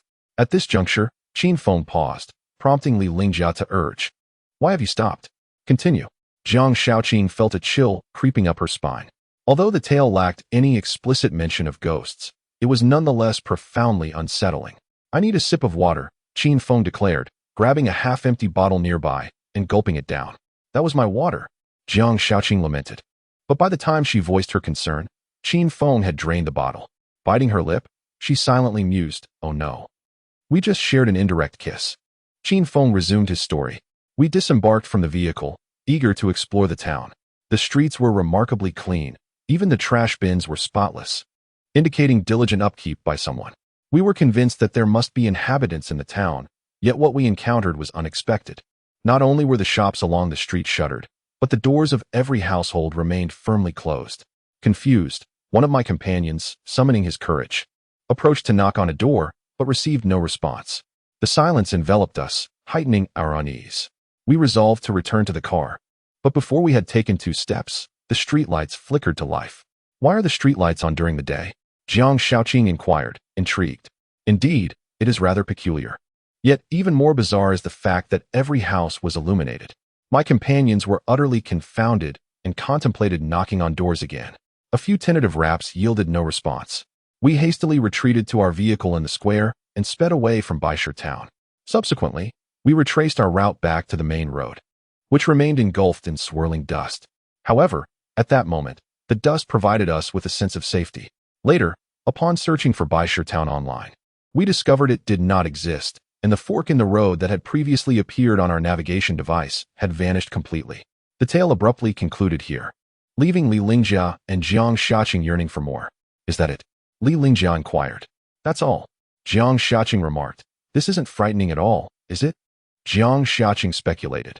I surmise you may have inadvertently stumbled into a parallel world, where two timelines intersected momentarily, yet neither party could perceive the other. Science can elucidate this. I too believe in the existence of parallel worlds. Just after she finished speaking, Qin Feng suddenly altered his tone and expression, fixing his gaze on Li Lingjia, stating, Indeed, there exists a parallel world, and I never truly emerged from Baisher town. I came from another realm. In an instant, Li Lingjia trembled with fright, and a chill coursed down Jiang Xiaoqing's spine. Following a brief silence within the vehicle, Qin Feng chuckled, I was merely teasing you. Look at your timid demeanor. Li Lingjia sighed in relief, while Jiang Xiaoqing reproached, Humph, Qin Feng, you are insufferable. After concluding the story, Qin Feng's gaze drifted towards the dark night outside the window, his expression contemplative. He understood the reality of parallel worlds. He had indeed arrived here. Though he sought to find comfort in his current situation, he often found himself nostalgic for the past. Subsequently, Qin Feng adjusted his seat once more, preparing to slumber. His phone buzzed incessantly, yet he paid it no mind, adopting a casual demeanor. Indeed, the persistent caller was San, the owner of the music store, who had dialed for the 5th time due to Qin Feng's recent performance of Starry Lights. This little rascal will be in for it tomorrow, San exclaimed in exasperation. Seated in the vehicle, Qin Feng unwittingly sneezed 3 times in succession. Could you please raise the air conditioning? I might catch a cold, he remarked, rubbing his nose. Li Lingjia, seemingly devoid of fatigue, retorted, My car, my air conditioning. If you don't wish to sleep, you may step outside. Very well, I shall, Qin Feng declared, promptly unbuckling his seatbelt. The timid Jiang Xiaoqing grasped his hand, expressing concern. It's pouring outside. Where are you going? It's too dangerous. Qin Feng, in turn, refastened his seatbelt. Addressing Li Lingjia with gravity, seeing as you both are delicate ladies, I shall remain to protect you. You truly know how to save face, she replied. Thick-skinned, one devours to their heart's content. Thin-skinned, one leaves empty-handed. Qin Feng removed his shoes, propping his feet up in front of him, exuding an unbearable odor. Li Lingjia had never encountered such a foul-smelling man, and Jiang Xiaoqing stifled laughter while pinching her nose. How dare you sully my passenger seat? Remove your foot immediately. You scoundrel! Li Lingjia exclaimed, her patience wearing thin. The more she pondered the situation, the angrier she became. It was a case of enduring a moment only to find herself increasingly agitated. Qin Feng understood the nuances of interacting with women. Often, they were drawn to men who exhibited a hint of mischief. What is wrong with me airing my feet? You've already removed your shoes. Why should I not do the same? Qin Feng challenged. Are men and women comparable? My feet do not emit an unpleasant odor. Perhaps you should take a whiff of your own foul feet, which could rival a biological weapon, Li Lingjia retorted. Nonsense. I refuse to believe your feet are odorless. Scientific evidence suggests that women's feet are 6 times more odorous than men's. And given your penchant for high heels and knee-high boots, the stench must be quite pronounced. You're slandering me, Li Lingjia exclaimed, unable to contain her frustration. I simply want to accept that unless you allow me to take a sniff. Sniff? You want me to bring my head closer so you can stuff my toes into your nostrils? Their argument reached an impasse, neither willing to yield. Li Lingjia, in an audacious move, pressed her fair foot against Qin Feng's face. How utterly disrespectful. What reward do you think you deserve? Qin Feng shouted. Humph. Why am I being punished? Li Lingjia promptly corrected herself. At that moment, an unsettling noise erupted from outside, resembling the sound of a car door scraping. Jiang Xiaoqing was the first to hear the commotion, her voice tinged with anxiety. Please stop arguing. It seems there is someone outside. Qin Feng grasped Li Lingjia's foot, his expression serious as he listened intently to the peculiar sounds outside, which indeed seemed ominous. The unexpected noise filled Jiang Xiaoqing with dread, while Li Lingjia swiftly locked the car doors to prevent any unforeseen mishaps. Qin Feng remained calm, rising to join Jiang Xiaoqing in the back seat. What are you doing? Li Lingjia asked, her eyes wide with surprise. Your passenger seat is too precious. I thought I would sit in the back. Hey, you can't do that without my permission. Before Li Lingjia could finish, Qin Feng had already maneuvered himself to the rear. Jiang Xiaoqing instinctively leaned closer, gently clutching Qin Feng's t-shirt. Is there something outside? Qin Feng casually replied, in such a desolate area, it's either a person or a ghost. What do you think? What? Qin Feng, Don't scare me. I refuse to believe in ghosts. Are ghosts truly terrifying? Why must we fear them? Li Lingjia, unable to tolerate their banter, interjected, let us not mention that word. It's quite eerie. Qin Feng chuckled. Aren't you supposed to be brave, Li Darren? Qin Feng, if you keep talking nonsense, I swear I'll tear you apart. I want to bicker with you. A gentleman does not quarrel with a lady. I'm going to sleep. You can't sleep. Who said you could? Li Lingjia climbed into the back seat in a similar manner, confessing to herself that she felt somewhat intimidated. Qin Feng found himself squeezed in the middle, feeling rather awkward. Why are you in the back? He muttered. It's my car. I'll sit wherever I please. Alas, the rain continues to fall, accompanied by an eerie cacophony of intermittent sounds from outside, punctuated by the occasional strange creaking of car doors. Jiang Xiaqing's nerves are taut with anxiety. Indeed, the true source of terror lies in the realm of the unknown. Li Lingjia, having indulged in a drink, yearns to discern the nature of the disturbances outside. Yet she finds herself unable to muster the resolve. In stark contrast, Qin Feng is already lost in slumber, snoring away. Do you see this, Qing? Not a single man is reliable, Li Lingjia laments. He must truly be exhausted. Perhaps we should rest as well, suggests Jiang Xiaqing. Yes, let us sleep, regardless of what lurks outside. Although the unknown terror waits beyond the vehicle, it is a comfort to have a man nearby. While he may not be particularly dependable, his thunderous snoring provides a sense of security for the two women. Ultimately, it is evident that most fears originate from the chaotic musings of the mind, fabrications born of anxiety. As the night passed without incident, dawn broke to reveal Qin Feng nestled between the two women, his nostrils mingling with their distinct scents. The position was somewhat indecorous, inviting a plethora of implications. As Qin Feng stirred slightly, Jiang Xiaqing awoke as well, slowly moving her body and feeling a sharp pain in her neck, likely a consequence of having slept in an awkward position. Ouch, my neck, Jiang Xiaqing uttered in a sweet, innocent tone. Li Lingjia also roused, stretching her lithe waist with abandon, her tousled hair resembling that of a rustic maiden. Suddenly, she turned to Qin Feng, fixing him with a penetrating gaze, and inquired bluntly, "Did you take advantage of us last night?" With a resigned expression, Qin Feng replied, "Both our shoulders are numb. Do you not realize?" "Why?" she pressed. "Why indeed? You both cut off my circulation," he retorted. It dawned on Li Lingjia that she and Jiang Xiaqing had indeed constrained Qin Feng during the night, and he must have suffered as a result. "Qin Feng, can you still move your shoulders? Would you like a massage?" Jiang Xiaqing asked with genuine concern. Li Lingjia interjected, "Don't coddle him. He'll be fine in no time. Besides, being sandwiched between two school beauties is his fortune. How many would dare to imagine such a scenario?" Qin Feng chuckled. "Indeed, I was drenched in drool." "Get lost." "Who drooled?" "You can see for yourself." Indeed, a damp spot marred his t-shirt, evidence that left Li Lingjia with no room for rebuttal, prompting her to declare, "That was the essence of a fairy, all right? Let us disembark. I need some fresh air. I feel suffocated." "Yes, let us see what, if anything, transpired last night." As the trio exited the vehicle, the air was unusually fresh following a night of heavy rain. There were no signs of any disturbances outside, and the car appeared unscathed. "How curious. We distinctly heard noises last night," Li Lingjia remarked, scratching her head in confusion. "Could it have been an illusion?" Qin Feng responded with a knowing smile. "They say there are those in the capital skilled in mimicry. Truly, how many ghosts could possibly exist in this world? Moreover, even if there were, they would be the longed-for figures that haunt many a heart, thus rendering them not so fearsome after all." On the way back, as both Qin Feng and Li Lingjia had consumed alcohol, it fell upon Jiang Xiaqing to take the wheel. With the assistance of two seasoned drivers, Jiang Xiaqing finally gained some practical driving experience. Although the car stalled several times along the journey, given that Li Lingjia's Maserati was worth a fortune, the drivers behind refrained from honking, maintaining a respectful distance. The trio eventually returned to the city, intending to enjoy breakfast together. However, Qin Feng declared, "Please drop me off at the intersection ahead. I need to return a guitar." Li Lingjia inquired, "Is that guitar yours?" "I don't own a guitar. This one belongs to my boss. I borrowed it 3 days ago, and today marks the 4th day, so I'm in breach of contract." Upon hearing this, Jiang Xiaqing generously offered, "Qin Feng, let us go to the music store. I can gift you a guitar." Yet, Qin Feng shook his head, replying no. A guitar received as a gift lacks sentiment. A guitar is akin to a lover. Only the one chosen by oneself holds value.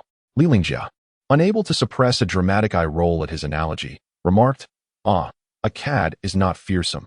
What is truly alarming is a cad with intellect." As Qin Feng exited the car, preparing to leave, Jiang Shaoqing, reluctant to part, gazed at him with longing. Suddenly, she alighted from the vehicle and called out, "Hey, Qin Feng." He turned, responding, "What is it? You've changed." "Changed? In what way?" "I shan't tell you." Embarrassed, Jiang Shaoqing returned to the car, her heart racing. Subsequently, Li Lingjia pressed the accelerator, whisking Jiang Shaoqing away. Qin Feng, guitar slung over his shoulder, appeared somewhat disheveled, resembling a weary ascetic. Truth be told, every morning, Qin Feng awoke feeling rather unkempt. He brushed his newly sprouted stubble and chuckled, such a charm without a proper outlet. Around 9 in the morning, as the music store opened its doors, Qin Feng strolled in. The store owner, San, upon first laying eyes on him, displayed a fierce expression. However, for a woman of her beauty, even a display of anger would likely be forgiven by many men. Such is the allure of beauty. Yet, this effect did not apply to Qin Feng, as he had encountered myriad beauties and had developed a sort of immunity. "Good morning, owner," he greeted. "I've come to return the guitar." The remnants of last night's alcohol lingered around him, further incensing San. Enduring a restless night, she found herself unable to sleep, plagued by the melody of "Twinkle, Twinkle, Little Star," as though enchanted. As a musician, she had heard countless tunes, yet few remained etched in her memory. However, Qin Feng's rendition the previous night, particularly over the phone, had left a profound impact. "Where were you last night, gallivanting about, reeking of alcohol?" San exploded. "You're not my wife. Why do you care so much?" Qin Feng retorted, "Here is your guitar, back to its rightful owner." He handed the guitar to San, who meticulously inspected it before coldly declaring, "The guitar has been immersed in water." "What? Immersed in water? How can that be? Although it rained last night, there was certainly no flooding. Even a single drop of water on the strings would adversely affect the sound quality." Qin Feng couldn't help but utter a phrase from our national essence, feeling as if he had been deceived. However, there was little he could do, for the guitar was lent out by him, and naturally, the recipient was responsible for its condition upon receipt. "So what now? How about this? I shall purchase your guitar with the 100,000 I possess," Qin Feng proposed. 100,000 for my guitar? Are you dreaming? Don't try to deceive me. I am not easily fooled, and it is evident you are attempting to extort me," Qin Feng asserted firmly. "This guitar is handcrafted. From the processing of the frets to the meticulous detailing of the neck, and even the paintwork is a masterpiece. Do you understand? But you handed me the guitar, didn't you?" "I did, but I never expected you to run off with it. Now do you regret it?" Qin Feng realized he had stumbled into a trap. The phrase handcrafted left him speechless. He was too weary to engage in banter and directly inquired, "Fine, I concede. How much do you want for this guitar?" "Oh, you seem quite wealthy, but I will not sell it at any price. So what do you propose?" "I want you to compensate me." "Compensate with what?" "With my life." A mischievous smile spread across San's face as she said, "Close enough. I want you to sing for me, and I will be your manager. What do you think?" Upon hearing this, Qin Feng suddenly understood. She intended to bind him to a contract. He gazed at this stunningly beautiful woman, who concealed a profound cunning beneath her exterior, and coldly replied, "Am I foolish, or are you? Do you truly believe I would agree? 1 million. Once you nod, the money will be in your account immediately. I do not deal in empty promises," San declared with confidence. "Ah, you are quite affluent. Money can purchase 80% of happiness in this world. And what about the remaining 20%? For me, that 20% can only be found in music." Qin Feng felt as though he was being led by the nose, a rhythm he despised. Therefore, he turned the tables, stating, "I do not want your 1 million, nor will I sign any contract with you. If you wish to pursue music, you may follow me as an assistant. Perhaps you will truly learn something." San flashed a charming smile and replied, "You want me to assist you? Do you know who I am? What? Unconvinced, are we? How shall we compare? Aren't you passionate about music? Let us compete, tonight. We will sing on the street, and whoever draws a larger crowd shall be deemed the winner. What do you say? Very well. But I fear you may lose quite embarrassingly." San was utterly confident in herself. Otherwise, she would not have run a successful music store all these years. Qin Feng, however, added, "The loser shall serve the winner as a subordinate for 3 months, during which they must comply with any unreasonable demands, even those that cross moral boundaries. Without question. Do you dare?" I am ready, Sen replied nonchalantly. Very well, I shall take a shower first. As Qin Feng turned to leave, Sen, fearing he might escape once again, interjected, no need for such trouble, my room is on the 3rd floor. She spoke with a teasing tone.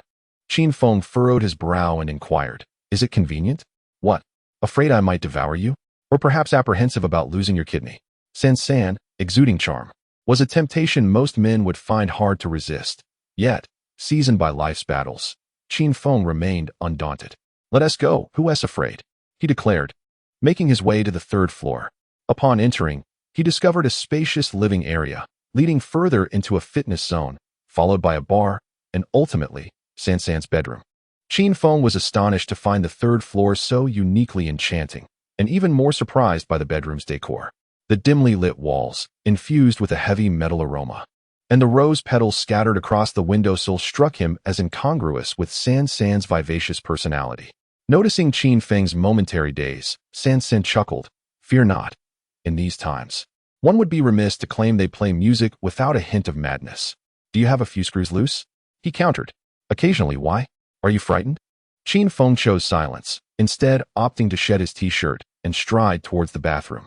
Fetch me some new clothes, he commanded. Sen laughed. What is this? Issuing orders already? Just allowing you to step into your role early, he quipped back. How amusing. Though filled with anticipation, Sen was confident she would not be outdone. At Qin Feng's request, she procured a trendy sports outfit, costing around 3,000. Dressed comfortably, he remarked, this is quite nice, very pleasant.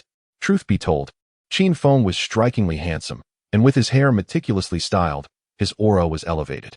However, to Sen, a man's exterior held little value. It was music that constituted her sole criterion for companionship. Where shall we meet tonight? She asked. Anywhere, I'm flexible, for no matter the location, I will surely best you. Let us not speak too boldly. At 8 this evening, we shall convene at Jojo Square. Pick any guitar from the shop, choose whichever you fancy. All right, sounds good. But right now, I wish to take a nap. Qin Feng reclined on Sen's large bed, which was delightfully soft and springy. He imagined the comfort it would provide when set in motion. Sen appeared unperturbed, instead wearing a peculiar smile. Qin Feng sensed something amiss with this woman. Suddenly, a chill enveloped his arm. Looking down, he gasped, what on earth? To his astonishment, a small white snake lay coiled on the bed, flicking its tongue. Sen quickly scooped up her pet snake with a smile, saying, does a grown man truly fear a snake? Qin Feng couldn't help but scoff. You must be genuinely unhinged. Who in their right mind keeps a snake on their bed? Indeed, did I not mention that earlier?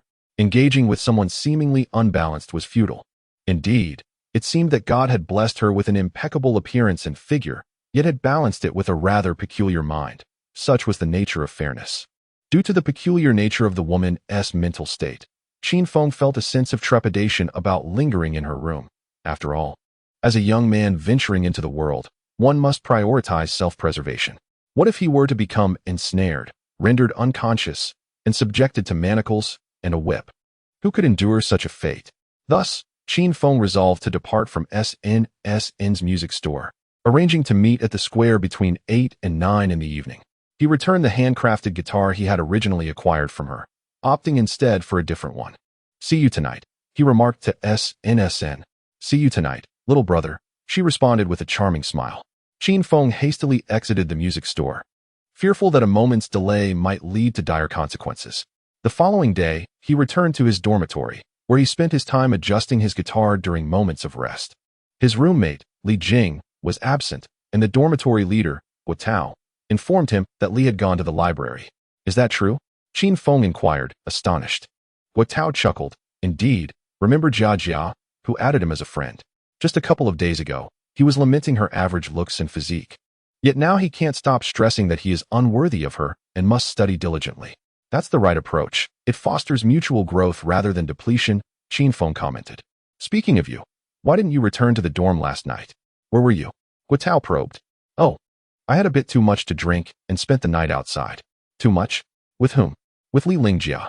No way, you drank with her? She's notorious for her drinking prowess. How much did you consume? The other roommates leaned in, their eyes alight with curiosity. Qin Feng smiled subtly, gesturing with his fingers to indicate one. One bottle? Continuously? His roommates asked. Qin Feng shook his head, clarifying, 1 gene. Of beer. Isn't that a lot for beer? Not quite. I meant the equivalent of 1 gene in beer caps. His friends were thoroughly impressed. Pride swelling within them as they regarded Qin Feng as the face of their group, a veritable champion at the drinking table. I'm doomed, lamentedly Jian from bed 3. I've been surpassed in drinking prowess. I'll only be fit to share a table with children henceforth. Guitao teased, no. You're better suited to sit with dogs. At 7 in the evening, Qin Feng prepared to head out, guitar in tow, to face SNSN. In his mind, she was a stunning short-haired beauty with an S-level physique and an S-plus appearance, albeit with a few mental quirks that he was yet to comprehend.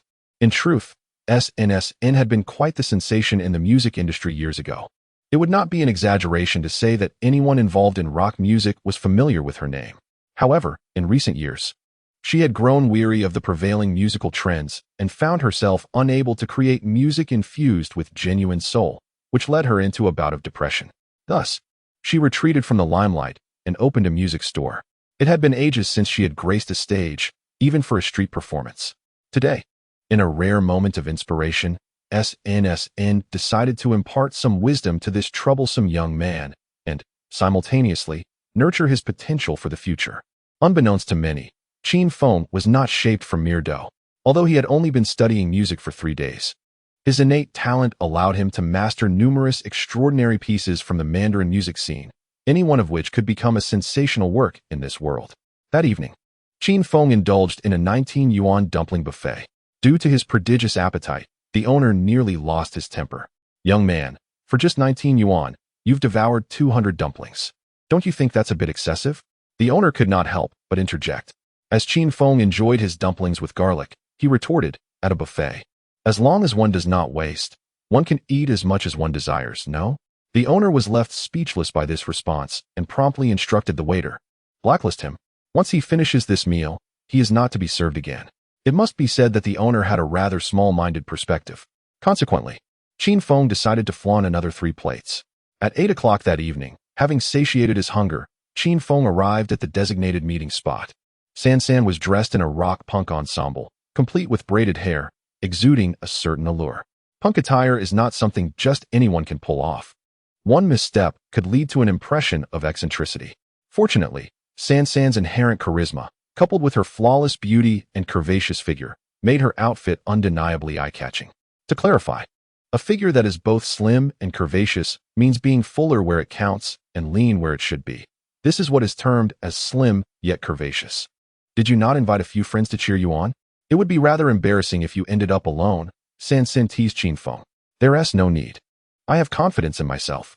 All right, it's commendable for youth to have confidence, just don't end up in tears later. Let us cut the chit-chat and get started.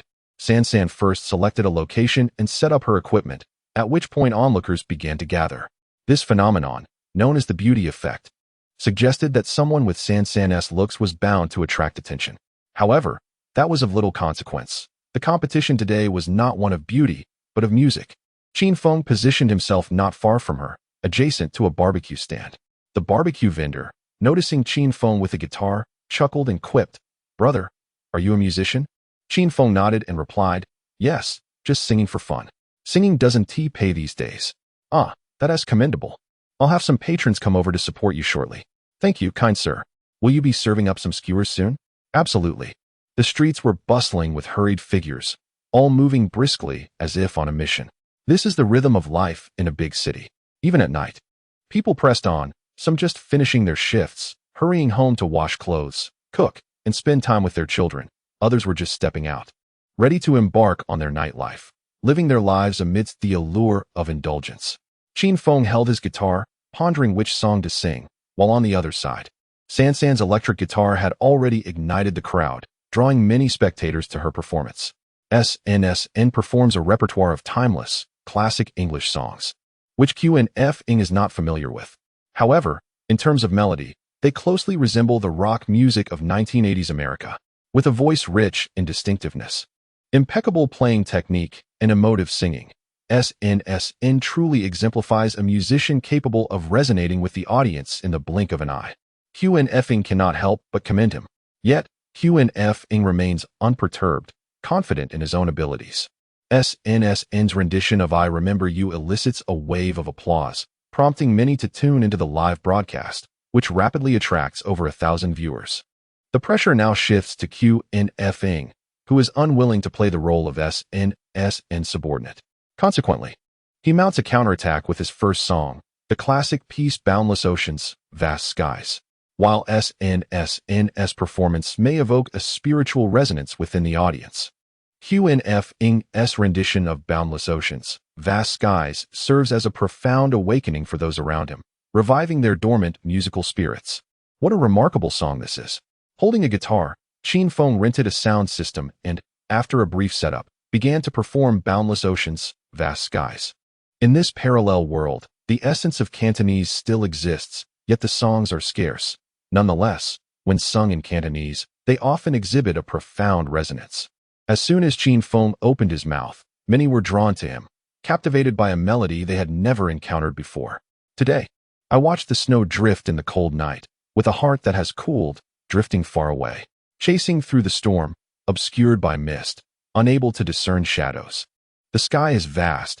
You and I, how many times can we change? Facing cold gazes and ridicule, I have never relinquished the ideals within my heart. In a fleeting moment of confusion, I feel a sense of loss, unaware that my emotions have faded. Forgive me for this life of unrestrained love for freedom. I too fear the day I might fall. Abandoning ideals is something anyone can do, yet who would fear that one day it would just be you and me? Still free and true to ourselves, forever singing my song. Traversing 1,000 miles, forgive me for this life of unrestrained love for freedom. I too fear the day I might fall. Abandoning ideals is something anyone can do. Qin Feng's voice was resounding and distinct, though the only drawback was the sound system he had, an inadequate quality for a mere 100 yuan for 3 hours. Yet, the impact of Boundless Oceans, Vast Skies was such that it swept away half the audience before San. San, equally moved by Qin Feng's rendition, was astonished by the depth of emotion conveyed by this young, seemingly innocent figure. Surely, there must be a notable influence behind his talent. Unwilling to be outdone, San launched into her own explosive performance. However, the momentum on Qin Feng's side was undeniably overwhelming. With his second song, Red Sun, Qin Feng propelled the atmosphere to a crescendo. Regardless of how tumultuous or bizarre fate may be, or how it may intimidate you into believing life is devoid of joy, do not weep nor despair. I wish to accompany you for a lifetime. Let the evening breeze gently carry the fragrant blossoms, as if bestowing blessings upon us. Let the evening stars twinkle, illuminating each of your hopes, like waves about to touch me. At this moment, San realized that Qin Feng might indeed be an extraordinary musical prodigy, and as she witnessed the audience gradually dissipating, she resorted to her past competition repertoire. Yet, it was still insufficient to withstand the tidal force of Qin Feng's performance. However, this was not the end, as Qin Feng's next piece, the challenging exaggeration, sent the surrounding audience into a frenzy. In an era where music is profoundly scarce, Qin Feng's songs emerged like a spark igniting a pile of dry wood, leading to an uncontrollable blaze. The crowd surrounding Qin Feng continued to swell. Even the adjacent barbecue stall became crowded. Yet, the stall owner remained unconcerned. Instead, he put down his oil brush and joined the throng of admirers. You think I am exaggerating, right? My flamboyance stems from my fears, like wood or stone. Do such words capture attention? In truth, I fear being forgotten, thus I amplify my performance. How unsettling it is to maintain elegance. Does the world still praise silence? If not explosive enough, how can there be topics worthy of my praise? After 3 songs, it was evident that Qin Feng had emerged as the victor. Even in the presence of a stunning SSR-level beauty, the audience resolutely sided with Qin Feng. What does this signify? When faced with a choice between the corporeal and the spiritual, the overwhelming majority would opt for the latter. In this age of rampant materialism and rapid pace, the need for an outlet has never been greater. Music possesses a miraculous ability to heal the soul. As the cheers from the crowd surged like waves, an increasing number of vehicles halted, drawn solely to the melodies emanating from the subpar speakers nearby. Half an hour later, traffic came to a standstill, and the venue was teeming with people. The seats that once belonged to San were now packed. This was no mere roadshow. It was more extravagant than a large-scale celebrity meet and greet. Qin Feng did not disappoint the audience, performing all the songs he had prepared over the past few days. Each a classic from a parallel universe. San had lost, and quite comprehensively at that, yet she found great enjoyment in the experience. She consoled herself with the thought that he could be her assistant for the next 3 months. Due to the traffic congestion, the police arrived, forcing Qin Feng to cease his performance. However, his singing videos had already made their way online, and this youthful boy clad in athletic wear was destined to ignite a musical storm. At 10 o'clock that evening, Qin Feng finally managed to escape the throng, where San awaited him at a nearby intersection. She had shed her punk attire in favor of a flowing black gown, exuding an alluring charm in the gentle breeze. The cigarette delicately held between her fair fingers added an intriguing air of allure. "Who taught you those songs?" San inquired coldly. Qin Feng, guitar slung over his back, pointed to his head. San couldn't help but laugh at his immature posturing, yet there was no denying that Qin Feng had the credentials to be audacious. As he would say, if music isn't meant to showcase one's flair, it would indeed be devoid of meaning. "You have one. For the next 3 months. I shall only listen to you. Whatever you ask of me, I shall comply," San said with a calm demeanor. Qin Feng fixed his gaze on her and asked, "Do you possess a considerable fortune?" San shrugged, indicating, "If tens of millions count as wealthy, then I suppose I do." Upon hearing this, Qin Feng thought, "What a display of nonchalance. Let's find another place to chat." "I'm thirsty," Qin Feng suggested. "Let us go." San led him to a music store, and they ascended to the 3rd floor together. Countless scenes and images flickered through her mind, both the delightful and the distasteful. In any case, San was not only beautiful but also possessed a vivid imagination, making her emotions difficult to control at times. Qin Feng sat on the edge of the bed and commanded, "First, put away your pet snake." "No problem," San complied, retrieving the white milk snake from the corner of the room and placing it into a box. "Now what shall we do next?" San asked, her gaze intently focused on Qin Feng, the atmosphere in the room suddenly becoming charged with tension. Qin Feng frowned slightly, his eyes lingering on San's graceful figure. In her heart, San mused that indeed, men were all the same. She feared she might lose something significant tonight. However, a single remark from Qin Feng nearly triggered San's fury. "Is your posterior cushioned?" This statement instantly ignited San's wrath. She even contemplated sitting on him to impart a lesson on the true force of a rear. Sensing the murderous glare she cast upon him, Qin Feng hastily clarified, "I was merely jesting. Brother, making lewd jokes is quite impolite. Shall I take my leave then?" Qin Feng promptly stood up. San hurriedly interjected, "Let us consider this a one-time occurrence." "Very well, as per our agreement, for the next 3 months, you shall be my little attendant. I wish to first understand your circumstances." Qin Feng spoke with confidence. Seated beside him, San's skirt, with its alluring slit, accentuated her figure as she asked, "What aspects do you wish to explore? Physical or psychological?" From her words, Qin Feng discerned that San possessed a considerable level of sophistication, certainly higher than Jiang Shaoqing and Li Lingjia, though one could not dismiss the possibility that she merely spoke grandly. "Let us tackle it one step at a time. Starting with the psychological. You mentioned having a mental illness. Is that true?" Qin Feng inquired. "Wait a moment. I shall show you my medical records." San produced a substantial stack of documents, detailing her condition of genuine depression accompanied by mania. "Are you truly mentally ill?" Qin Feng blurted out, unable to restrain himself. San, rather than becoming offended, chuckled and replied, "Indeed, I never lie." For the following several minutes, Qin Feng attentively listened to San's past experiences, learning that her depression did not stem from life's burdens or romantic tribulations, but rather from music. She was an artist, yet she found herself unable to compose melodies that satisfied her, which left her deeply saddened. When an individual's sorrow lingers for an extended period, their brain becomes dulled, ceasing to produce joy-inducing chemicals, leading to depression. Individuals like Qin Feng are immune to such afflictions. His carefree nature allows him to relinquish perplexing matters and avoid becoming ensnared in trivialities. As he puts it, life is best experienced in a state of delightful confusion. Well, having understood the psychological aspect, what else piques your curiosity? San provocatively removed one of her shoulder straps, adopting a flirtatious pose. Qin Feng, maintaining his composure, inquired, "Do you suffer from hemorrhoids?"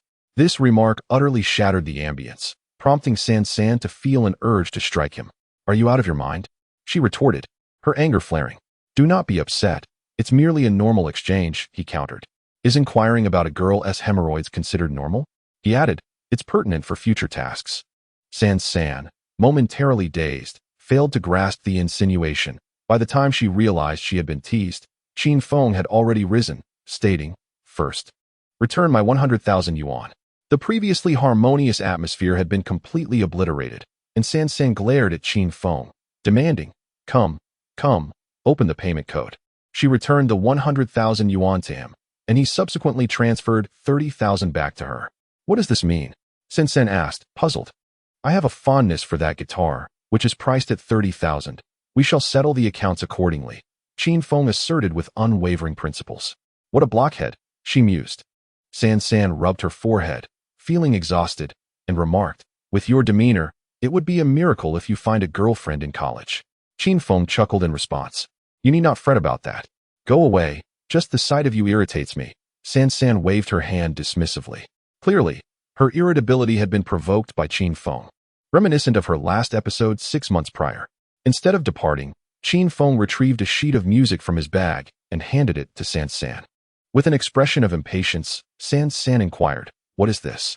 He replied, it's a song I'd like you to try, as I feel your voice might not be suited to this piece. After briefly glancing over the score, San's frantic demeanor began to subside. Did you write the lyrics as well? She asked. Of course. Just wait, I'll practice. It's dreadfully dull waiting alone. Do you have any toys? I'll play while I wait for you, Qin Feng said. Toys? I'm not a kindergarten child. I don't have any toys. She retorted. Then what is this moving fish? Qin Feng rose and picked up a battery-operated toy fish from the nightstand, which twisted and turned. Instantly, San's face flushed crimson as she snatched it away, explaining, this is just something I use to alleviate boredom. It's a girl's toy. So don't touch it. If you have nothing to hide, why are you flustered? Get lost. San scolded him vehemently before exiting her bedroom and hastily making her way to the karaoke room. She could hardly contain her excitement to try out the song Qin Feng had given her, and he was confident that her voice would render it exceptionally beautiful. The song, titled Zue Ai, was a classic Cantonese piece sung by Anita Mui from a parallel universe, emblematic of an era. As San acquired the sheet music, she felt a blend of exhilaration and anticipation. However, when she began to play, she discovered the piece was far from simple. Fortunately, her skills were profound, and after numerous attempts, she finally grasped the essence of the song. The sky was a brilliant blue, the gentle breeze infused with romance, and the tenderness in her heart felt as vast as the sea. In that distant encounter, who had not indulged in daydreams during their first meeting, the poetic twilight, akin to a fine wine, mirrored the impressions left by fate. As the sun set and the bright moon ascended, the fervor of her emotions could not be concealed. In that moment, amidst the shadows and silhouettes, even the most passionate love could ebb and flow like the tides, while the coolness of night, the frost, and the rain's reverie mingled with the faint fragrance of wildflowers, accompanying her in the starry night's reverie, revealing that there was no need for trepidation. This love could not be hidden. Upon completing the song, San felt her cheeks flush with warmth. After many years, she finally rediscovered the essence of joy. The moment one hears or plays the music they desire, happiness envelopes them. Subsequently, she dashed upstairs, fearful that Qin Feng might have left. Yet, he had not. Instead, he lay asleep on the bed.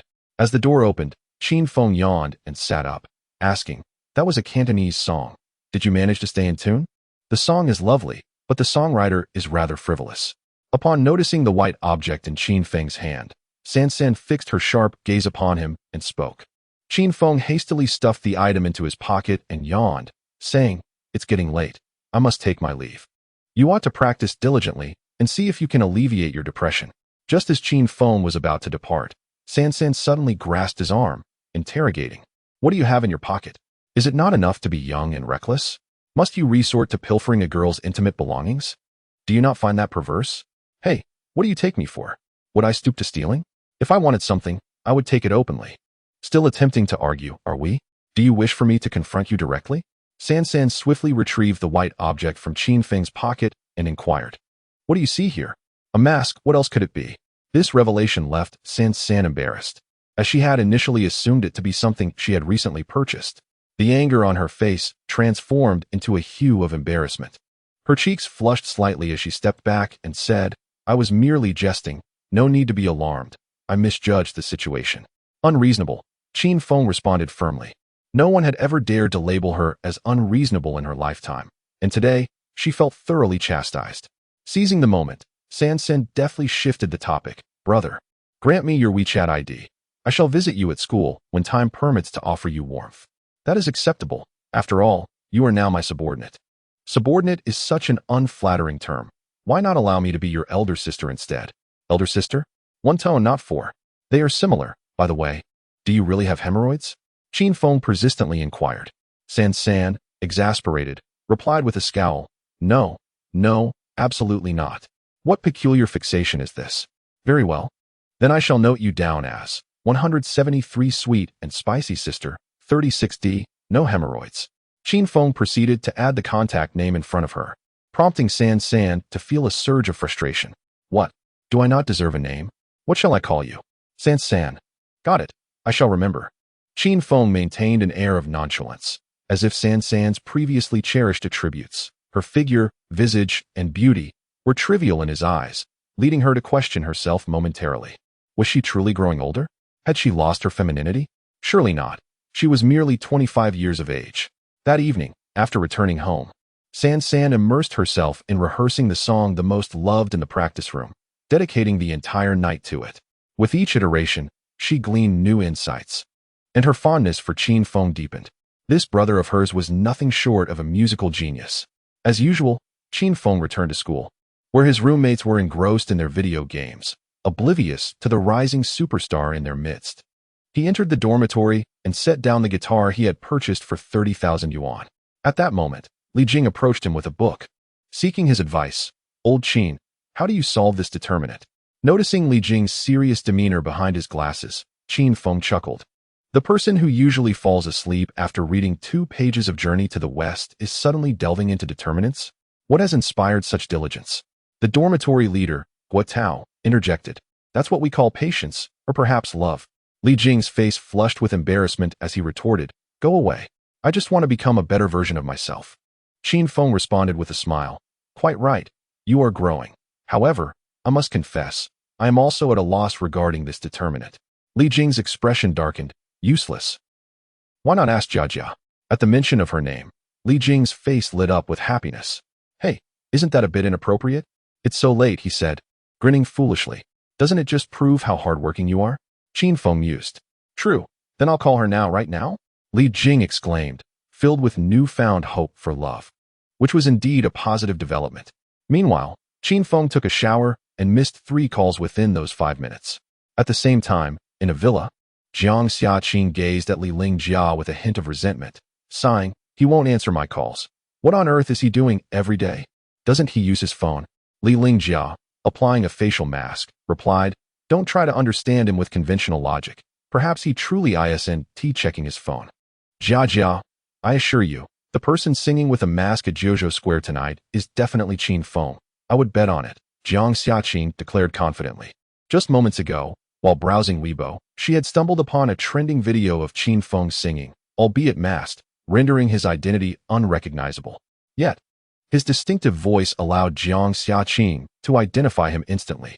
Upon watching the video, her first thought was how beautifully he sang.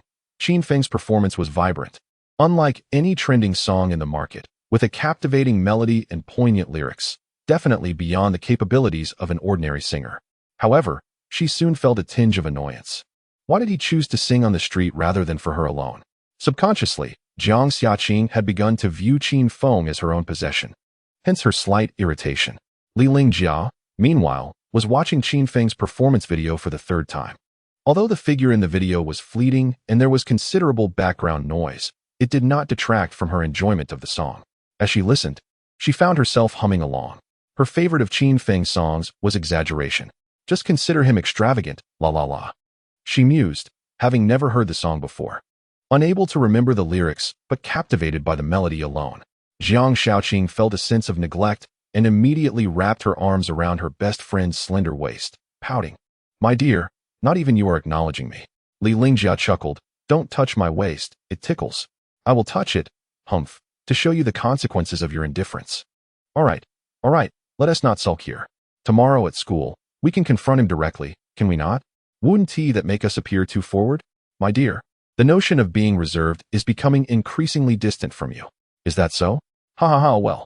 Jiang Shaoqing smiled foolishly, embodying the essence of an innocent girl deeply in love. The following day, Qin Feng had a full schedule, prompting their dormitory to rise exceptionally early.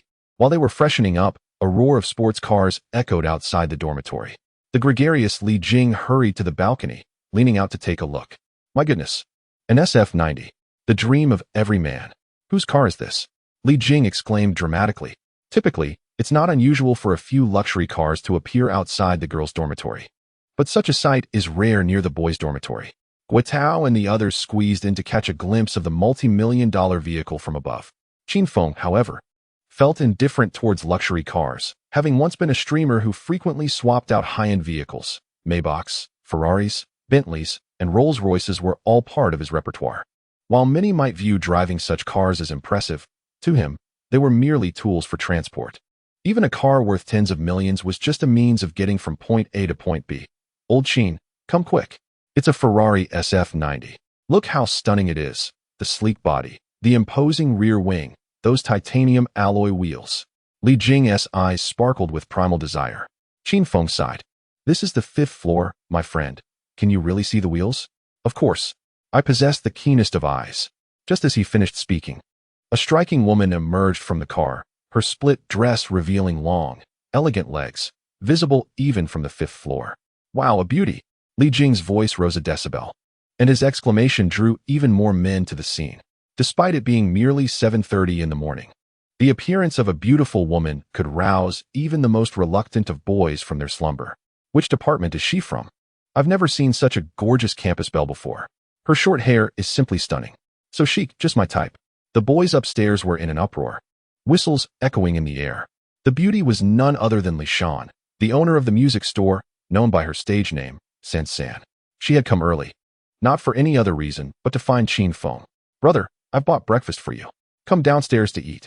San San called up, her sweet voice enchanting a multitude. Sister, I'm here. Feed me. I'm your little puppy. Woof woof. Get lost. She's mine. Could this be a dream? Was there really a sister who brought breakfast? Amidst the clamor, Qin Feng struggled to decipher the chatter outside. Qin Feng was preoccupied with his grooming, taking a moment to style his hair while admiring his reflection in the mirror. Suddenly, Li Jing rushed over, grabbing Qin Feng's arm and exclaimed, Old Qin, there's a short-haired beauty downstairs searching the entire floor for her brother. Could you help me strike up a conversation? I need her contact information. As per our usual agreement, I'll give you 10 packs of chicken breast. Qin Feng cast a disdainful glance, retorting, Aren't you pursuing Jejia? You scoundrel. Li Jing fell silent, stubbornly defending himself. I merely want a contact number. Besides, Jejia and I are just ordinary friends. Don't misunderstand. Scoundrel, puffed. Qin Feng dismissed him. Li Jing, feeling embarrassed, replied, You're truly a case of the pot calling the kettle black. Qin Feng inquired, What is it about her that has you so enchanted? I couldn't see her face clearly, but her figure is outstanding. Most importantly, she drives an SF-90. I mean, who could resist the allure of an SF-90? I could. Qin Feng replied dismissively. Checking the time, he prepared to head downstairs for a meal. The 6 of them from the dormitory insisted on dragging Qin Feng along to meet the stunning girl downstairs. Though he had no interest, he found himself reluctantly pulled along. However, upon seeing her, San San suddenly dashed over, seizing Qin Feng's hand, and exclaimed, You little brother, why haven't you replied to my messages? I had to go through a lot just to find you. At that moment, Qin Feng's roommates were all left speechless, their expressions mirroring the astonishment depicted in an emoji. Li Jing felt a fresh wave of despair wash over him. Why did all the good fortune in the world seem to be monopolized by Qin Feng? Was there no respite for him? No. Li Jing's mind was in a frenzy. A background melody began to play in their heads, snowflakes fluttering. The north wind howling, the world is vast, desolate. Qin Feng found himself inexplicably cornered at the dormitory entrance, surprised that San San had pursued him to school so early in the morning. This young man, recently blessed with such fortune, seemed to be the center of attention. Was this perhaps a karmic reward from a past life as an ardent admirer? It truly baffled him. Once again, Qin Feng became the target of public scrutiny, merely because he was surrounded by a vibrant array of admirers, while he remained untouched by the affections directed at him. "What brings you here?" he inquired, maintaining a calm demeanor. "I came to see you and brought you breakfast," San replied, her enchanting and innocent smile capable of captivating every young man present, regardless of their relationship status. "Oh, if I fail to call you in the future, please do not reach out to me. It will only lead to unnecessary complications," Qin Feng declared resolutely, showing no regard for her feelings. This provoked outrage among the eavesdropping boys above. What's with this guy's attitude towards the goddess? He shows no respect at all. "Once I get dressed, I'll teach him a lesson on how to treat women," one of them fumed. They were all equally incensed, including Qin Feng's roommates, who chose not to side with him this time. Only San seemed unaffected, nodding with a smile as she said, "No problem. Next time you want me to come over, I will. But this time, could you do me a favor? Let us go out for a bite and discuss some musical aspects. There are a few notes I'm still uncertain about." "You're rather naive," Qin Feng remarked candidly. San paused, taken aback. She thought to herself, having traversed the music scene for years, it was the first time someone had called her foolish. "Compared to you, I may be a bit lacking in wisdom, which is why I'm here to seek your guidance," she replied with an awkward smile. "I have a full schedule today. Let us talk after class." "All right, I'll accompany you to your classes then." San had practiced the song My Favorite all night, finding new insights with each rendition, yet always feeling there was something amiss. Initially, she considered reaching out to her previous musical companions for advice, but decided against it, knowing that this song was an original work by Qin Feng. Turning to open the door of her SF-90, she gestured for Qin Feng to enter. "Get in. I'll drive," she said with a smile. "You seem rather off today. Is there some hidden agenda?" "What? Are you afraid I might harm you?" "Not exactly." As Qin Feng and San exchanged banter, the frustration of many upstairs escalated, leading to furious pounding on the floorboards. Suddenly, a dramatic scene unfolded as two prominent beauties from Magic City University approached. One was Jiang Shaoqing, holding a heart-shaped lunchbox, while the other, the alluring Li Lingjia, donned a revealing black outfit. "Wow, this is going to be entertaining. A clash of titans. I must record this." 3 women vying for 1 man. Where was the justice in that? Was there a shortage of gentlemen at Magic City University? Originally, Jiang Shaoqing and her close friend Li Lingjia came to deliver breakfast to Qin Feng, but unexpectedly encountered another stunning beauty, San. In terms of physical appearance, the 3 women were all of the same caliber, each possessing an SSS level of beauty. However, when it came to emotional intelligence and life experience, San undoubtedly excelled. Having taken a leave of absence from Yanqing Film Academy in her sophomore year to pursue her musical aspirations, she had engaged in various jobs, including street vending, and had experienced the struggles of the underprivileged. It was through her trials and tribulations that she had achieved her current wealth and success, endowing her with a commanding presence. Her rich experiences fostered an unwavering confidence. Caught in this theatrical scenario, Qin Feng found himself in the role of a mere supporting character. Jiang Shaoqing approached briskly, her voice icy as she inquired, "Qin Feng, what are you doing?" Li Lingjia stood by Jiang Shaoqing's side, poised to admonish Qin Feng, whom she deemed a scoundrel. In contrast, Qin Feng remained unfazed, calmly responding, "She is the owner of the music store where I bought my guitar. Is there a problem? What were you 2 doing just now? Why was she holding your hand?" Jiang Shaoqing retorted with a hint of grievance. Qin Feng shook his head, feigning ignorance, and then turned to San, asking, "Why did you hold my hand?" Cleverly, he redirected the question to San, leaving her momentarily speechless, a deft act of damage control. Li Lingjia scrutinized San, sensing her unfriendly demeanor, and whispered a few words into Jiang Shaoqing's ear. Gradually, Jiang Shaoqing's mood settled, and she proposed, "Qin Feng, let us go to class together." With newfound courage, she took Qin Feng's hand, a move that left everyone present astounded. Indeed, the rumors had been true. The campus belle of Moda University was in a relationship. At that moment, countless students were left in despair. Yet, in the next instant, San seized Qin Feng's other hand, smiling as she declared, "Sister, there is a matter of precedence. He is mine." Jiang Shaoqing, indignant, retorted, "What do you mean, yours? On what grounds? How can you prove it?" San flashed a mischievous grin, casting a hostile glance at Jiang Shaoqing. Yet it was clear that she had already established dominance in the exchange.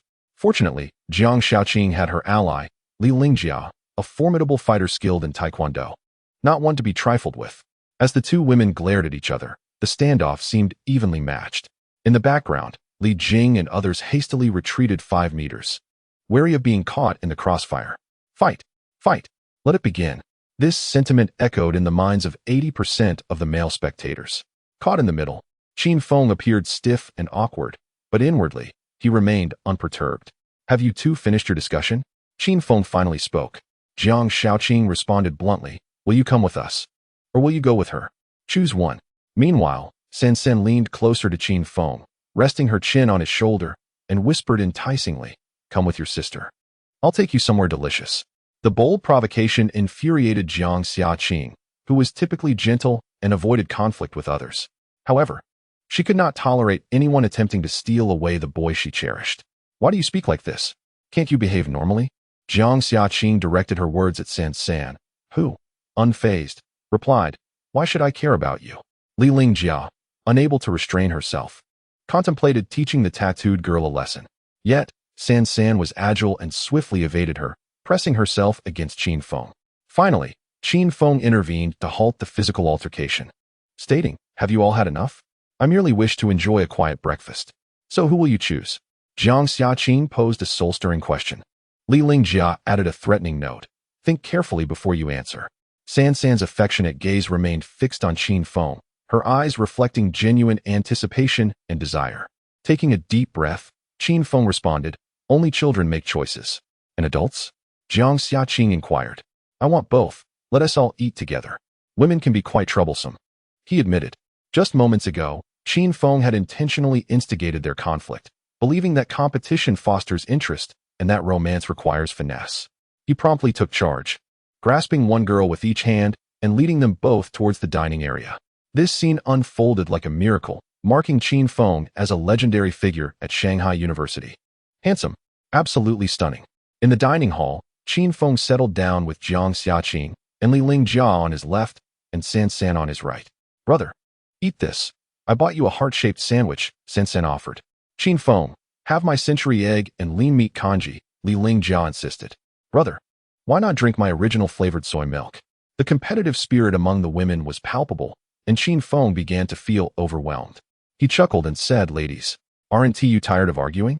Let us take a break and enjoy breakfast together. San San nodded in agreement. Whatever my brother says, I will do.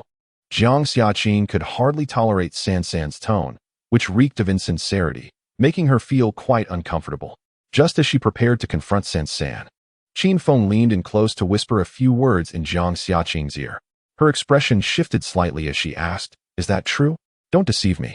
A liar cannot prosper, he assured her. Very well then, Jia and I shall leave first. You handle your affairs, and we can meet again in the evening. No problem. Li Lingjia was puzzled, wondering why Jiang Xiaoqing had suddenly backed down. Without offering an explanation, Jiang Xiaoqing took Li Lingjia's hand and hastily departed. Once outside the dining hall, Li Lingjia, feeling vexed, remarked, why are we leaving? Don't be timid. My dear, I've got your back. Jiang Xiaoqing replied joyfully. Qin Feng promised to write a song for me. Is that all? Li Lingjia exclaimed. Yes, exactly.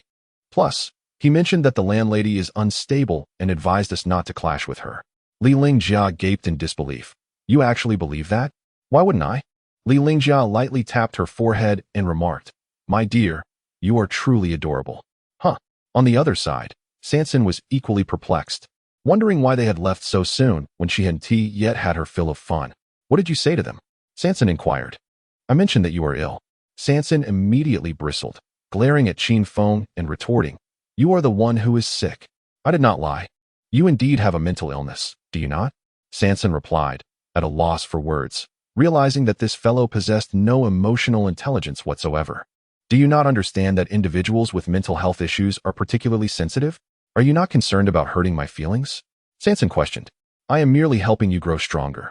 He stated, you, a typical man, may have your own issues, but yours are far more severe and beyond remedy. Sansan coldly huffed.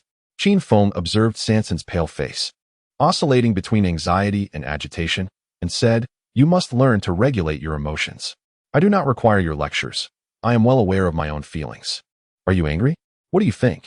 Sansan snapped. I drove a luxury car worth $6 million just to bring you breakfast, and you call me ill? So what if I am? Sansan stood up from her seat, raising her voice. Her outburst drew the attention of many patrons in the restaurant, some of whom began whispering among themselves. Qin Feng looked up at the fuming Sansan, sensing that her emotions were genuinely unstable. Indeed, his words were rather harsh and bore the semblance of manipulation. Just as Sansan felt on the verge of an explosion, Qin Feng suddenly interjected. I just recalled a wonderful song that would suit your voice perfectly. Do you have your guitar with you? This remark swiftly pulled Sansan back from the brink, and she nodded, inquiring, What song? What song? Let us find a secluded place. Where shall we go? The rooftop. Qin Feng led Sansan to a high rooftop of an experimental building, providing a more vivid view of the school's beauty. Yet, Sansan appeared quite uneasy, as her past psychological struggles often resurfaced in such heights, leading her to spiral into negative thoughts. Qin Feng intentionally brought her here to challenge and soothe her, aiding her in overcoming that mental barrier. Holding Sansan's exquisite handcrafted guitar worth $1 million, Qin Feng stood at the edge of the rooftop and sang Su Wei's The You of Yesteryear with heartfelt sincerity. In an instant, Sansan's heart found tranquility. Such is the power of music. Once harboring dreams of wandering the world, witnessing the splendor of life, the youthful heart was always a bit reckless. Now bearing the scars of experience, now you roam the seas, and the girl who once caused you pain has quietly vanished. Love always leaves you yearning and troubled, leaving you wounded. After the song concluded, Sansan's heart was once again enchanted. The moment the melody ceased, she could not help but exclaim, Continue. Why did you stop? With a smile, Qin Feng remarked, The song is finished. So, how do you conjure up so many exquisite melodies in your mind? I find it perplexing. Do not dwell on the incomprehensible. Rejecting mental exhaustion is the first step toward happiness, replied Sansan. Oh, you little brat, preaching to me? Hand me the guitar. Sansan took the guitar, reflecting on the score from the previous night, and began to strum and sing The One I Love by Zhou Huimin. Her voice, a blend of softness and strength, beautifully conveyed the melody, though some nuances required attention. With a few gentle prompts from Qin Feng, Sansan swiftly made the necessary corrections. Quite clever, Qin Feng praised. Sansan beamed, her smile more radiant than the recent raucousness of the restaurant. Just a moment ago, you called me foolish, she teased. Sometimes foolish, sometimes clever, he replied. Sansan continued to perform The One I Love repeatedly until Qin Feng expressed his satisfaction. Before they knew it, over half an hour had elapsed, marking the end of the first lesson. Let us go. I shall accompany you to class. Content. Sansan tucked the guitar away. Qin Feng, however, sat on the edge of the rooftop, his gaze suddenly distant, as if lost in contemplation. Hey, let us go. Why are you dawdling? Sansan nudged him. We've already missed the first class. I suppose skipping the rest doesn't matter, Qin Feng responded. Then I'll stay with you for a bit longer. Do you still wish to sing? My voice is nearly spent. I should rest. The two leaned against each other, and Sansan suddenly spoke. I always feel you don't quite resemble a university student. How old are you? I'm in my second year, he replied. I meant your age. As wide as the mouth of a bottle of nutritional drink, he jested. Sansan approached, pinching Qin Feng's arm. You cheeky little brother. Just a mouthful of bravado, huh? If it came to a real contest, you'd be quaking in your boots. You are mistaken. I am never afraid. I simply prefer to avoid responsibility, Qin Feng stated plainly. Sansan couldn't help but laugh at his candidness. You truly lay your flaws bare. It's quite amusing, she said. Responsibility is such a burden, isn't it? Indeed. Yet those who seek pleasure without accountability are merely being reckless. Do you agree? Qin Feng nodded, agreed. Hence my restraint. You are surprisingly sincere. Life is already quite exhausting. I do not wish to confine myself with societal constraints. Is it not better to live a little more freely, a little more joyfully? Qin Feng's words elicited a nod of agreement from Sansan, who then responded, Come. Sister will take you somewhere delightful, where joy awaits. Not going. Qin Feng swiftly declined. Yet Sansan insisted, Fear not, there will be no strings attached. It turned out that the place Sansan referred to was a bar, a vibrant establishment brimming with life and passion. Tonight, I shall lead you to revelry. And I assure you, you will be thoroughly pleased, Sansan said alluringly. Qin Feng, however, firmly rejected, Let us not. It's too crowded and lacks charm. I prefer to run laps on the playground. Sansan smiled and praised, You truly are a well-behaved child. Rest assured, we shall go to the bar, primarily. I wish to introduce you to my friends. all of whom are musicians and occasionally perform as resident singers at the venue. I do not know your friends and do not wish to go, San retorted, utterly speechless at this exceedingly straightforward man. Finally, unable to contain herself any longer, she exclaimed, I have many sisters who adore wearing black stockings, do you not? Before she could finish her sentence, Qin Feng turned his head, declaring with righteous indignation, in your eyes, am I merely a man who can only appreciate black stockings? Am I truly that vulgar? Isn't it so? San replied, her expression one of astonishment. You do not understand me at all. Brother, we have only known each other for 3 days. Very well. I shall grant you the opportunity to understand me better. Send me the address tonight, and I will swing by the bar. San chuckled and said, all right then. Here are the car keys. Do you have a driver's license? Who do you think you are looking down on? That's good. Consider this car a gift from me. If you find it difficult to drive, just let me know, and I will exchange it for you. Upon hearing this, Qin Feng remarked, you make me sound like a freeloader. Isn't being a freeloader delightful? Qin Feng declared loudly, in my lifetime, even if I were to starve or die in poverty, I would never live off a woman's generosity. San stifled her laughter and said, I believe you, I believe you. On a serious note, you just mentioned that there are other songs that would suit me well. Which ones are they? Let me play a piece for you first. All right. Qin Feng picked up his guitar once more, strumming the classic Cantonese song Qian Qian Ke Go. This timeless melody had long been etched in Qin Feng's mind. As he played, the beautiful tune instantly lifted San's spirits. Although he only played without singing, it still evoked endless imaginations. After the performance, San eagerly inquired, what a wonderful piece. Are there lyrics? Yes, but I only brought a pen, not paper. No paper? Then let us write on my hand. It won't write well. Then let us write on my thigh. With that, San boldly lifted her black long skirt, revealing her flawless legs. The close-up visual impact made Qin Feng's throat subtly move. At that moment, his mind was bombarded with countless characters.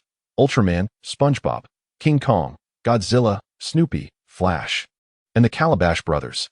During this time, Qin Feng imagined San as Ultraman, pondering how one could harbor inappropriate thoughts about Ultraman. Unfortunately, San continued to grit her teeth, wondering how Qin Feng managed to remain so composed. Was it a lack of attraction on her part? Or was he simply inept? Finally, after enduring for over 10 minutes, San completed her task. Qin Feng remained crouched, feeling quite embarrassed. However, a true gentleman knows how to humble himself. And he did not mind. Yet, San's expression was one of clear discomfort as she coldly stated, you are insulting me. Qin Feng, looking aggrieved, replied, I was solely focused on writing the lyrics. I neither touched nor groped. Do not wrongfully accuse me. 3 scoffed. This is the greatest humiliation you could inflict upon me. Qin Feng remained speechless. Women are indeed perplexing. Even someone as seasoned as Qin Feng sometimes finds it difficult to discern their intentions. Remember this term for now.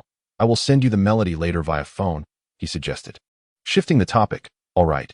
3 replied. Suddenly, an unsettling realization struck her, and she furrowed her brows, questioning, if the phone can send messages. Why are you writing on my thigh? I'm puzzled too. You insisted on lifting your skirt for me to write on your leg. Qin Feng responded innocently. You little brat. I'll hit you. 3 raised her hand, but Qin Feng stood still, unflinching. However, she ultimately refrained from striking him, opting instead to lightly pat his face with her fair hand. I'll let you off this time, but there won't be a next. The car is yours. I'm heading back now, she teased, playfully lifting Qin Feng's chin. Then, she forcefully handed him the car keys. Qin Feng, appearing reluctant, protested, hey, I don't want it. Whether you want it or not, you must take it. But could you please fill up the tank first? I'm a student, and I'm quite poor, she retorted.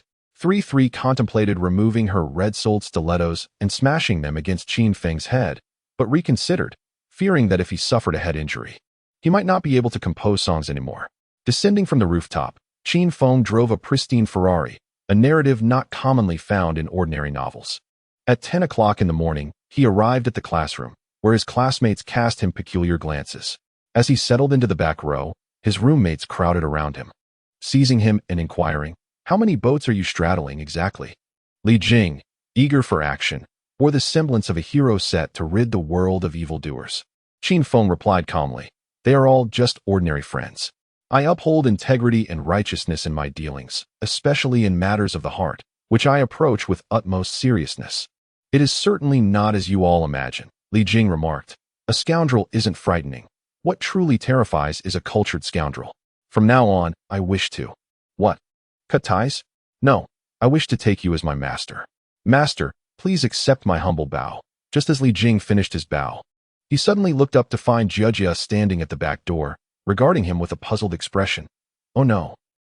Li Jing quickly rose, his face flushed, and hurried to clarify. We were just joking around, truly, just having fun. Jia, an ordinary-looking girl with a kind disposition, smiled and asked, May I sit with you? Of course, of course. Please do. Sit next to me, Li Jing stammered. Guo and the others exchanged knowing glances, immediately understanding the situation, and willingly vacated their seats. The first 2 periods of the morning were open classes, resulting in a crowded classroom. Seated beside Li Jing, Qin Feng teased, Little apprentice. Do you still wish to be my student? Go away. I have Jia as my study mentor. Do I still need you? Hurry along and find somewhere else to cool off. Are you sure? Missed this opportunity, and it may never come again. Certainly, please do not disturb my studies. Thank you. Indeed. In the presence of a beloved girl, boys tend to exhibit a pronounced sense of competitiveness. Yet, I remain uncertain of Jia's feelings toward Li Jing. During the lunch hour, Li Jing took the initiative to invite Jia to dine together, but she politely declined, having already made plans with her roommates. Afterwards, Li Jing gazed at Jia's departing figure, his expression gradually turning desolate. Qin Feng, resting a hand on his shoulder, inquired, What do you feel? A twinge of heartache and a flicker of excitement. Could this be love? Li Jing looked at Qin Feng, yearning for an answer. Qin Feng cleared his throat and replied, It cannot be classified as love, but it may certainly be termed as affection. But she is not my ideal type. Li Jing exclaimed. Therefore, a soulful connection can indeed be deemed affection. What I seek now is a soul that resonates with mine. Impressive, remarked Guo, the dorm leader. Unable to bear their conversation any longer, he interjected, Look, there are some black stockings in the hallway. Black stockings? Where? Over there. Indeed, even the most harmonious of souls cannot rival the allure of black stockings. That afternoon, Jiang Shaoqing and Li Lingjia, 2 stunning beauties, decided not to remain at school. Instead, they headed straight to the largest car dealership in the metropolis. As Jiang Shaoqing was intent on selecting a vehicle, My dear, you just obtained your driver's license and already wish to purchase a car? Are you certain that's wise? Li Lingjia expressed her concern. Of course, it's no problem. Don't you recall the last time I drove your car back from the suburbs? Li Lingjia sighed. I remember. You stalled 3 times at the traffic lights and kept driving on the solid line. Your points are about to be depleted. I don't care. That woman has a car. I must have one too. I cannot fall short, Jiang Shaoqing asserted with pride. However, one must not engage in blind comparisons. It is evident that driving is not your forte. Jiang Shaoqing then cleverly suggested, I could have Qin Feng drive my car. That way, we could see each other more often. Li Lingjia was taken aback by her friend's statement, realizing that this car was intended for Qin Feng. You truly are infatuated, Li Lingjia said, exasperated. Come on, let us pick one out. My father has agreed to my car purchase, so let us choose a cool one, something boys would like. Jiang Shaoqing said with anticipation. A cool car, like a Rolls-Royce Cullinan? Li Lingjia teased with a sarcastic tone. Rolls-Royce? ISNT that exorbitantly priced? How much? About 10 million, I believe. What? 10 million? Jiang Shaoqing was astounded, as she had little concept of car prices, only recognizing iconic brands like BMW and Mercedes. Is a car worth 10 million really that costly? Why? Jiang Shaoqing pondered. We shall find out by experiencing it, they declared, heading straight to the dealership, where an array of luxury vehicles awaited. Li Lingjia wished to test drive the latest Rolls-Royce Cullinan, only to be met with a request for financial verification from the sales staff. Feeling humiliated, she refrained from responding verbally to the salesperson. Instead, she retrieved a black bank card from her bag. Ladies, please hold on, the salesperson said, taking the card with a nonchalant expression to verify the funds. Jiang Shaoqing, aware of her friend's affluence, inquired, How much do you have left on your card? Not much, just a few tens of thousands, Li Lingjia replied with a smile. Can that amount be verified? Jiang Shaoqing asked, her curiosity piqued. Li Lingjia chuckled, Though I only have a few tens of thousands. That card allows for prepayments in the millions, my dear. I may be naive, but I am not foolish, all right? Clearly. Jiang Shaoqing was unaware of the true extent of her friend Li Lingjia's resources. Li Lingjia was the daughter of Li Qinglai, a real estate magnate in the bustling metropolis, with family assets exceeding billions. Additionally, Li Lingjia had proven her own mettle by starting a business during her university years as a beauty blogger, earning nearly 7 figures monthly. Therefore, Li Lingjia was not in want of money. Her black card was essentially a credit card with an exorbitant limit. Within minutes, the previous salesperson hurried back, beaming with enthusiasm as he greeted them. "Ladies, I apologize for not attending to you sooner. Do you have a particular model in mind? Could you fetch us some water? We're quite thirsty," they requested. "Of course, right away," he replied, rushing off. Seizing the moment, the two friends wandered around the showroom. In the sports car section, Jiang Shaoqing found herself dazzled. "These cars are stunning. No wonder boys adore sports cars. They truly have a captivating allure," she remarked with a smile. "The thrill of driving is even more intoxicating. But I'll pass. I usually only drive up to 60 km/h, and driving a sports car feels somewhat daunting." Soon, the salesperson returned, presenting them with sparkling water before patiently explaining each vehicle's performance, appearance, and price. The priciest car in the showroom was the latest Rolls-Royce Cullinan. With a staggering price tag of over 8 million, Jiang Shaoqing was utterly enchanted by the starry ceiling of the Cullinan, genuinely enamored with the romantic ambience it exuded. "I adore this ceiling," she said to her friend. Li Lingjia smiled in agreement. Indeed, kissing beneath such a starry ceiling would make everything sweeter. Jiang Shaoqing shot her a playful glare, teasingly retorting, "What are you babbling about? With whom would I be kissing? Qin Feng. Hey, don't spread rumors. Doing so carries legal consequences." Although Jiang Shaoqing insisted on not spreading rumors, her laughter was uncontrollable. Ultimately, Jiang Shaoqing chose the car and called her father. Her father was quite remarkable himself, a close friend of Li Lingjia's father. He built the Jiang Group from the ground up, primarily focused on pharmaceutical research, which has now become a leading enterprise in the country. For an average person, 8 million might be a lifetime's worth of earnings. However, for girls like Jiang Shaoqing and Li Lingjia, who were born with a silver spoon, it was hardly a significant sum. After the call connected, Li Lingjia snatched the phone and cheerfully announced, "Uncle Jiang, it's Jia. Qingqing has her eye on a car and wishes to practice her driving skills. I've already taken the liberty of settling the payment, and I'll reimburse you later." Jiang Jiamin responded with a warm tone. Jia, that's perfectly fine. She does need to hone her driving skills. Otherwise, she'll forget everything she learned at driving school. Go ahead and make the purchase. I'll reimburse you afterward." "Great." After the call ended, Jiang Shaoqing, with a look of innocent bewilderment, remarked, "I didn't say a word." Li Lingjia chuckled, all sorted. When Li Lingjia decided to buy the Rolls-Royce outright, the salesperson was overwhelmed with excitement.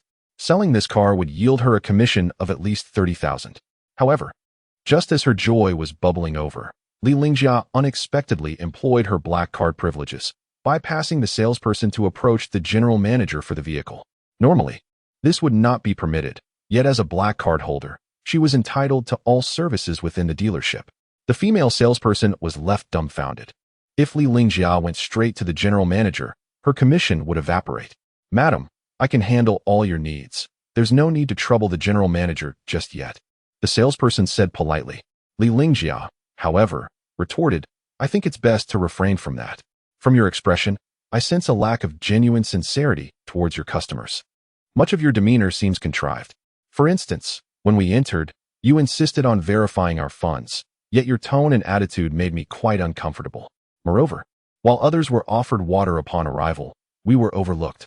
Do you assume that as young individuals, we cannot afford a car? Or is it something else? Please let me explain." The salesperson began. "I understand the challenges of your job, but I must reiterate, if your service does not meet my expectations, how can I be inclined to allow you to earn this commission?" Li Lingjia articulated her points with conviction. When the two girls initially entered, the salesperson had treated them with disdain, almost exhibiting contempt. Now, it was too late. The salesperson's eyes were red with unshed tears, attempting one last emotional appeal. Li Lingjia quickly interjected, "Everyone is quite busy, so let us not dwell on sorrow and anxiety. Please attend to other customers. Thank you for the water." With her forthrightness, Li Lingjia never concealed her feelings, causing the female salesperson to retreat in defeat, leaving Jiang Shaoqing feeling a twinge of sympathy. "Perhaps," Jiang Shaoqing said softly, Li Lingjia promptly dismissed the notion, saying, "No more talking. Let us go for a drive." Jiang Shaoqing had no choice but to relent, adjusting her mood and cheerfully suggesting, "Let us head to school and pick up Qin Feng." Li Lingjia mused, truly prioritizing romance over friendship. Qin Feng promised Jiang Shaoqing that he would compose a song for her, and he had no intention of breaking that promise. Jiang Shaoqing was a gentle and kind-hearted girl, akin to a raw gem. Consequently, Qin Feng prepared a melodious piece entitled Spring, Summer, Autumn, and Winter, a song he cherished dearly. He decided to record a short video for her, intending it as a delightful surprise. Girls generally adore such romantic gestures, and Qin Feng relished in creating these little surprises, as they often yield high returns with minimal investment from an economic perspective. After enjoying lunch, Qin Feng found an empty classroom to record Spring, Summer, Autumn, and Winter. Once he finished, he returned to his dormitory for a refreshing nap. When he awoke, it was already 4:30 in the afternoon, and he noticed over 10 missed calls on his phone.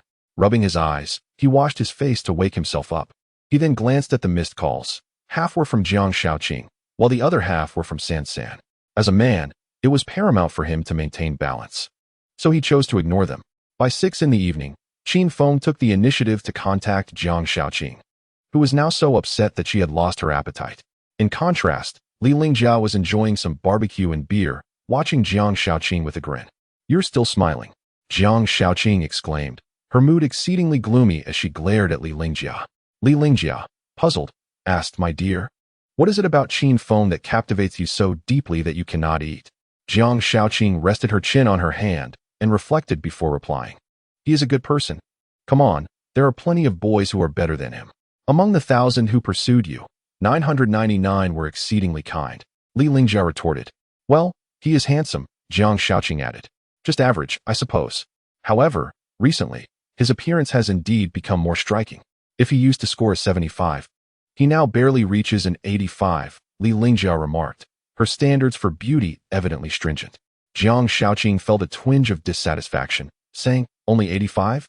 I believe he deserves a 95. Forget it. Your eyes are clearly filtered. Your ratings are inaccurate," Li Lingjia teased. Jiang Shaoqing chuckled shyly before continuing.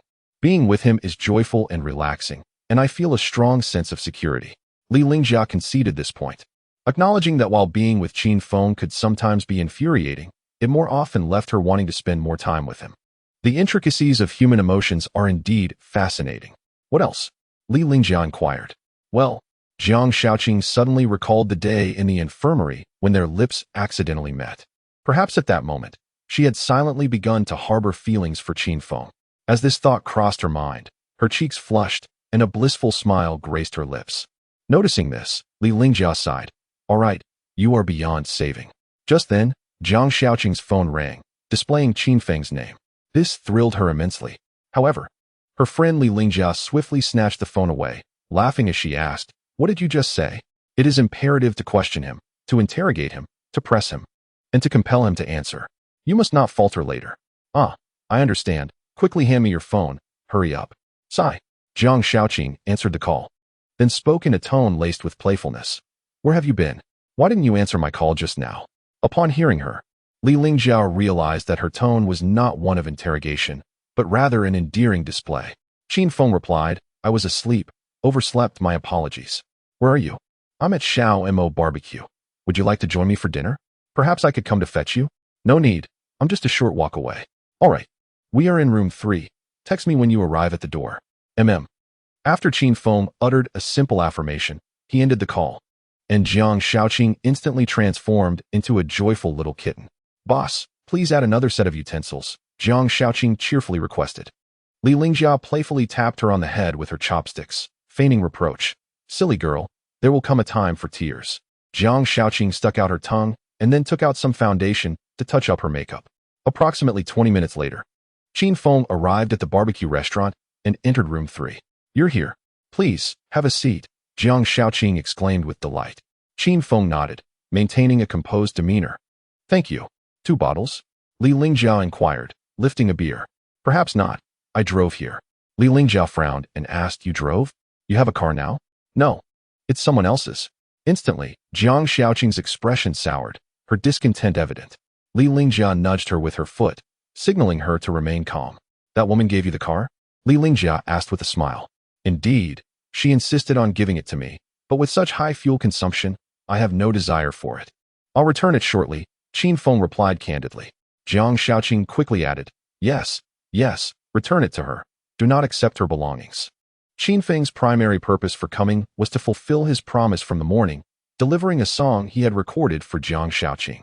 To add a sense of ceremony, he had sought out a recording studio to produce the music in the form of a cassette tape and had packaged it in a gift box. Qin Feng retrieved a blue gift box from his backpack and placed it on the table. Jiang Shaoqing immediately felt a rush of anxiety. She had received countless gifts before, including flowers, cakes, handbags, and a variety of items, with prices ranging from mere dozens to hundreds of thousands. However, all those gifts had come from individuals she did not care for, and she had returned each one. This time, her heart raced uncontrollably. Her gaze fixated on the gift box. This is a gift for you. It contains the song I recorded for you, and I hope you will enjoy it. Qin Feng said earnestly. Jiang Shaoqing was overwhelmed with excitement, struggling to control her emotions, her eyes slightly reddening. Thank you, Qin Feng, she said, touched. I will honor my promises. I dislike breaking commitments, Qin Feng replied with a smile. In those few simple exchanges, Qin Feng did not overtly attempt to win Jiang Shaoqing's favor. Instead, one should position oneself on equal footing with the other. The results are immediate. Jiang Shaoqing was exceedingly delighted with this gift. Can I open it now? She inquired, her voice brimming with anticipation. Of course, came the reply. In front of Qin Feng, Jiang Shaoqing unwrapped the gift box and discovered a tape recorder, though regrettably, there was no device available to play the tape. You can listen to it later. I hope you will enjoy it, Qin Feng gently remarked. This gift, to speak candidly, was not extravagant at all, yet for Jiang Shaoqing, it held profound significance. Her close friend, Li Lingjia, had always perceived Qin Feng as unreliable, yet this time, she felt a twinge of envy. Thus, Li Lingjia teasingly remarked, Hey. Isn't there a gift for me? Aren't you afraid I'll speak ill of you in front of Qingqing? Qin Feng shook his head, stating no. I didn't prepare anything for you. At that moment, Li Lingjia felt an urge to strike him. This man was utterly dull, simply insipid. I don't wish to see him again, was the most genuine thought in her heart. However, in the next instant, her sentiment shifted entirely, for Qin Feng had uttered, next time, I can bring you a gift. Such mastery of the situation was effortlessly executed. Every time Qin Feng speaks, he does so with a gravity that imparts an air of earnestness. Although Li Lingjia often finds herself critiquing Qin Feng, the prospect of receiving a gift brings her undeniable joy, albeit she chooses to conceal this delight deep within her heart. Will you keep your word? Li Lingjia inquires. Of course, comes the reply. In that case, I shall also present you with a gift as a token of gratitude. Is this a mutual endeavor? She muses, finding the notion rather agreeable. However, Qin Feng's phrase mutual endeavor suddenly renders Li Lingjia somewhat flustered, her usual carefree demeanor momentarily replaced by a sense of unease. Jiang Shaoqing, with an adorably puzzled expression, wonders, how did you two reach this mutual understanding? What about me? Fortunately, Li Lingjia quickly shoots a disapproving glance at Qin Feng, correcting. Who said anything about a mutual endeavor? This term cannot be used so casually. It's somewhat similar, he retorts. Not at all. Li Lingjia is adamant about not vying for her friend's affection. Moreover, she is resolutely determined never to harbor feelings for this individual. Yet, in a fleeting moment of distraction, she catches a glimpse of Qin Feng, intently savoring skewered delicacies, and finds him unexpectedly charming. No, this cannot be. Silence. Banish such thoughts, she mentally admonishes herself. After a brief meal, Qin Feng prepares to depart. Jiang Shaoqing, reluctant to see him go, implores, where are you off to? Stay a while longer. I have plans with a friend. You two enjoy yourselves. Friend? What kind of friend? Male or female? Unbeknownst to her, Jiang Shaoqing has crossed a boundary. Thankfully, Li Lingjia discreetly pinches her to remind her to rein it in. Without reservation, Qin Feng responds, female. The evident disappointment and dismay on Jiang Shaoqing's face are unmistakable, yet she feigns composure as she remarks, well, have fun, bye, let's catch up later. All right, goodbye. Qin Feng swiftly exits the private room, unencumbered by hesitation. In Qin Feng's perspective on love, interactions between men and women should remain ephemeral. That delicate balance of intimacy and distance is what truly captivates, embodying the notion that beauty is born of distance. Jiang Xiaqing, inexperienced in the ways of the world, remains oblivious to this truth. Once Qin Feng has left, she cannot resist the temptation and pops open a can of beer. "Hey, what are you doing?" Li Lingjia exclaims in shock. "Drinking, of course. What's the problem?" Jiang Xiaqing retorts. "Dear girl, don't frighten me. The last time you had a bottle of Rio, you transformed into a magical girl. When you get drunk, I won't be able to carry you," Li Lingjia warns, her voice tinged with concern. Jiang Xiaqing dismisses her worries. Gazing at Li Lingjia with her large, defiant eyes, "Don't worry about me. I weigh only 48 kilograms. You may be 48 kilograms now, but once you're intoxicated, it will be a different story," Li Lingjia counters. "Oh, whatever." Meanwhile, Qin Feng has already climbed into his Ferrari, headed towards the trendy bar owned by his friend San, a place known for its calming atmosphere, in contrast to the raucous nightlife of typical bars. While driving, San calls, "Hello, Qin Feng, where are you? Should I come to fetch you?" Her voice brims with enthusiasm. "There are still 2 traffic lights ahead." "Very well. I shall step out now and await your arrival at the entrance." The feeling of having someone waiting is quite splendid. Qin Feng accelerated appropriately. Yet the neon-lit streets were severely congested at night. In certain stretches, even the desire to speed seemed futile. During the traffic jam, Qin Feng idly gazed into the distance when, fortuitously, a curvaceous dancer approached his supercar and tapped on the window. He lowered the window, perplexed, and inquired, "Is there something you need?" The dancer, with her flowing waves of hair and a plunging neckline, replied, "Handsome, could you give me a lift? I'm in a hurry." She swayed her body, her voice dripping with allure. "Are you certain you're in a hurry?" he asked. "Yes, indeed, I'm quite anxious. I'm headed just up ahead. It's on your way. But it's congested right now, can't you see? Not to worry, my ankle is sprained. And walking is quite arduous." The dancer was undoubtedly skilled in her craft, though her proficiency in other arts remained uncertain. Qin Feng allowed her to enter the vehicle, and the woman appeared elated as she settled in. Once inside, she deftly adjusted the seat and placed her bag, then cast a flirtatious glance at Qin Feng, saying, "Handsome, could you help me fasten my seatbelt? It's my first time in such an extravagant sports car." Of course Qin Feng complied, securing her seatbelt. As he turned slightly, the cunning woman blew warm air against his cheek, clearly a seasoned seductress. Alas, she had encountered Qin Feng. After fastening the seatbelt, she intentionally tugged at it, revealing a generous portion of her alluring figure. Qin Feng remained unfazed, adopting an air of aloofness. The dancer, undeterred, inquired leisurely, "Handsome, is this car yours?" "Why wouldn't it be?" Qin Feng retorted. "To drive such an opulent vehicle at such a young age is quite admirable. May I have your contact information?" she continued. Speaking for herself, Qin Feng chose to disregard her inquiry, allowing an awkward silence to envelop them. The dancer, accustomed to grand occasions, was not disheartened. Rather, her interest piqued. She remarked, "Handsome, don't misunderstand. I'm not intentionally flirting with you. I simply feel there is a certain destiny between us." Qin Feng still did not deign to meet her gaze. The woman thought to herself, "Ah, playing hard to get, is it? How intriguing." She feigned urgency, saying, "Handsome, are you afraid of me? Just turn your head and take a look." Qin Feng turned, coldly asking, "What is it you wish for me to see?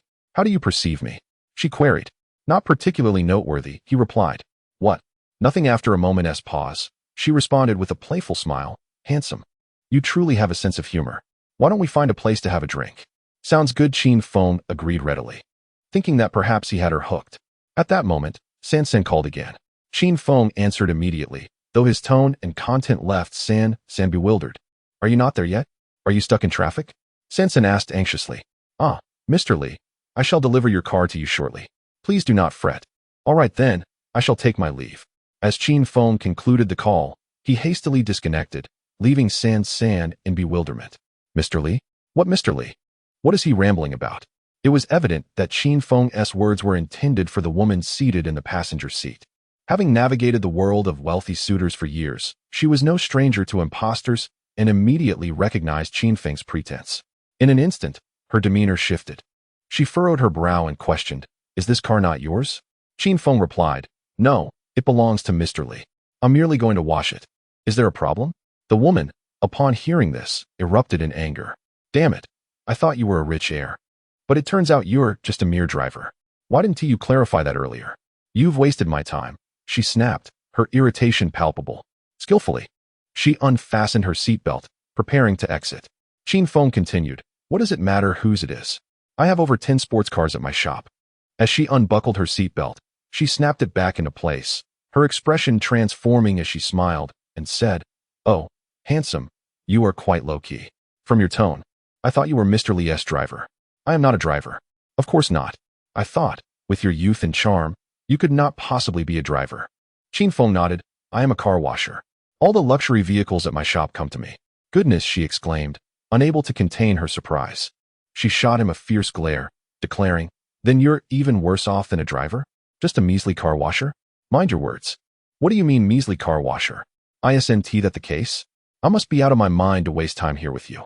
As she unfastened her seatbelt once more, Qin Feng interjected, even a car washer can have their moment. In Shanghai, I own over 30 car wash franchises and currently earn a 9-figure income. Were you looking down on me just now? The woman, taken aback, felt a wave of embarrassment wash over her, and she rebuckled her seatbelt.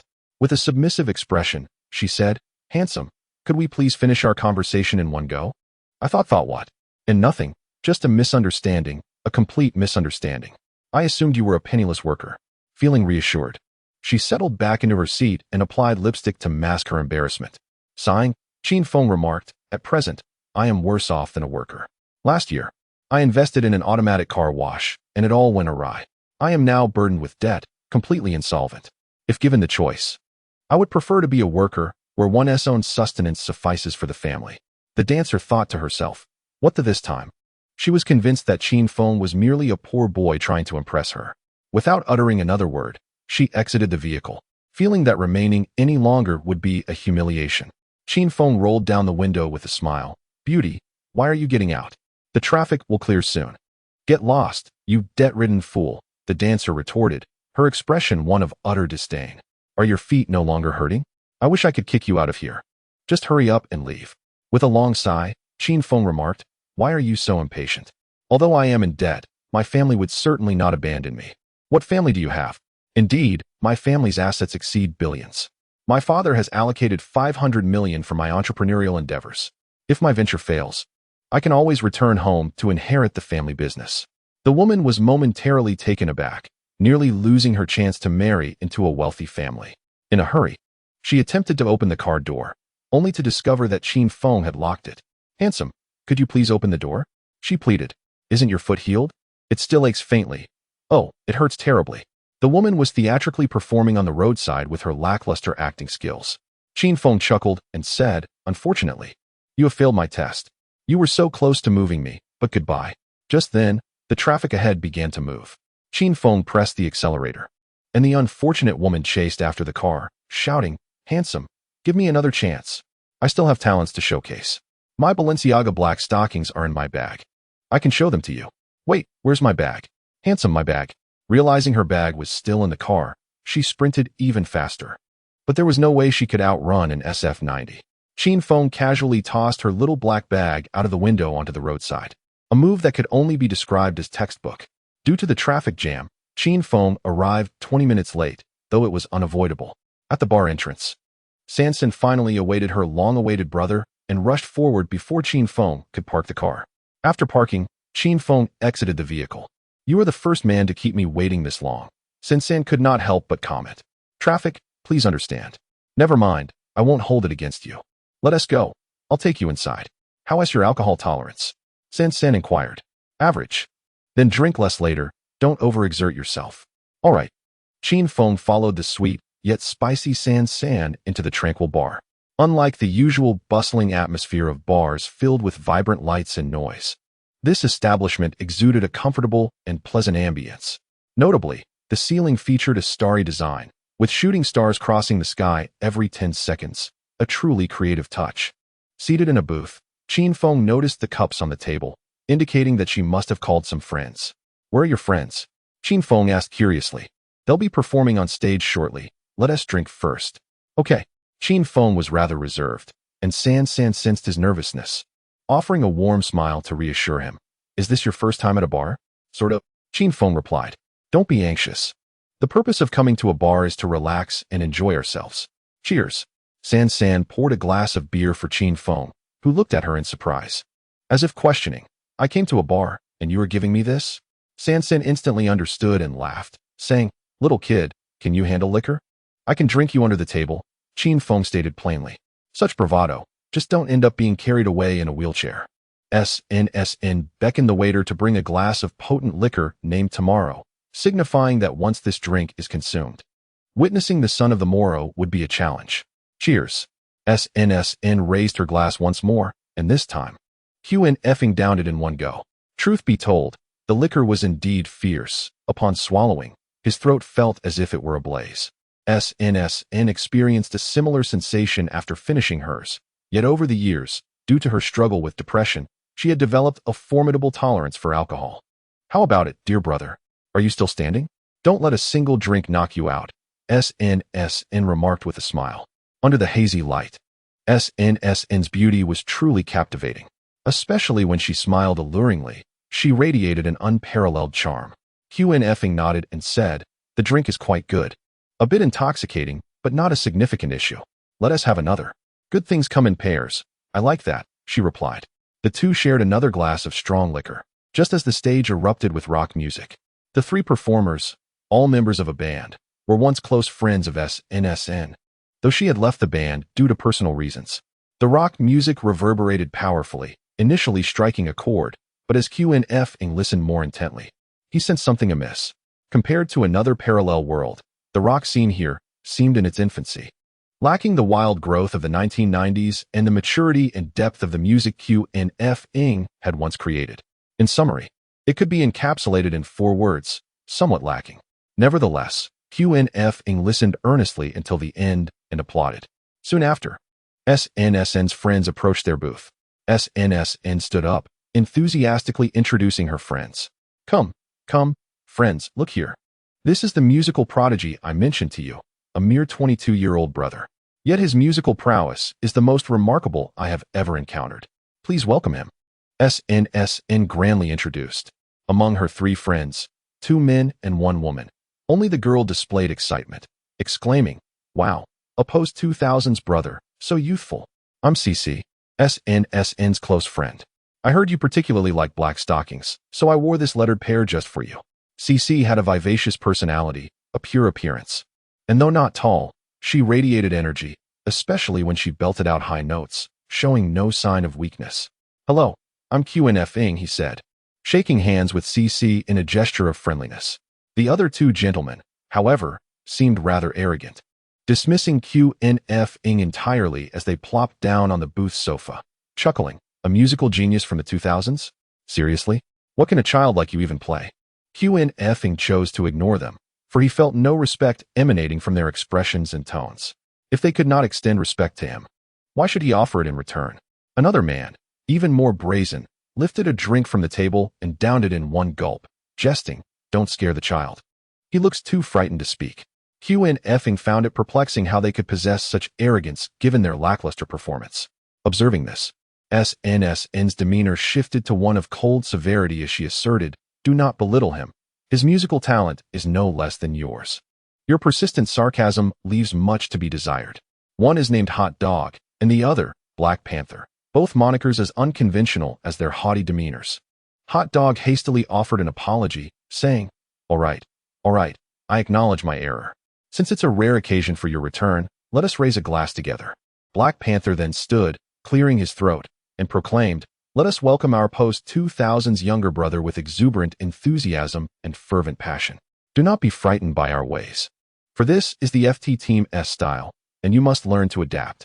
A chuckle escaped Qin Feng's lips as he raised his head and exclaimed, I shall adapt to your nonsense. This remark plunged the atmosphere into an abyss, for even the amiable CC could not condone such insults. Brother, your manners leave much to be desired, CC pouted. Hot Dog and Black Panther, rather than being offended, erupted into laughter, exchanging glances and remarking, if you cannot handle the jest, then you are simply dull.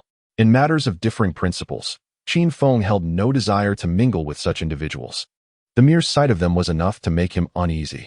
As Qin Feng prepared to depart, Sen halted him, declaring, Qin Feng, do not throw a tantrum. My friends may be a bit eccentric, but do not stoop to their level. Hot Dog, Black Panther, if you two do not apologize, we shall sever ties right here. San's words were heavy, causing Hot Dog and Black Panther's expressions to darken. How absurd. He insults us and demands an apology? We owe him nothing. They retorted. You've been absent from the scene for 2 years. Have you lost your wits? You would sever ties with us over such a child? He is but a little brat, incapable of grasping even the basics of guitar. Do not let him deceive you. Perhaps you should download an anti-fraud app. The belittlement of Qin Feng stirred San's ire. In a fit of rage, she seized a cup and smashed it to the ground, exclaiming, "Silence!" CC, witnessing this outburst, was taken aback and quickly signaled to Hot Dog and Black Panther to quieten down. While soothing San's emotions, she turned to Qin Feng and said, "Brother, I apologize for our indiscretion. We musicians often speak without a filter. If we have offended you, please do not take it to heart. I extend my apologies on their behalf." Qin Feng replied, "There is no need for that. They merely think me inadequate. I can sing a song." "Yes, indeed. Perform a piece you excel in, and enlighten us," CC said eagerly. Upon hearing that Qin Feng would sing, San's mood began to lighten. Approaching her, Qin Feng noticed the red veins in her eyes and felt a surge of gratitude. She had truly stood by him just moments before. "This song is for you. I hope it brings you joy." Qin Feng smiled at San. He then took the stage, and applause erupted from the audience. They perceived only a youthful boy before them, applauding his courage. Hot Dog and Black Panther clinked their glasses, chuckling. "We have never encountered such absurdity in our lives. Let us see how well he sings." Qin Feng stood on stage for a considerable time, pondering which song to perform. The audience below sensed his nervousness and clapped to encourage him. "Child, if it's too much, just come down. Don't embarrass yourself up there." Youthful exuberance. "I understand, brother. I forgive you." The banter between Hot Dog and Black Panther was rather unrefined, prompting CC to shoot them a glare to silence them. After a minute had passed, Qin Feng finally settled on his choice and began to sing Moonlight Serenade by Hakan Lee, a classic song that, much like his own, was a heavyweight of its era and performed in Cantonese. Before long, Qin Feng found his rhythm, and as he sang the opening line, the audience's attention sharpened. Cantonese songs were a rarity, let alone melodious ones, and Qin Feng's performance invigorated the crowd. Still leaning against sleepless nights, gazing at the stars. Still hearing the violin weep and tease. Why is there only a sliver of moon left in my sky? After this night, communication shall cease, like the bright moon above. It cannot be possessed. Love, like a melody, leaves only an irretrievable farewell. Why does disappointment fill my emptiness? This night, there were no goodbyes, still speaking of forever. But it's merely an excuse. I never intended to part, yet every moment, my heart remains hers. She, like this moon, remains silent. The violin solo echoes the half-moon leaning into autumn.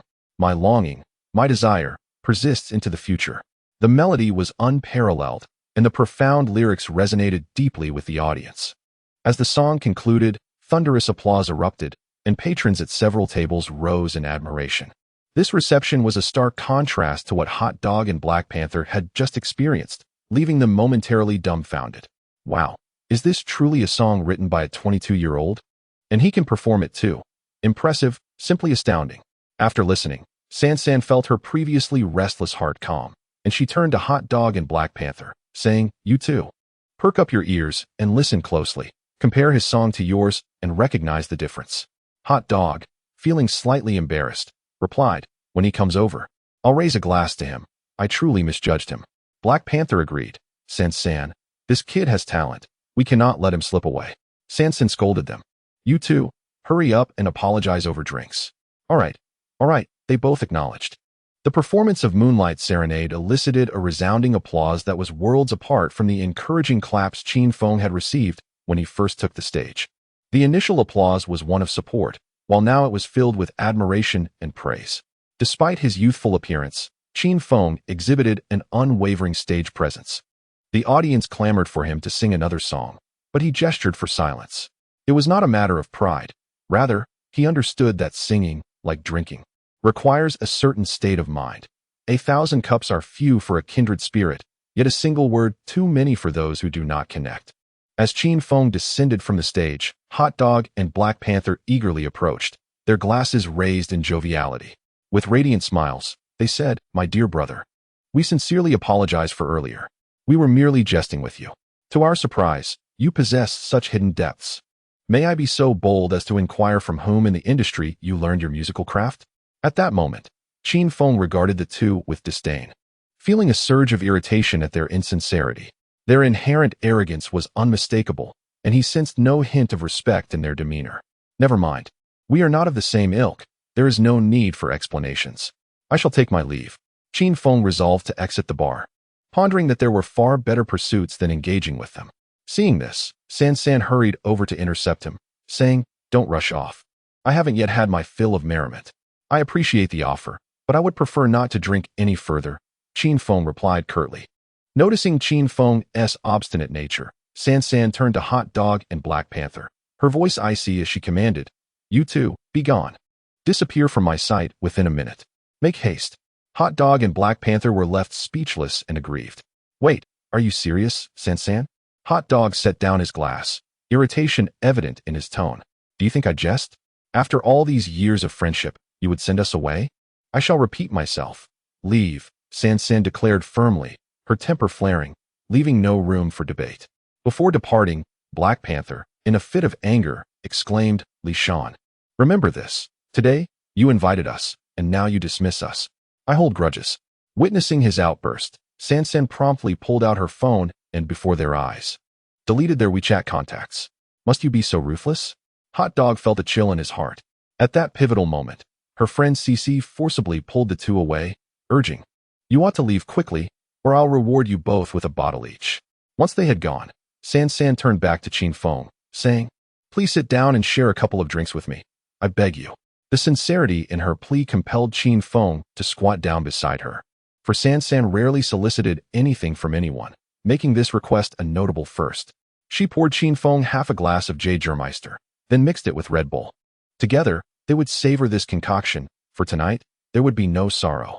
San flashed an alluring smile, while Qin Feng filled her glass with an equal measure of Jägermeister and half a glass of Budweiser, stating, "Budweiser cures all ills, while Jägermeister severs deep attachments.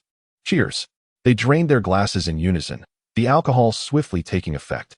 San, resting her chin on her hand, gazed deeply into Qin Feng's eyes and remarked, "Every song you write carries a story, yet your expression remains as blank as a canvas. How curious. As I've said, do not dwell on what is incomprehensible. What do you seek in life? A life devoid of desires, filled with joy and freedom." Upon hearing this, San couldn't help but burst into laughter, clapping her hands in admiration. "At such a young age, you already possess such profound insight. I am impressed. Let us toast once more." And so, Qin Feng and San continued to drink, losing track of time and the potency of the alcohol. At this moment, in another booth, two pairs of clear eyes were silently fixed on Qin Feng. "Sister, are you certain he is the man from the video? I feel it's not him. The voice is quite similar, and his singing style is uniquely distinctive. I believe it is him. Shall we go and ask?" "No rush. Let's wait a bit." "All right then." In the elegant VIP booth number 9, a pair of identical twin sisters were intently observing Qin Feng. The elder sister, Chao Jinjia, was the president of Zhuomei Group, while her younger sister, Chao Jingjing, was a Harvard graduate. Though they were identical twins, their personalities were entirely different. Jinjia possessed a cool and graceful demeanor, embodying the essence of a sophisticated woman, standing at 1.75 meters and weighing 50 kilograms. Her exquisite features reflected a delicate beauty typical of Eastern elegance, making her suitable for bold makeup. However, even without makeup, she could effortlessly outshine 99 of women. At the age of 25, she had once been named among the top 100 most beautiful faces in Asia, ranking 15th. Her sister, Chao Jingjing, had a lively and cheerful personality with a passion for travel. She had once embarked on a solo backpacking journey around the globe and had served as an ambassador for wildlife conservation in Africa, where she had tanned considerably. Nevertheless, thanks to her strong genetic beauty, she managed to regain her complexion in less than a month. Currently, she had returned to her homeland to serve as the marketing planning director at Zhuomei, overseeing the live broadcast segment. Zhuomei was a media company, and it just so happened that the sisters had gone out to unwind, hoping to find a slightly tipsy state. Unexpectedly, the song Half Moon Serenade captivated Jinjia. Due to the dim lighting in the bar, Jinjia could not clearly see Qin Feng's appearance. Sister, aren't we being a bit voyeuristic? Jingjing whispered to Jianjia. Not at all. Jianjia coldly replied. Qin Feng was oblivious to their presence, engrossed in drinks with San San. It was only when San San began to appear somewhat dazed that Qin Feng realized she had had too much to drink. You're drunk, Qin Feng said, looking at San San. Just pretending. No, you're genuinely drunk. San San shook her head, stretched her alluring waist, and leaned closer to Qin Feng, saying, being drunk is even better. Let us do something even crazier. Like what? How about I lend myself to you for a night? What would you do with me? San San gazed at Qin Feng with eager eyes. Qin Feng pondered for a moment before replying. Do you have Pinduoduo on your phone? I still need one more cut. San San. Each time the atmosphere reached a perfect crescendo, Qin Feng would douse it with a bucket of cold water, which was quite infuriating. Are you a virgin? San San boldly asked, looking at Qin Feng with longing eyes. How should he answer that? In this world, he certainly was. As Qin Feng hesitated, a mischievous smile spread across San San's face as she said, I see, little brother. Tonight, I'll take you to accomplish the most important thing in your life. Perhaps the effect of the alcohol took hold, as San San's body instinctively leaned towards Qin Feng, and she rested on his lap. Qin Feng's gaze fell upon her perfect curves, and for a moment, he was uncertain where to focus his attention. Coincidentally, at that moment, San San's friend Cici returned to the booth. When she beheld San San's posture, she mistakenly assumed that San San was. Hence, Cici promptly addressed Qin Feng, saying, Hey, you mischievous little brother, I warn you, do not bully our San San. Do not take advantage of her vulnerability. Qin Feng raised his hands innocently, claiming, I haven't done anything. What else do you intend to do? Cici inquired. At that crucial moment, San San lifted her body and turned to Cici, expressing a message through her lips that consisted of merely 3 words. Having been best friends with San San for many years, Cici instantly comprehended the meaning. Consequently, Cici awkwardly retreated, smiling as she remarked, You two carry on. I want to interrupt. Just remember to take good care of San San tonight. Bye. With that, Cici hurriedly departed, fearing to disrupt San San's romantic moment. San San, on the other hand, wrapped her arms around Qin Feng's neck, seemingly reveling in the current flirtation. I've had too much to drink. Take me away.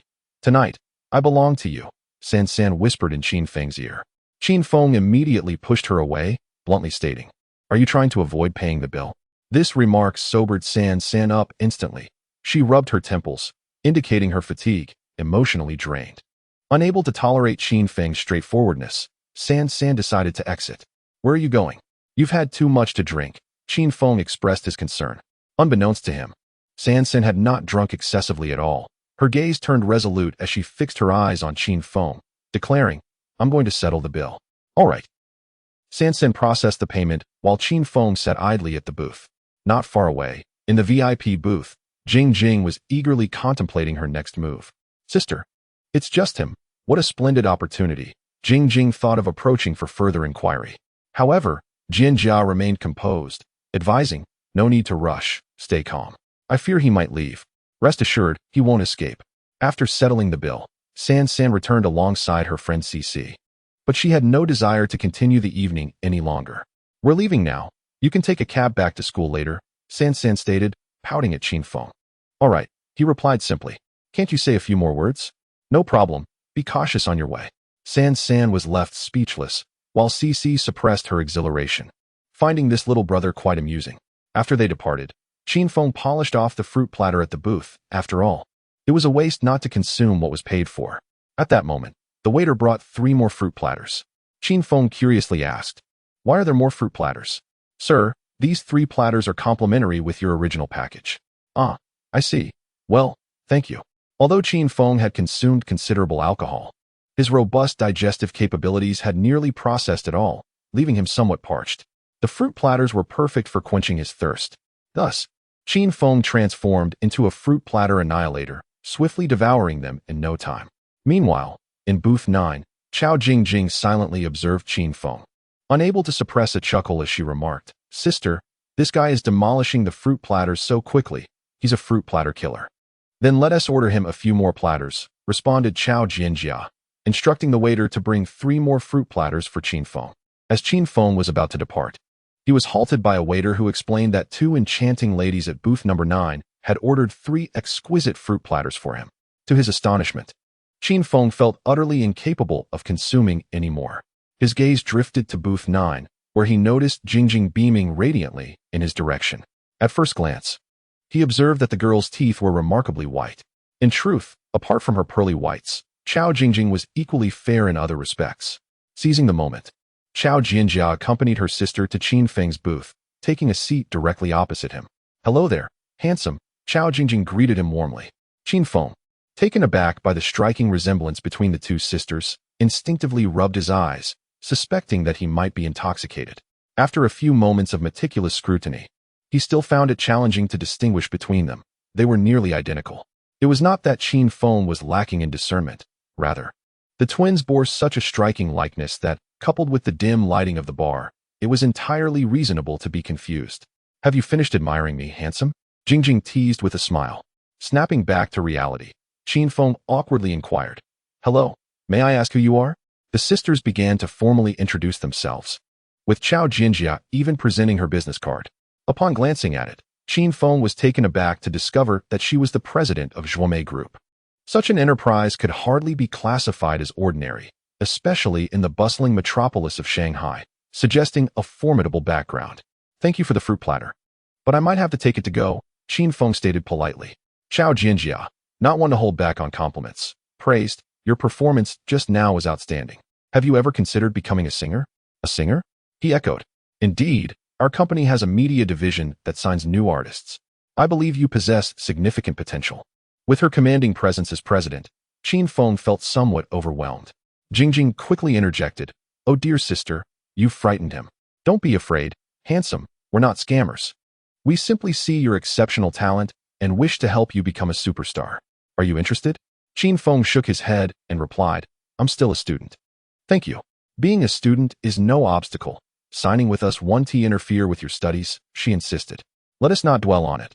I truly appreciate your kindness."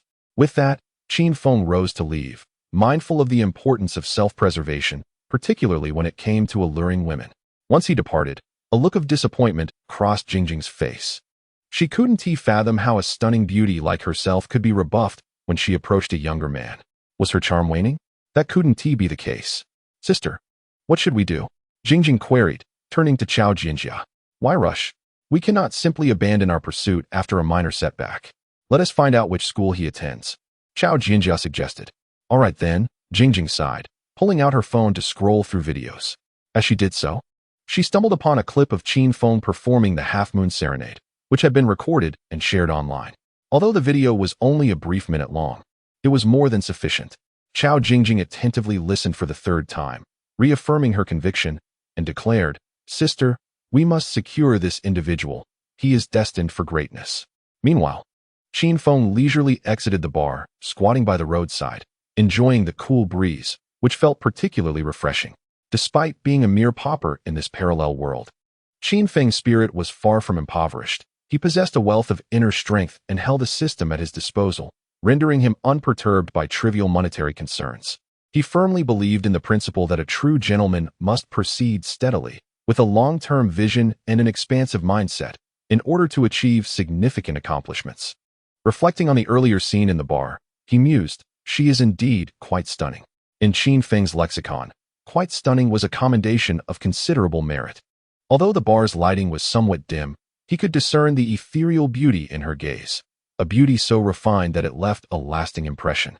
Such ethereal beauty was rare among women, with Qin Feng recalling only a few: Jiang Shaoqing, Li Lingjia, Sen San, and a sports goddess from school, whose name had slipped his mind. In Qin Feng's perspective, the world is never devoid of attractive visages. A girl, no matter how lovely or well-proportioned, remains ordinary without depth or an inherent charm, akin to mass-produced cola, endlessly available, yet lacking uniqueness. There are no perpetual 18-year-olds, yet there are always girls who are 18. The passage of time, an inevitable force, spares no one. Therefore, in Qin Feng's philosophy of love, the best is invariably the next. Though this may sound somewhat callous, it reflects a pragmatic approach to life. One lives but once. There are no prescribed ways to navigate existence. At present, Qin Feng's aspiration is to acquire a wealth of skills. In a world of myriad professions, he aims to master at least 300. His next endeavor is to delve into traditional Chinese medicine, inheriting the precious legacy of his ancestors. Having indulged in alcohol earlier, he could not drive his SF-90 and opted for a designated driver instead. It was already 11:30 at night, and he anticipated difficulty in finding a driver. Yet to his surprise, his request was promptly accepted. Shortly thereafter, the driver arrived on a bicycle, appearing to be in his 30s. Upon meeting Qin Feng, he exhibited a courteous demeanor. "Thank you for your efforts, sir," Qin Feng politely remarked. "It is my pleasure to serve you," the driver replied. As they journeyed, Qin Feng struck up a conversation. "You are quite dedicated to be working so late," he said with a smile. The driver responded, "It's still early. I usually return home around 3 in the morning. Is your body able to handle it?" Qin Feng inquired. "I'm used to it. It's all for the sake of living. The cost of living in this metropolis is exorbitant. My rent alone exceeds 4,000 monthly, and it's for a cramped, dilapidated place. My family of 3 is squeezed into less than 30 square meters." Listening to his story, Qin Feng felt a pang of sympathy. "Do you have a job during the day?" he asked. "Indeed, I am employed at a private company, and in the evenings, I deliver takeout, followed by driving at dawn." "So, you are working 3 jobs in a single day? That is quite the endeavor. As long as I can earn money, everything else is inconsequential. My dream is to own a house in the bustling metropolis of Shanghai, where my future child can grow up." The happiness radiated from the master's face as he spoke these words, clearly reflecting the driving force behind his spirit. "Keep it up, master. I will strive diligently." Pushing forward and persevering. "No, I meant for you to accelerate. The car behind us is honking," Qin Feng remarked, slightly breathless. The master, feeling a bit embarrassed, hurriedly explained. "I apologize. This is my first time driving such an expensive vehicle, and I dare not go too fast. If I were to inadvertently scratch or bump it, it would render a year's salary futile. Drive boldly. There's nothing to worry about." In the early hours, Qin Feng finally arrived at the school, and the master happily received his payment. "Why don't you take a rest tonight, master? You look exhausted. Your eyelids are battling each other. If I hadn't been chatting with you, you would have likely dozed off," Qin Feng said to the master. The master, feeling a twinge of guilt, replied, "I have indeed been a bit weary lately. Well, I shall take my leave, young man." As Qin Feng watched the master turn and walk away, he suddenly asked, "Master, do you smoke?" The master was momentarily taken aback, then shook his head with a smile, saying, "I've quit." "Why? My wife doesn't allow me to." "Well, that's understandable." The master's simple response encapsulated a poignant sorrow. Perhaps his wife was concerned for his health, or perhaps there were other reasons, which Qin Feng could not ascertain. Yet, he couldn't help but ponder, what does marriage truly bring to a man? Later that night, Qin Feng returned to his dormitory to find his roommates sprawled out in deep slumber. He quietly took a shower and then retired for the night. Meanwhile, in a different location, a stunningly beautiful young lady was wreaking havoc at a villa, intoxicated. Jiang Shaoqing had consumed a mere 1.5 bottles of beer before losing control of herself. Li Lingjia exerted tremendous effort to escort this lady back to the villa. Once inside, Jiang Shaoqing completely let loose. Her previous ladylike demeanor entirely vanished. Li Lingjia could only laugh and cry at the absurdity, having set up the camera to record the entire evening. Jiang Shaoqing, oblivious to the chaos, lounged on the sofa, gazing at Li Lingjia with bleary, drunken eyes, and said, "Don't move." Li Lingjia chuckled, "I'm not moving. Liar. You're swaying back and forth, making my head spin." Li Lingjia sighed and said, "Darling, you've had too much to drink. I haven't tea. I'm perfectly fine. It's just 2 bottles of beer. How could that be too much?" Jiang Shaoqing protested. "Actually, it's 1.5. Jiang Shaoqing cutely gestured a peace sign, declaring, "A fairy's drinking capacity is not your concern. All right, but can you first drink this glass of milk? I need to use the restroom." Li Lingjia said with a smile, "I don't want to go anymore." "Then what do you wish to do?" "I want Qin Feng." Jiang Shaoqing, with her tears brimming, gazed at Li Lingjia, her eyes reflecting a hint of vulnerability. Gradually, the tears threatened to spill over. "Am I being too foolish?" Jiang Shaoqing inquired of her close friend. Li Lingjia shook her head, replying, "This is the essence of youth. If youth were a book, yours would undoubtedly be a narrative of pain." Jiang Shaoqing lamented, "I yearn for a tale of sweetness. After all, one must endure hardship before tasting joy, right? Is that truly the case? Do you believe that Qin Feng and I might end up together?" Li Lingjia, unable to bear her earnestness, refrained from uttering the truth, and instead playfully remarked, "There isn't a man in this world who wouldn't wish to be with you, unless he were blind." Ha ha ha, Jia, please don't say that. I have flaws too. Such as? I constantly feel that my backside is too large, lacking harmony. Li Lingjia retorted, "What do you know? Men adore figures like ours. The right curves should indeed be pronounced." "Really?" Jiang Xiaqing questioned, a hint of mischief in her voice. Suddenly, Jiang Xiaqing recalled a matter of utmost importance. "What about the gift from Qin Feng?" "The gift? The gift?" she exclaimed anxiously. Prompted by her reminder, Li Lingjia, too, felt a pang of forgetfulness. She hastily rummaged through her bag, but found no gift box. Oh no, could it have been left at the barbecue shop? Li Lingjia pondered internally. Jiang Xiaqing was on the verge of tears, pacing in distress. What should I do? What should I do? It's all my fault. I should have been more careful. Li Lingjia rushed to console her. Don't panic. I will head to the barbecue shop right away. Just hold on, darling. As she was about to leave, Li Lingjia's eyes caught a glimpse of the gift box nestled in the corner of the sofa. She quickly retrieved it, exhaling a sigh of relief. Here it is. Here it is. Upon unboxing the gift, Jiang Xiaqing's tears ceased instantly. Inside the box lay a cassette tape, and Li Lingjia had a dedicated player for it. Once everything was set up, the melodious strains of Jay Chou's Calixiang began to play, accompanied by the distinctive timbre of Qin Feng's voice emanating from the speakers. Outside the window, the sparrows chatter on the power lines. You say this line evokes the essence of summer. The pencil in my hand dances back and forth on the paper, and I use a few lines to describe who you are to me. The taste of mackerel. Both you and the cat wish to comprehend. The fragrance of first love has been rediscovered by us. That warm sunlight is akin to freshly picked strawberries. You say you can't bear to let go of this feeling. The rain falls all night. My love overflows like the deluge. Leaves fall in the yard, stacked thick with my longing. A few words of gossip cannot extinguish my fervor. You appear on every page of my poetry. The rain falls all night. My love overflows like the deluge. Butterflies on the windowsill flutter like beautiful chapters in poetry. I continue to write, embedding I will love you forever into the closing lines of my poem. This song by Qin Feng was unlike any before. It was a love ballad. And particularly in the climactic phrases, it completely captured the heart of a blossoming maiden. Who could possibly resist such a melody?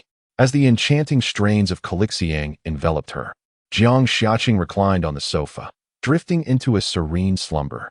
Li Lingjia carefully covered her best friend with a blanket, then leaned beside her and closed her eyes.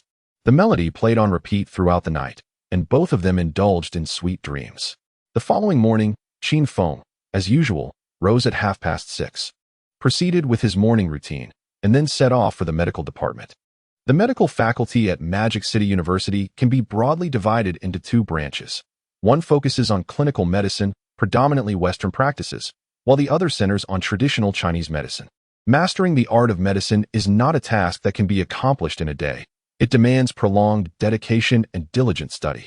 Cultivating a medical student is a time-consuming endeavor, typically spanning 5 years for an undergraduate degree followed by another 5 for a master's and doctoral program, amounting to nearly a decade before one can even step through the hospital doors, not to mention the subsequent internships and practical experiences. Qin Feng did not aspire to become a doctor. He merely yearned to acquire an additional skill. After all, with his super talent system, as long as he was willing to put in the effort, his potential would be boundless. Thus, early in the morning, he ventured into the traditional Chinese medicine department. Upon entering, he was greeted by a strong aroma of medicinal herbs. In traditional Chinese medicine, the significance of these herbs is paramount, which raises questions about the skepticism surrounding its efficacy. Many doubt its value, believing it to be ineffective. However, the issue does not lie in the lack of skilled practitioners, but rather in the scarcity of quality herbs. Many precious medicinal plants are exported abroad, while those cultivated domestically often lack sufficient potency, thus failing to deliver the desired therapeutic effects. The traditional Chinese medicine building was vast, yet sparsely populated. It was rather ironic that most students aspiring to study medicine flocked towards Western medicine, pursuing clinical specialties, while the admission scores for traditional Chinese medicine continued to decline, making recruitment challenging due to poor job prospects. Qin Feng ascended to the third-floor library, which was entirely dedicated to literature on traditional Chinese medicine. A veritable feast for his intellectual appetite. Outside the borrowing room hung a prestigious honor roll celebrating the most outstanding students in the field. Suddenly, Qin Feng spotted a familiar face. Wasn't he that Lin Jialu, famously known as the goddess of sports? They had shared a night run on the playground the previous Friday. He was surprised to discover she was a graduate student in traditional Chinese medicine, pursuing a combined master's and doctoral program at the age of 25. She had even received a personal inscription from the renowned TCM master, Mr. Liang Guotao, who hailed her as the future leading female physician of traditional Chinese medicine, underscoring her exceptional talent. The number of women studying Chinese medicine was minuscule, making Lin Jialu's achievements all the more remarkable. She garnered a multitude of admirers eager to strike up conversations or pursue a romantic relationship. However, Lin Jialu was adept with needles and was known to produce silver acupuncture needles at the slightest provocation, which deterred many suitors. They could only hope to catch her attention during their Friday night runs, hoping that a moment of joy might lead her to share her WeChat details. Additionally, Lin Jialu frequently accompanied her mentor into the remote mountains to gather medicinal herbs, contributing to her impressive physical fitness. Her sum on the honor roll boasted 20 notable achievements, deepening Qin Feng's admiration for her. As for the others on the honor roll, he glanced over them quickly. Though many appeared to be balding, their eyes sparkled with passion. This, he mused, was perhaps the essence of true dedication. Subsequently, Qin Feng entered the reading room, prepared to embark on his journey of studying medicine by delving into books. In terms of literary aptitude, Qin Feng had already ascended to the green level, signifying that he possessed an extraordinary memory and an unparalleled capacity for comprehension. Consequently, the once obscure medical texts appeared to him as simplistic as children's illustrations. Qin Feng remained seated in the reading room for an entire morning, accomplishing what would typically require an ordinary person 6 months of reading. What is talent? Talent is a divine gift, and Qin Feng was fortunate enough to have it readily available to him. With the support of the system, he continuously accumulated points, enhancing his innate abilities further. Unbeknownst to him, noon had arrived. He yawned and stretched. As for how much he remembered, he felt he had retained a significant amount. Yet upon reflection, it seemed he had forgotten much as well. This must be what they call the state of forgetting oneself. At noon, Qin Feng planned to indulge in a hearty meal and relax his mind. As he descended the stairs, he unexpectedly encountered Lin Jialu, who was clad in a white coat. Their eyes met, and instantly recognition dawned upon her. "It's you," Lin Jialu exclaimed, unable to restrain herself. "What a coincidence, we meet again." The two agreed to dine together in the cafeteria, where Lin Jialu formally introduced herself and once again extended a request for friendship. "You little rascal. I still remember how you casually touched my thigh 5 times on the playground," Lin Jialu remarked coldly. Qin Feng felt a flush of embarrassment and replied, "Let us not dwell on those details. I meant no harm. I merely wanted to measure your leg length." "I believe you." "Not," she retorted, "but I am curious. What brings you to our medical building?" Studying. Upon hearing the word studying, Lin Jialu's face lit up with amusement. "Are you here to study in our traditional Chinese medicine department? Are you even in our program? If you're going to lie, at least do your homework first," she teased. Qin Feng opted not to explain, since she was skeptical. So be it. In his current state of scholarly focus, he was impervious to the allure of beauty. Thus, when confronted by the athletic goddess of the medical department, he chose to remain silent. The more he withheld, the more curious Lin Jialu became. A woman's curiosity can be quite insatiable. "I'll give you one more chance to tell me the truth," Lin Jialu said, her charming smile fading as her captivating gaze fixed on Qin Feng. With confidence, he lifted his head and inquired, "May I ask what your student ID and password are?" Lin Jialu was taken aback. "Is this some new form of flirting? Why would you need my student ID and password?" She countered. "Many electronic books require the student ID of a relevant program for access." Upon hearing this, Lin Jialu's expression shifted to one of astonishment. She decided not to pursue her questioning any further, realizing he was unlikely to divulge much. Instead, it seemed more prudent to spend some time with him to uncover what he was truly doing in the medical department. Thus, Lin Jialu readily replied, "No problem. I can give you my student card and electronic borrowing certificate, but I have one condition." "What condition?" "I charge a fee of 5 yuan per hour, payable only via WeChat red envelope." "Reasonable." Subsequently, Lin Jialu presented her student card to Qin Feng. Qin Feng, in turn, was quite forthright, adding Lin Jialu on WeChat without hesitation. Lin Jialu mused that acquiring this WeChat ID proved to be quite a formidable challenge. She had never encountered a gentleman so difficult to engage with in her lifetime. Seated at her desk, She opened Qin Feng's profile, eager to peruse his moments and deepen her understanding of him. To her surprise, however, his timeline was utterly barren. You don't usually post on your WeChat? Lin Jielu inquired. Qin Feng candidly replied, I post occasionally, yet your timeline holds not a single update? Oh, I've set it to chat-only mode. Is that a problem? Lin Jialu's inner universe nearly erupted at that moment. This fellow was devoid of romance and utterly tedious. Though vexed, she acknowledged that Qin Feng was entitled to safeguard his privacy. Just as Lin Jielu was engulfed in her own discontent, Qin Feng took the initiative to ask, why did you choose to pursue a graduate degree in traditional Chinese medicine? Why should I answer you? Lin Jielu retorted, still irked. Because you are beautiful. In an instant, Lin Jielu burst into laughter, charmed by this seemingly simpleton who possessed his own unique charm. Does my beauty correlate with answering your question? She queried playfully. Qin Feng shook his head. No, but I simply wanted to tell you that you are beautiful. What specifically is beautiful? Be articulate, if you flatter me well enough. I might just answer you, she teased. Qin Feng scrutinized Lin Jialu's features, observing her for over a minute. Lin Jielu held unwavering confidence in her appearance. However, as Qin Feng continued to gaze for 30 seconds, she began to feel anxious, her mind racing with doubts. Is this truly necessary? Am I not worthy of casual compliments? Does he think I look aged? She pondered. If you dare to suggest that I am old, I'll have my revenge, pricking your foot with needles or giving your kidney reflex area a good jab, she thought indignantly. Finally, growing impatient, Lin Jielu remarked, have you seen enough? Can I extend my tongue? Qin Feng replied candidly, what is your peculiar habit? Is it strange to look at my tongue? Your features are flawless. I can only look at your tongue now. Is that convenient? Qin Feng stated with utmost seriousness. Lin Jialu's heart soared at his words. This young man had a way with compliments, and indeed, she was splendidly exquisite. Thus, she extended her tongue, and Qin Feng, with a morning's worth of superficial knowledge, made his assessment. Senior, have you been experiencing insomnia and loss of appetite lately? Perhaps accompanied by a hint of foot odor? Qin Feng blurted out. Lin Jielu immediately grabbed a book and hurled it at his head. Insomnia and appetite loss were one thing, but foot odor? How could a fairy's feet ever be odorous? Perhaps just a bit sore from walking all day, she justified. You little rascal, are you teasing me? Lin Jielu glared at him. No, senior. I merely inferred from your tongue coating that there is some dampness within.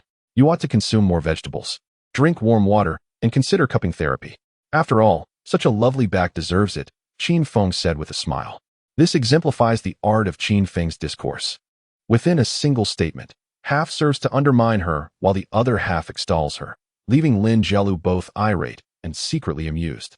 Unbeknownst to her, Lin Jielu has already been drawn into Qin Feng's rhythm.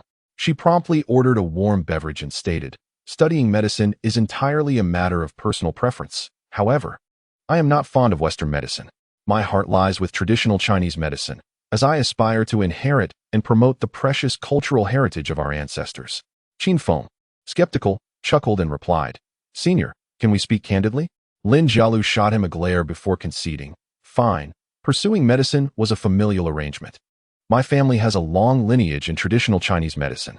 Are you satisfied now? Precisely. Authenticity among individuals fosters friendship, and thus my social circle can open up for you. How did you discern my deceit? Your gaze, a true passion for a pursuit radiates even in casual mention, illuminating your eyes. Qin Feng's words resonated with Lin Jielu, prompting her to inquire, what do you enjoy? I like stillness. What is stillness? Oh, nothing significant. Let's eat. Time is of the essence, and I still have studies to attend to. After their meal, Lin Jielu accompanied Qin Feng to the reading room, curious to ascertain whether his persona as an eager learner was genuine. Throughout the entire afternoon, Qin Feng remained in the medical building's reading room, demonstrating through his actions that it is indeed possible to read 30 books in 5 hours. Lin Jielu harbored serious doubts about his authenticity, yet, even if one were to feign knowledge, such stamina was remarkable. 5 hours without a single bathroom break.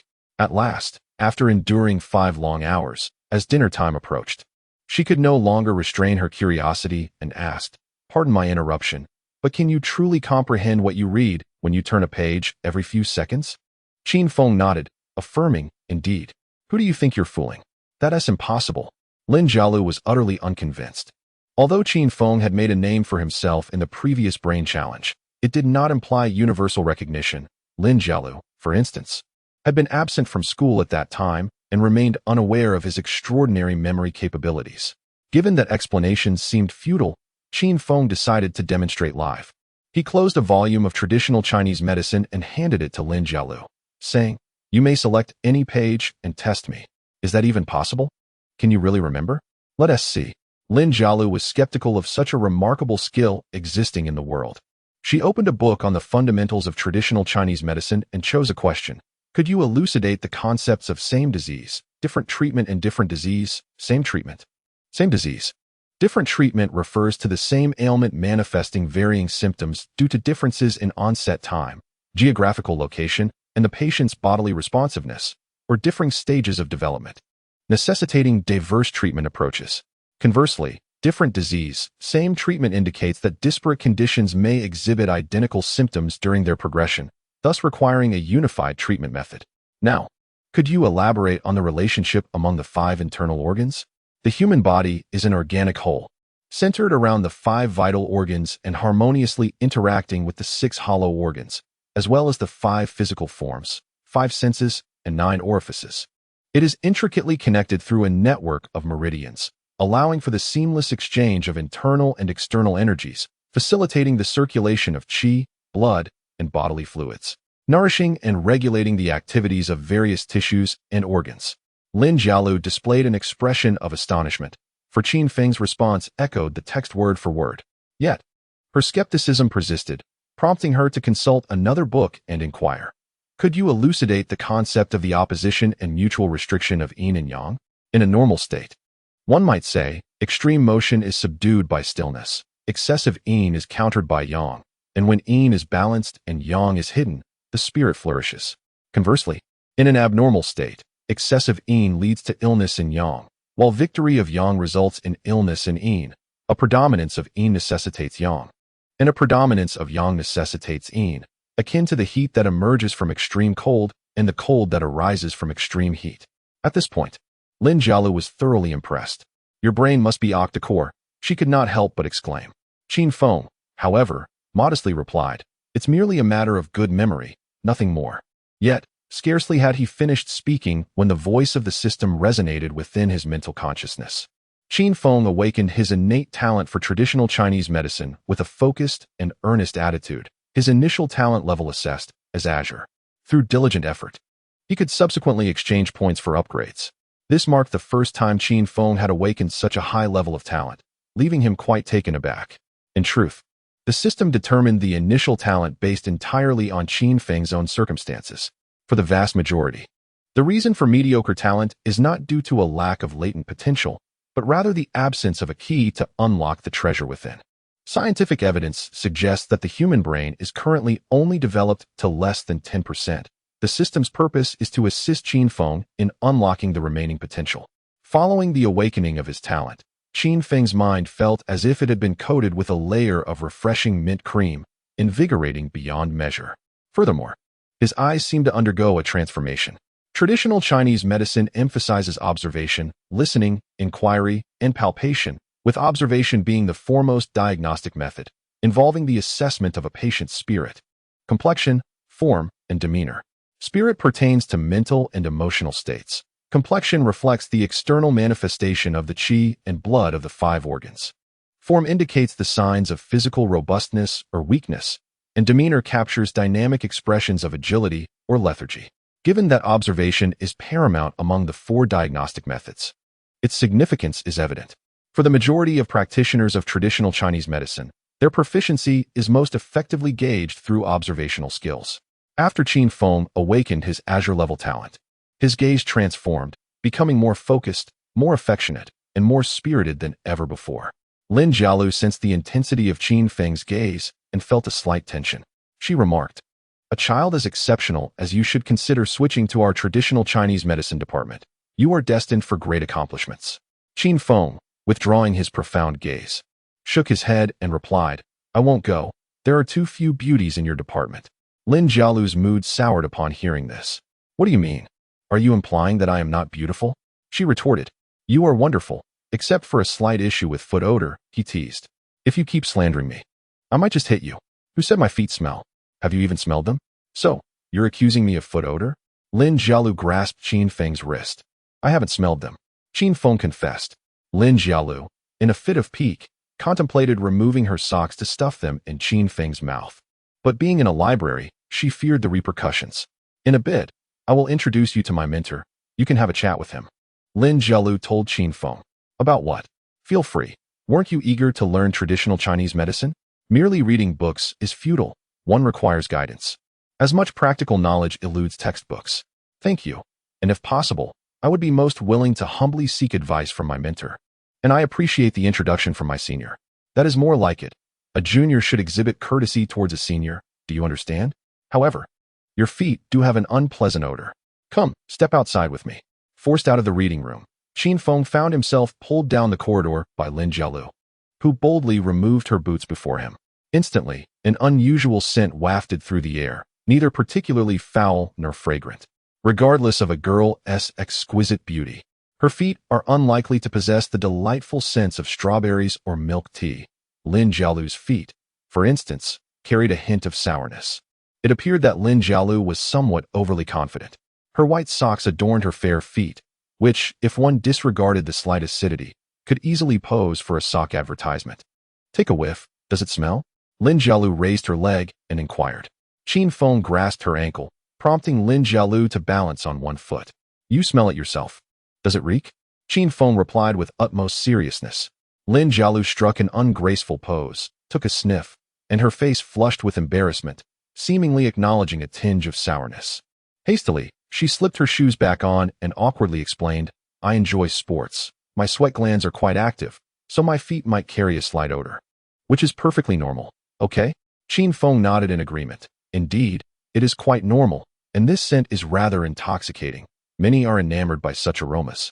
Akin to how we were once captivated by the fumes of car exhaust in our youth. Lin Jialu was left speechless, rolling her eyes at Qin Feng. The youth today certainly indulge in bizarre interests. Who doesn't have a few hobbies? Qin Feng chuckled. As evening approached, around 7 o'clock, Lin Jialu led Qin Feng to her research lab. This so-called lab is where graduate students engage in their scholarly pursuits, equipped with various experimental apparatus and personal computer stations. Typically, a mentor resides next door. Professor Su Penghui, Lin Jialu's supervisor, diligently works until 9 o'clock each night, guiding his students through research and clinical project experiments. Experiments are not solely the domain of the sciences. Even traditional Chinese medicine encompasses practical experimentation. Within Lin Jialu's lab were 3 doctoral seniors, 2 male peers, and a junior female student.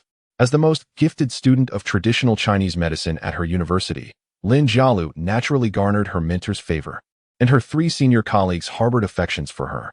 However, due to various circumstances, 2 of them kept their feelings deeply concealed, while one doctoral senior, Jiang Haonan, persistently cast glances her way.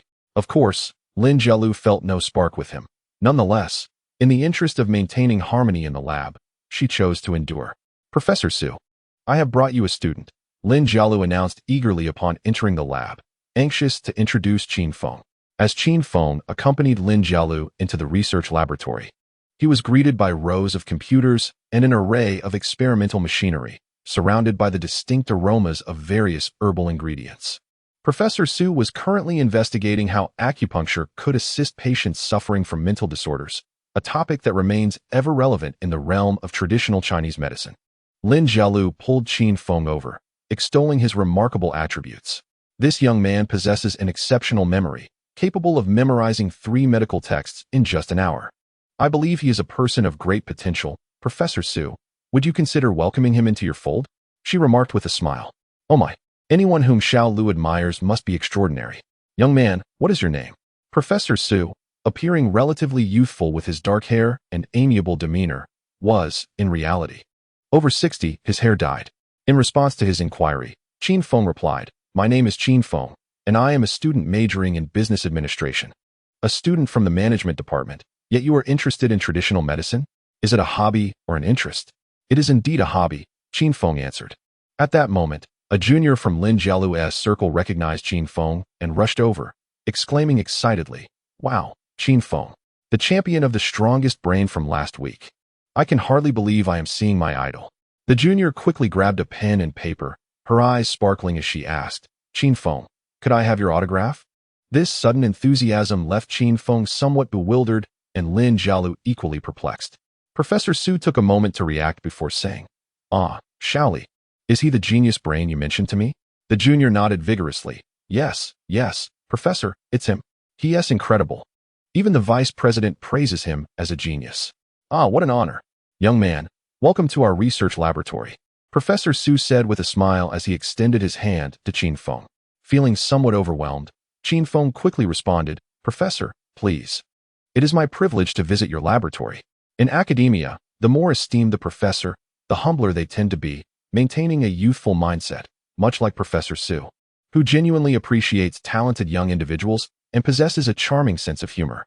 In contrast, Lin Jialu's doctoral senior regarded Qin Feng with evident disdain. As Qin Feng took a seat, he instantly became the center of attention. Professor Su inquired with a smile, what piques your interest in traditional Chinese medicine? Qin Feng replied, I simply wish to learn more. Having diverse skills is never a disadvantage.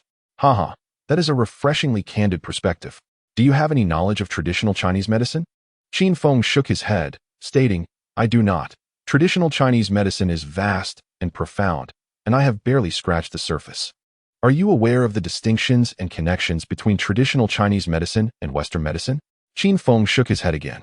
Professor Su did not seem perturbed by his lack of knowledge, while Lin Jialu chuckled, You were quite chatty with me in the reading room earlier. Do not be nervous. Professor Su is the best mentor one could hope for. Upon hearing this, Professor Su smiled modestly. I am not worthy of such praise. Just then, a sharp voice pierced the air from behind Qin Feng. My young friend, you may not have encountered much of the world, but the esteemed Professor Su, the most distinguished practitioner of traditional Chinese medicine in all of Waaahhh, sits before you, and his time is exceedingly precious. You ought not to keep shaking your head. The speaker, Jiang Haonan, had just witnessed Lin Jialu pulling Qin Feng into the room, instantly consumed by jealousy. Qin Feng turned to glance at Jiang Haonan, and instinctively sensed that this individual was rather petty. At that moment, Professor Su inquired gently, Young man, he mentioned the world. I wonder how you interpret this concept? This question bears no relation to traditional medicine, so feel free to respond candidly. After a moment of contemplation, Qin Feng replied, From one's own perspective.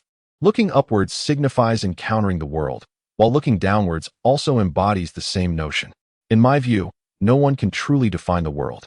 To admire art at the Louvre is your experience. For a shepherd boy racing through the mountains, that is his world.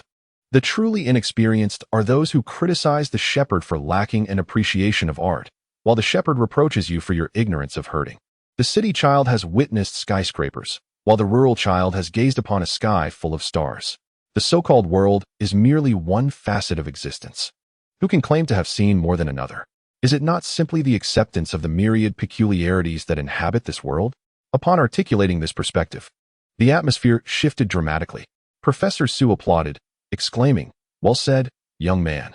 You are truly remarkable. This revelation allowed Lin Jialu to gain a deeper understanding of Qin Feng, who, though appearing somewhat simple, possessed profound insight. Conversely, Jiang Haonan was left embarrassed, rendered speechless by Qin Feng's words. Truly, he had it coming. Professor Su was immensely pleased by Qin Feng's words, appreciating his broad perspective and insight. Subsequently, Professor Su personally introduced his research lab and project topics. While Qin Feng listened attentively, Young Feng, although you are not a graduate student in our field, our lab warmly welcomes you to visit and learn.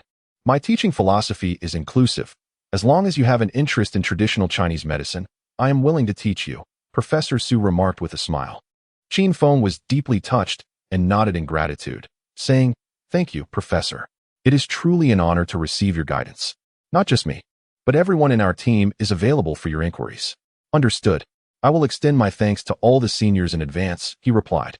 Lin Jialu beamed brightly and said, Qin Feng, if you have any questions in the future, just come to me, and I will help you. Professor Su quickly added, Yes, indeed. Just ask Lin Jialu. Her expertise is on par with mine, Oh dear Professor, you are flattering me too much, Lin Jialu laughed. But I assure you, my future will surely be bright. The atmosphere in the lab was harmonious, save for a few individuals who were less fond of Qin Feng. That evening, Professor Su graciously invited Qin Feng to dinner, suggesting they all eat together. Qin Feng politely declined, saying, Professor, I truly cannot let you bear the expense. Let us just have a meal. Professor Su chuckled. No expense at all. It is my first time dining with such a young genius. Come along. At that moment, Lin Jielu leaned in close to Qin Feng and whispered, Don't worry, it really won't cost much. This scene was observed by Dr. Jiang Haonan, who felt a twinge of discomfort in his heart. Qin Feng had expected to dine in an upscale restaurant, but was surprised when Professor Su took everyone to a nearby night market instead. Although initially taken aback, Qin Feng found himself preferring this lively atmosphere over a posh establishment. What do you think? Isn't it inexpensive? Professor Su jovially asked Qin Feng. Nodding, Qin Feng replied. The bustling essence of life soothes the heart. Huh, what a beautiful expression. I truly enjoy the fare of the night market. Perhaps it is not the most hygienic, but it is delicious. Qin Feng wholeheartedly agreed, relishing the fragrant skewers available at the market. That evening, he savored stinky tofu, grilled squid, roasted rice cakes, and gluten skewers, accompanied by 3 large mugs of draft beer, leaving him satisfied and in high spirits. Later, Lin Jielu called a cab to take Professor Su home. Being a person of genuine character, after a few drinks, Professor Su held Qin Feng's hand and said, Young Feng, I genuinely like you. Study diligently this year, and strive to join our research lab next year. Qin Feng nodded, assuring, If I can pass the exam, I certainly will. After bidding farewell to the professor, everyone dispersed. It was still early, and the junior sister intended to explore the city further, with the other 2 seniors accompanying her. Jiang Haonan then offered to escort Lin Jielu home, noting, Let me take you back. I see you've had quite a bit to drink. If your tolerance isn't great, don't push it. Have a glass of milk when you get home. Lin Jielu gently brushed her hair and politely replied, Thank you for your concern, senior brother. I have other matters to attend to shortly, so there's no need for you to accompany me. Is there anything else you need? Jiang Haonan pressed. Lin Jielu felt embarrassed, thinking to herself how nosy he was. Just then, Qin Feng tactfully intervened, saying, Senior, it's best not to meddle in the affairs of women. It does no good to pry. Lin Jielu smiled and nodded at Qin Feng, saying, You understand quite well, Junior. Jiang Haonan, who had always harbored disdain for Qin Feng, refrained from showing his ire while the mentor was present. However, with the mentor gone, he unleashed a vehement reprimand. Do you really think you know? When a senior is speaking, it's basic courtesy not to interrupt. His outburst rendered the atmosphere awkward, as he was a third-year doctoral student, the most senior among the lab's students, wielding considerable authority. Qin Feng adhered to the principle that respect begets respect. If one disrespects him, then he would not deign to acknowledge them. Ignoring Jiang Haonan's blatant hostility, Qin Feng turned to Lin Jielu and asked, Senior, do you exercise regularly? What do you think? Lin Jielu countered, With a physique like yours, you must work out. However, I must say, some attributes are innate, no matter how much some may train. They cannot achieve your waist-to-hip ratio. Qin Feng's compliment brought a radiant smile to Lin Jialu's face. She nodded and replied, You are quite right. I exercise occasionally, but I don't pay much attention to body management. It's simply a matter of natural gift and aesthetic talent. You certainly have a way with words, Junior. Qin Feng's remarks were a substantial blow to Jiang Haonan, striking him deeply. Yet, he wasn't finished. He continued, Senior, why not put your tasks aside for a bit and accompany me to the gym? I want to learn about fitness and build some muscle. That sounds good. But my gym clothes are in my dormitory. Would you accompany me to get them? That's too troublesome. I can buy you a new outfit. All right then. Let us go. As they prepared to leave, Qin Feng cast a glance at Jiang Haonan, who was seething with anger. Wait a moment, junior sister. You just finished eating and drinking. Going to the gym isn't good for your health. This fellow is leading you astray. Jiang Haonan exclaimed loudly. At that moment, Lin Jielu turned to Jiang Haonan with a serious expression and coldly replied, Mind your own business. Qin Feng added, Stay out of it. With that, he and Lin Jielu departed together, relishing the moment. While strolling down the street, Qin Feng couldn't help but remark, Senior, is your brother-in-law unwell? He keeps glaring at me as if I owe him 8 million. Lin Jielu sighed and said, There's nothing to be done. That's just his nature. He has an overwhelming desire for control that is unbearable. The key is, our relationship is merely that of fellow disciples. Lin Jielu chuckled. Just in me already. I truly don't want this. I've made it abundantly clear countless times. It's simply not possible. Yet he seems firmly convinced that with effort comes reward. I truly cannot comprehend how one can force matters of the heart. Love must thrive on mutual attraction. And in him, I perceive no scintillating qualities. Well, he does possess some brilliance. Where? His prominent forehead, of course. Lin Jialu chuckled and remarked, you are quite something. However, on a different note, I ought to find myself a boyfriend. Otherwise, if I remain single, others may assume there is something amiss with me. You must have quite a few suitors, right? Every Friday evening. Aren't those little admirers waiting for you on the playground? I'm not interested in them, she replied, a pang of disappointment evident. The two were enjoying their conversation when suddenly, Lin Jialu halted, a smile gracing her face as she looked at Qin Feng and proposed. How about you be my boyfriend? For my first relationship, I want to try a May-December romance. They say it's quite sweet, but I wonder if that's true. Qin Feng replied calmly, I'm afraid that won't be possible. Why? Do you think a sister isn't worthy of you? Or do you find me too old? No. The main reason is that I cannot jump the queue. Lin Jialu, puzzled, asked, jump the queue? Yes. There are many girls ahead of you waiting to be my girlfriend, Qin Feng stated earnestly. Lin Jialu placed her hands on her hips and laughed. You really have no shame. Before heading to the gym, they decided to stop by the mall to purchase workout attire. Lin Jialu playfully suggested, what if we buy for each other? I'll buy for you, and you buy for me. She intended this as a means to draw closer. But Qin Feng outright refused, saying, that won't do. Why not? Is it because your clothes are too expensive for me? Lin Jialu retorted. Qin Feng, adept at dousing enthusiasm, replied, indeed. Lin Jialu immediately felt disheartened, her heart twisted in turmoil. Just then, they passed a vendor selling candied hawthorns, and Qin Feng paused. Lin Jialu thought to herself, humph, does he think he can win me over with a stick of candied fruit? How childish. I won't eat it.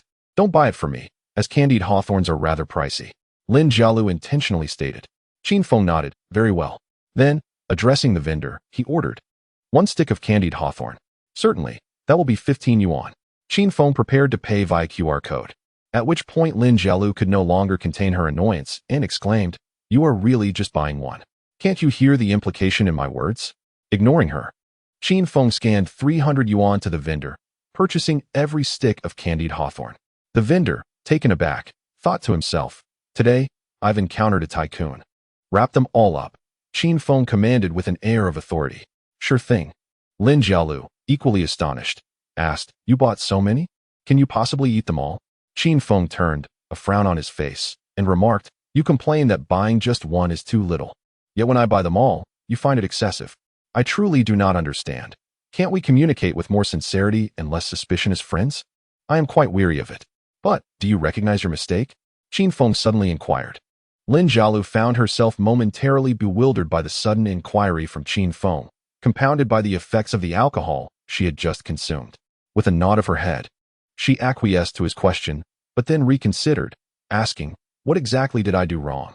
Uncertain of her misstep, she was advised to reflect on it while enjoying a candied hawthorn.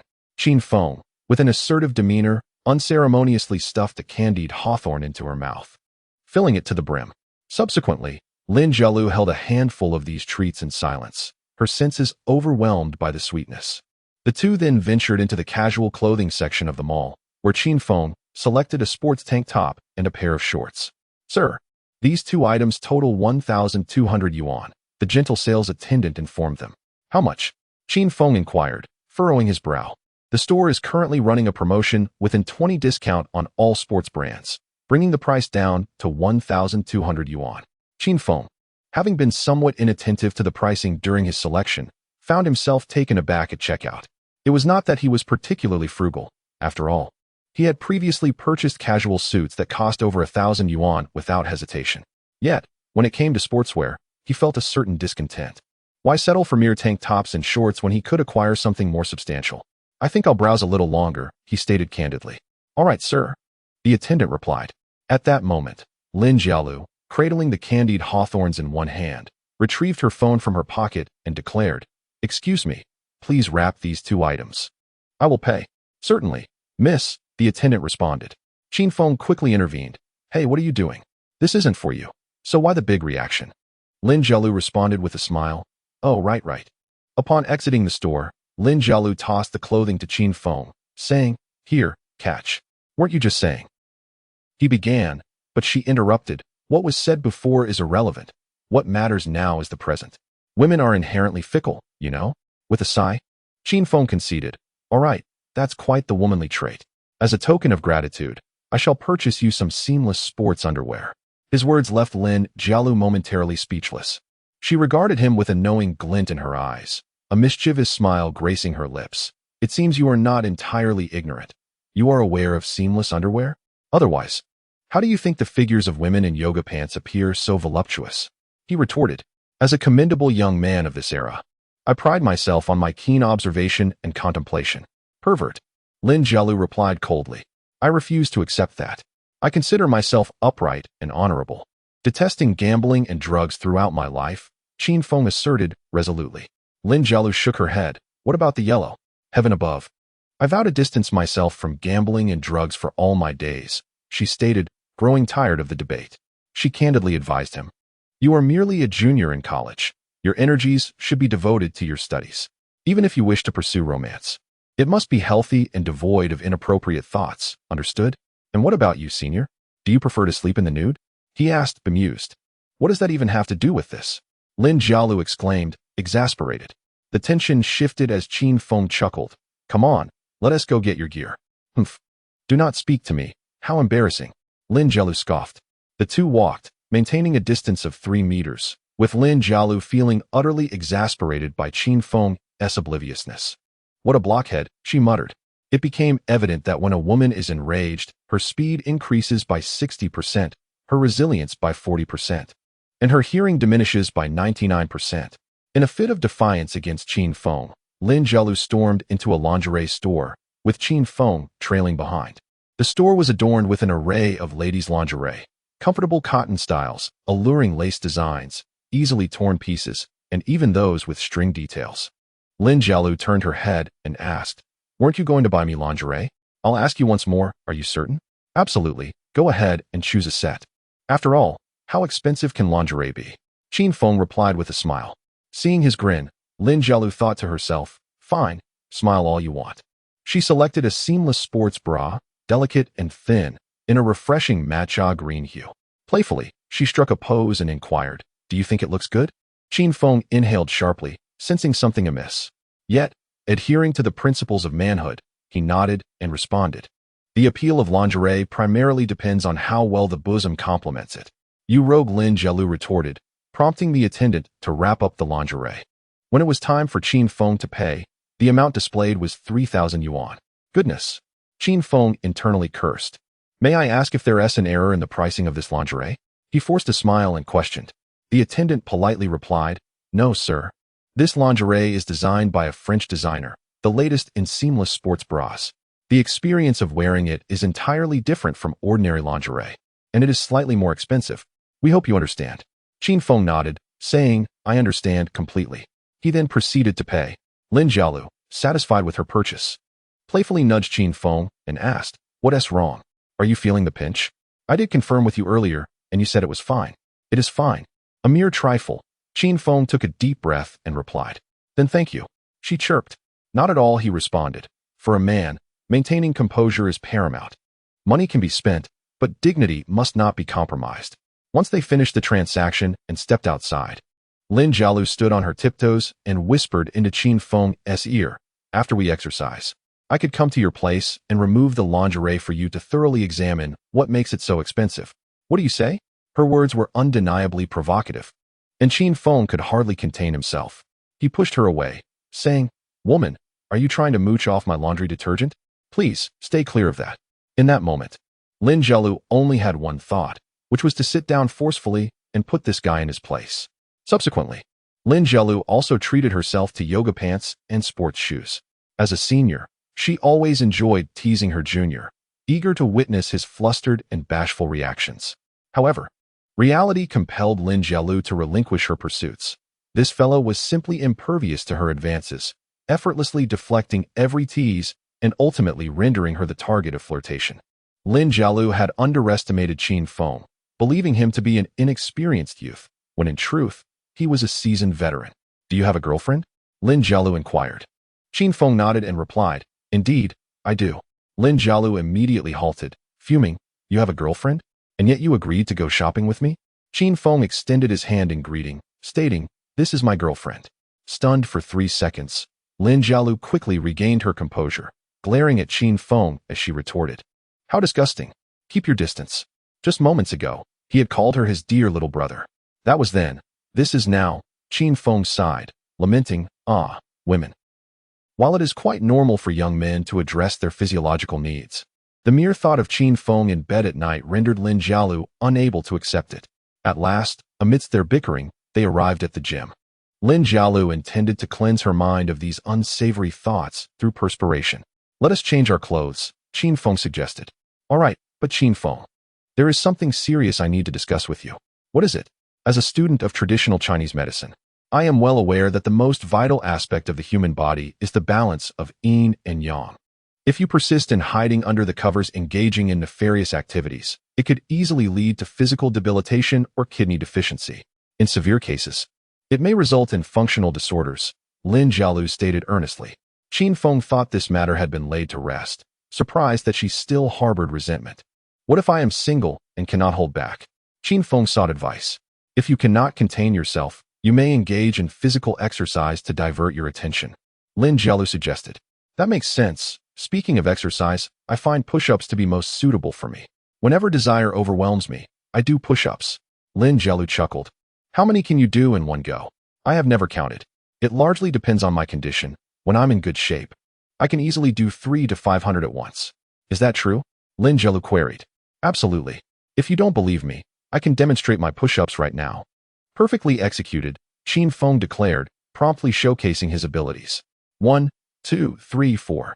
Lin Jialu interjected. All right, I believe you. Remember, do not become a slave to desire. When your mind wanders, do push-ups instead, and I am confident you will become even more exceptional. Okay, I understand, Qin Feng replied. Thus, to summarize, when a man ceases to love, it is akin to a withering vegetable. At that moment, the handsome gentlemen before their screens were profoundly moved, shedding tears as they cleared their browsing histories and bookmarks. Qin Feng proceeded to the men's changing room, donning a newly purchased athletic outfit. After changing, he stood before the mirror, gazing at his reflection, a confident smile gracing his face. During this period, through a healthy diet and disciplined habits, Qin Feng had successfully gained 30 pounds, increasing his weight from just over 120 pounds to 166 pounds, which was quite appropriate for his height of 188 meters. Moreover, Qin Feng's physique is not merely composed of flab around his midsection. Rather, it boasts well-defined muscle groups in his legs, arms, abs, and back. In essence, Qin Feng has transformed from his former lanky self into a figure of remarkable athleticism.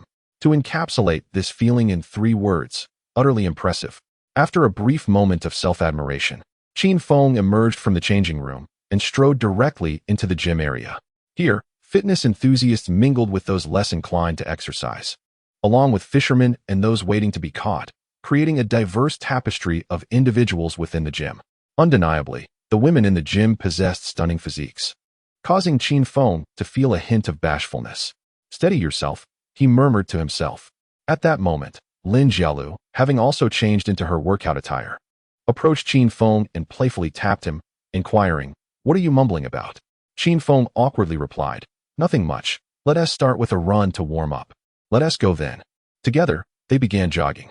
Due to Lin Jialu's breathtaking figure, numerous men attempted to engage her in conversation during their run, hoping to exchange contact information, but all were swiftly rebuffed. Lin Jialu despised being interrupted while exercising, finding it quite irksome. Qin Feng shared her sentiments. He too found it frustrating when someone called a halt to his workout. As they ran, Qin Feng remained focused and undistracted. Even as numerous strikingly beautiful women with long legs passed by, he remained unfazed. Lin Jialu admired this steadfastness in him. She particularly loathed when some boys lewdly gazed at women's chests or legs, believing that such lasciviousness tainted one's character and presence. After half an hour, Lin Jialu suggested taking a break, but Qin Feng stubbornly insisted on running for another half hour. Reluctantly, she accompanied him for the additional time. Ultimately, both were drenched in sweat, the release of dopamine elevating their spirits. Lin Jialu handed Qin Feng a bottle of sports drink, remarking, "You're quite something." Qin Feng responded, "When complimenting a man, refrain from using the word can." "Then what should I say?" she asked. "Use excellent or tough," he replied. Lin Jialu, aware of his playful intent, chuckled. Whether you're excellent or not can only be determined through experience. However, it is often said that the more one lacks something, the more one emphasizes it. Do you understand what I mean? All jokes aside, I am a man who stands resilient against the winds of adversity, Qin Feng asserted confidently. Lin Jialu, though skeptical, found his endurance convincing enough to believe he was likely well endowed. Lost in thought, she quickly steered the conversation away to prevent her mind from wandering further. Earlier, so many beautiful women passed by you, and you remained completely unperturbed. That is indeed commendable. A young man must possess self-control. If one cannot withstand even the slightest temptation, how can he aspire to greatness? However, Qin Feng's subsequent remark left Lin Jialu utterly speechless. With utmost seriousness, he replied, "Is looking at them truly beneficial?" Lin Jialu gave his shoulder a firm smack, chastising him. "So that is your perspective. What other view could there be? I had thought you were different from other boys. But I find myself mistaken. I am truly astounded." Qin Feng chuckled. Desire is inherent to human nature. It is entirely natural for boys to be attracted to beauty. If a boy lacks such inclinations, what then does he find appealing? "How are you?" I retorted, unwilling to engage further, as your reasoning is utterly flawed. However, there exists another reason why I feel indifferent towards other beauties. What reason? Because you are by my side. It's akin to standing atop a towering mountain. Naturally, I would not cast my gaze upon the diminutive hills surrounding it. Qin Feng's metaphor elevated the conversation to great heights, igniting a spark of joy within Lin Jialu. Stifling her laughter, she replied, "Your words hold merit. I was once crowned the champion of the global most beautiful model competition, but I withdrew from the scene in recent years to focus on my research. Otherwise, I would undoubtedly place in the top 3 of our campus beauty rankings without any struggle. Indeed, there would be no challenge. The judges might even present you with fruit." Qin Feng jested. "You sweet-talking rascal, have you rested enough? Shall we continue? Perhaps a change of posture?" Lin Jialu responded with a playful tone. No. Let's switch to a different activity. My apologies for inadvertently revealing my true feelings. Humph, a lecherous person will only leave you in a state of confusion. It is time for you to awaken to reality, she retorted with a cold snort. Qin Feng, accompanied by Lin Jialu, arrived at the strength zone, where a plethora of weightlifting equipment awaited, including benches, power racks, and Smith machines. The gym's strength area was populated by seasoned individuals, filled with muscular men. However, the muscles developed in such environments often possess a veneer of superficiality. Lin Jialu guided Qin Feng to the bench press area and playfully inquired, "How much can you lift?" With confidence, Qin Feng responded, "At least 100 kilograms as a baseline." "Ah, so you're quite self-assured, are you? This should be easy," she teased. Qin Feng, undeterred, lay back on the bench as Lin Jialu assisted him by adding an initial 30 kilograms. "Let's start with 60 kilograms to avoid any injuries," she advised thoughtfully. "Who do you look down upon?" "I am." Before he could finish, reality struck hard. As Qin Feng attempted the bench press for the first time, he found himself unable to exert the strength required, struggling even with the modest weight of 60 kilograms. The first impression the bench press left on him was one of immense difficulty, truly daunting. Seeing his plight, Lin Jialu couldn't help but chuckle, remarking, "Not so boastful now. Are we? Many may possess strength, yet struggle to perform even a single rep of the bench press. Could you fetch me a bottle of water?" "I need a moment to gather my thoughts," Qin Feng said, slightly embarrassed. "Of course, you can study on your own for now. I'll return shortly. And I can assist you with practice, provided you request it," she replied. "Oh, you are quite the playful one," Qin Feng mused as Lin Jialu walked away, her mind already conjuring images of teaching him. Meanwhile, Qin Feng, defiant against defeat, resolved to attempt the lift several more times. Yet, despite his efforts, the veins on his neck bulged with strain, and still, he found no success. "Am I truly devoid of any bench press talent? System, will you just stand by and watch me face humiliation?" He raged internally. At that moment, a fair visage appeared before him, accompanied by 2 impressive peaks. "Hey there. Are you training alone?" A beautiful woman, bent slightly, greeted Qin Feng with a sweet smile. In an instant, his adrenaline surged, and he hoisted the 60-kilogram barbell with newfound vigor. Subsequently, he boasted 1,000. In the presence of beauty, maintaining composure and wit is an essential skill for any man. This enchanting woman was a fitness trainer, her physique comparable to Lin Jialu's, though her beauty slightly lessened in comparison. Would you be interested in a personal trainer? She asked, her voice a melodic blend of sweetness. Most men would likely find such a tone irresistible. However, Qin Feng was an exception, perceiving it as rather contrived, akin to a tightening belt. Do I appear to be someone who can afford a personal trainer? He retorted with a smile. My sessions are quite reasonable, and I primarily teach based on fate, she responded. Fate? How intriguing. Perhaps you might first answer me a question. If your response satisfies me, it could indicate our destined connection, and I might even offer my guidance pro bono. Qin Feng exhibited a flicker of interest, nodding as he replied, Go ahead and ask. The beautiful girl inquired, if you were on a bus with an elderly person, a child, a pregnant woman, and a lovely girl, whom would you offer your seat to? Qin Feng, appearing somewhat bewildered, responded, Their presence on the bus has no bearing on my driving a Porsche. The girl was quite pleased with this response and remarked, I believe you are the fated person I have been waiting for. Let us find a different place to converse. I can introduce you to some ball games. Ball games? What sort of games are you referring to? Please clarify, Qin Feng said earnestly. The girl teased, Silly. I mean yoga balls. What else could it be? Qin Feng chuckled and replied, I see there was a misunderstanding. However, before we engage in any ball games, might you first answer a question of mine? Let me test your intellect. Absolutely, she responded. When you use the restroom, do you wipe with your left hand or your right hand? The sudden inquiry nearly caused the girl to falter. She awkwardly replied, I suppose it's my right hand.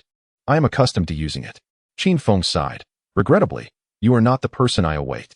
The girl, perplexed, asked, Is the person you are waiting for left-handed? No. The individual I seek would utilize toilet paper. The girl was momentarily speechless, yet, considering Qin Feng's status as the esteemed Porsche owner, she chose to endure the situation. You truly have a knack for humor, don't you? Please, stop the jesting, she said in a playful tone, attempting to tug at Qin Feng's sleeve. This scene was fortuitously witnessed by Lin Jialu, who had just returned from purchasing water. Lin Jialu's irritation flared. In just a brief absence, Qin Feng was already flirting with another girl. She had just praised his composure. Qin Feng caught sight of Lin Jialu from the corner of his eye and raised his hands, exclaiming loudly, Do not touch me. I assure you, I am a respectable individual and will not partake in any inappropriate conduct. You would do well to maintain your distance, do you understand? Otherwise, I shall report you for harassment. This declaration incited the girl's ire, and she glared at Qin Feng with fierce intensity, mouthing two words in a barely audible manner. Qin Feng chose to overlook her hostility, merely smiling at her. He had encountered many such individuals before. Lin Jialu approached slowly, handing Qin Feng a bottle of water, and inquired, Who was that person earlier? Qin Feng replied nonchalantly, She aspired to be my personal trainer, but I declined her offer on the spot. I reasoned, With you? Senior Lin Jialu, by my side, why would I need a personal trainer? Is she more attractive than you? Does she possess a more appealing figure? Is her waist slimmer? Are her legs longer? The answer is no. Lin Jialu could no longer tolerate Qin Feng's flattery and raised her hand to signal him to stop, saying, Enough. No more of that. Senior, if you wish to laugh, then laugh freely. Do not stifle it, as it may lead to internal harm, he teased. As if you can dictate my actions. Upon finishing her retort, Lin Jialu turned away, unable to suppress a smile that perfectly embodied the phrase heart blooming with joy. Meanwhile, Qin Feng reclined once more, striving to activate his system and unlock his fitness talent. Suddenly, a delightful chime resonated in his mind, filling him with elation. Indeed, the system may arrive late, but it will assuredly never be absent. The fitness talent has been activated, with an initial talent level of orange. The host can accumulate points through daily exercise, and once these points reach a certain threshold, they will advance to the next level. Upon successfully triggering the system, Qin Feng felt a tingling sensation coursing through his body, akin to an electric shock. A delightful and invigorating feeling. Although the system's initial rating was merely orange, Qin Feng felt a deep sense of contentment. He firmly believed that with daily diligence, rewards would inevitably follow, and levels could be ascended gradually. At that moment, Lin Jialu composed herself and addressed Qin Feng. How are you feeling? Can't keep up? If you're struggling, just ask me to teach you how to exert force. Qin Feng, with a confident smile, replied, I just didn't adjust properly before. Now let me show you a thing or two. He then proceeded to perform 10 sets of bench presses with a 60 kilograms barbell, executing each movement seamlessly. Lin Jialu was astonished. Just 10 minutes prior, this individual couldn't lift a single weight, yet now he seemed to handle it with ease, as if he had conjured a miracle. 3 sets at a time. Qin Feng completed 10 sets at 60 kilograms, which was commendable. However, he was not satisfied and boldly declared, "Let us increase the weight." Lin Jialu, incredulous, wondered if he had secretly injected adrenaline. "Were you pretending to be weak just now?" she inquired, her brows furrowed in disbelief. Qin Feng, maintaining his composure, replied, "The situation now is different from before. Let us add more weight." Lin Jialu added 10 kilograms to each side, bringing the total to 70 kilograms, a substantial weight indeed. Qin Feng took a deep breath and effortlessly pushed it up, completing another 10 sets. Indeed, upon awakening his fitness talent, his muscle groups unleashed their latent power. What appeared challenging to others was child's play for Qin Feng. His face beamed with joy as he boastfully remarked, "This is too easy. Can we add more?" Lin Jialu's smile vanished, replaced by a subtle glint of menace in her eyes. She had initially planned to mock Qin Feng, hoping he would plead for her guidance on bench pressing, but it seemed her assumptions were misguided. This time, Lin Jialu raised the weight to 100 kilograms and coldly commanded, "Now? You push it. Push with all your strength." Sensing impending trouble, Qin Feng awkwardly sat up and forced a smile, saying, "Let me take a break. If you can do it, then do it. If you can't, then what does taking a break mean?" Lin Jialu admonished, her words resonating uncomfortably. It appeared that Qin Feng needed to prove his manhood. Rising to his feet, he loosened his arms, preparing to challenge the 100 kilograms bench press, a weight not easily managed by ordinary individuals, favored by seasoned fitness enthusiasts. "Don't push yourself if you can't," Lin Jialu said coldly, arms crossed. "Just give it a try. Trying might lead to failure." Just as Qin Feng was about to undertake this challenge, a gruff voice interrupted, "Hey, skinny dude. Step aside. Don't occupy the space without contributing." Turning his head, Qin Feng was taken aback by the sight before him. The sheer muscularity of this individual was daunting, almost as if he had been raised on a diet of pure protein. Yet, the audacity of this fellow to refer to himself as a slim dog was utterly intolerable to Qin Feng. Presently, he was in no way lacking in physique. His build was well proportioned, but in the eyes of this muscle-bound man, Qin Feng felt utterly inadequate. Lin Jialu furrowed her brow, casting a disdainful glance at the hulking figure. "A beauty like you should not associate with someone of his ilk," the muscle man leered, his expression oozing with sleaziness. This behavior struck a nerve with Lin Jialu. "Do you think you are worthy?" she retorted without hesitation. The muscle man erupted into laughter, boasting, "In this gym, my reputation as Biao Gu is well established, having maintained a bench press record of 120 kilograms for 3 consecutive years without anyone managing to surpass it. Do you think I am undeserving?" Lin Jialu dismissed the foul-smelling brute, turning to Qin Feng and suggesting, "Let us practice somewhere else." To which Qin Feng replied, "We were here first. Why should we relocate?"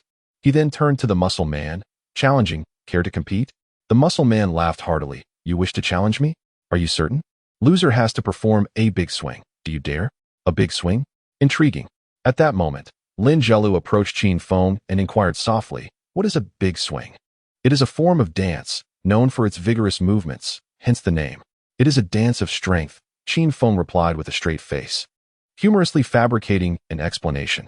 Surprisingly, Lin Jialu appeared to believe him, nodding as she said, "I see. But are you really sure about competing with him? His record is 120 kilograms, which is nearly at the limits of human capability. I believe 90% of people would struggle with that." Qin Feng, however, dismissed her concerns with a smile, saying, "We haven't even tried yet. How can we ascertain the victor?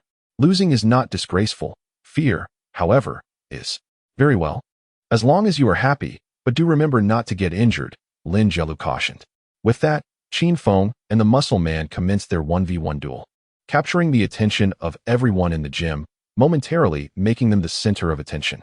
Those who frequented the gym recognized Biao Gu, idolizing him as a near-mythical figure due to his unbroken bench press record of 120 kilograms. "Go, Biao Gu. Crush him, let him understand what true strength is, and the folly of his ignorance." As the cheers echoed, Biao Gu, fueled by the encouragement, began to lose himself in the moment, even shedding his workout tank top to reveal his tanned muscles. Lin Jialu instinctively turned away, wishing to shield her eyes from the display. Biao Gu then bellowed at Qin Feng, Well, you truly are a walking source of air pollution. Let us get started." "I can hardly wait to see your big swing," Qin Feng urged. You know nothing of strength, Biao Ge growled menacingly. He then approached the bench press, effortlessly lifting a 100 kilograms barbell, performing 3 sets of 3 repetitions. The gym erupted in thunderous applause and cheers, with people rushing to offer water, wipe sweat, and massage shoulders, truly a spectacle to behold. However, among this group, the majority were men, aptly reflecting the saying, moderate fitness attracts women, while excessive fitness attracts men. Kid, it's your turn. I bet you can't budge a single one, scoffed Biao Ge. Lin Jialu intended to offer a few words of caution, but unexpectedly, Qin Feng lay down on the bench press without a second thought. Under the gaze of all present, he completed 10 sets, 3 repetitions each, totaling 30. Goodness, how impressive. Am I seeing things? 100 kilograms for 30 reps. What extraordinary upper body strength. Is this the so-called skinny dog we look down upon? Lin Jialu was even more astonished.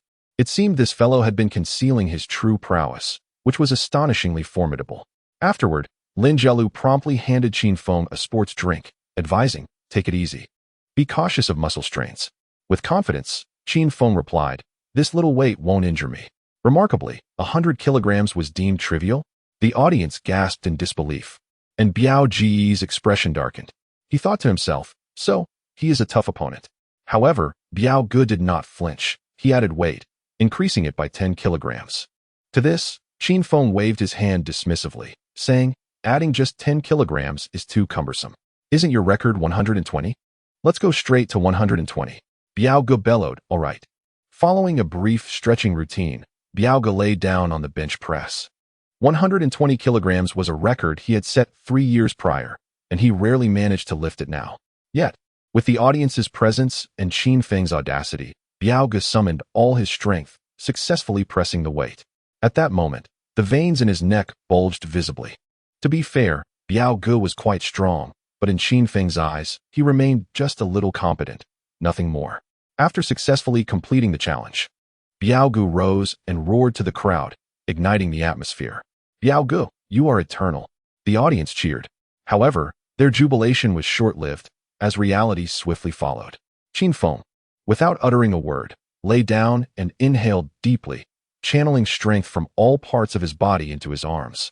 Without a hint of exaggeration, he effortlessly lifted the 120-kilogram barbell, not even blinking an eye. The crowd's cheers abruptly ceased, all eyes fixated on Qin Feng's performance. He began counting 1, 2, 3, 29, 30, 120 kilograms, 30 consecutive presses. At this moment, the word impressive had become overused.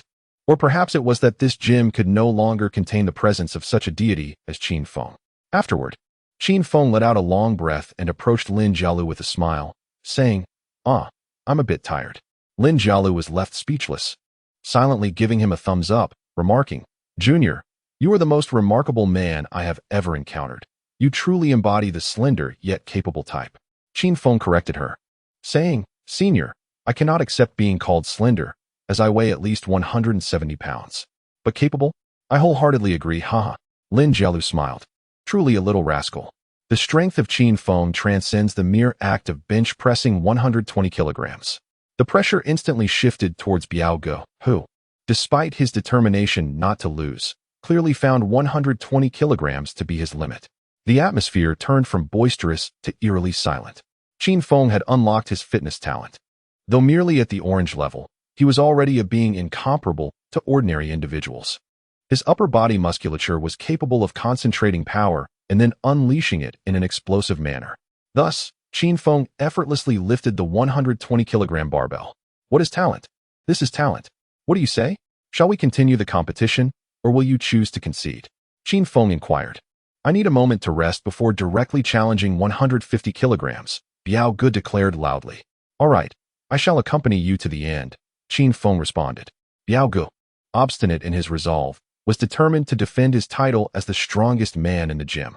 During the rest period, Qin Feng idly stared into space while Lin Jialu kept him company, asking, would you like me to massage your arms? Qin Feng nodded in gratitude and added, could you also attend to other areas? Other areas? Where? My thigh seems to have sustained a strain, Qin Feng replied, his expression reflecting slight discomfort. Lin Jialu, taken aback, asked, but bench pressing primarily engages the arms. How could your thigh be affected? Qin Feng awkwardly responded, Perhaps the injury has transferred. Lin Jielu chuckled, aware of Qin Feng's ruse, yet chose to remain silent about her insight. Noticing her laughter, Qin Feng felt a twinge of guilt and quickly reassured her, "Senior, do not worry. I will recover in due time. It's merely a minor strain, nothing life-threatening." Lin Jielu replied with a smile, "You'd best not deceive me, otherwise you will face dire consequences." Qin Feng hastily shook his head, insisting, "I would never deceive you, Senior. Just look into my eyes. They are so clear." Lin Jielu remarked. "Clear? I fail to see it." Qin Feng laughed. "This gaze is unmistakably that of a university student." Lin Jielu urged, "All right, take a quick rest. Let me help you relax a bit." With that, she began to ease Qin Feng's muscles. Afterward, Qin Feng made a trip to the restroom, the urgency of which was uncertain. Upon his return, Biao Ge was already in position, ready to either ascend to glory or meet with disaster. "Kid, I will not lose." Biao Ge gritted his teeth. "Let's dive straight into the 150-kilogram bench press." Biao Ge had a legion of admirers, each fervently cheering him on. With a primal roar, Biao Ge summoned all his strength, his face reddening as if he were constipated, yet the barbell remained immovable. Such a weight could likely only be lifted by professional weightlifters. After more than a minute of straining vocally, the barbell barely budged. However, with a scream of agony, Biao Ge ultimately failed. His admirers rushed forward to express their concern. "Biao Ge, are you alright? That 150 kilograms is too heavy. One must know their limits." They assisted him, and Biao Ge sighed deeply, having faced defeat. Now it was Qin Feng's turn. Lin Jielu grew anxious, stepping forward to grasp his arm, exclaiming, "Please, do not get injured. An injury is inconsequential. You can take care of me," Qin Feng remarked with a smile. "I couldn't care less about you. Dream on," Lin Jielu retorted with a cold snort. Taking a deep breath, Qin Feng reclined. With a bench press of 150 kilograms, he was not entirely confident. Yet he firmly believed that one must attempt to discern their capabilities. Focusing intently, he summoned all his strength. Under the watchful gaze of everyone, the barbell was slowly lifted, reaching its zenith before being lowered. The sequence was executed seamlessly. Not yet satisfied, Qin Feng continued to challenge himself, completing 3 consecutive sets before finally placing the barbell down. Lin Jielu was the first to applaud, smiling as she said, "You did it." Biao Ge stood in astonishment, his eyes reflecting not only shock but also admiration. Was there truly a man stronger than he? The entire gym was captivated by Qin Feng's extraordinary prowess, especially the fitness enthusiasts who favored men with defined abs and strength, yet not overly muscular. Qin Feng's physique was the epitome of perfection, unparalleled power complemented by a perfectly proportioned form. Before Lin Jielu could approach, several girls clad in athletic shorts surrounded Qin Feng. Having just completed an intense bench press, he felt slightly lightheaded, and the sudden presence of so many girls nearly overwhelmed him. "Hey, handsome, are you all right? Wake up, handsome." As he was shaken, Qin Feng quickly responded, "Stop shaking me. I feel faint." Observing the scene, Lin Jielu rushed over, clearing the girls away with determination. "Keep your distance from him," she asserted, exuding an aura of fierce protectiveness. The other girls, intimidated by Lin Jialu's presence and her striking beauty, could do nothing but retreat in defeat. Finally able to catch his breath, Qin Feng felt Lin Jialu's supportive presence as she asked, "Are you okay? Can you still move your arm?" Physically, he was fine, though emotionally he felt a surge of excitement. He found it intolerable when girls pressed too close. "What's happened to the world today? Why have girls become like this?" Qin Feng exclaimed. Lin Jielu comforted him, "Just ignore them. Where has morality gone? Where's WeChat? What about the address?" Qin Feng continued. Lin Jielu paused, then playfully shoved him, saying, "You little rascal, I'll make you pay for that." Qin Feng instantly transformed into a grin, replying, "Just kidding, senior." Having triumphed over Biao Ge with his remarkable bench press, Biao Ge, humbled, bowed his proud head. "I have never submitted to anyone. May I ask your esteemed name?" he inquired. Wenung Dai, Qin Feng replied in a dialect that others could not comprehend. What? What does that mean?" "You need not know my name. What you must do now is perform a big swing dance." "Come on, play the music," Qin Feng said, pulling out his phone to search for the accompaniment. Biao Ge felt his face flush with embarrassment. It was utterly mortifying. Surrounded by a chorus of jeers, Biao Ge, unable to escape the situation, raised his hands and swayed his waist, performing an exaggerated dance. Lin Jielu, witnessing this spectacle, felt her dinner threaten to resurface. It was simply too much to bear. Qin Feng, observing his comical antics, refrained from mockery and instead applauded. Although Biao Guo's performance was lackluster, at least he could accept defeat gracefully. After finishing his dance, Biao Guo approached Qin Feng and said, "Brother, next time you come to the gym, mention my name, and I shall cover your expenses. Once I recover, we can spar together. Let us discuss that later. You focus on your recovery, until fate brings us together again." All right. Qin Feng did not intentionally make things difficult for Biao Guo. After all, the man had a decent attitude. It is natural for men to be competitive and strive to prove their strength. However, it was unfortunate that Biao Guo encountered Qin Feng, who was no longer the same timid fellow he once was. Following this encounter, Qin Feng had earned the title of a true tough guy. After Biao Guo departed, the crowd gradually dispersed. Lin Jielu could not help but comment to Qin Feng, "You truly seem to have a charm that attracts both men and women." Qin Feng chuckled. "That must be my personal allure. Let us head out. I wish to read a few more books this evening." All right. The two took a taxi back. Sitting closely in the back seat, Qin Feng deliberately inched closer to Lin Jielu. She rolled her eyes in exasperation. "Don't sit so close. It's hot." "What can I say? You smell delightful." Lin Jielu smiled slightly. "It's my body fragrance." No. It's primarily the delightful scent of your shampoo." Qin Feng candidly replied. Lin Jielu felt a wave of fatigue wash over her, thinking to herself that this guy was indeed a quintessential straightforward man. She rolled down the car window halfway, allowing a gentle breeze to waft in, which was quite refreshing. Qin Feng playfully inquired, "Senior, allow me to pose a question to test your intellect.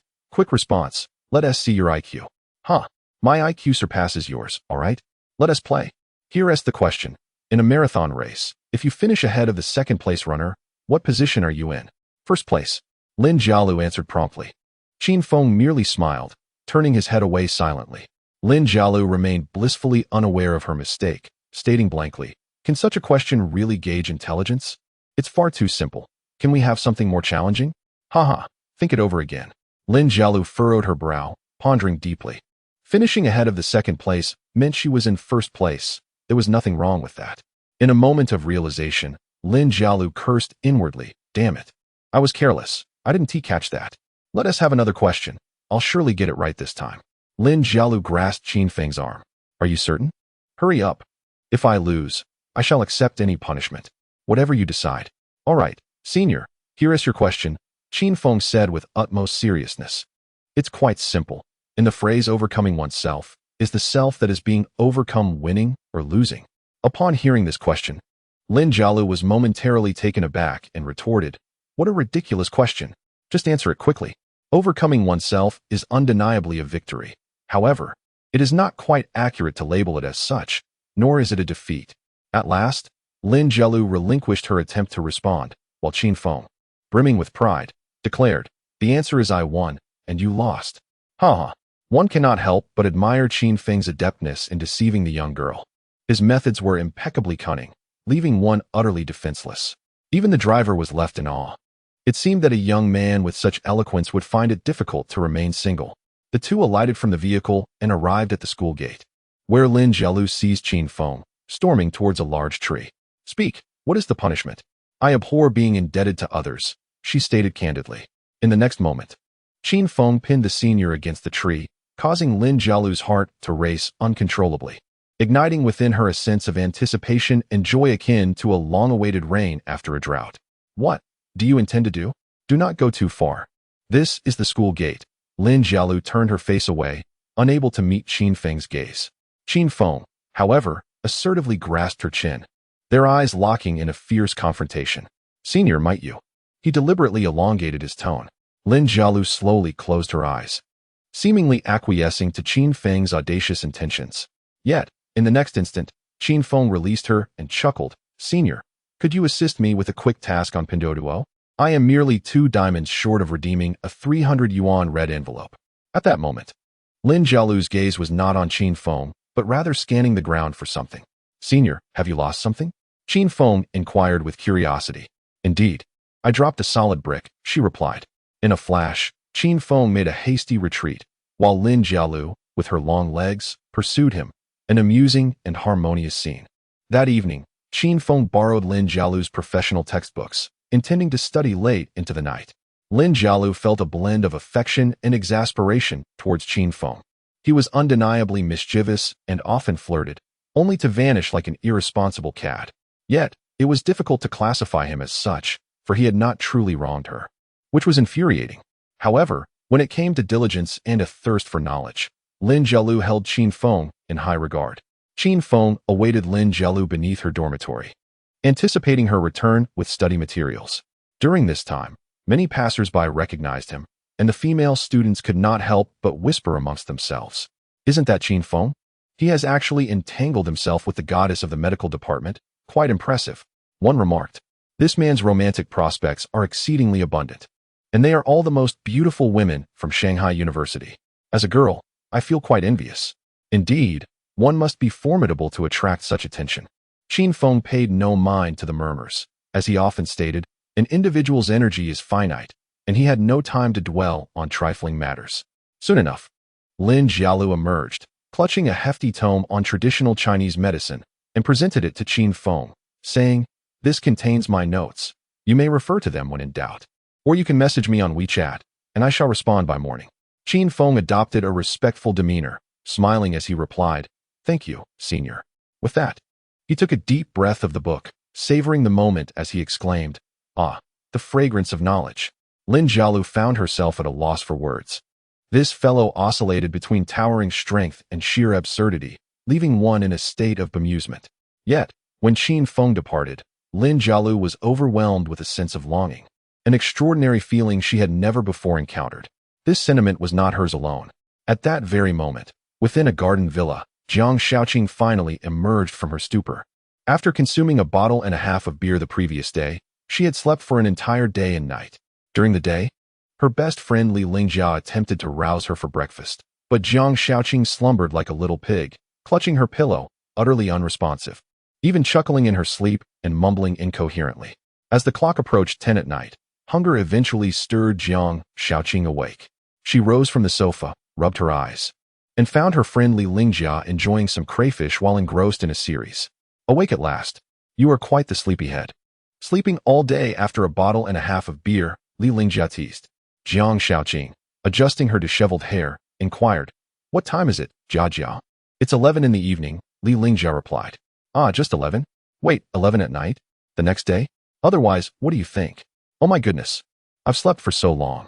Qin Feng must have messaged me. Oh no, where's my phone? My phone." Jiang Shaoqing exclaimed in a flurry.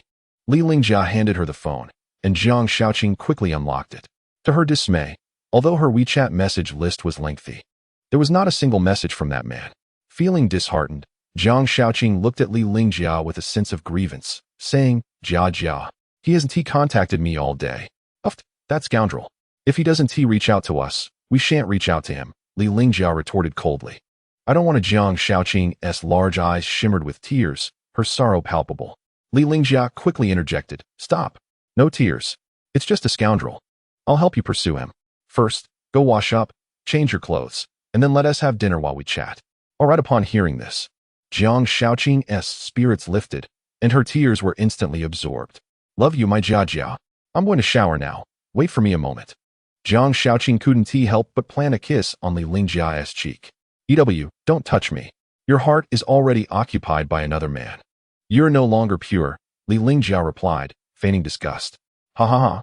Both of you reside in my heart, one in the left atrium, the other in the right atrium," Jiang Shaoqing declared, radiating happiness. Li Lingjia, with a touch of pride, said, "I don't want to live next to him." "All right, I'm off to shower," Jiang Shaoqing exclaimed as she trotted upstairs. However, once she disrobed, she suddenly recalled the vivid dream from the previous night, her cheeks flushing crimson. She discreetly removed her undergarments and hastily placed them into the laundry basin. What girl doesn't harbor youthful dreams? This was the first time Jiang Shaoqing experienced such physiological responses in a dream, and the man who inspired this was the boy she had longed for. Typically, Jiang Shaoqing took half an hour to shower. After all, girls tend to have a more elaborate bathing routine. They require body lotion, facial masks, creams, and the like. Unlike men, who simply wash themselves and are done. However, today, Jiang Shaoqing hurried downstairs in just 10 minutes, her hair still damp, eager to join her best friend. Quick, tell me how I can win him over. Jiang Shaoqing exclaimed with impatience. Calm down, calm down. First, let's eat. Aren't you hungry? I am, she admitted. Then why aren't you eating? You're completely love-struck, utterly hopeless. Li Lingjia ordered another takeout as the two friends dined and engaged in a late-night discussion on how to capture Qin Feng's heart. Meanwhile, Qin Feng sat alone in the study room, engrossed in medical texts, yet continually sneezing. Why do I keep sneezing? I'm not even sick. It's quite strange, he pondered, unaware that when someone is silently thinking of you, sneezes are often the result. Of course, there's another scenario. If someone is secretly cursing you, that too will elicit a series of sneezes. In the garden villa, Li Lingjia produced a notepad and began to formulate a serious plan. After all, Qin Feng was no ordinary boy. For most boys, a mere glance or smile from Jiang Shaoqing would leave them utterly enchanted. Yet Qin Feng was exceptional. He was a steadfast man, and conventional tactics would not suffice. The first point is time. We must occupy his time to drive away those other suitors, Li Lingjia declared, inscribing the word time on her notepad. Upon hearing Li Lingjia mention other suitors, Jiang Shaoqing immediately recalled a girl named Sen San. I truly dislike that girl Sen San. I find her speech and actions unappealing. In fact, I dislike everything about her, Jiang Shaoqing complained. She can indeed be considered our competitor, and quite a formidable one at that, Li Lingjia noted, promptly writing down San San's name. Slip of the tongue. I meant your competitor, she quickly clarified. Haha, you startle me there. Li Lingjia continued her analysis. The second point is attraction. Jia, don't you think my allure is sufficient? Jiang Shaoqing questioned. Honestly, after spending time with Qin Feng, I'm beginning to doubt myself. Is he truly uninterested in beautiful women? She pondered, perplexed. Li Lingjia promptly retorted, nonsense. He.s. just pretending. He.s. crafting an image. When it comes to being attracted, he.s. undoubtedly at the forefront. However, it's normal for boys to appreciate beauty. It's a universal sentiment. Yes, I can concede that. Just last night, Li Lingjia's expression turned inquisitive. What happened last night? By the way, did you dream about something while napping during the day? You kept smiling foolishly and talking in your sleep. Huh, I talked in my sleep? Indeed. What did I say? It was fragmented, something like Don T come over and hold me tight, Jiang Shaoqing exclaimed, immediately covering Li Lingjia's mouth. Forget what you heard, right this instant. Jiang Shaoqing found herself overwhelmed with shyness, for it was her first encounter with a rather embarrassing dream. Li Lingjia gazed at her with eyes rich in meaning and remarked with a smile, I understand, my dear. After all, you have grown up. Come on, let's get serious. How can I possibly attract him? Jiang Shaoqing inquired with curiosity. Li Lingjia elucidated. Attraction encompasses many facets, both external and internal. For instance, to the majority of men, black stockings possess an allure only second to that of excavators. Thus, I recommend wearing black stockings every time you step out. Jiang Shaoqing countered. Qin Feng is not that superficial. Are you certain? Li Lingjia responded. Jiang Shaoqing hesitated, recalling a previous barbecue outing when Qin Feng had gone to buy her sanitary pads and requested she remove her stockings.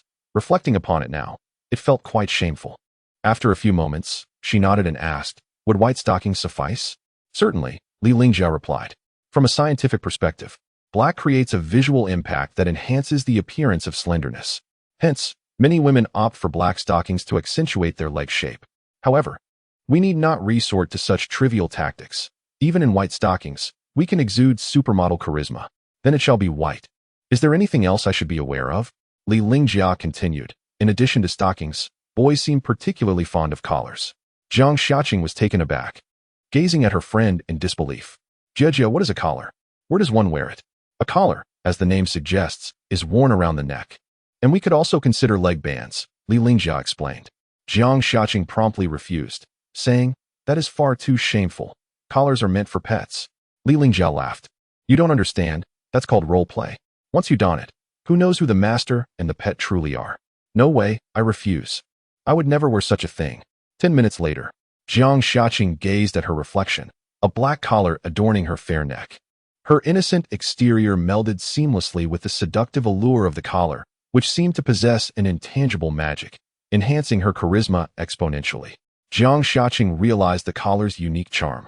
It wasn't as shameful as she had imagined. Perhaps, this isn't so bad after all, she mused.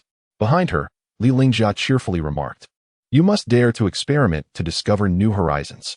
Jiang Xiaoqing turned around, her large eyes fixed on Li Lingjia. How did you come by a collar and leg bands? What other peculiar items do you purchase? Li Lingjia chuckled. I have some animated little toys. Would you like to play with them? How old are you to still be buying toys? Isn't that a bit childish? Jiang Xiaoqing retorted, only to realize her slip of tongue, her face flushing crimson. Jejia, you actually. Returning to the matter at hand, the two sisters resumed their place in the living room. On the whiteboard, Li Lingjia inscribed 3 large characters, mystery. To win someone's affection, an air of mystery is indispensable. If your demeanor gives the impression of being easily decipherable, then this romance lacks any intrigue. Even if you are together, the novelty will swiftly fade, leaving you in tears. Li Lingjia particularly emphasized this point. Oh, I see. Maintain an air of mystery. Jiang Xiaoqing jotted down notes diligently. Furthermore, our aim is to have him develop an affection for you, rather than merely liking you. Do you comprehend? Jiang Xiaoqing, with a puzzled expression, looked at Li Lingjia and asked, aren't they synonymous? Both imply he likes me. The distinction lies in the nuances. Li Lingjia, disinclined to elaborate further, realized that Jiang Xiaoqing's intellect might not grasp such subtleties. Ultimately, Li Lingjia formulated a specific strategy, stating, invite him out this weekend. We shall endeavor to win him over. What shall we do? Escape room. Escape rooms are quite terrifying. I am afraid and reluctant to participate. Jiang Xiaoqing whispered. Silly girl, precisely because you are apprehensive, that is why we should engage in an escape room, as it provides him the perfect opportunity to protect you. Does it not? Jiang Xiaoqing suddenly enlightened, exclaiming, that makes sense. How could I not think of that? Jia, you are so insightful. Manipulating a man is utterly simple. Now, you should call him and arrange a meeting. It's rather late. He is surely resting, and calling him would be inappropriate. Remember, a girl with an average physique and looks will always be overshadowed by one who embodies a rebellious spirit. What? Don't question why, just call him. Well then, I must admit, when it comes to interpersonal relationships, Li Lingjia possesses considerable knowledge. However, her understanding is merely theoretical, despite her eloquence. She lacks practical experience. Capturing someone of Qin Feng's caliber would be nothing short of an insurmountable challenge. At that very moment, Qin Feng was engrossed in the study room, perusing Lin Jialu's tome on traditional Chinese medicine, which was brimming with invaluable insights. Although the text was somewhat arcane, Qin Feng's talent in traditional Chinese medicine had now awakened. Starting at the green level, allowing him to navigate these texts with ease. Just as he was fully absorbed in his reading, his phone rang. Generally, if Qin Feng noticed someone calling, he would certainly answer. However, on occasion, missed calls could accumulate due to his phone being on vibrate or silent. Notably, many of these missed calls were from the campus beauty, Jiang Xiaoqing, and if his classmates were to discover this, they would undoubtedly pester him incessantly. This time, he promptly answered Jiang Xiaoqing's call and greeted her with, hello, good evening. Jiang Xiaoqing was somewhat taken aback, pleasantly surprised that the call had connected. She hastily replied, I apologize, Qin Feng, for interrupting your rest. I wanted to ask. Li Lingjia pinched Jiang Xiaoqing at her waist, prompting a yelp of pain. Li Lingjia glared at Jiang Xiaoqing and said, what did I just tell you? Be a little more mischievous, a bit more assertive, a touch more domineering. Jiang Xiaoqing covered the phone's receiver and nodded, understood. Subsequently, she feigned aloofness and stated, Qin Feng, would you like to go to an escape room this weekend? Do not use interrogative sentences. Utilize declarative statements instead. Oh, Qin Feng, let us go play an escape room this weekend, Jiang Xiaoqing reiterated for the 3rd time. On the other end of the line, the conversation between the two best friends was crystal clear to Qin Feng, who mused about the peculiar antics of the duo. Thus, he replied, this weekend? I'll see. Time may not be on my side. Jiang Xiaoqing felt a twinge of panic, unsure how to respond, and quickly sought help from her friend. Li Lingjia seized the phone with an air of authority and boldly declared, what's the matter? Are you still contemplating going out with other women to shop or sing karaoke? Are there any girls more charming than my Qingqing? Qin Feng chuckled, certainly not. Then it's settled. Let us meet at the school gate at 10 o'clock on Saturday. If you dare to stand us up, you'll be in big trouble. Li Lingjia threatened. With that, she hung up decisively, without a hint of hesitation. Jiang Xiaoqing admired her friend immensely, applauding, Jia, you're amazing. If only I had half of your assertiveness. Li Lingjia beamed with pride, taking a sip of water. With men, one cannot afford to show too much kindness. A little sunshine will suffice. Absolutely, you're right, Jiang Xiaoqing chimed in. At that moment, Jiang Xiaoqing's phone rang again, displaying Qin Feng's name. She exclaimed with delight, "Wow. It worked. What should I do now? Let me gather some strength for you. You should take the lead," Li Lingjia confidently suggested. "All right, here is the phone," Jiang Xiaoqing replied. Li Lingjia answered the call once more, maintaining her aloof demeanor as she asked, "What now?" "A lady needs her beauty sleep, you know?" Qin Feng replied with a smile, "Nothing much, I can make it this weekend, but I'd like to know what kind of songs you enjoy. I promised to dedicate one to you last time, and I intend to keep my word." In an instant, Li Lingjia's heart fluttered, her earlier bravado completely dissipating. After a brief moment of daze, she stammered, "I'm fine with anything. I don't have any special requests. Are you really going to write a song for me?" "Of course, I never go back on my promises." Li Lingjia responded joyfully. "All right then, thank you. By the way, I'll bring you a small gift this weekend. I can't just take from you. What do you like?" "Let us skip the gift. Let us just enjoy ourselves," Qin Feng insisted. "No way. I must give you something. I'll prepare it well in the next couple of days." "Well, it's getting late. You should get some rest." "All right, good night, good night," Li Lingjia reiterated, completely shedding her domineering persona. Jiang Xiaoqing stared in disbelief at her friend, saying, "Jia, weren't you supposed to gather strength for me? How come?" Suddenly realizing, Li Lingjia slapped her forehead in frustration. "Oh no, this man is too formidable." Jiang Xiaoqing sighed. "Well, let us go with the flow." The two friends pondered throughout the night, devising countless strategies, only to find that Qin Feng had effortlessly subdued them with a mere straightforward approach, leaving the sisters feeling increasingly embarrassed as they reflected on the situation. At last, "Sigh, sleep, sleep. I shall ponder upon awakening. My head aches," Li Lingjia muttered in disarray. There are still 3 days until the weekend, and Li Ling has resolved to refrain from sending any messages to Qin Feng during this time. Though 3 days may seem brief, for Jiang Xiaoqing at this juncture, it is akin to an eternity. Upon awakening in the morning, Jiang Xiaoqing instinctively reached for her phone, opening WeChat to search for Qin Feng's profile picture among numerous messages. There were no notifications from him, only trivial greetings from those inconsequential to her, who dutifully sent a morning salutation each day. Initially, out of courtesy, Jiang Xiaoqing would respond with a polite good morning, but soon realized that such gestures might instill hope in the sender. Consequently, she resolved to either refrain from replying or to delete them as friends. Tossing and turning on her spacious bed, Jiang Xiaoqing muttered to herself, "Fool, can't you send a message? Must you wait for me to initiate?" It's infuriating. To ensure she missed no communication from Qin Feng, she promptly pinned his message thread to the top of her chat list. Afterward, Jiang Xiaoqing rose. With the sounds of Sevenly Fragrance, a song previously sung for her by Qin Feng, playing from her speakers as she washed up. Meanwhile, Qin Feng had long since risen. By 7 o'clock, he had completed his morning exercises. After running several laps, he felt invigorated. He then practiced singing in a secluded area of the playground, his voice resonating with the stirring notes of the Internationale, reminiscent of the sun rising in the east. Qin Feng couldn't help but reflect on the joys of youth, reveling in the abundance of time to squander. On that morning, he had classes scheduled during the 3rd and 4th periods, so he arrived early, clutching a hefty stack of books on traditional Chinese medicine. His fellow students cast him curious glances. After all, it was peculiar for an economics student to be burdened with so many medical texts. However, Qin Feng was unconcerned with their opinions. The pinnacle of living is to be true to oneself. His roommates were well aware of his diligent nature and had grown accustomed to it. Furthermore, under Qin Feng's influence, the previously lackadaisical 502 dormitory had flourished, with even the notorious Li Jing beginning to memorize English vocabulary. At noon, Qin Feng and his friends planned to cook a few dishes. Li Jing generously announced, "No one fight me for it today. I shall treat." Dormitory leader Guatao chuckled. "Oh, what has brought the miserly Li Jing to part with his riches today?" "Well, I just want to express my gratitude to my roommate Qin Feng.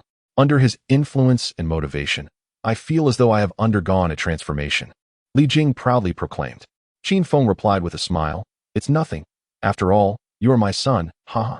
Li Jing, seizing on Qin Feng's jest, added, "Dad, can I borrow your SF90 tonight? I wish to take Jia for a drive." "Oh, so you were waiting for me to say something? What can I say? Of course, that would be a no. As per the rules of the realm, neither cars nor wives are to be lent. Moreover, it's not even my car. If you wish to drive it, I must seek the owner's consent. Shall I give them a call on your behalf? Li Jing hastily remarked, forget it. That woman looks formidable. I certainly do not wish to court misfortune.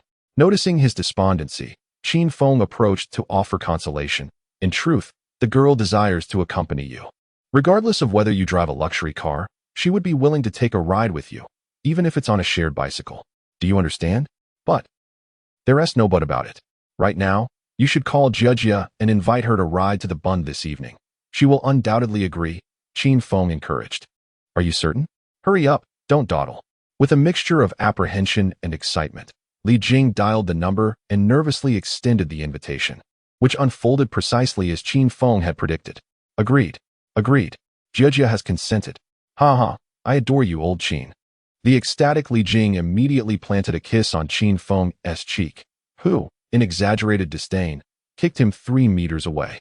In truth, romantic relationships during university tend to be rather innocent. Possessing a particular skill can easily attract a girlfriend, whether one excels at basketball, singing, or possesses good looks. As long as one has at least one of these attributes and refrains from being overly obsequious, finding a girlfriend becomes a natural outcome.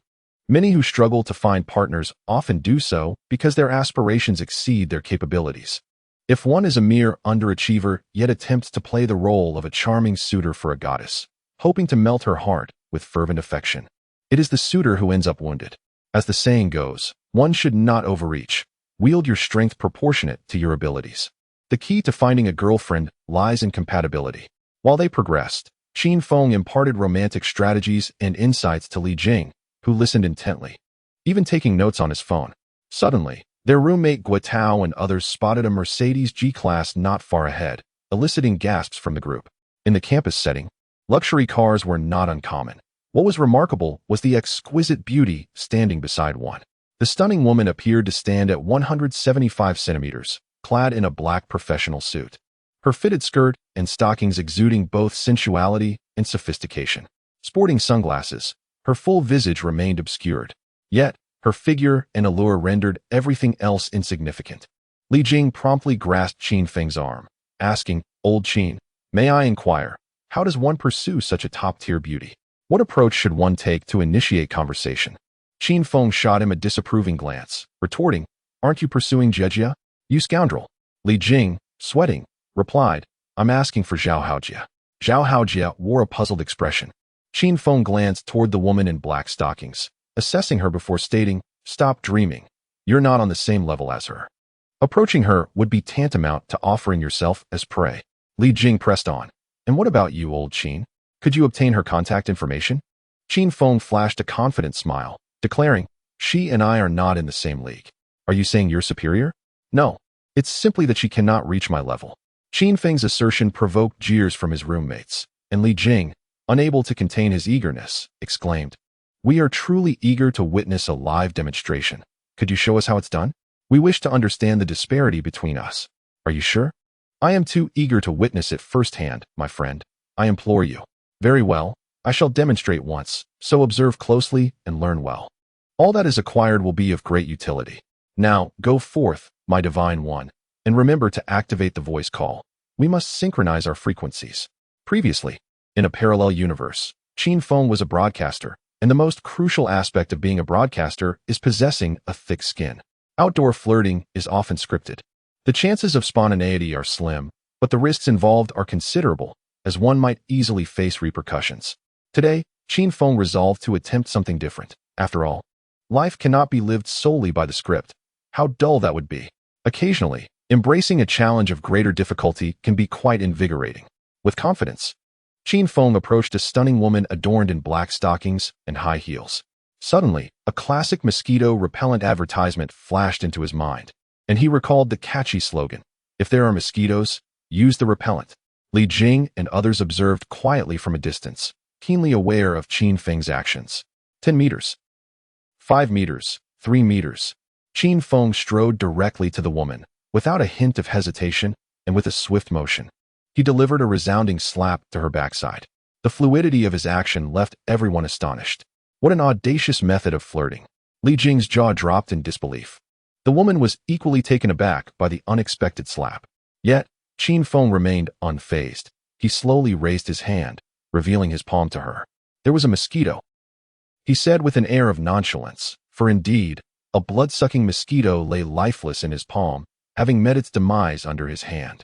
The woman removed her sunglasses, revealing a celestial beauty that appeared somewhat familiar to Qin Feng. "Ah, aren't you the twin from the bar last time? Are you the sister or the younger sibling?" he inquired with curiosity. The woman inhaled deeply, then exhaled slowly. It was evident that Qin Feng's slap had left her somewhat numb. Indeed, she was Chao Jingjing, the twin sister from the bar, and after extensive inquiries, she had discovered that the popular singer hailing from the vibrant metropolis was a student at the university there.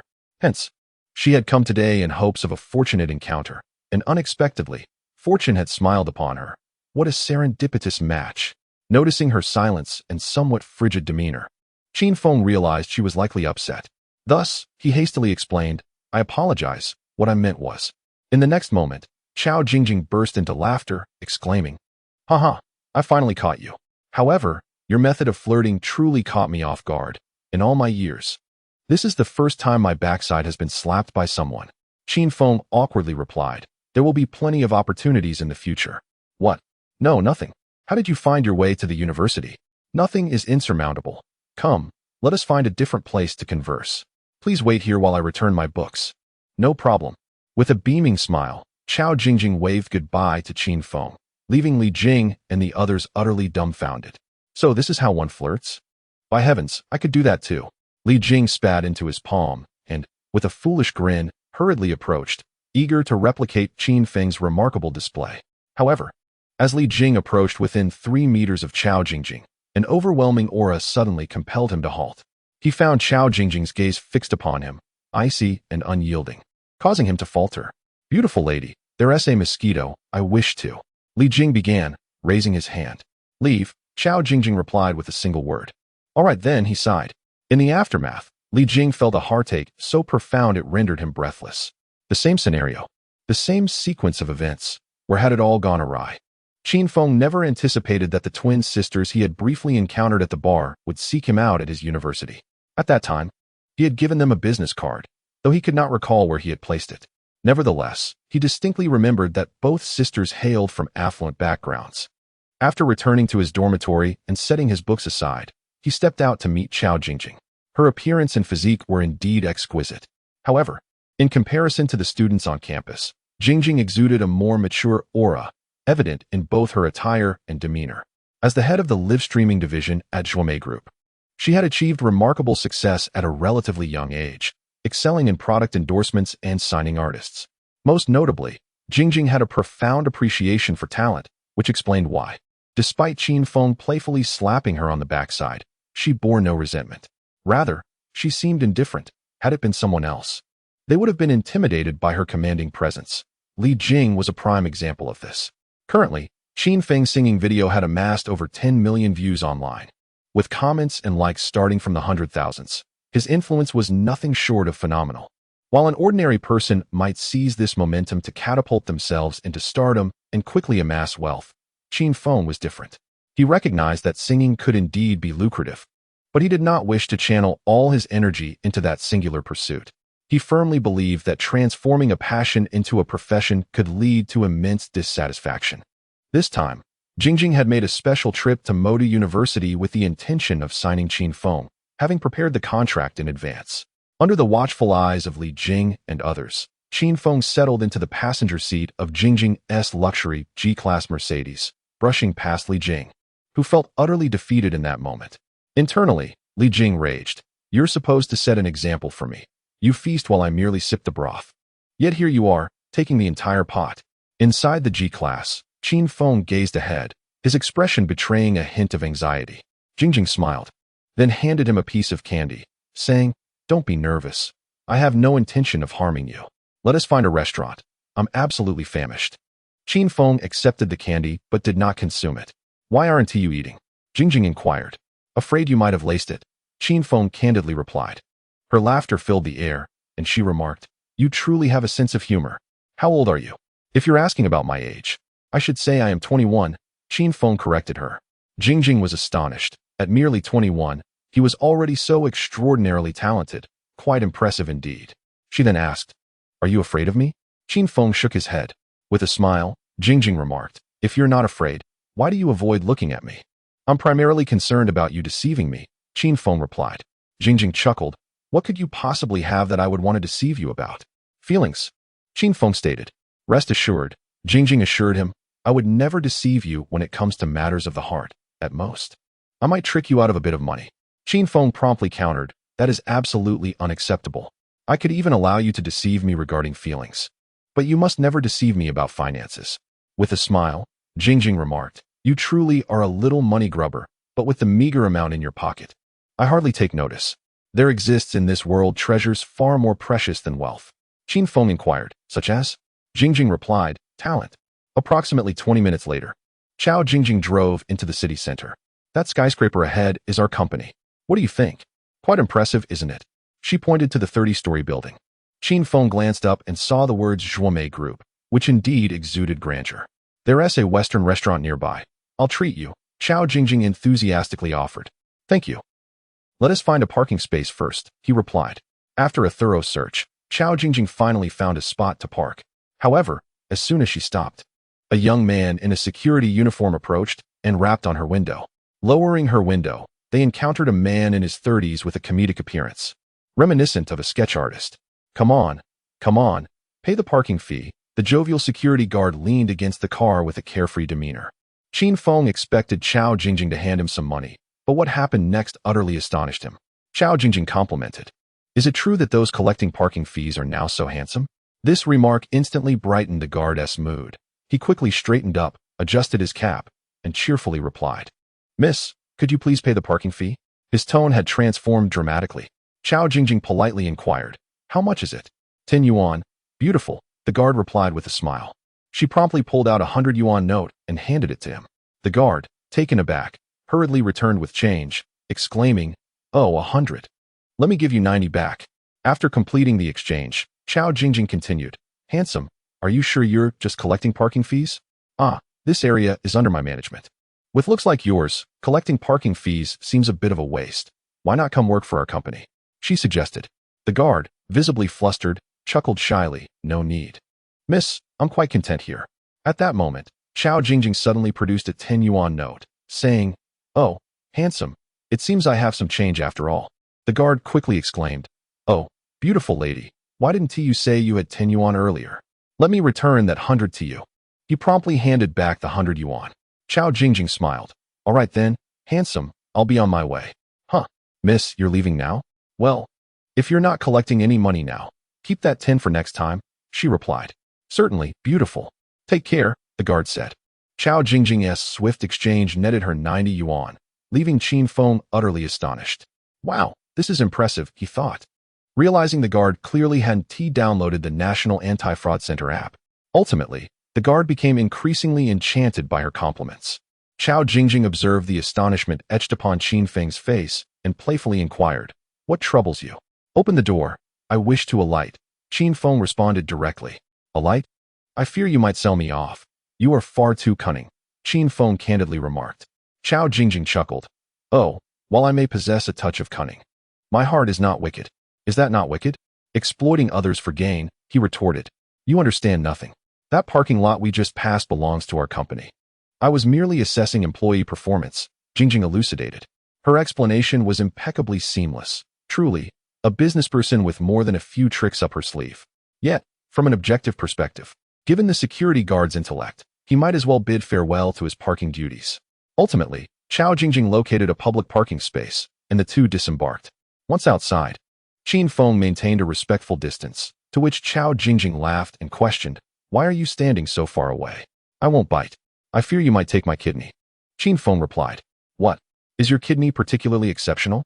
she teased, omitting the last word. Jingjing's gaze inadvertently drifted to Qin Feng's lower half, causing a chill to run through him. This individual was rather improper. However, upon reflection, what was there to fear? She wasn't exactly prim and proper herself. Perhaps they were simply two of a kind.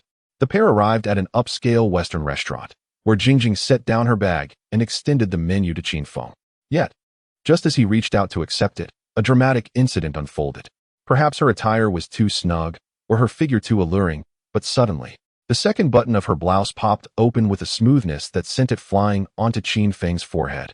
Embarrassed, Qiao Jingjing covered her chest, her large eyes fixating on Qin Feng.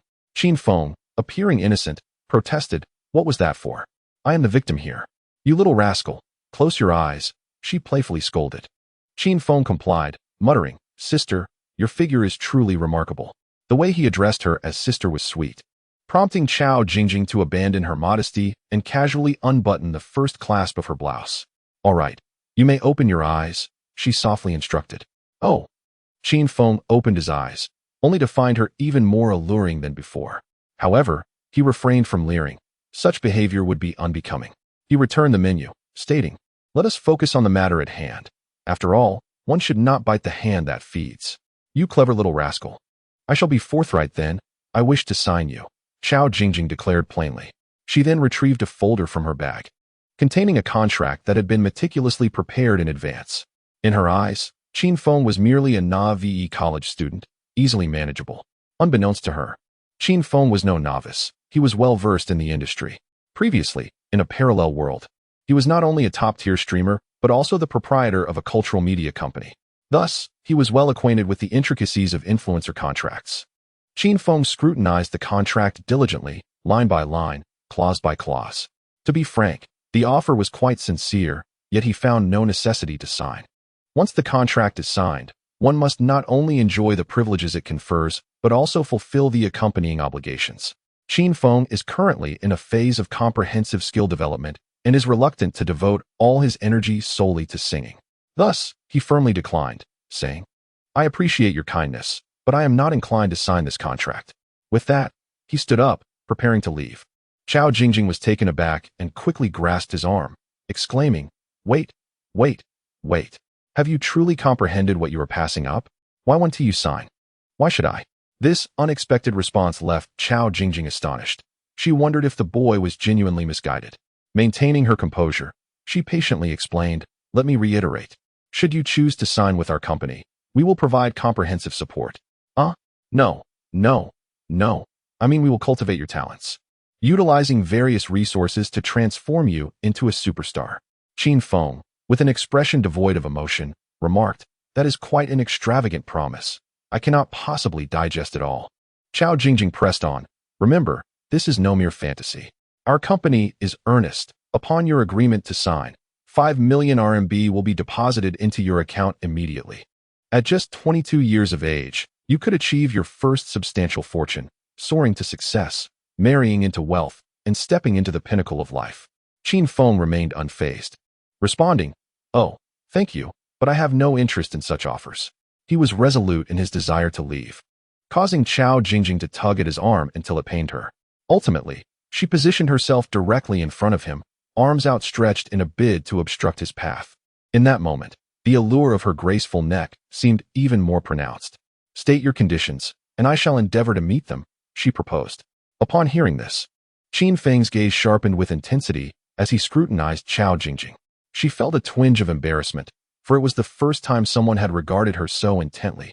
Typically, other men would only dare to steal glances.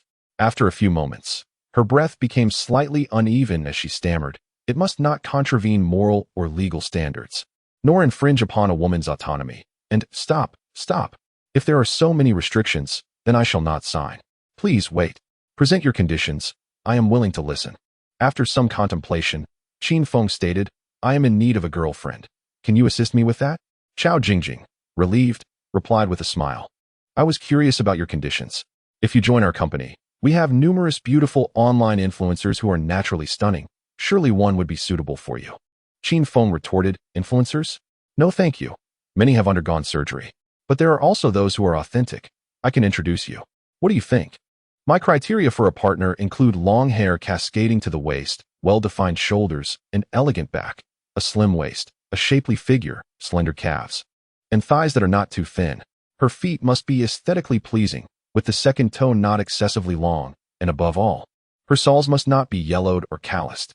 Qin Feng's elaborate demands left Qiao Jingjing quite exasperated. Qiao Jingjing, hands on her hips, inquired, Have you ever been in love, little brat? No. Came the reply. Do you have any idea how difficult it is to find a girlfriend these days? With your qualities, you surpass 99.9% of girls, you know? Qin Feng asserted. It is precisely because I have never been in a relationship that I yearn for a perfect first love. If you can arrange it, I will sign. If not, then let it be. Qin Feng remained obstinate, indifferent to Chao Jingjing's attempts at persuasion. Signing a contract is akin to having wealth. With wealth, what kind of girl can't you attract? Chao Jingjing appeared anxious, her tone growing increasingly agitated. In her haste, Qin Feng became even more restless. What do you mean by that? Are you suggesting that having money grants one the liberty to do as one pleases? Does wealth render one omnipotent? Can money buy love? Do you capitalists only think of money? Qin Feng exclaimed passionately. Realizing her tone had become overly intense, Chao Jingjing quickly composed herself, stating, I apologize. I didn't express myself clearly. Now, regarding your girlfriend's criteria, I have taken note. I shall certainly assist you. Qin Feng retreated, saying no. Don't just paint grand pictures for me. What if you cannot deliver? If I cannot, I will offer my sister to you, Chao Jingjing said casually. Really? Indeed. After a moment of silence, Qin Feng scrutinized Chao Jingjing with an expression full of doubt. Staring back at him, Chao Jingjing remarked, What? Do you think I'm not up to standard? Please open your eyes and see clearly. With long legs and a slim waist, what part of me is lacking? Qin Feng nodded. Your appearance certainly meets the mark. However, I believe character outweighs looks. After all, their essay saying, beautiful exteriors are commonplace, but interesting souls are rare. Upon hearing this, Jingjing immediately became displeased. Are you implying that my character is lacking? Qin Feng responded, character isn't about being good or bad. It's primarily about compatibility. A relationship requires a resonance of hearts and souls.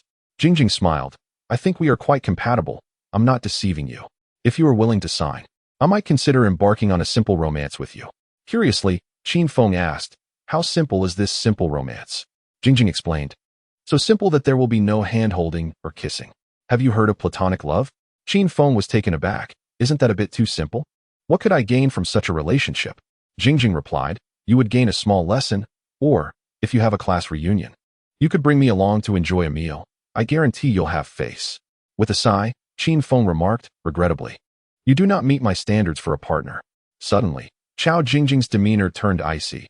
She roughly grabbed Qin Feng's collar and demanded, what exactly is lacking? Speak up. If you don't, you won't be leaving today. I fear you might be upset if I tell you, he stated. I won't. My emotional resilience is quite strong, Chao Jingjing asserted. Then come closer, and I will quietly reveal where you fall short. Chao Jingjing approached Qin Feng, who leaned down to whisper a few words in her ear.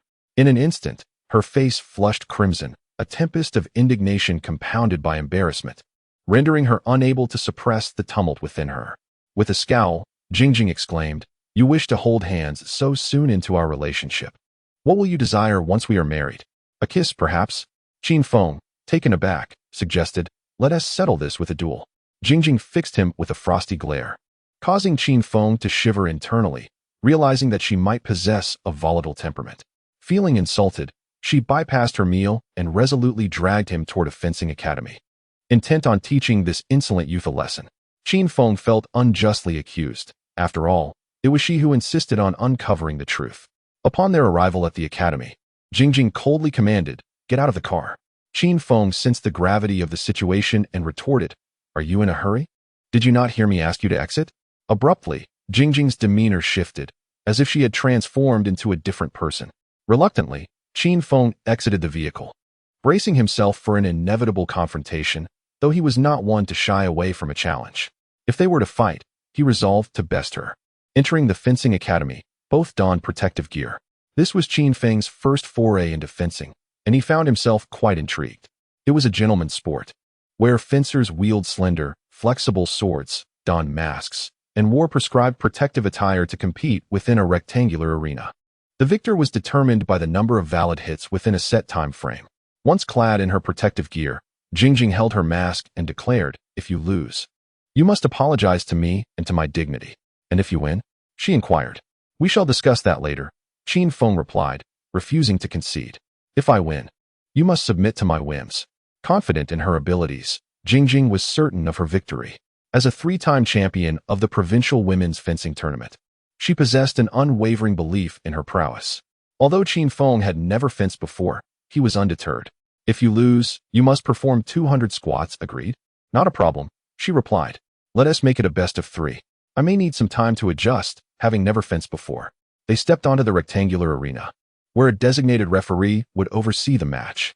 Once Qin Feng donned his mask, he felt akin to a knight of medieval Europe, a touch gallant.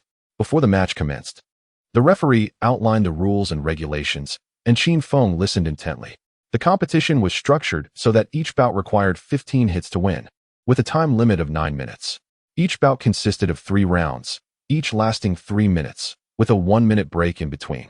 A competitor would win by either achieving 15 hits or by accumulating the highest number of hits when time expired. In the event of a tie, a decisive 1-minute extra round would ensue. Notably, any illegal actions, such as dragging the sword's tip on the ground or using the non-sword hand to shield oneself from being hit, would constitute a foul.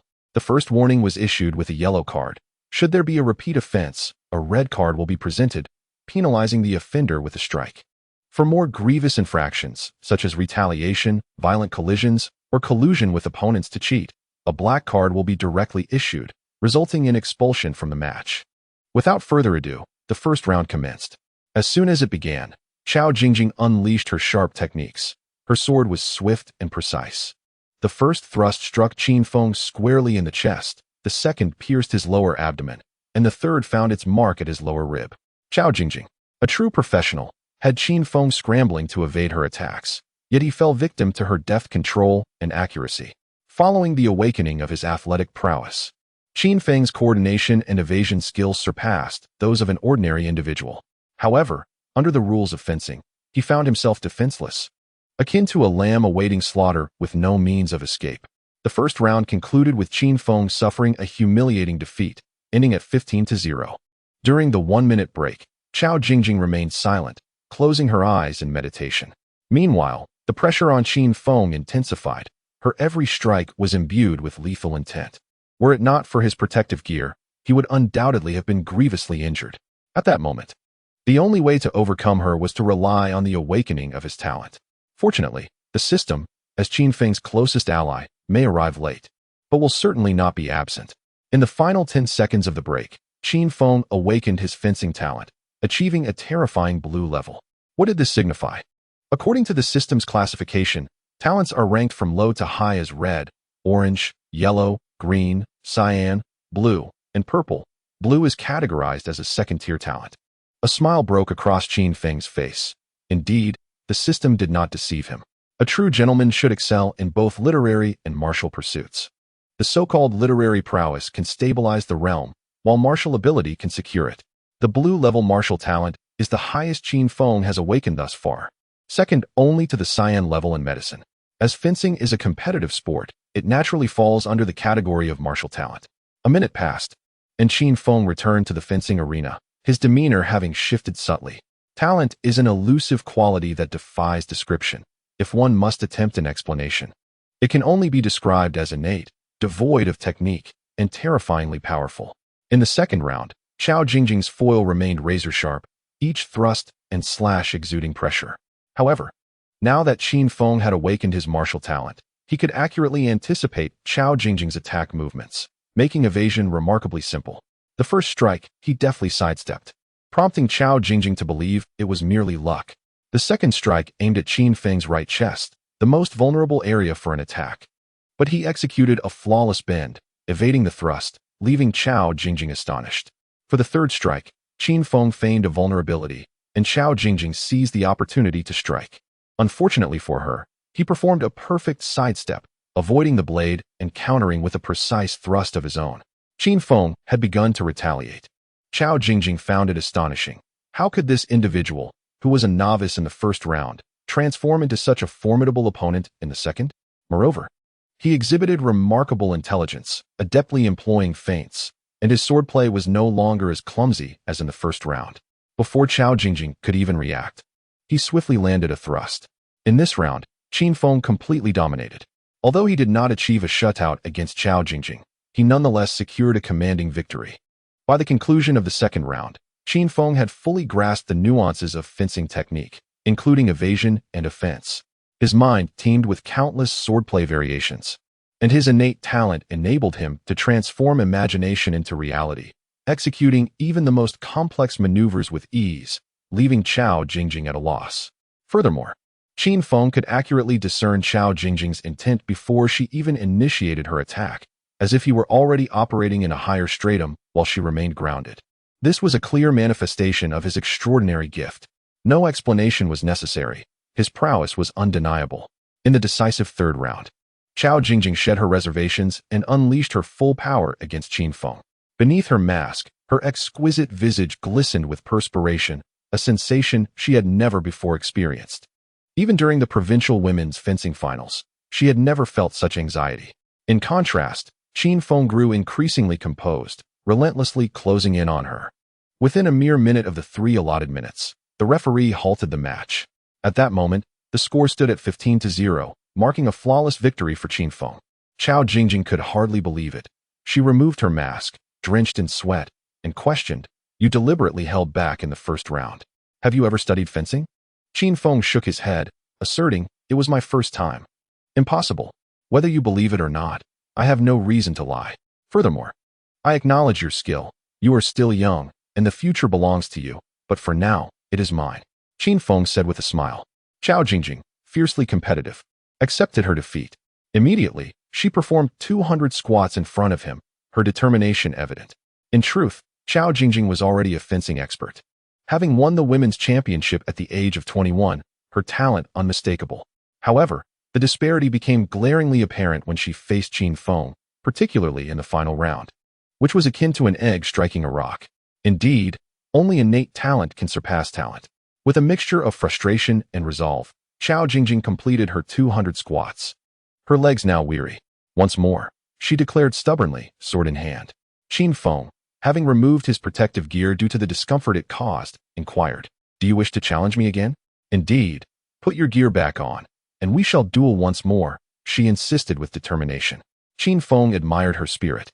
She was unafraid of defeat and eager for a rematch. Thus, he picked up his foil anew, pointing the blade at Qiao Jingjing, and said, "Come on. I will fight you without protective gear." "That's simply one do. It contravenes the rules of fencing," the referee, who also served as the fencing academy coach, interjected promptly.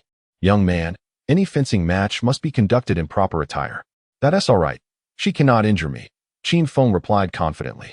"Nonetheless, that is not permissible. At least not in this academy," the coach reiterated. Qin Feng understood the coach's position, yet the protective attire was undeniably uncomfortable. At this moment, Qiao Jingjing also removed her protective gear and set down her sword, stating, "Let us duel with wooden swords." "Wooden swords are acceptable, coach. Does your gym have them?" The coach, a man in his 50s who has trained numerous outstanding fencers, nodded with a smile, "Of course." Upon witnessing Qin Feng's remarkable skills, he was taken aback. Such talent at such a young age was indeed a gift from the heavens. Soon, the coach brought training wooden swords for the two. At this point, Qiao Jingjing was drenched in sweat, her white shirt clinging to her figure, enhancing her already graceful allure. Noticing Qin Feng's gaze, she coldly remarked, "Focus. It's time to fight." With that, she launched a fierce strike, which Qin Feng deftly blocked, the force causing her arm to tingle. Subsequently, Qin Feng became fully engrossed, executing a series of fluid combinations with ease, leaving Qiao Jingjing utterly outmatched. It was hard to fathom that someone who had only been practicing fencing for half an hour could so effortlessly defeat a 3-time champion like Qiao Jingjing. Both she and her coach could scarcely accept it, the latter shaking his head in resignation. Indeed, a prodigy.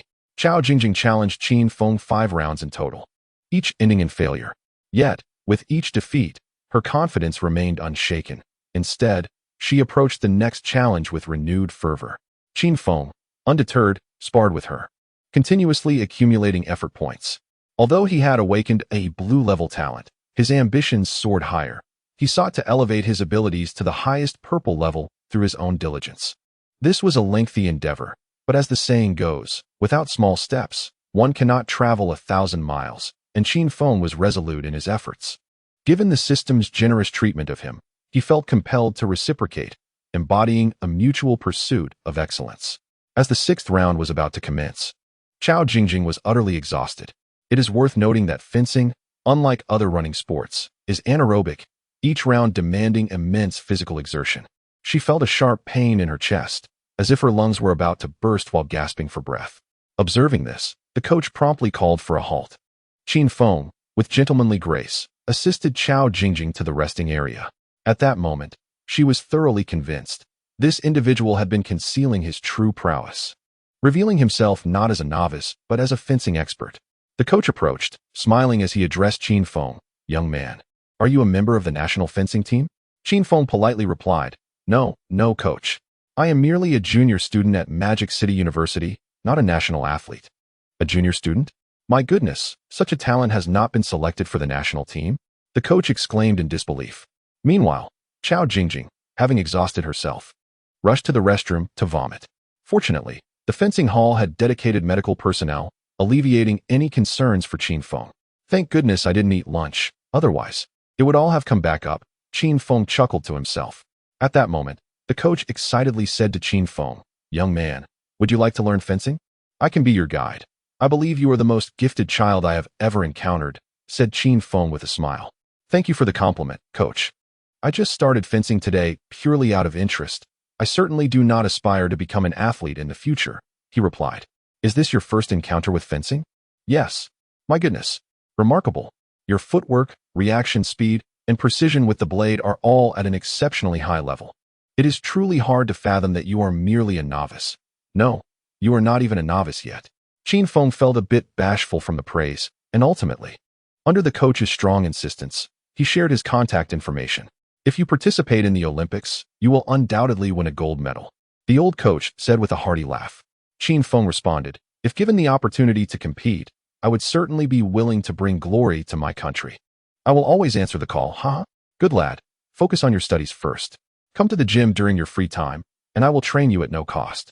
"All right, thank you, coach." Chao Jingjing weakly emerged from the medical room and was taken aback to see her longtime coach laughing and chatting with Qin Feng. Instantly, a pang of discomfort struck her heart. Yet, despite her unease, she recognized Qin Feng's undeniable talent. It was no exaggeration. Noticing Chao Jingjing's pale complexion, Qin Feng inquired, "Are you all right?"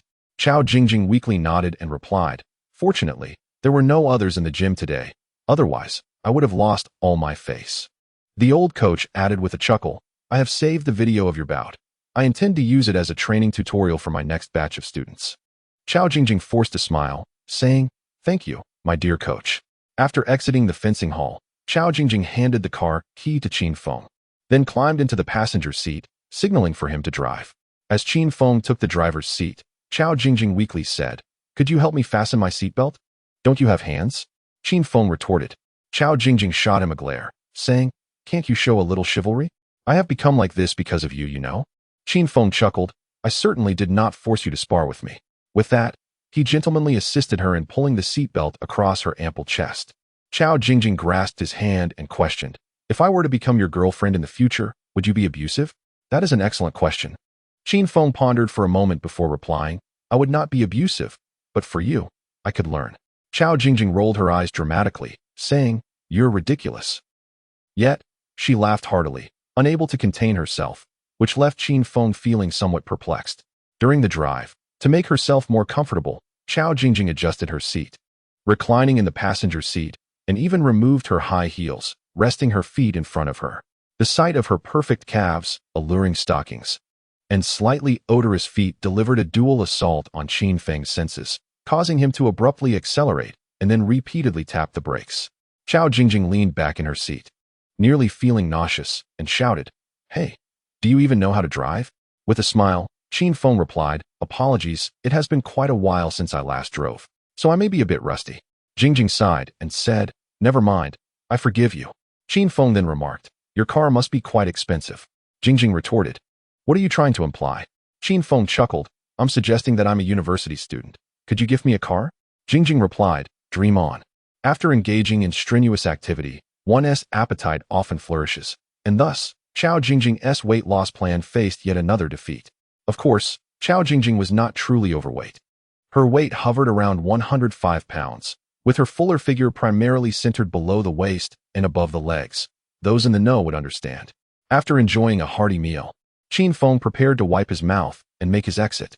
Chao Jingjing extended her long legs to block his path and asked once more, "Are you sure you want to reconsider? Just sign, and 5 million will instantly land in your account. Do you think I'm someone who cares about 5 million? Chao Jingjing was momentarily taken aback by this question. From Qin Feng's expression, it was clear he was genuinely uninterested. What could possibly pique the interest of a man indifferent to money? Left with no choice, Chao Jingjing had to let Qin Feng go. Before he departed, he took the initiative to request her WeChat, which filled her with immense joy. Indeed, while men may not be swayed by wealth, they are utterly helpless against a beautiful woman, especially one as endowed as she. Chao Jingjing held unwavering confidence in herself. Not long after Qin Feng left the restaurant, Chao Jingjing received a text message from him. With a scoff, she declared, as expected, "There is no man I, Chao Jingjing, cannot conquer." Yet, upon opening the message, she found no text, but rather a bargain link from a discount platform. Chao Jingjing was left dumbfounded. I, Chao Jingjing, sister of the president of Zhuomei Group, with personal assets exceeding 1 billion and holding 20 of Zhuomei's shares, and being asked to bargain? Was this a joke? She promptly replied with a question mark. Qin Feng explained, "Are you a new user? What do you think?" Chao Jingjing shot back with a voice message. "Perfect timing, help me cut a deal. May good fortune be with you," she added with a smile emoji. However, she outright refused, stating, "Forget it. I will not help you bargain. It's beneath my dignity." Qin Feng responded with an eye-roll emoji and then promptly blocked her. When Chao Jingjing attempted to send another message, a red exclamation mark appeared in the chat box. Amused and exasperated, she muttered to herself, "Blocking me, you little rascal? Just wait. I refuse to believe I cannot win you over." Qin Feng was particularly adept at blocking people, and oddly enough, the moment he added someone to his blacklist, he felt an inexplicable joy, an affliction he was unwilling to treat. Later that evening, Qin Feng continued his studies in the library, sifting through a plethora of traditional Chinese medical texts. Meanwhile, at the top floor of Zhuomei Building, in the spacious 180-square-meter office of the president, Chao Jingjing relayed all that had transpired during the day to her sister. Initially, I presumed he was merely an immature young boy. However, I was pleasantly surprised to discover he possessed both literary and martial talents. Sister Chao Jinjia remarked with admiration.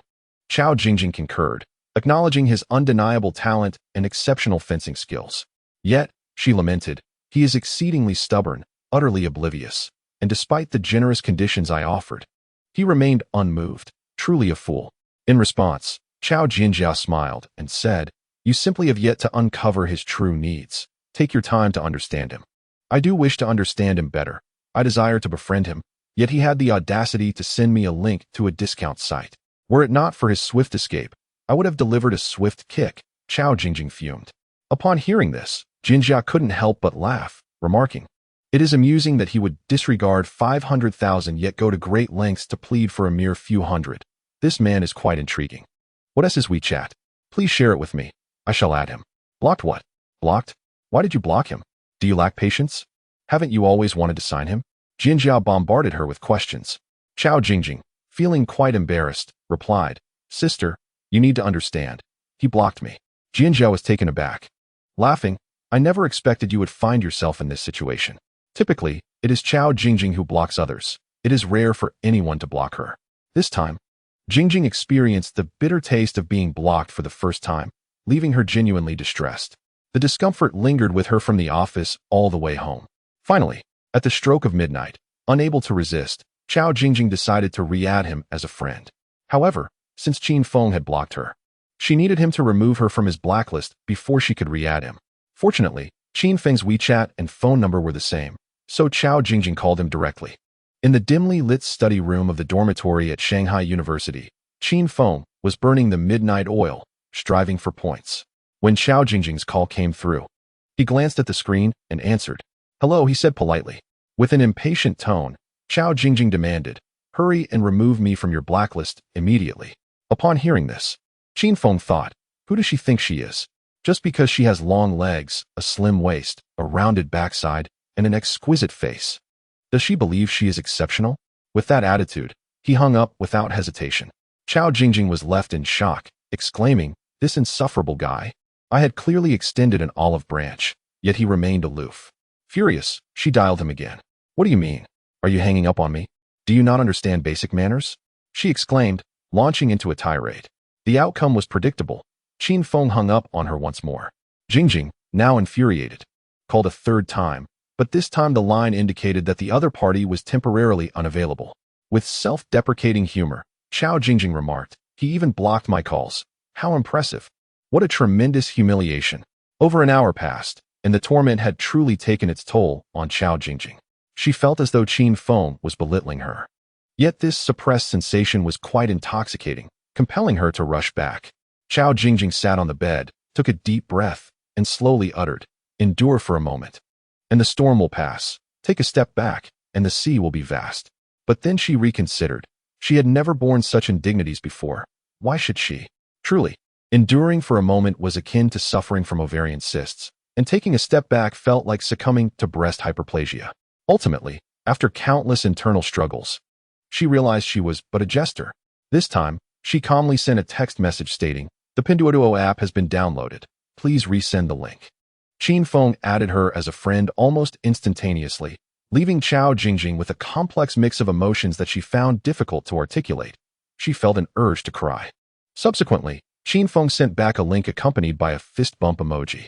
Staring at the screen, Chao Jingjing clenched her small pink fist and playfully chided, "If it weren't for my magnanimity, I would have smashed your head in by now, humph." She helped Qin Feng with a crucial task, one that struck directly at the core of his heart.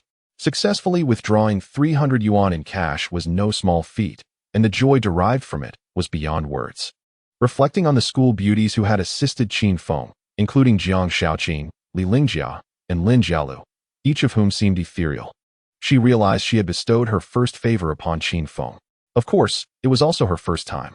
Qin Feng was elated and excited, and he promptly initiated a video call to Jingjing, leaving her bewildered. Why was he calling her on video? She had already completed her evening routine and removed her makeup. In a flash, Jingjing ended the call and typed 2 words in the chat, "Are you sick?" However, upon further reflection, she deleted it and revised her message to simply, "What for?" The 2 phrases conveyed a similar meaning, yet the emotional undertones were vastly different, primarily because Chao Jingjing feared being blocked again. Qin Feng replied, "I wanted to see you." Upon reading this, a smile involuntarily crept across her lips, and she replied with a hint of pride, "The beauty has already retired for the night and shall not meet anyone." "Are you sure?" "Forget it." Qin Feng sent a sigh emoji, stating, "You must have removed your makeup and are too shy to show yourself. I understand." Chao Jingjing, clever and perceptive, quickly recognized Qin Feng's baiting tactics. Nevertheless, she still sent a video call, for often, even when aware of a trap, one felt the need to prove oneself. When the video connected, though Chao Jingjing appeared barefaced, she was naturally beautiful, her skin smooth, fair, and radiant without a blemish. It was clear she was a natural beauty. She remained silent, simply appearing in front of the camera. Qin Feng met her gaze awkwardly for a minute. After a minute passed, Chao Jingjing, clad in pajamas, asked, "Have you seen enough? You want to see my legs?" Qin Feng replied again. Without hesitation, Chao Jingjing grabbed a pillow and hurled it at him, exclaiming, "You perverted scoundrel." Qin Feng interjected, Hey, stop. If you don't want to show them, that's fine, but why resort to personal attacks?" Chao Jingjing scoffed and rolled her eyes, stating, "You are the most speechless man I have ever encountered. Thank you for bestowing such high praise upon me." Suddenly, Qin Feng exclaimed in astonishment, "Goodness, you still smoke?" Chao Jingjing furrowed her brow and replied, "I do not smoke, thank you." "Then how is it that there is a lighter on the ground?" "The lighter fell, dear sister." "A lighter? Where?" "Right beneath your feet, to the right, near the bed." Qin Feng spoke with such conviction that Chao Jingjing instinctively turned the camera, and in an instant, the screen turned white and blurry. However, she quickly saw through Qin Feng's trick, decisively covering the camera and then putting on her pajama pants. "You scoundrel, you deceived me." Chao Jingjing exclaimed, her anger palpable. Qin Feng yawned and stretched leisurely, saying, "I apologize. I misread the situation. Just wait, tomorrow I shall visit your school. And I will make you see clearly," Chao Jingjing threatened. Qin Feng, unfazed, retorted, "Bring it on. After all, there are already countless people pursuing me. I'm not afraid of one more." "Listen to this, what kind of talk is that?" Chao Jingjing laughed in exasperation. "You truly are a quintessential boy," she remarked with a hint of irony. Qin Feng readily confessed, "Why are you praising me at such a late hour?" "Are you certain I was praising you?" "Indeed. A quintessential boy, by definition, is the most trustworthy man under the heavens. Qin Feng asserted with unwavering conviction. Chao Jingjing shook her head with a wry smile and said, "Well then, let us use another term. You are a steadfast man." "How is that another compliment?" "Again, a steadfast man is one with an ironclad will." Chao Jingjing surrendered, stating, "You truly possess a remarkable understanding. I have come to realize that the source of my grievances lies within myself." What is wrong with being a source of grievances? One is clear about their grudges and possesses great courage.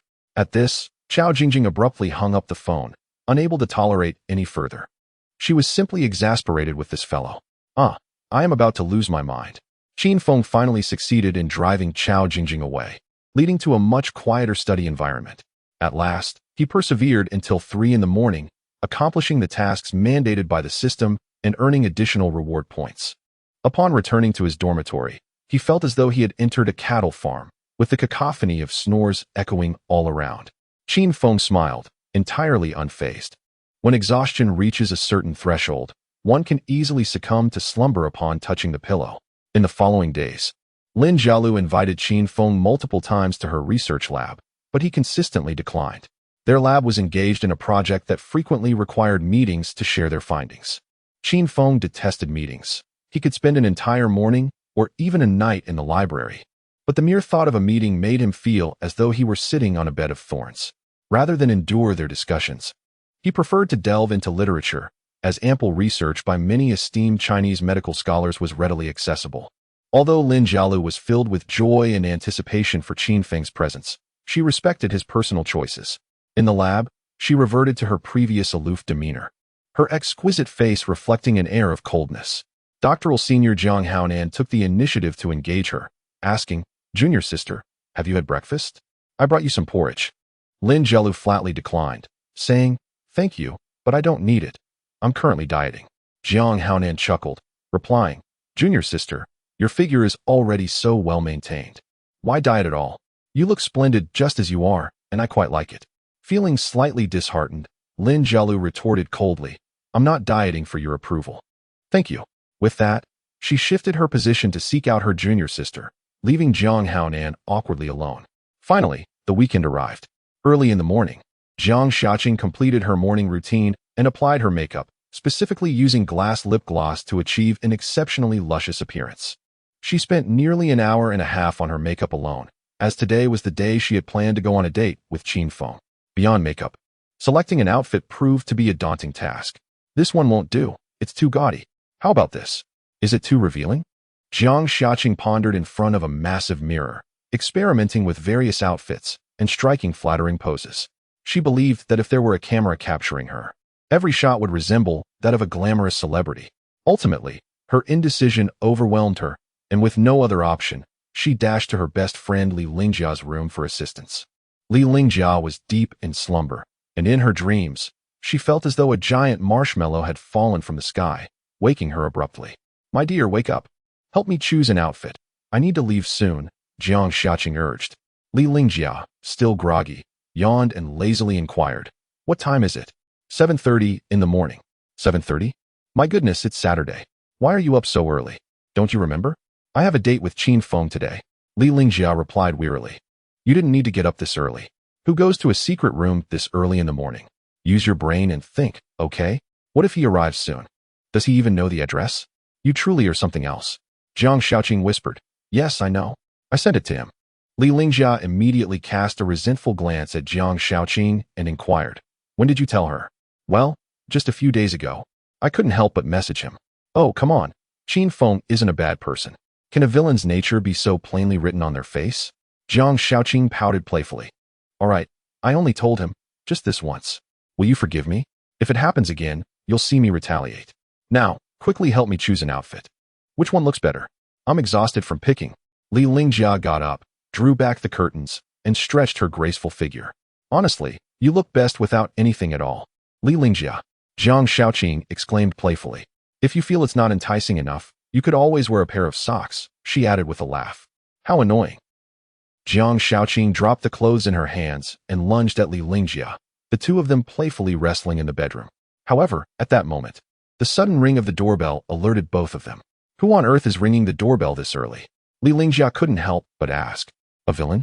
Li Lingjia playfully smacked Jiang Shaoqing on the head. Which villain knocks on the door so early? Go check. All right. The two of them, barefoot, rushed to the living room. Peering through the monitor, they were astonished to see Qin Feng, Jiang Shaoqing, and Li Lingjia froze in disbelief. Goodness, he came so early? Li Lingjia asked in surprise. Jiang Shaoqing, flustered, replied, No, I've been holding back from messaging him. We didn't arrange anything.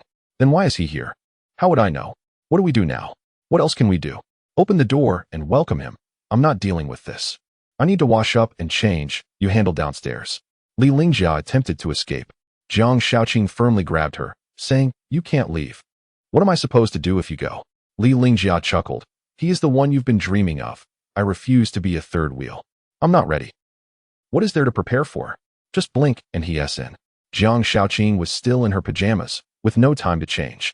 Qin Feng's unexpected visit was indeed a delightful surprise.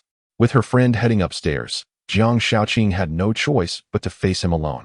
She took a deep breath, then hurriedly ran to open the door. In her nervousness, she accidentally bumped her calf against the corner of a table, and it hurt immensely. Though she felt anxious, she was also filled with anticipation and joy.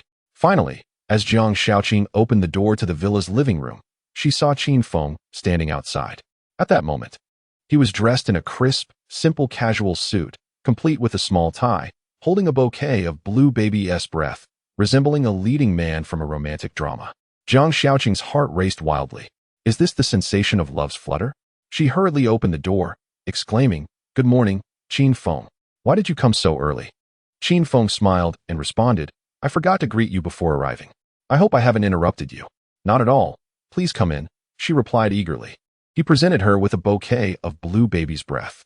Jiang Shaoqing, filled with excitement, accepted the flowers, her shyness evident as she stammered, Thank you. She had received countless bouquets before, red roses, white roses, pink roses, and every variety in between, but never had she felt such joy as she did today. Ultimately, the essence of a flower lies not in its type, but in the sentiment of the giver. As Qin Feng stepped into the courtyard, he followed Jiang Shaoqing into the villa. The interior, adorned with plush carpets and European design, left him utterly awestruck, as though he had entered a palace. With artistry and aesthetic beauty evident in every detail, he felt a twinge of embarrassment for not having any slippers to change into.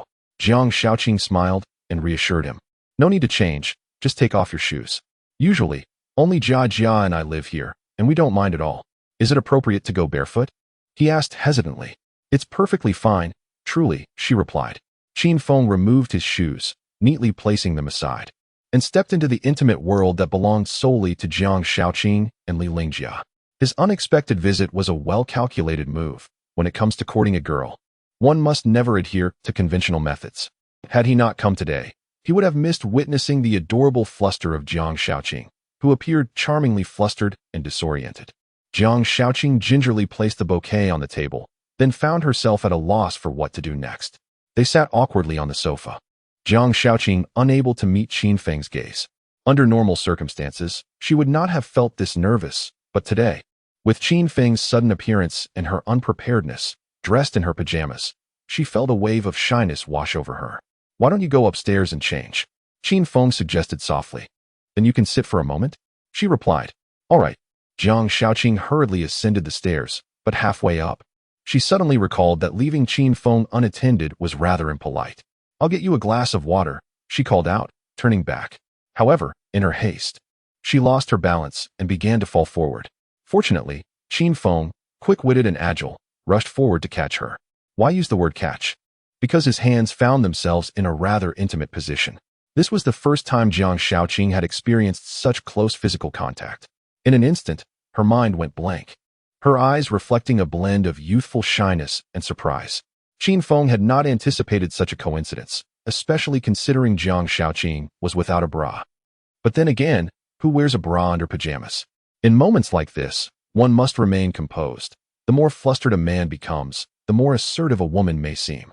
Thus, Qin Feng leaned back, spreading his arms wide, allowing Jiang Shaoqing's weight to rest upon him. Time seemed to freeze as her ear pressed against his chest, and she could distinctly feel the powerful rhythm of his heartbeat. After a brief moment of awkwardness, Qin Feng took the initiative to break the silence. Expressing concern with a tender inquiry, Are you all right? Jiang Shaoqing quickly rose, flustered, and replied, I'm fine, just be careful when going up and down the stairs. Qin Feng spoke gently. Jiang Shaoqing nodded, seemingly forgetting something. She then stood up to pour water for Qin Feng before heading upstairs to change her clothes. Seated on the sofa, Qin Feng let out a long sigh, relieved by his quick reflexes, which had spared him the need for explanations. Taking a sip of water, he extended his fingers. Reminiscing about the electrifying sensation from earlier, it was undeniably intriguing. Meanwhile, in Jiang Shaoqing's bedroom on the second floor, she felt her ears flush with embarrassment. Closing her eyes, she pressed her hand against her chest, taking deep breaths to calm herself, though it seemed futile.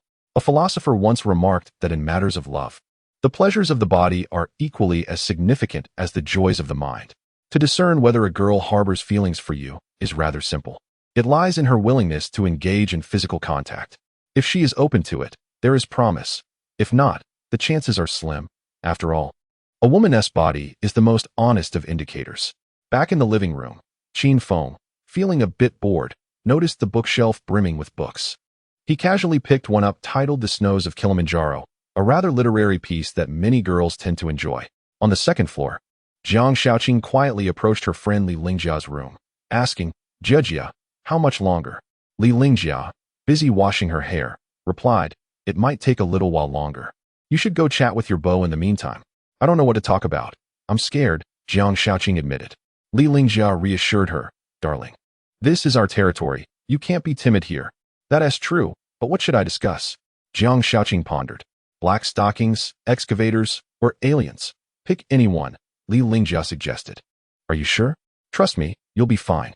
"All right, just hurry. I might struggle on my own, especially since just now." Jiang Shaoqing's voice trailed off, becoming shy. "Just now? What happened?" "Never mind. I'll tell you later. Hurry up. I'll just do a simple light makeup. It'll be super quick." "Okay." Gathering her courage, Jiang Shaoqing descended the stairs, attempting to engage Qin Feng in topics that would pique a young man's interest. Initially nervous, she gradually eased into the conversation under Qin Feng's guidance. Soon, they were enjoying a lively exchange, with Qin Feng effortlessly keeping the dialogue flowing. His humor often left Jiang Shaoqing in fits of laughter. Half an hour later, Li Lingjia made her appearance downstairs. The moment she descended from the second floor, both Qin Feng and Jiang Shaoqing were taken aback. Wasn't she just going for a simple look? How did she end up in a low-cut, lace evening gown? "Good morning," Li Lingjia greeted from the staircase, radiating an aura of allure that was simply captivating. Jiang Shaoqing, feeling a surge of annoyance, stood up and said, "Qin Feng, you stay here. I'll go upstairs to change as well." Qin Feng awkwardly remarked, "Actually, there's no need for that. We will be leaving shortly." Jiang Shaoqing, for the first time, expressed her displeasure towards Qin Feng, coldly retorting, "No, it is imperative that we change. Just wait." Sigh, girls truly have a penchant for comparison. Provoked by Li Lingjia, Jiang Shaoqing resolutely ascended the stairs, and thus commenced a contest between women. As the two best friends brushed past each other, a subtle smile graced Li Lingjia's lips, marking her declaration of war. Jiang Shaoqing, undaunted, was confident she would not be outdone by anyone, even her closest friend. Li Lingjia descended the stairs in an exquisite lace evening gown, gracefully taking her seat beside Qin Feng, her striking makeup enhancing her noble demeanor. To be honest, the Western-style makeup she wore suited her remarkably well, giving her an appearance akin to Hollywood starlet Angelina Jolie. Once this image formed in one's mind, it became quite captivating. "Why did you arrive so early?" Li Lingjia inquired. "Because I woke up early," Qin Feng replied candidly. Li Lingjia gazed at Qin Feng with an infatuated expression, seemingly anticipating something. As their eyes met, she felt herself sinking into a profound abyss of emotions. She thought to herself, "This man becomes increasingly appealing, regrettably. He belongs to Qingqing. Well, I shall let it go. Is there nothing you wish to say to me?" Li Lingjia could not help but ask. "You have not cleaned the sleep from your eyes," he remarked bluntly. Such a statement was outrageous. Li Lingjia closed her eyes, inhaling deeply to suppress her anger, and replied, "Please, rephrase that." Qin Feng chuckled, "I was merely joking. Do not take offense." "An apology? I'm sorry, lacks sincerity. I apologize doubly." Based on his experiences and friendships, Qin Feng understood that interacting with girls required a balance of affection and authority, one must not indulge her excessively, lest one become a sycophant. However, one must also avoid constant opposition, as it would make one appear foolish. Clearly, Li Lingjiao was dissatisfied with Qin Feng's apology. I am still quite upset. What shall we do? She challenged, fixing her piercing gaze upon him. Li Lingjiao's features were exquisitely refined, with her eyes being the most captivating aspect, and Qin Feng's earlier jest about her having sleep in her eyes was indeed a bit excessive. Yet, this was precisely the effect he desired. The prior discontent served merely to heighten the atmosphere. Unfazed by Li Lingjiao's fierce glare, Qin Feng calmly retrieved a harmonica from his pocket. What is that? Li Lingjia asked. A harmonica. I owed you a gift from last time, and here it is. Just this little thing? There is more than just this. I have also brought you a tune. Immediately, Qin Feng played a rendition of Childhood on the harmonica, causing Li Lingjiao's anger to dissipate in an instant. She recognized Qin Feng as a musical prodigy, adept at playing the guitar and singing. However, she had not expected him to excel at the harmonica as well. The piece, with its lively rhythm and elegant melody, seemed to resonate deeply within her heart. By the pond, the banyan tree stands tall, while cicadas incessantly herald the arrival of summer. At the edge of the playground, a solitary swing cradles a butterfly. Resting upon it, the teacher's chalk on the blackboard tirelessly scribbles away, creating a symphony of sounds in anticipation of the bell that signals the end of lessons and the freedom of childhood play. After a rendition of Childhood, Li Lingjia clapped enthusiastically, exclaiming, "What a delightful tune! Did you compose this yourself?" "It's somewhat accurate," came the reply. "What do you mean by somewhat?" Without further explanation, Qin Feng inquired, "Would you like to learn? I can teach you." Li Lingjiao nodded with excitement. "Really? That sounds wonderful. How will you teach me?" Qin Feng adopted a serious demeanor. "First, let's assess your talent. Stick out your tongue." "Why should I do that?" she questioned. "For the harmonica, it's not just about pitch. The coordination of breath and tongue is essential. Do you understand?" Qin Feng explained.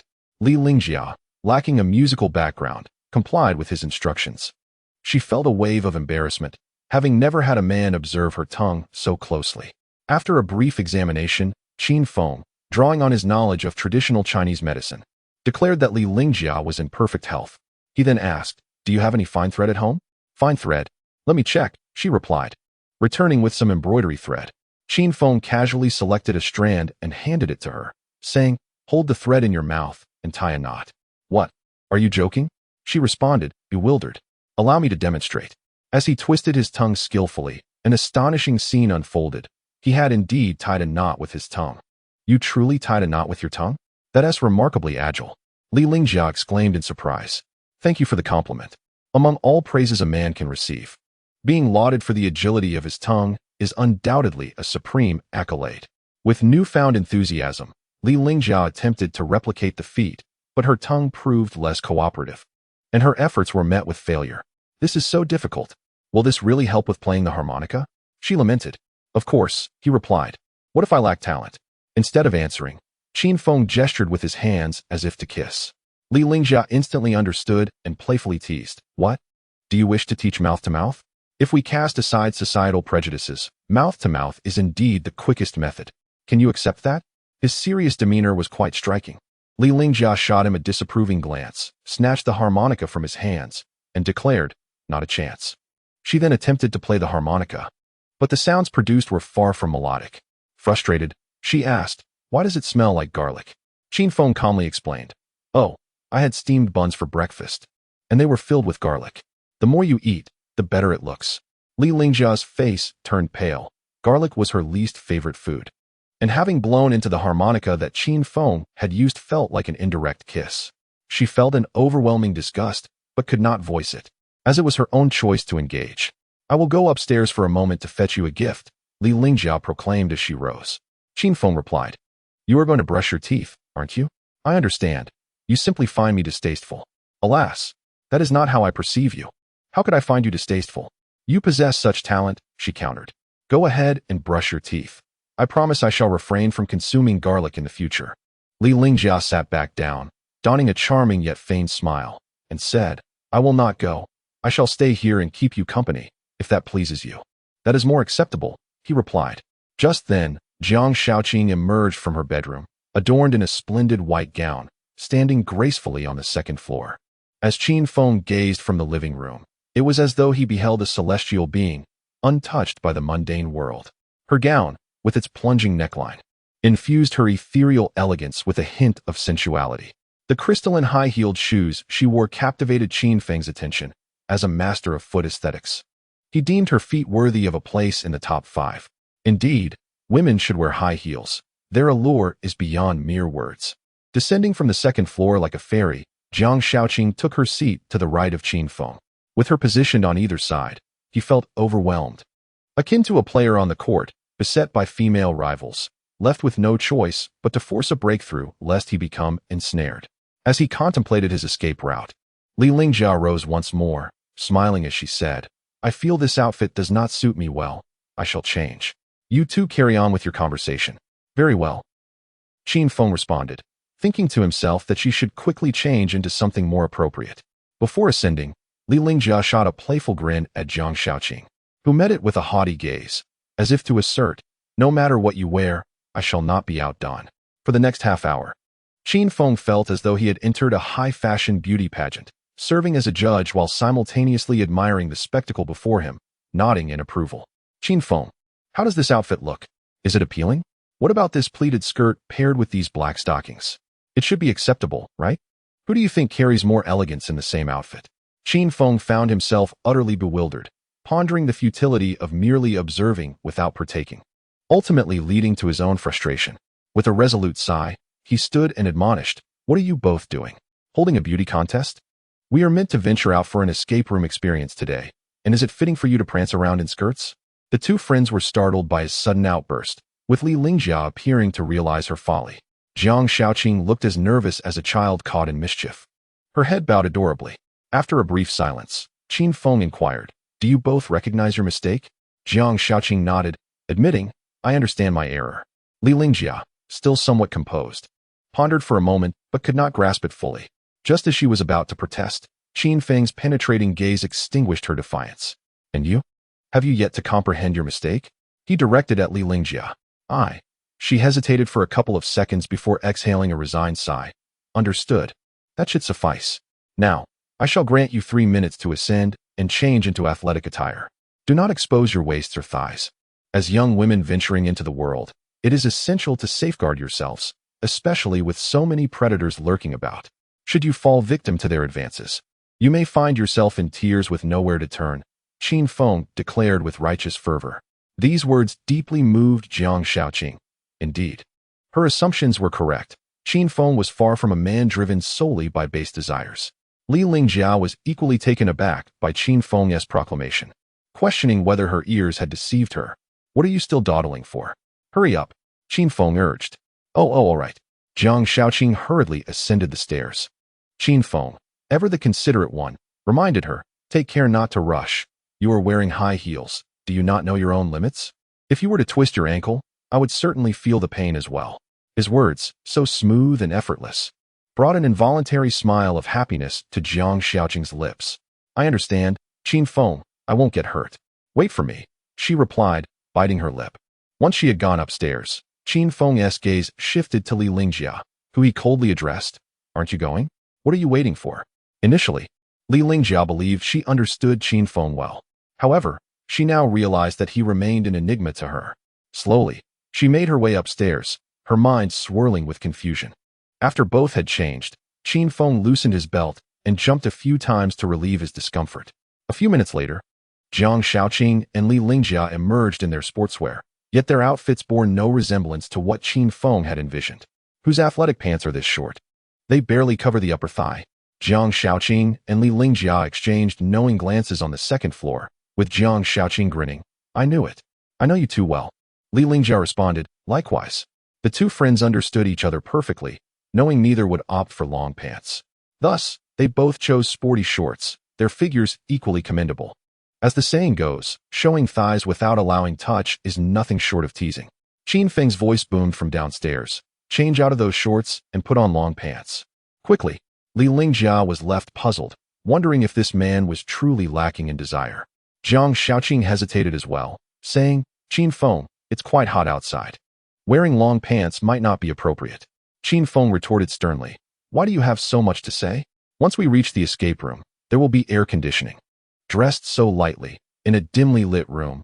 You are simply inviting trouble. If someone touches your thighs, do not blame me. Li Lingjia nodded, conceding. You make a fair point.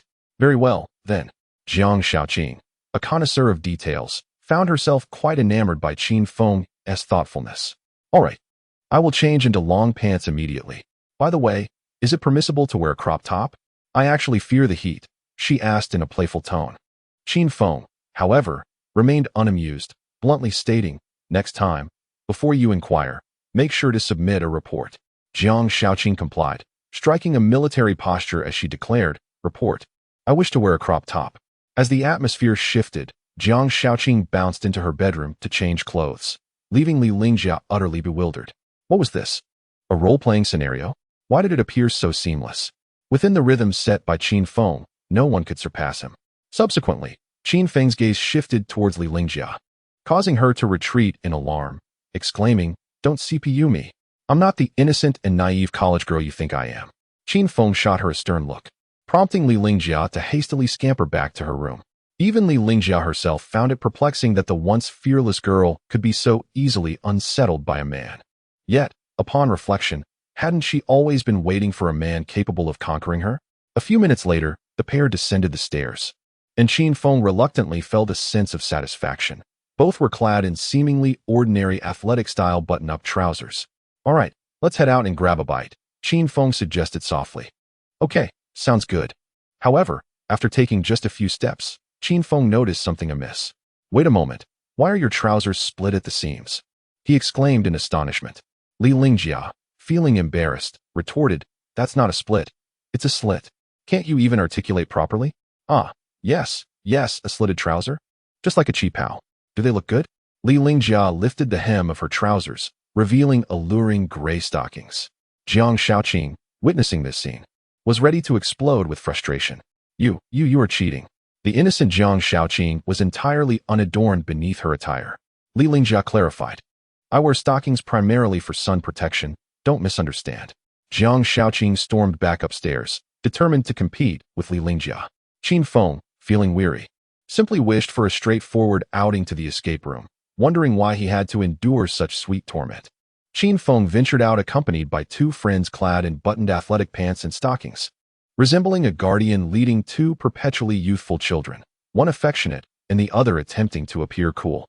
With Qin Feng as their protector, Jiang Shaoqing felt an extraordinary sense of security. Upon arriving at the villa's garage, Qin Feng was met with a lineup of luxury cars, of which only one belonged to Jiang Shaoqing. The remainder were owned by Li Lingjia. Though Qin Feng was not a naive boy unaccustomed to life's luxuries, he couldn't suppress a gasp of admiration at the sight of the exclusive sports cars. Li Lingjia, does your family possess a gold mine? He inquired, astonished. Li Lingjia replied with nonchalance. Do you like them? Choose one to drive. Qin Feng looked at her incredulously. Was she truly offering him a vehicle worth millions? At that moment, Jiang Shaoqing hurriedly retrieved her Rolls-Royce Cullinan key from her bag, exclaiming, Qin Feng, drive mine. It has a starlight ceiling. Li Lingjia, hands on her hips, interjected, No. Drive my Bugatti Veyron, with an 8.0T, 16-cylinder, turbocharged engine. Absolutely not. Drive mine. Mine has a starlight ceiling, Jiang Shaoqing insisted. Drive mine. My Phantom boasts a 7-speed dual-clutch transmission and all-wheel drive, accelerating from 0 to 100 kilometers h in 2.5 seconds. Mine has a starlight ceiling and comes with an umbrella, Jiang Shaoqing added. Unfamiliar with cars, Jiang Shaoqing seemed to lack the confidence to compete, merely repeating, starlight ceiling. It's simply adorable. In such a scenario, no car seemed appropriate to choose, prompting Qin Feng to assertively declare, What is this? What are you saying? Am I the kind of person who casually drives someone else's car? Besides, a car is merely a means of transportation. Sure, you can reach 100 kilometers h in 2.5 seconds, but can I take 10 seconds to do the same? The industry is excessively competitive. I prefer something practical, like a car equipped with a small umbrella. His words delighted Jiang Shaoqing, who promptly thrust the Cullinan's key into Qin Feng's hands, exclaiming, Qin Feng, from now on, you shall drive my Cullinan. Will you come to pick me up for school every day? Jiang Shaoqing felt a surge of anxiety as she uttered this, fearing Qin Feng might decline. As anticipated, he retorted, Are you hoping I'll be your chauffeur for free? Flustered, Jiang Shaoqing struggled to articulate her thoughts, biting her lip and stammering, "No, not at all."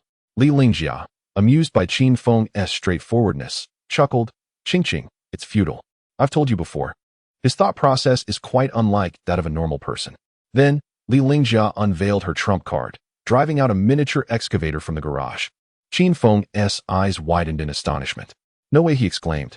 Jiang Shaoqing, equally bewildered, gasped, "What is this? Where's the referee? She's cheating." However, the excavator was not genuine. It was a custom-made replica toy, perfectly scaled at a 2:1 ratio, fueled by diesel and boasting impressive power, with a price tag well into six figures. Soon, Li Lingjia descended from the excavator, clapped her hands, and said with a sense of pride, "This is the gift I prepared for you. Do you like it?" Qin Feng felt a strong reluctance. Yet who could truly refuse an excavator capable of digging and unearthing? He turned to Jiang Shaoqing, his expression filled with guilt. Jiang Shaoqing's eyes brimmed with sorrow, and she began to shake her head slightly, as if to implore him not to treat her this way. Observing her pitiful demeanor, on the verge of tears, Qin Feng decided to cease his teasing. He stated directly, "We'll save the excavator for another day. Let us enjoy a meal in the Cullinan with the little umbrella instead." "Sure, that sounds great." Jiang Shaoqing's face instantly brightened. Li Lingjia, unfazed, chimed in, "Then let us go. I'm hungry too." Qin Feng returned the car keys to Jiang Shaoqing and said, "Could you bring out your beloved car? Is that feasible?" Jiang Shaoqing nodded and declared, "Report. I can do it." Her enthusiastic proclamation brought a smile to Qin Feng's face. She was simply adorable. While Jiang Shaoqing went to fetch the car, Qin Feng dashed over to the excavator and playfully attempted to operate it, much like a 6.5-year-old child. Li Lingjia, hands on her hips, laughed and said, "Keep pretending. Why have you stopped?" Qin Feng replied nonchalantly, "I genuinely like this toy. One day, I'll bring a truckload of sand to your backyard. There's no open space at school to play with it. Please understand." Li Lingjia rolled her eyes and retorted, "Brother, this is the most expensive villa area in the entire city. You want to bring in a truckload of sand? I'd have to make space for you. Is that not permissible? Provide me with a valid reason," Qin Feng teased. Li Lingjia was eager to hear some flattering words or a plea from him, but he remained steadfast. With a sigh, Qin Feng said, "If it's not allowed, then I won't press the issue. You're right, this is a high-end villa, not a playground for excavators. Perhaps next time, I'll take it to a construction site instead." No, let us keep it here. I'll notify you when I've sorted things out." Li Lingjia quickly backtracked. Qin Feng, delighted, suggested, "All right, let us seal this with a promise." "How childish." Li Lingjia responded with a tsundere attitude. Qin Feng, undeterred, bluntly replied, "If you're not going to make the promise, never mind." He stepped down from the excavator and took out his phone to capture a commemorative photo. Although he had received many gifts, this one truly resonated with him. Moments later, Li Lingjia approached him, her tone cool as she said, "All right, let us reluctantly make a promise." Qin Feng shook his head, indicating, "You've already missed your chance." "What?" Li Lingjia was perplexed. "I only extend my hand once. You rejected it earlier, so there's no opportunity now," Qin Feng clarified. This infuriated Li Lingjia, who retorted, "Who would covet the opportunity you offer?" "Humph." Though she spoke defiantly, a sense of gloom began to settle in her heart. This fellow truly lacked romantic sensibility. What was the harm in a girl declining once? What was the issue? Such a straightforward man, a veritable embodiment of bluntness. After a considerable time, Jiang Shaoqing slowly drove the car out of the garage. Observing her activate the windshield wipers, Qin Feng sensed that the situation was not straightforward. Li Lingjia also noticed the erratic movement of the wipers and couldn't help but chuckle. Jiang Shaoqing halted the vehicle, stepped out carefully, and approached Qin Feng, saying, "Perhaps you should drive. This car is new, and I am not yet familiar with it." Qin Feng encouraged her, "It's all right. Everyone starts as a novice driver. Just give it your best, and I'll sit in the back. Why don't you take the passenger seat? You could guide me," Jiang Shaoqing suggested. Qin Feng shook his head, replying, "No, I prefer to sit in the back. It's safer there." On the road, Li Lingjia, seated in the passenger seat, patiently directed the novice driver and teasingly remarked, "Did you notice, Qing? In critical moments, men are utterly unreliable. When challenges arise, they retreat to the back." Jiang Shaoqing was already concentrating earnestly on driving. However, given that it was rush hour and the roads were congested, coupled with her unfamiliarity with the new vehicle, she frequently encountered honking from other cars. Each honk heightened her anxiety, leading to more mistakes. Despite Li Lingjia's best efforts to assist, Jiang Shaoqing remained flustered. In crucial moments, she needed Qin Feng's help. Qin Feng rose from the back seat and activated the windshield wipers once more. This action yielded immediate results. The surrounding vehicles ceased their honking, as everyone realized that a female driver was on the road, and it was best not to provoke her. Qin Feng reassured Jiang Shaoqing. "Stay calm, don't be nervous." "Yes, I will do my best," Jiang Shaoqing replied, taking a deep breath and silently encouraging herself. With Qin Feng watching from the back, she felt a sense of resolve not to disappoint him. "Come on, Jiang Shaoqing, you can do this. Keep it up," Qin Feng continued.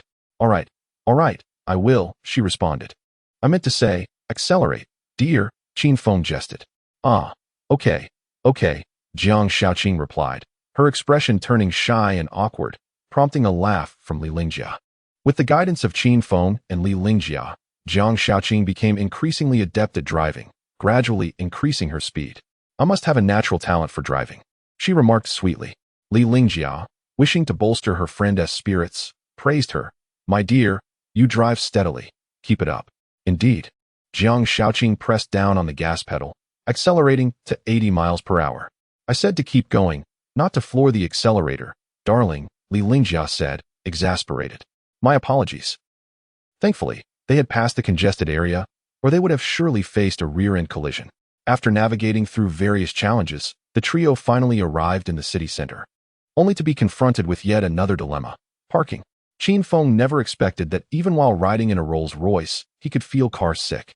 It was akin to a new bride entering her wedding sedan for the first time. As they searched for a parking spot, Qin Feng gestured, "Let me out first. I need to use the restroom." With resolute determination, Qin Feng alighted from the vehicle, eager to inhale the fresh air. The relentless cycle of acceleration and deceleration during the journey had thoroughly exhausted him. He procured a bottle of soda, only to return to a scene of striking absurdity. There stood Jiang Shaoqing, fervently pushing the front of a Rolls-Royce, attempting to align the car correctly in its parking space. It was Qin Feng's first encounter with such an unconventional method of parking. Li Lingjia was doubled over in laughter, unable to compose herself. Upon arriving, a dejected Jiang Shaoqing pitifully addressed Qin Feng, saying, "Qin Feng, she is bullying me." "What happened?" Qin Feng stifled his laughter, though the corners of his mouth began to twitch. "I can't park this car, and Li Lingjia isn't helping me, humph," Jiang Shaoqing complained. "What were you doing just now?" "Adjusting the car's position. I was just a smidgen away." Qin Feng nodded and offered, "Shall I assist you?" Yes. Let us push together. I'll count to 3.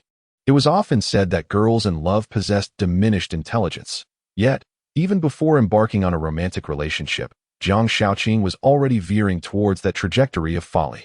Li Lingjia, tears of laughter streaming down her face, straightened up and exclaimed, "Darling, you are simply too adorable. You two push ahead, I'll fetch you some water."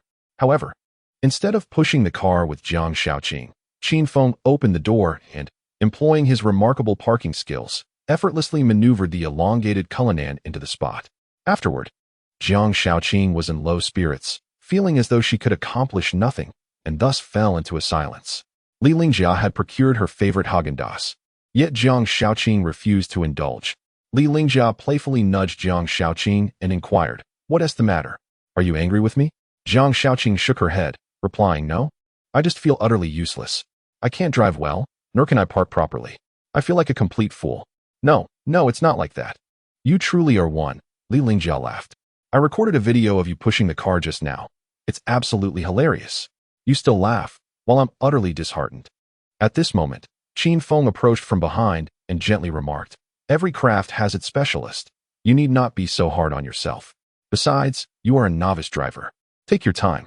"But I was so clumsy while parking," Jiang Shaoqing blushed. "The Rolls-Royce is already long, making it difficult to find the right angle for parking." "It's not your fault.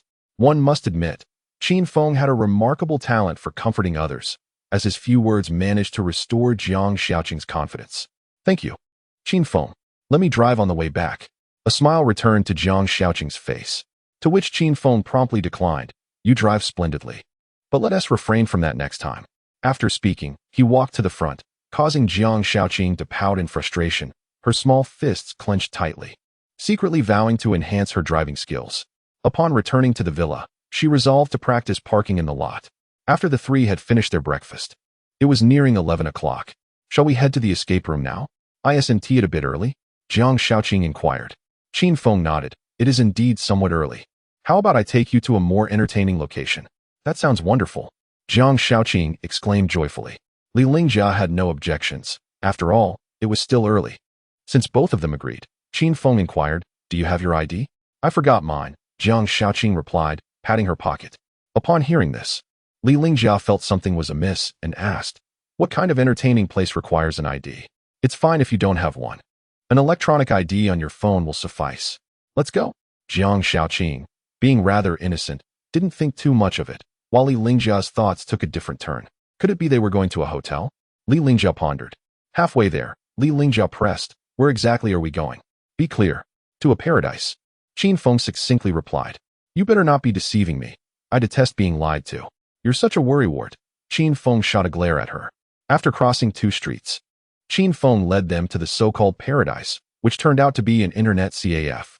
Li Lingjia felt a wave of disappointment wash over her. And Jiang Shaoqing was equally surprised that Qin Feng had brought her to an internet CAF. In fact, she had never been to one before and was filled with curiosity about what lay inside. Is this what you call a paradise? Li Lingjia expressed her discontent. Come on. Once you step inside, you'll understand. Though reluctant, Li Lingjia followed her best friend Jiang Shaoqing inside. Qin Feng instructed the front desk to set up 3 computers. And the receptionist, upon seeing Jiang Shaoqing and Li Lingjia, displayed a look of astonishment. You are both so beautiful, she thought excitedly, having never encountered such stunning girls before. Let alone 2 at once. Are you 2 together? The receptionist couldn't help but ask. Qin Feng nodded. Yes, what's the matter? Oh, nothing. Your computers are at station 15. 3 in total. Inside the internet CAF, the majority of patrons were young males, primarily engaged in online gaming, often in groups. Qin Feng reminisced about the countless nights he spent gaming with friends. He vividly recalled those winter nights during his university days when they would return to their dorms. Shivering and silent, too exhausted to speak. Reflecting on those times was truly unforgettable. But I digress. This time, Qin Feng returned to the CAF seeking to rekindle those old feelings. However, the environment left much to be desired. The sense of instant noodles, processed meat, and smoke permeated the air, making it uncomfortable for the cleanliness-loving Jiang Shaoqing and Li Lingjia. Now I understand why it's called paradise, Li Lingjia remarked with a sigh. Look up, Jiang Shaoqing responded. Upon lifting her gaze, she saw the swirling smoke, resembling a mystical realm. This is the essence of human life, Jiang Shaoqing laughed. Come on, let's experience it. Oh, just indulge him. Li Lingjia reluctantly followed suit. Qin Feng escorted Jiang Shaoqing and Li Lingjia to an internet CAF, resembling a celestial being descending to the mortal realm. The concept of the world, as Qin Feng had previously articulated, revolved around himself as the focal point, with everything around him constituting the facade of society. Allow me to introduce you to the world, to experience the joys of ordinary life. Qin Feng remarked with a smile towards the 2 girls. Jiang Shaoqing was quite eager, despite the modest environment. The prospect of spending time online with a boy she admired was delightful. Li Lingjia retorted, Thank you very much. I'll emerge from here reeking of smoke. Jiang Shaoqing promptly reassured her, It's all right. I brought perfume. I can spritz some on later. Li Lingjia cast a sideways glance at Jiang Shaoqing and whispered, You little rascal. Your loyalties seem quite misplaced. Who are you really siding with? Jiang Shaoqing cheerfully looped her arm through her friend S and said, We're all in this together. 3SA crowd, isn't it? Jiang Shaoqing playfully chided. Qin Feng arrived at an empty computer station, which fortuitously had no one seated nearby. Jiang Shaoqing was eager to take a seat, but Qin Feng swiftly prevented her from doing so, saying, Hold on, wait a moment. Feeling a light touch on her rear, Jiang Shaoqing shyly shifted away and looked at Qin Feng with wide eyes, asking, What's wrong? Just conducting a quick inspection to ensure there are no unsightly remnants. Qin Feng explained. Ah, I see. You are quite meticulous, Qin Feng, Jiang Shaoqing responded. The unsightly remnants Qin Feng referred to were not stains, but rather potential hazards like needles, considering the diverse clientele that frequented the CAF. Although inhaling a bit of secondhand smoke was trivial, encountering something more unsavory would indeed be unfortunate. Qin Feng carefully inspected the seats for the two girls, a gesture that made Li Lingjia perceive him as quite attentive and reliable. However, a fleeting thought crossed her mind. How could a dependable man choose to bring girls to an internet CAF? Once they were seated, Qin Feng in the center with the two girls flanking him, he began to guide Jiang Shaoqing in operating the computer. The casual physical proximity sent her heart racing. Unable to bear the scene, Li Lingjia remarked coldly, "We are not children. Do we really need your instruction to turn on a computer? We are educated university students, you know?" Upon hearing the phrase university students, Qin Feng couldn't help but chuckle. He recalled his past gaming experiences, where he dreaded being matched with female university students as teammates. "All right, let us get started. I'll show you how to play PUBG," Qin Feng declared enthusiastically. Jiang Shaoqing, unfamiliar with the term eating chicken, turned to inquire, "What does it mean to eat chicken? How do you do that?" Qin Feng chuckled and replied, "It's a game called PlayerUnknown's Battlegrounds, colloquially referred to as eating chicken." "Ah, got it. Let us get started then. First, let us rent 3 accounts." "Wait a moment, let me check." Qin Feng, lacking an account himself, deemed it impractical to purchase one outright and preferred renting instead. However, he overlooked the affluent Jiang Shaoqing beside him, who boldly declared, "Use my account. No need to rent." Realizing her oversight, she excitedly added, "Jia is a dedicated gamer. She has an account with plenty of beautiful outfits." "Can't tell, a hidden player. What rank are you?" Qin Feng inquired curiously. "Stronger than you," Li Lingjia simply replied, exuding absolute confidence. Qin Feng had a penchant for challenging self-assured girls, eager to chip away at their confidence. "Shall we compete later?" he ventured tentatively. "Absolutely, let us compare kill counts," she replied. "And the stakes? If you lose, you treat me to milk tea. If I lose, I'll treat you to dinner." Qin Feng shook his head dismissively. "That's rather dull. How about this? The loser must call the other daddy 3 times. Are you up for it?" Li Lingjia's face flushed with irritation as she retorted, "You're ridiculous." Qin Feng's demeanor shifted, growing serious. "If you can't handle it, that's fine. I understand if you're afraid of losing." With a scoff, Li Lingjia declared, "Am I going to lose? Bring it on. 3 times daddy, and if anyone tries to back out, I'll flip their lid." "Agreed. Who's afraid?" Qin Feng and Li Lingjia settled on their playful wager, while the novice gamer Jiang Shaoqing timidly interjected, "May I chime in?" Qin Feng immediately replied, "You cannot interject. Only I am permitted to do so." "No way, that's not fair since I've never played," Jiang Shaoqing pouted. Li Lingjia reassured her, "It's all right, Ching Ching. You can be the judge." Okay, ha ha ha. "Qin Feng, you can do it." Jia, you too." Jiang Shaoqing cheered, clapping her hands. Without further ado, the game commenced. Qin Feng straightened his posture, donned his headphones, and prepared for battle. The 3 logged in simultaneously, with Qin Feng creating the room for his friends to join.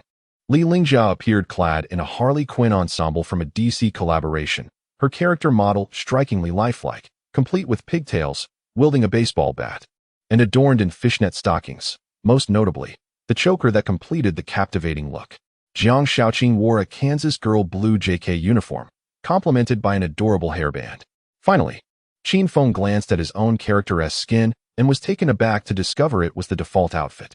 He opened his inventory, eager to switch to a cooler skin, only to be met with disappointment as he found it emptier than his pockets.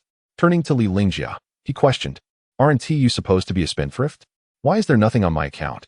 "Your account is the most expensive one, didn't you know?" Li Lingjia countered. "What? Are you sure? I don't have any firearm skins, not even a decent pair of pants." This account was among the earliest registered, ranking within the top 100 globally. "It's quite valuable." Qin Feng sighed in exasperation. "What good does that do me? What is the use of skins if they don't help you take down more enemies?" For the first time, Qin Feng found himself at a loss for words in response to a girl. Clearly, Li Lingjia was being deliberately provocative. Noticing Qin Feng's silence, Li Lingjia felt a surge of satisfaction, thinking to herself, "You often challenge me, now you shall see my prowess." In this initial round, it was evident Qin Feng had lost, yet he remained undeterred, determined to make her call him daddy repeatedly until her voice was hoarse. On the left, Jiang Shaoqing observed the situation and comforted, "Don't be upset, Qin Feng. Once we enter the game, I'll take off my clothes and give them to you." Qin Feng chuckled, responding, "It's fine, I'm not upset. When Li Lingjia gets eliminated, I'll simply pick up her clothes." With that, he cast a fierce glare at Li Lingjia. Li Lingjia, brimming with pride, declared, My nickname is the most beautiful sharpshooter. Thank you, but even if you get knocked out 100 times, I won't. Without further ado, Qin Feng canceled the team matching. Upon entering the game, only 3 players remained. Li Lingjia inquired, "Why didn't you match with more teammates?" Qin Feng calmly explained, "Three's company. What difference does an additional player make?" A mischievous smile graced his lips, prompting a disdainful glance from Li Lingjia as she retorted, "Your thoughts are truly filthy." He replied, "Even if my mind is impure, I am still your father." Offended, Li Lingjia kicked Qin Feng. Feeling unsatisfied, she delivered another kick. However, Qin Feng swiftly trapped her foot with his calf. During her struggle, Jiang Shaoqing, hearing the commotion, asked, "What are you two doing?" Qin Feng replied with a grin, "Just some warm-up exercises. Let us go, we're boarding the plane." The familiar interface and parachuting sequence greeted them. Qin Feng donned his headphones and activated the microphone. Instantly surrounded by the voices of elementary school students. "Come on, let us jump at the airport. If you don't jump, I'm your son. All of you here are my fathers. Wait, no, my brothers. If you dare, let's have a showdown." The creativity of today's youth truly astonished Qin Feng. Just as he prepared to engage with them, the microphone crackled with the sound of a door creaking open, followed by an intense moment. "Are you still gaming? Have you finished your homework?" "Mom, I'm sorry, please don't hit me." "Ah." The boy's voice was loud, filled with despair and sorrow, which brought great amusement to Qin Feng. Unable to contain his laughter, he puzzled both Li Lingjia and Jiang Shaoqing. Li Lingjia turned and asked, "What is so funny? We haven't even parachuted yet." Qin Feng composed himself, saying, "It's nothing. Let us jump in a more distant location." How cowardly. A man should face life and death with indifference. If you're not satisfied, then confront it. He thought, "If I were alone, I would fear nothing. But now, with Jiang Shaoqing by my side, it's her first battle. As a man, I must protect her and ensure her safety." His heartfelt declaration deeply moved Jiang Shaoqing. She bit her lip, her large, delicate eyes glancing at Qin Feng, and in a soft voice, she suggested, "Qin Feng, I can be your level 4 package." However, due to the open microphone, Qin Feng did not catch her words. He removed his headphones, asking, "What did you just say?" Under his gaze, Jiang Shaoqing felt a rush of shyness and quickly stammered, "It's nothing. Let us just parachute. I'll follow you." Originally, Li Lingjia intended to follow suit, but seeing the camaraderie between the two, she decided to fly solo. Her target was the military base, ready for a rampage. However, midway through their descent, Qin Feng suddenly reminded, "Let us not forget our wager. Whoever loses must call the other daddy." Li Lingjia immediately regained her composure, turning her gaze to the screen, where she discovered 3 fully equipped squads descending upon the military base, while she was alone, devoid of allies. The prospect of jumping into such a perilous situation was daunting. Under the pressure of the daddy ultimatum, Li Lingjia opted to seek a vehicle for her escape. "I will come to find you shortly," she stated coolly. Qin Feng smiled with satisfaction, affirming, "That's the spirit. In a trio, we must stick together, no matter the endeavor." "Be quiet. I do not wish to hear you speak," Li Lingjia replied impatiently. Qin Feng, accompanied by Jiang Shaoqing, ventured into the wilds to level up. For the first time, Jiang Shaoqing found herself grappling with the intricacies of the game. Her movements were more robotic than those of the NPCs, struggling with door mechanics, ammunition changes, and healing items. Yet, Qin Feng exhibited remarkable patience. "Qin Feng, where's the fire button? How do I heal? Where are you? I cannot locate you on the map," she queried. Although these questions could be vexing, when articulated with Jiang Shaoqing's sweet voice, they transformed into an entirely different experience. Qin Feng, in all honesty, acknowledged that he was somewhat of an audiophile. His extraordinary patience significantly elevated his standing in Jiang Shaoqing's eyes. What girl could possibly resist a man who showered her with endless tenderness? In stark contrast, Li Lingjia, situated 500 meters away, felt a twinge of discontent. Her only salvation lay in securing victory in this match and claiming the title of the Elimination King. Soon, the toxic zone encroached. Qin Feng rode a small motorcycle, ferrying Jiang Shaoqing towards safety. "Jia, we are coming for you," Jiang Shaoqing called out. Li Lingjia gestured. "You go ahead. I will search for some equipment. But the toxic zone is closing in. Do you still need to search? What do you lack?" "I can give you what I have, as I am not skilled with firearms," Jiang Shaoqing insisted. "It is fine. I have a vehicle, so do not worry about me," Li Lingjia replied, her tone tinged with defiance.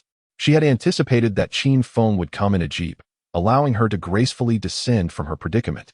To her surprise, Qin Feng simply remarked, "We shall meet in the final circle. We are off now," and sped away on his motorcycle without a backward glance. This man was utterly infuriating. Li Lingjia began to harbor resentment towards Qin Feng, vowing to settle this score. She must secure victory in this game, compelling Qin Feng to call her daddy, and it must be a heartfelt declaration. More than a minute passed, and Li Lingjia found herself 2,000 meters from the safe zone. She had to make a move. Just as she prepared to drive away, she heard faint footsteps through her headset. Alert, Li Lingjia swiftly entered a building and listened intently. The footsteps grew clearer, indicating that a squad of hunters was closing in on her. Meanwhile, Qin Feng and Jiang Shaoqing had already entered the safe zone. Noticing Li Lingjia's precarious situation from the corner of his eye, Qin Feng inquired, "Are there enemies near you?" Li Lingjia retorted, "Mind your own business. I can handle this." Such words, uttered in the heat of the moment, were clearly born of frustration. As the proprietor of their trio, Qin Feng could not remain indifferent. Thus, he sought a most discreet location for Jiang Shaoqing to conceal herself and instructed her, "Regardless of what transpires, do not move until I return." Jiang Shaoqing complied fully with Qin Feng's directive, urging him, "Be cautious, and let us return together. Upon your return, I shall present you with a delightful surprise." While Qin Feng reveled in sweetness, on the other side, Li Lingjia had already engaged in combat with adversaries. They were a fully equipped squad, yet their marksmanship was commendable, persistently hurling incendiary bottles and grenades into the room. Li Lingjia remained unflustered, patiently seeking an opportunity. The opponents even activated their microphones, beginning to taunt her. "You are surrounded. Surrender your weapons and come out of the house. Is that a lady? Hurry up and capitulate. Once I defeat her, I 1T claim her kill. I want to have some fun with her." Listening to the taunts through her headset, Li Lingjia devised a clever plan, activating her own microphone to retort, "If you dare, come upstairs." This provoked the four brutes, invigorating their spirits. "Wow, it's really a girl, and her voice is so pleasant. I'm going upstairs to deal with her. Haha, I'll take the lead. Step aside, I shall go first." A commotion ensued among the four, allowing Li Lingjia to stealthily leap out of the window and approach them from behind. Subsequently, she detonated a flashbang. With a resounding explosion, 2 of the 4 fell, leaving the remaining 2 severely wounded. Seizing the moment, Li Lingjia launched an assault, and amidst the sound of her M762, she achieved an impressive 4 kills. Qin Feng, upon witnessing the elimination broadcast on his screen, was utterly astonished. "My goodness, how is she so formidable?" he exclaimed. While looting the fallen foes, Li Lingjia coldly remarked, "Indeed. Men are utterly unreliable. One must rely solely on oneself." At that moment, Qin Feng realized that Li Lingjia was not merely an extravagant university student. She possessed considerable skill, and her prowess was impressive. Instead of turning back, he accelerated towards Li Lingjia. Li Lingjia queried, "Now that the enemies have been vanquished, what brings you here?" Deep down, she hoped Qin Feng would come to escort her, allowing her to boast about her accomplishments. Unexpectedly, Qin Feng responded, "I'm just here to loot the boxes, haha." Infuriated, Li Lingjia nearly struck her computer. Taking a deep breath, she exclaimed, "You are infuriating." Indeed, Qin Feng intended to provoke her. His plan was to drive over to pick her up and simultaneously loot a box. In this encounter, Li Lingjia emerged significantly enriched, lacking none of the necessary equipment. Noticing Qin Feng's icon approaching on the map, she scoffed, "I have no intention of riding in your vehicle." Determined to drive off independently, she relaxed her guard, only to be ambushed by an enemy lurking in the grass, who swiftly brought her down. Startled, Li Lingjia erupted in fury. "You coward, hiding in the grass to ambush me." Enraged, she pounded her fist on the table, nearly causing it to collapse. At that moment, the receptionist approached, intending to inquire about the commotion. However, Qin Feng gestured reassuringly, indicating that it was nothing to worry about and that they would discuss it during the checkout. The receptionist, amiable in nature, chose not to press the issue. Indeed, the feeling of being ambushed is quite unpleasant.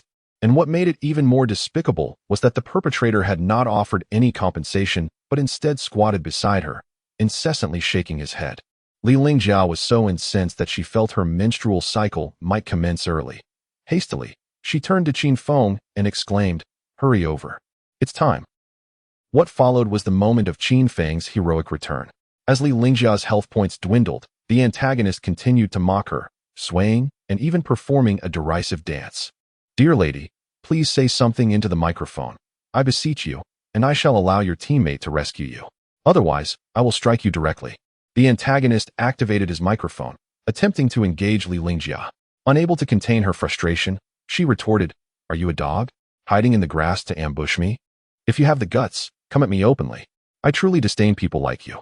Her voice, embodying an authoritative matronly tone, only served to heighten the antagonist's agitation.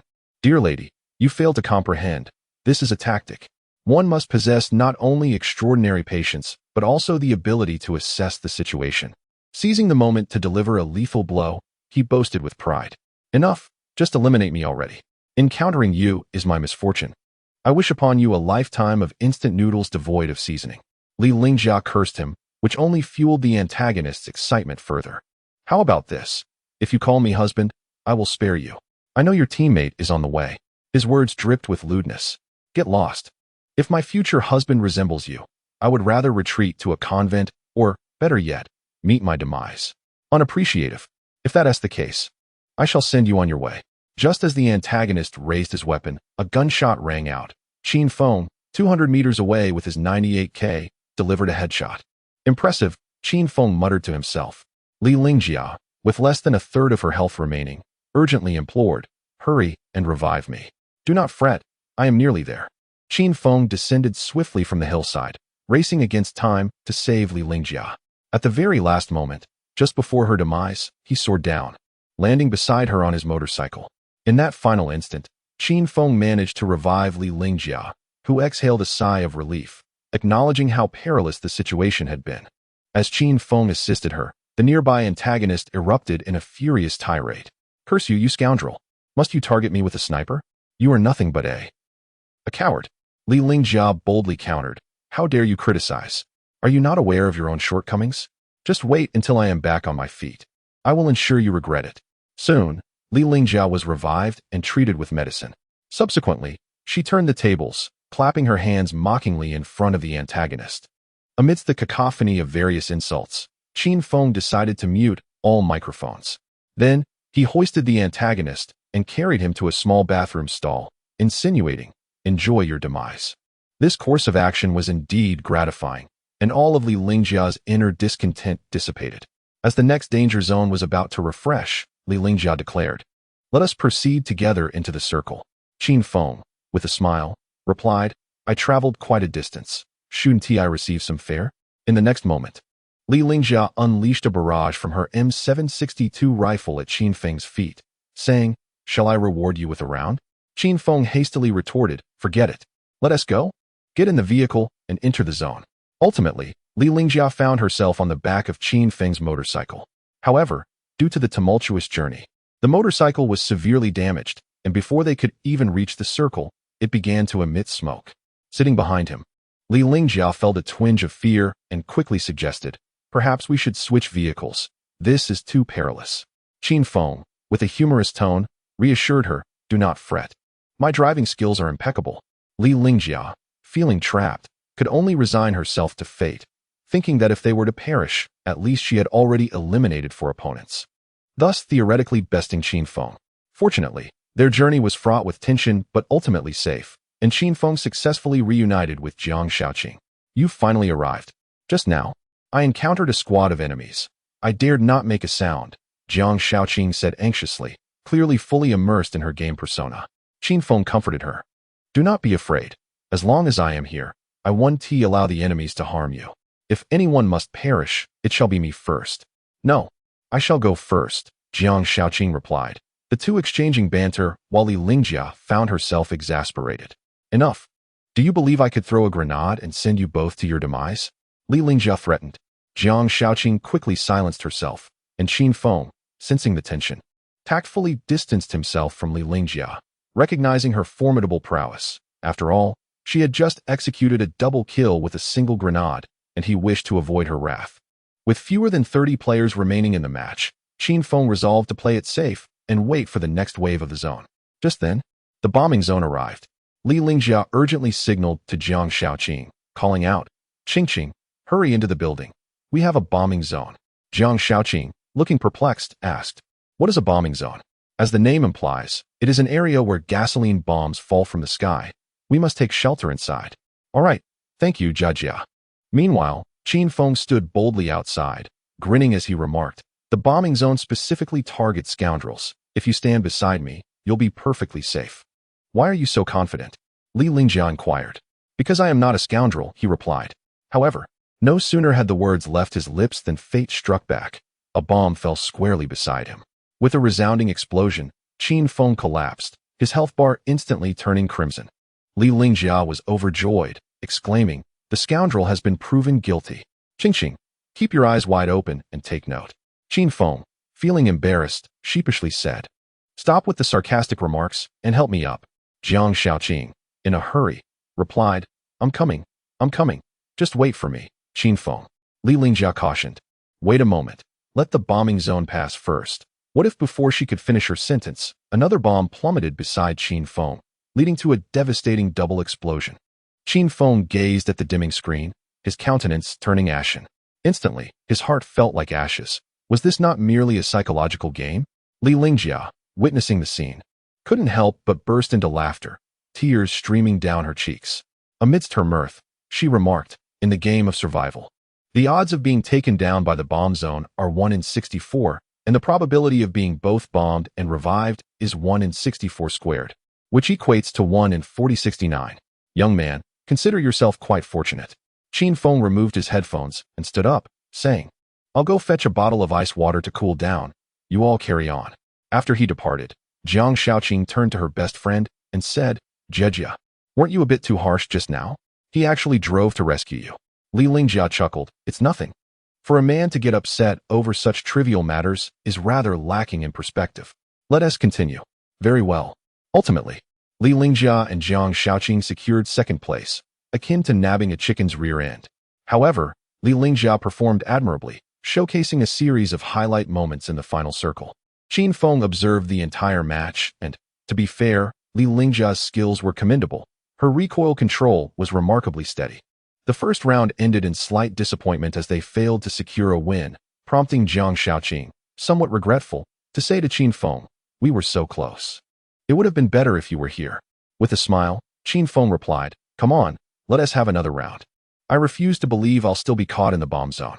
Yet, Li Lingjia swiveled her chair, fixing her gaze upon Qin Feng, and stated, "Let us settle the score first."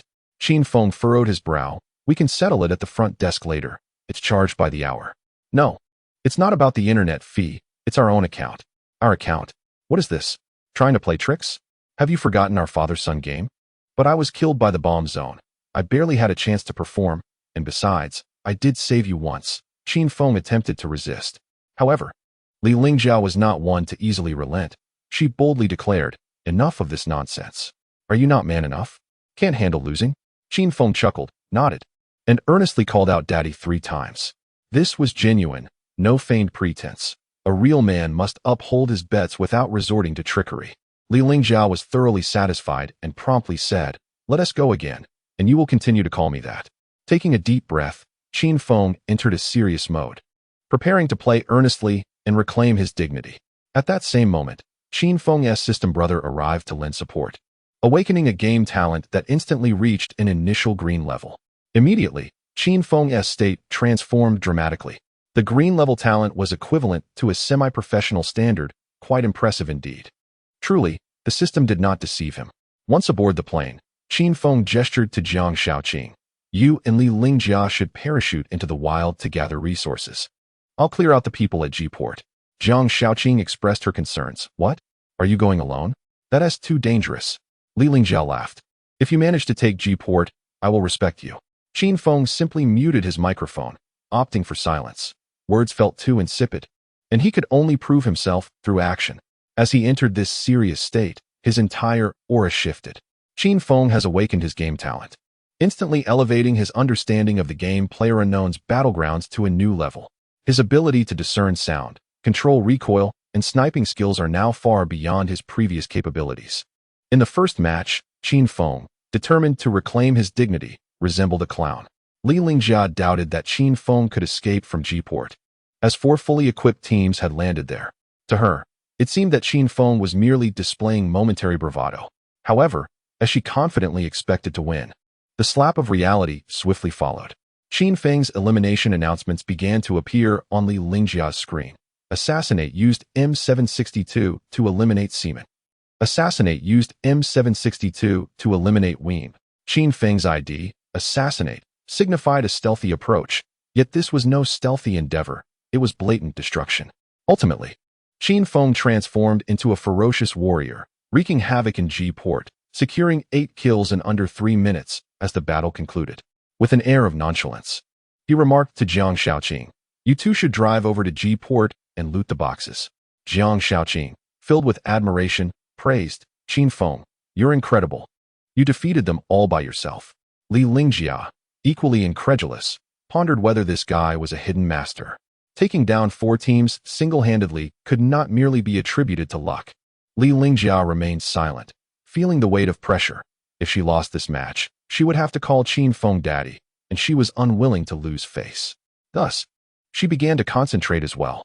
In the ensuing time, Qin Feng continued to operate solo, utilizing a jeep, a rifle, and a sniper to seek out opponents. After each skirmish, he would mark the locations for Jiang Shaoqing, facilitating her looting. By the end, Jiang Shaoqing's level 3 backpack was filled to the brim, containing 300 to 400 rounds of ammunition, yet she had not fired a single shot. In the final circle, Qin Feng faced a pincer attack from 2 teams. Sensing the precarious situation, Li Lingjia did not remain idle. Instead, she prepared to flank and provide support. "I will help you," Li Lingjia coldly stated. Although Qin Feng believed he could handle the battle alone, he did not refuse Li Lingjia's goodwill, for they were comrades. "Approach from the southwest. There will surely be weakened enemies. Assess the situation as it unfolds," Qin Feng advised. "No problem." Then, Qin Feng healed himself to full health and deployed smoke grenades to confuse the enemy. What followed was Qin Feng's moment to shine. With keen awareness, exceptional marksmanship, and agile positioning, he orchestrated a series of impressive eliminations. By the time Li Lingjia flanked from the side, both enemy teams had been reduced to mere boxes. At that moment, Qin Feng's kill count soared to 18. Now, only a lone wolf remained, and with a 3-to-1 advantage, victory was all but assured. Li Lingjia had only managed to eliminate 3 opponents, and failure was now inevitable. She was about to call Qin Feng daddy 3 times. Yet her emotions were a complex mix of sentiments. On one hand, there is a sense of shame. On the other hand, there is an admiration for Qin Feng. His marksmanship and intuition are truly remarkable. In this particular game, Li Lingjia has invested nearly 3,000 hours, and she has never encountered a man as formidable as Qin Feng, whose prowess rivals that of a seasoned streamer. However, unlike streamers who might employ cheats, Qin Feng's skills are purely self-taught. As for the final adversary, Qin Feng decided to entrust its defeat to Jiang Shaoqing, believing it essential for her to feel included as part of the team. "Jiang Shaoqing, the last enemy is yours," Qin Feng gently instructed. Nervous and apprehensive, Jiang Shaoqing stammered, "I can't do it. I can't aim, and I don't even know where he is." "It's all right. I'll help you locate him. You just need to focus on firing. Here, take this gun with plenty of ammunition," Qin Feng said as he handed her an MR-49 heavy machine gun, which contained 100 rounds. He then assisted her in spotting the last target, who was currently lying motionless in the grass. 15 degrees southeast. "Aim and fire," Qin Feng commanded decisively. Jiang Shaoqing, trembling with anxiety, spun around several times before finally orienting herself towards the southeast, unleashing a barrage of 100 bullets. This unexpected onslaught left the enemy utterly bewildered. Li Lingjia could not help but quip, "My dear, were you planning to disperse the air around him and suffocate him?" Jiang Shaoqing quickly replied, "I'm sorry. I'll try again." Since 100 bullets were insufficient to resolve the situation, she decided to fire another 100. After a fierce exchange, Qin Feng eventually heard a girl's pained cries emanating from the microphone. "He found me, but I didn't fire a shot. He even humiliated me with 3 bursts. Woe is me." Evidently, the last enemy was also a female university student, and she seemed less than astute. After Jiang Shaoqing successfully secured the final kill, Qin Feng's team triumphed in the match, claiming victory in this battle royale. The trio collectively raised the trophy, with Qin Feng earning the title of Kill King with an impressive 18 eliminations. Jiang Shaoqing was overjoyed. so elated that she removed her headset in anticipation of a celebratory embrace. Qin Feng naturally opened his arms, savoring the faint fragrance that lingered on Jiang Shaoqing. At that moment, Li Lingjia quickly interjected, "What are you two up to?" Jiang Shaoqing, blushing, shyly distanced herself, saying, I meant to hug you, Jia." Li Lingjia scoffed, "Humph, forgetting your friends for a pretty face. I won't associate with you anymore." Jiang Shaoqing hurried to her friend's side, reassuring her. "Oh, come now, look how well we collaborated in this match. What does that signify? It means we are the best of teammates. What is wrong with a hug between teammates?" Li Lingjia then inquired, "Can I hug him?" After a moment's hesitation, Jiang Shaoqing replied, about that." At that instant, Qin Feng turned in his chair with a smile, saying, "Of course you can embrace him, just as a father would embrace his daughter." Li Lingjia immediately raised her leg to kick Qin Feng, but fortunately he was quick-witted and seized her calf, saying, "Come on, it's your turn to fulfill your promise. I have eliminated more than you in this game, so quickly call me daddy." "What did you say?" "No need for such childish tricks. It's futile. You must call me regardless." "What's the matter? Can't handle it?" Li Lingjia was certainly not one to shy away from a challenge. However, the word daddy felt utterly humiliating coming from her towards Qin Feng. At home, she referred to her father as Old Li and never called him daddy. As Qin Feng counted down, Li Lingjia, left with no choice, reluctantly whispered daddy. Qin Feng responded, "I didn't hear you. Speak louder." Fuming, Li Lingjia approached Qin Feng, grasped his ear, and shouted, "Daddy! Daddy!" Ha ha ha. That voice nearly shattered Qin Feng's eardrums. "All right, my dear daughter, let us have some chicken together.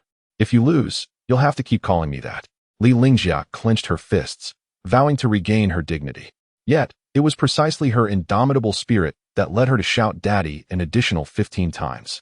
By the end, she was utterly exasperated. Jiang Shaoqing, standing nearby, comforted her, "Jia, don't be upset. Qin Feng is just joking." While sipping a drink, Qin Feng chuckled. "If you don't mind, I could truly be your daddy and teach you how to play." Li Lingjia glared at him, her eyes seemingly ready to tear him apart. Jiang Shaoqing shot a glance at Qin Feng, reproaching him. "Oh, Qin Feng, could you say a little less?" Qin Feng relished watching her defiantly struggle against him. Although somewhat twisted, it was quite delightful. Li Lingjia stood up, declaring, "It must be the computer's fault. There's a delay, and I can't hear footsteps through these headphones. We need to find a quieter place. I cannot possibly lose to you." "All right, so we're changing locations? Let us go to a more upscale internet CAF. Our father-daughter duel will continue." Qin Feng rose to settle the bill, while Jiang Shaoqing reassured her friend, "Jia, it's just a game. Don't take it too seriously." Li Lingjia took a deep breath and exhaled slowly, stating, "I'm not taking it seriously." "Really? I must regain the face I lost today." This was the first time Jiang Shaoqing had witnessed Li Lingjia so earnest, but considering her competitive nature, it was no wonder. Calling out daddy over 10 times was quite a trial for her. Jiang Shaoqing began to feel sympathy for her friend, sighing, "What a troublesome situation." As they settled the bill, the front desk attendant noticed Li Lingjia's sour expression and couldn't he help but ask Qin Feng, "What's wrong with your friend?" Qin Feng smiled and replied, "Nothing serious. She just has a bit of a temper. She slammed the table in frustration earlier. I apologize." "It's all right. Our tables are quite sturdy. I was mainly concerned about your friend's hand. You truly have a way with words. I'll definitely return to your establishment." "Thank you, sir. Wishing you a pleasant day." Before leaving, Li Lingjia deliberately paid an additional 100 yuan as compensation. As the receptionist prepared to decline, Li Lingjia interjected, "It's all right. I was indeed quite irate just now. The internet connection at your establishment is rather poor. I suggest upgrading your bandwidth." With that, she departed. "Very well, miss.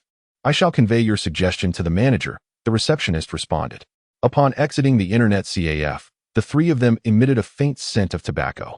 For Qin Feng, the odor was inconsequential, yet it made Li Lingjia and Jiang Shaoqing quite uncomfortable. Li Lingjia sniffed her attire and lamented, "This outfit is no longer wearable." Jiang Shaoqing humorously remarked, "Well, it seems we three are a stench of a feather, haha. I certainly do not wish to be associated with him," Li Lingjia retorted, shooting a glare at Qin Feng. Qin Feng, intrigued by the proud expression on Li Lingjia's face, suggested, "How about I treat you to Disneyland someday?"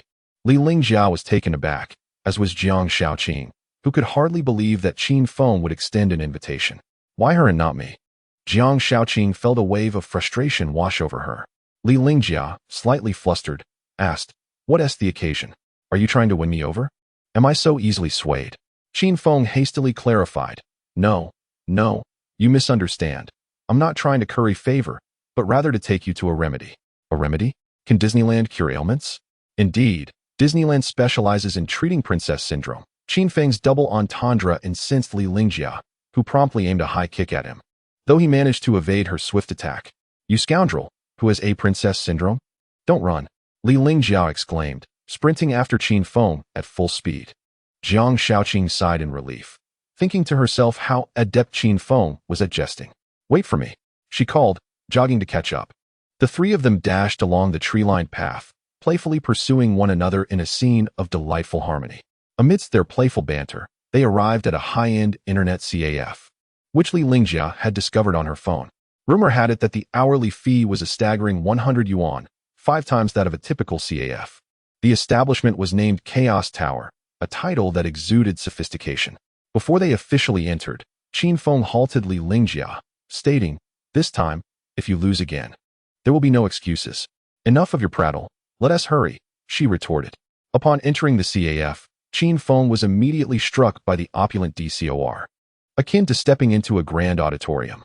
Moreover, there were no traces of tobacco, instant noodles, or unpleasant odors, truly a place of distinction. "The environment is acceptable." Li Lingjia nodded in approval. "What do you mean acceptable?" "It's quite splendid. I wonder if they offer any special services," Qin Feng expressed with eagerness. He was eager to secure a gaming station, but Li Lingjia tugged at his shirt, frowning as she inquired, "What special services are you after? How do you speak with your father?" Qin Feng shot her a glare before breaking free and rushing towards the front desk. Li Lingjia clenched her fists and declared, "Just wait, I'll have you kneeling before me singing Conquer." The trio arrived at station number 5, equipped with top-of-the-line computers and lightning-fast internet speed. As Qin Feng sank into the ultra-premium gaming chair, he reveled in the experience, exclaiming, "This chair is simply extraordinary." Jiang Shaoqing remained seated beside Qin Feng, donning her headphones while striking a pose for the camera. During the photo session, she intentionally included Qin Feng in the frame, a subtle maneuver known only to her. As they powered on the camera, Qin Feng was brimming with anticipation. However, at that moment, a young lady in cosplay gracefully approached, carrying a platter of fruit. It was only when she reached Qin Feng's side that he became aware of her presence. "Hello, sir. This is a complimentary fruit platter from our establishment. Please enjoy," she cheerfully announced.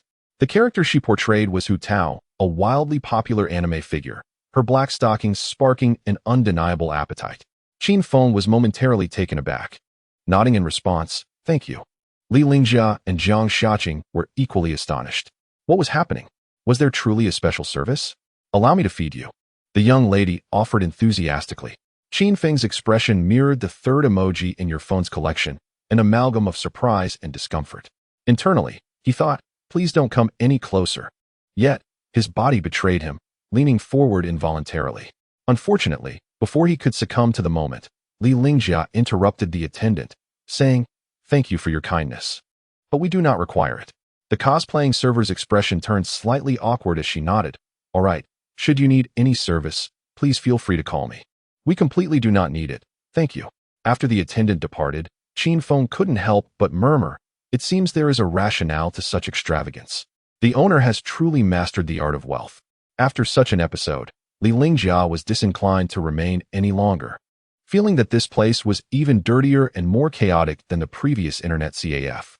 "Let's south find another place," she declared, rising immediately.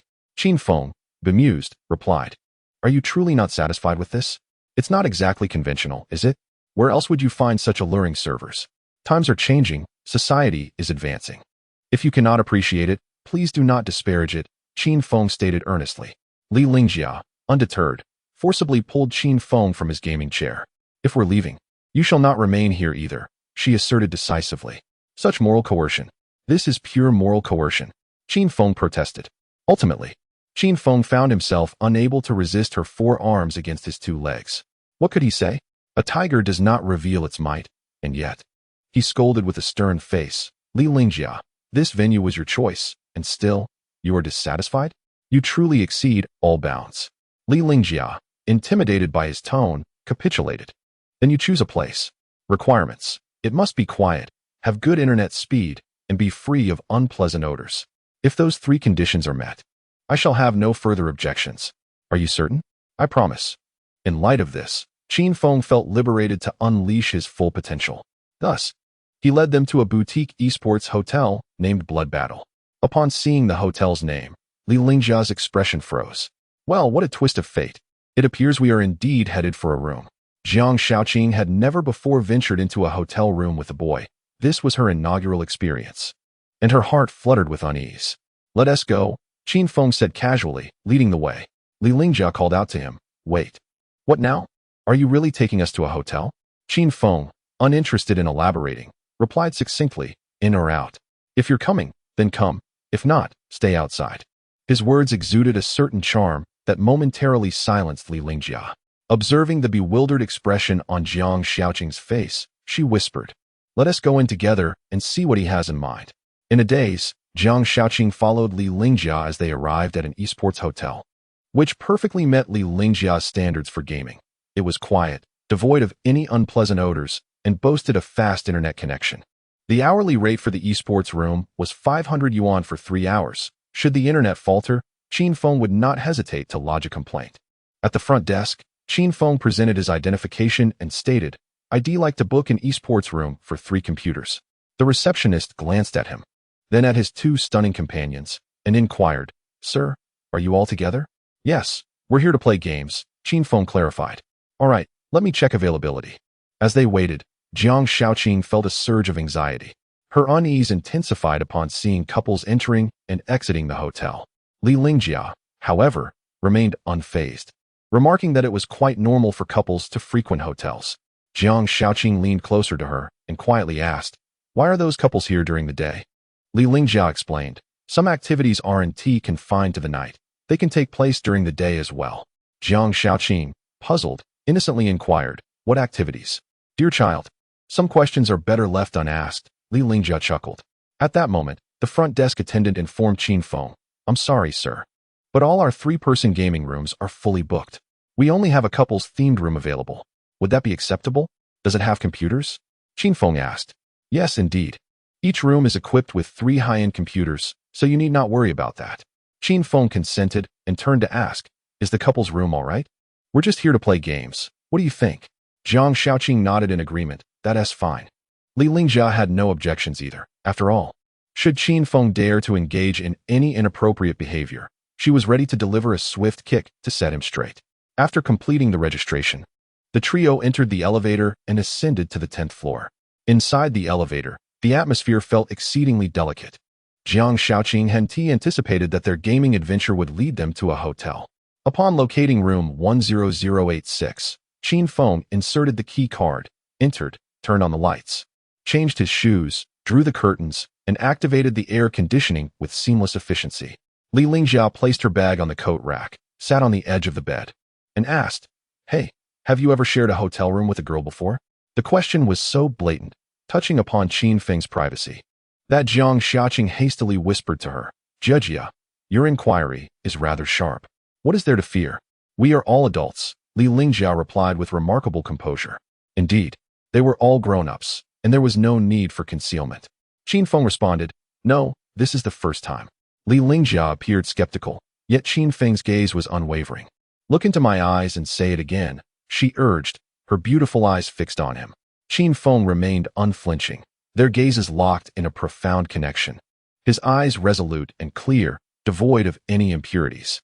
After a few seconds, Li Lingjia nodded and said, I'll believe you this once. The couple's room was quite spacious, nearly 50 square meters, with a nightly rate of 1,000 yuan. Jiang Shaoqing was accustomed to staying in 5-star hotels while traveling with her friends, where prices exceeded 3,000. Consequently, even though this hotel was of a decent standard, it fell short of her usual spending habits. However, it was the most luxurious esports hotel that Qin Feng could find. As Qin Feng powered on 3 devices, Li Lingjia suggested, I want to take a shower. What? I'm covered in smoke. It's unbearable, she exclaimed. Do you have a change of clothes? Jiang Shaoqing inquired. At that moment, Li Lingjia pulled out a sultry outfit from her bag, short shorts and a tank top. Of course I do. Haha, I prepared it before leaving, just in case. She replied cheerfully. Li Lingjia, You scheming girl, that's a bit much, Jiang Xiaqing remarked, pouting. Well, I'm off to shower now. Love you, darling. Li Lingjia sent a playful kiss to Jiang Xiaqing before entering the bathroom. Jiang Xiaqing, too, carried the scent of smoke but lacked a change of clothes. Noticing her disheartened expression, Qin Feng comforted her. How about this? I'll buy you a new outfit. There's a mall nearby. Really? That's so embarrassing. She replied bashfully. Qin Feng laughed. It's no problem. Remember the time I bought you underwear? It's nothing. Upon hearing this, Jiang Xiaqing's cheeks flushed crimson as she softly retorted, Can we not mention that? It's quite humiliating. Only the heavens and earth know, along with you and me. I won't tell anyone. Just remember not to open the door for strangers when I step out, all right? Jiang Xiaqing stood cutely and replied, Understood, report received. Okay, I'm off then. After leaving the hotel, Qin Feng went to the mall to procure a set of new sportswear for Jiang Xiaqing, sporty shorts and a white tank top. It not only ensured comfort, but also added a touch of athletic allure, making it simply perfect. Purchasing clothes for a girl like Jiang Xiaqing was remarkably effortless. For no matter what she wore, she exuded an extraordinary charm. Half an hour later, Qin Feng returned to find Li Lingjia had finished her shower and was drying her hair. She had already changed into her sultry outfit, and from the side, her figure was truly curvaceous, a marvel from an aesthetic perspective. Here are your clothes, Qin Feng said to Jiang Xiaqing. Thank you. I shall now take a shower. Go ahead. Jiang Xiaqing proceeded to bathe, while Qin Feng settled into his gaming chair, logging into the game. Li Lingjia was drying her hair. Having completed only half of the task, she decided to stop. Sitting beside Qin Feng, she flicked her hair, splattering water onto him. Qin Feng hurriedly remarked, Hey, you're soaking wet. Could you please dry your hair first? I can't. At that moment, Li Lingjia opened her computer and said to Qin Feng, Come on. Let us face off in a match. What she meant by facing off was actually a custom room for a 1v1 duel. Qin Feng, confident in his skills, chuckled. What happens if I lose? Will you call me daddy? Whatever, I can do that. Then how about a game of truth or dare? Do you dare? Sure. Qin Feng turned around and said, Let us agree beforehand. No getting overly emotional. It's pointless if we can't handle it. Li Lingjia boldly replied. Whoever gets emotional is the loser.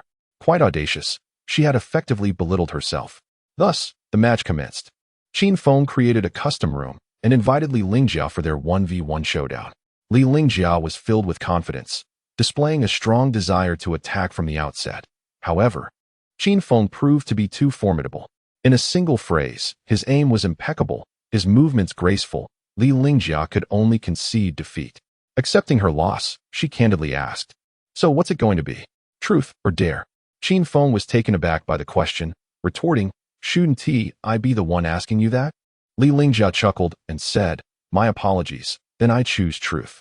Li Lingjia was known for her rather risque sense of humor, often sharing jokes with Jiang Xiaqing. Anticipating that Qin Feng would pose provocative questions, she felt prepared. After all, inquiries about her past boyfriends or her first kiss were trivial to her, as she had nothing to hide. However, to her surprise, Qin Feng did not ask any of those questions, deeming them too juvenile. Instead, he asked earnestly, May I inquire? If I wish to enter your private garden, would you grant me access? Li Lingjia was momentarily taken aback, perplexed by the absurdity of the question. What did he mean by private garden? Was he referring to a villa's garden? Qin Feng continued, You need not overthink it. Simply answer whether you would or would not. A private garden is hardly a secret hideout. What could possibly hinder access? Qin Feng chuckled, nodding in satisfaction. All right, I've finished my questions. Yet mere seconds later, Li Lingjia grasped the underlying implication of his words. Furious, she seized Qin Feng by the neck and exclaimed, You're so twisted. Qin Feng shrugged. Hey. We agreed not to get angry. Why resort to violence? Not only that, but I'll also use my legs. Li Lingjia, skilled in jiu-jitsu, especially with her scissor hold, knew that once locked in, it would be a struggle for breath. Yet, she ultimately underestimated both Qin Feng's prowess and his eccentricity. Two individuals grappled upon the bed. With Qin Feng ensnared by her thigh, his hands utterly restrained in this position, leaving no avenue for escape. Still unwilling to concede, Li Lingjia threatened. I have not yet lost. What would I concede? Qin Feng retorted coldly, with my limbs bound. How do you propose I extricate myself? A true master can wield any part of their body as a weapon. I am eager to see what tricks you possess. However, No sooner had the words escaped his lips than Li Lingjia felt an indescribable sensation emanating from her thigh. Goodness, you are outrageous. Did you just extend your tongue? She fumed. What is wrong with that? Who decreed that tongues cannot be employed? Li Lingjia, freshly emerged from a bath, found Qin Feng's saliva utterly repugnant, and immediately pushed him away. Seizing the opportunity, Qin Feng covered her with a blanket and unleashed his most formidable biochemical weapon.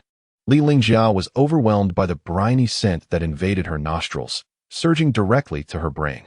You insufferable fool, Qin Feng, I swear I will end you, she exclaimed, the repetition of fool referring to the twinkling stars above. Before long, silence enveloped the bed, prompting Qin Feng to tactically retreat. Subsequently, Li Lingjia propped herself up, inhaling a deep breath of fresh air. At that moment, Qin Feng unexpectedly caught sight of the glistening tears in the corners of her eyes, suspecting they were a result of the earlier ordeal.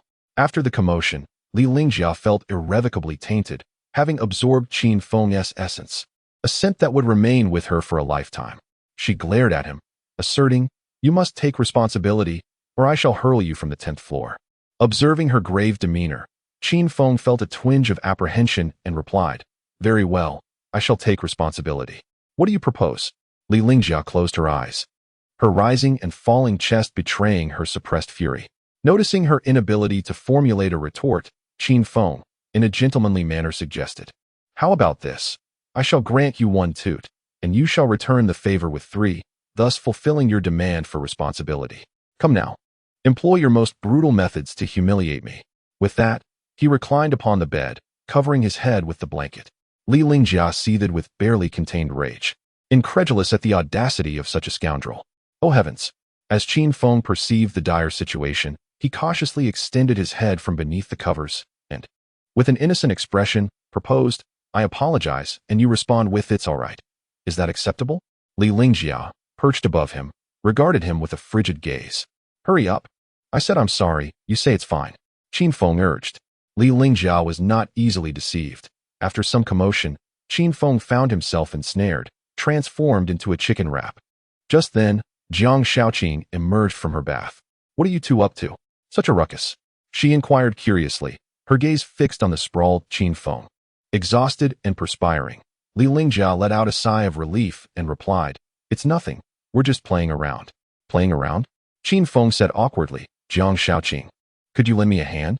Oh, all right. Li Lingjia coldly interjected, do not assist him. Let him remain there for a while. It's infuriating. Oh, come on.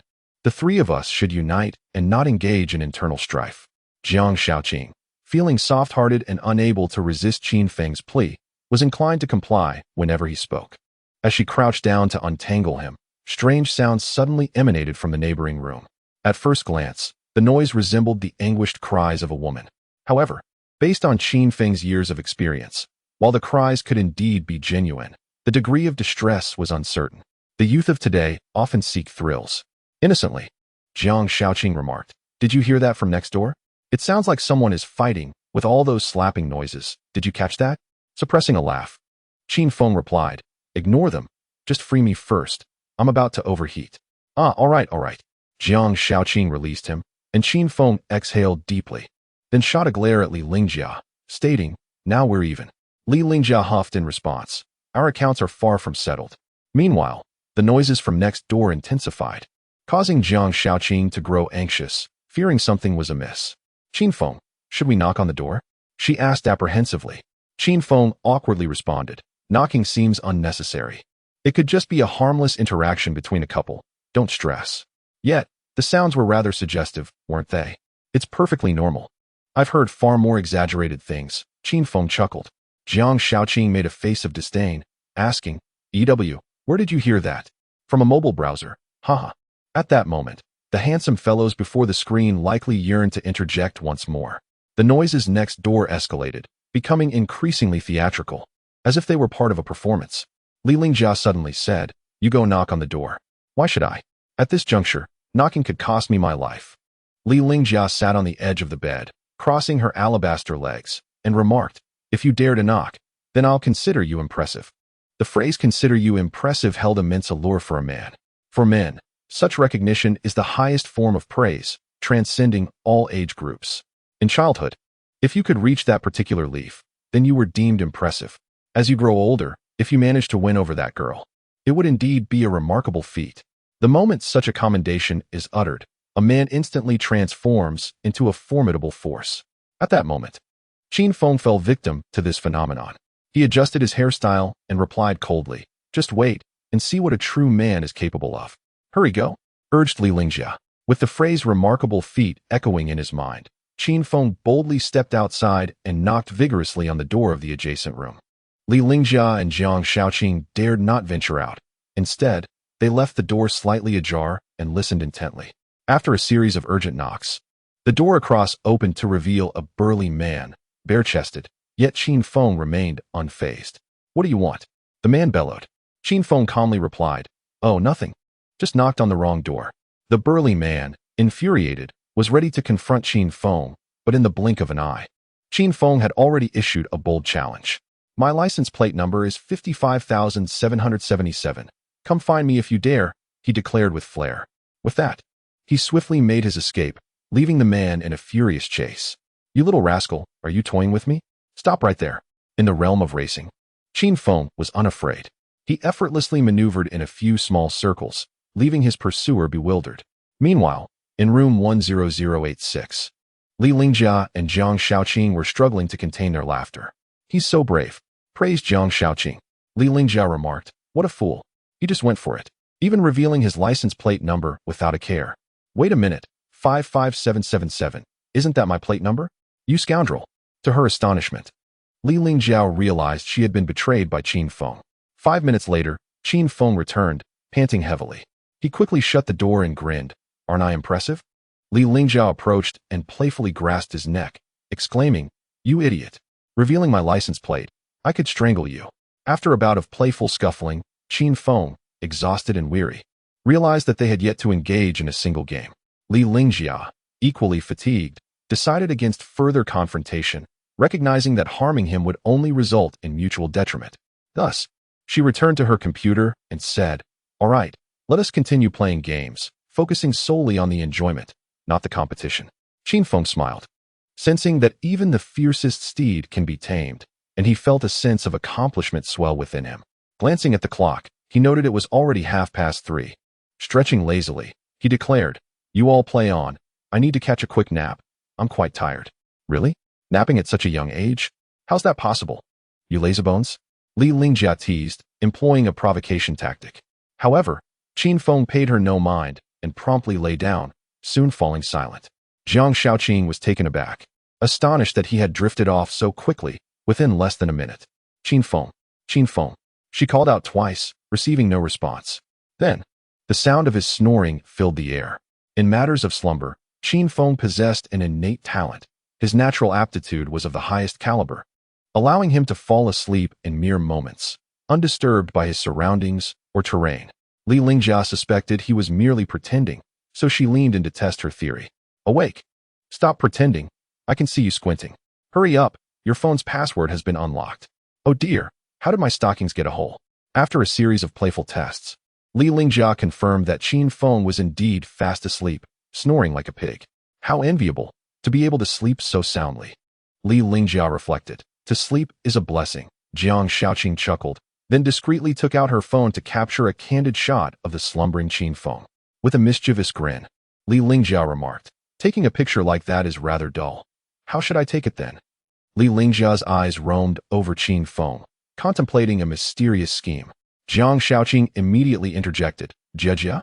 You can't undress him. That would be quite impolite." Li Lingjia, speechless, awkwardly retorted, "Who said anything about undressing him? I'm not a pervert." Then, she pulled out her lipstick, preparing to create a masterpiece on Qin Feng's face. Though Jiang Shaoqing hesitated, the threatening gaze from her friend compelled her to become an accomplice. As Qin Feng slept soundly, he remained oblivious to their antics unless the ringtone of an iPhone pierced the silence.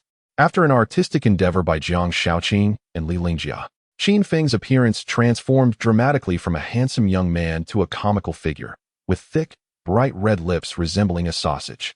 Jiang Shaoqing and Li Lingjia took a commemorative photo together. As evening approached, Qin Feng was abruptly awakened by the insistent ringing of his alarm clock, set before he fell asleep. The night had fallen, enveloping the outside world in darkness, and an inexplicable sense of loneliness crept in from all sides. Indeed, a nap should only be taken at noon. An afternoon nap is far too conducive to melancholy.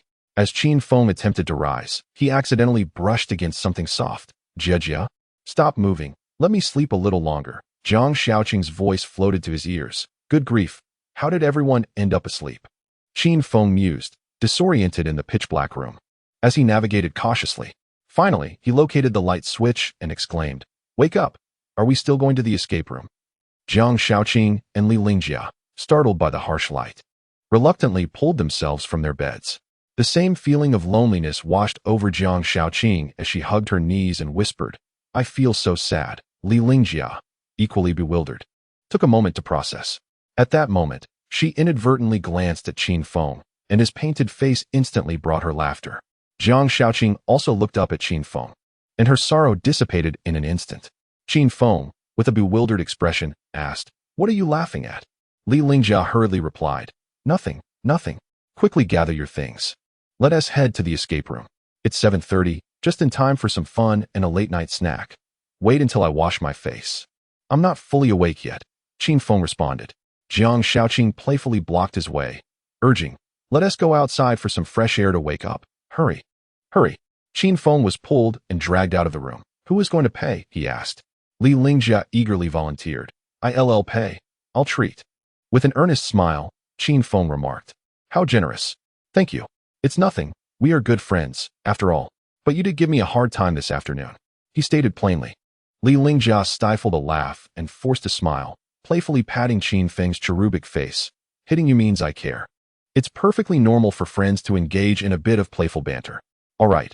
I shall be more considerate of you in the future, Qin Feng replied. Get lost. Li Lingjia attempted to manipulate the situation, yet Qin Feng deftly countered her move, preempting her intentions. Li Lingjia searched her phone for several escape room venues, finding them all quite appealing, yet she found herself at a loss, uncertain which one to choose. By chance, Qin Feng spotted a place on the roadside named the most terrifying escape room. Intrigued, he commented, This place looks rather unremarkable. Shall we check it out? Sure. But it seems a bit outdated and not very upscale, she replied. Forget about the aesthetics. What matters is the thrill. Perhaps this is their unique charm. All right. Upon entering, they found only a single attendant who was casually munching on seeds. Qin Feng approached, curiosity piqued, and asked, Excuse me, are you an escape room? The attendant nodded with a smile. Indeed, sir. How many of you are there? Hold on. Your sign claims to be the most terrifying escape room. What makes it so terrifying? Could you elaborate? Qin Feng inquired. In response, the attendant politely stated, Our individual ticket price is 588, sir. Do you find that sufficiently terrifying? Qin Feng struggled to contain his laughter. Realizing the absurdity of it all, he was almost frightened away. It must be said, the owner of the escape room possessed a peculiar sense of humor. However, the hefty price was simply unacceptable to Qin Feng. It felt like an insult to his intelligence. Ultimately, after a thorough discussion among Zhang Xiaoqing and Li Lingjia, the trio decided to venture to a popular entertainment complex in the city center where an escape room boasted a crying rate of 90%. Li Lingjia was determined to visit this establishment. Although Zhang Xiaoqing was somewhat timid and apprehensive, she could not resist the encouragement of her friend Li Lingjia and thus agreed. Qin Feng had no objections. A true man would not be intimidated by these fictitious NPCs. For clarification, NPC refers to the various characters encountered in escape room games, such as lunatics, zombies, and female ghosts. Upon their arrival at the venue, they signed a safety agreement and selected their escape room scenario.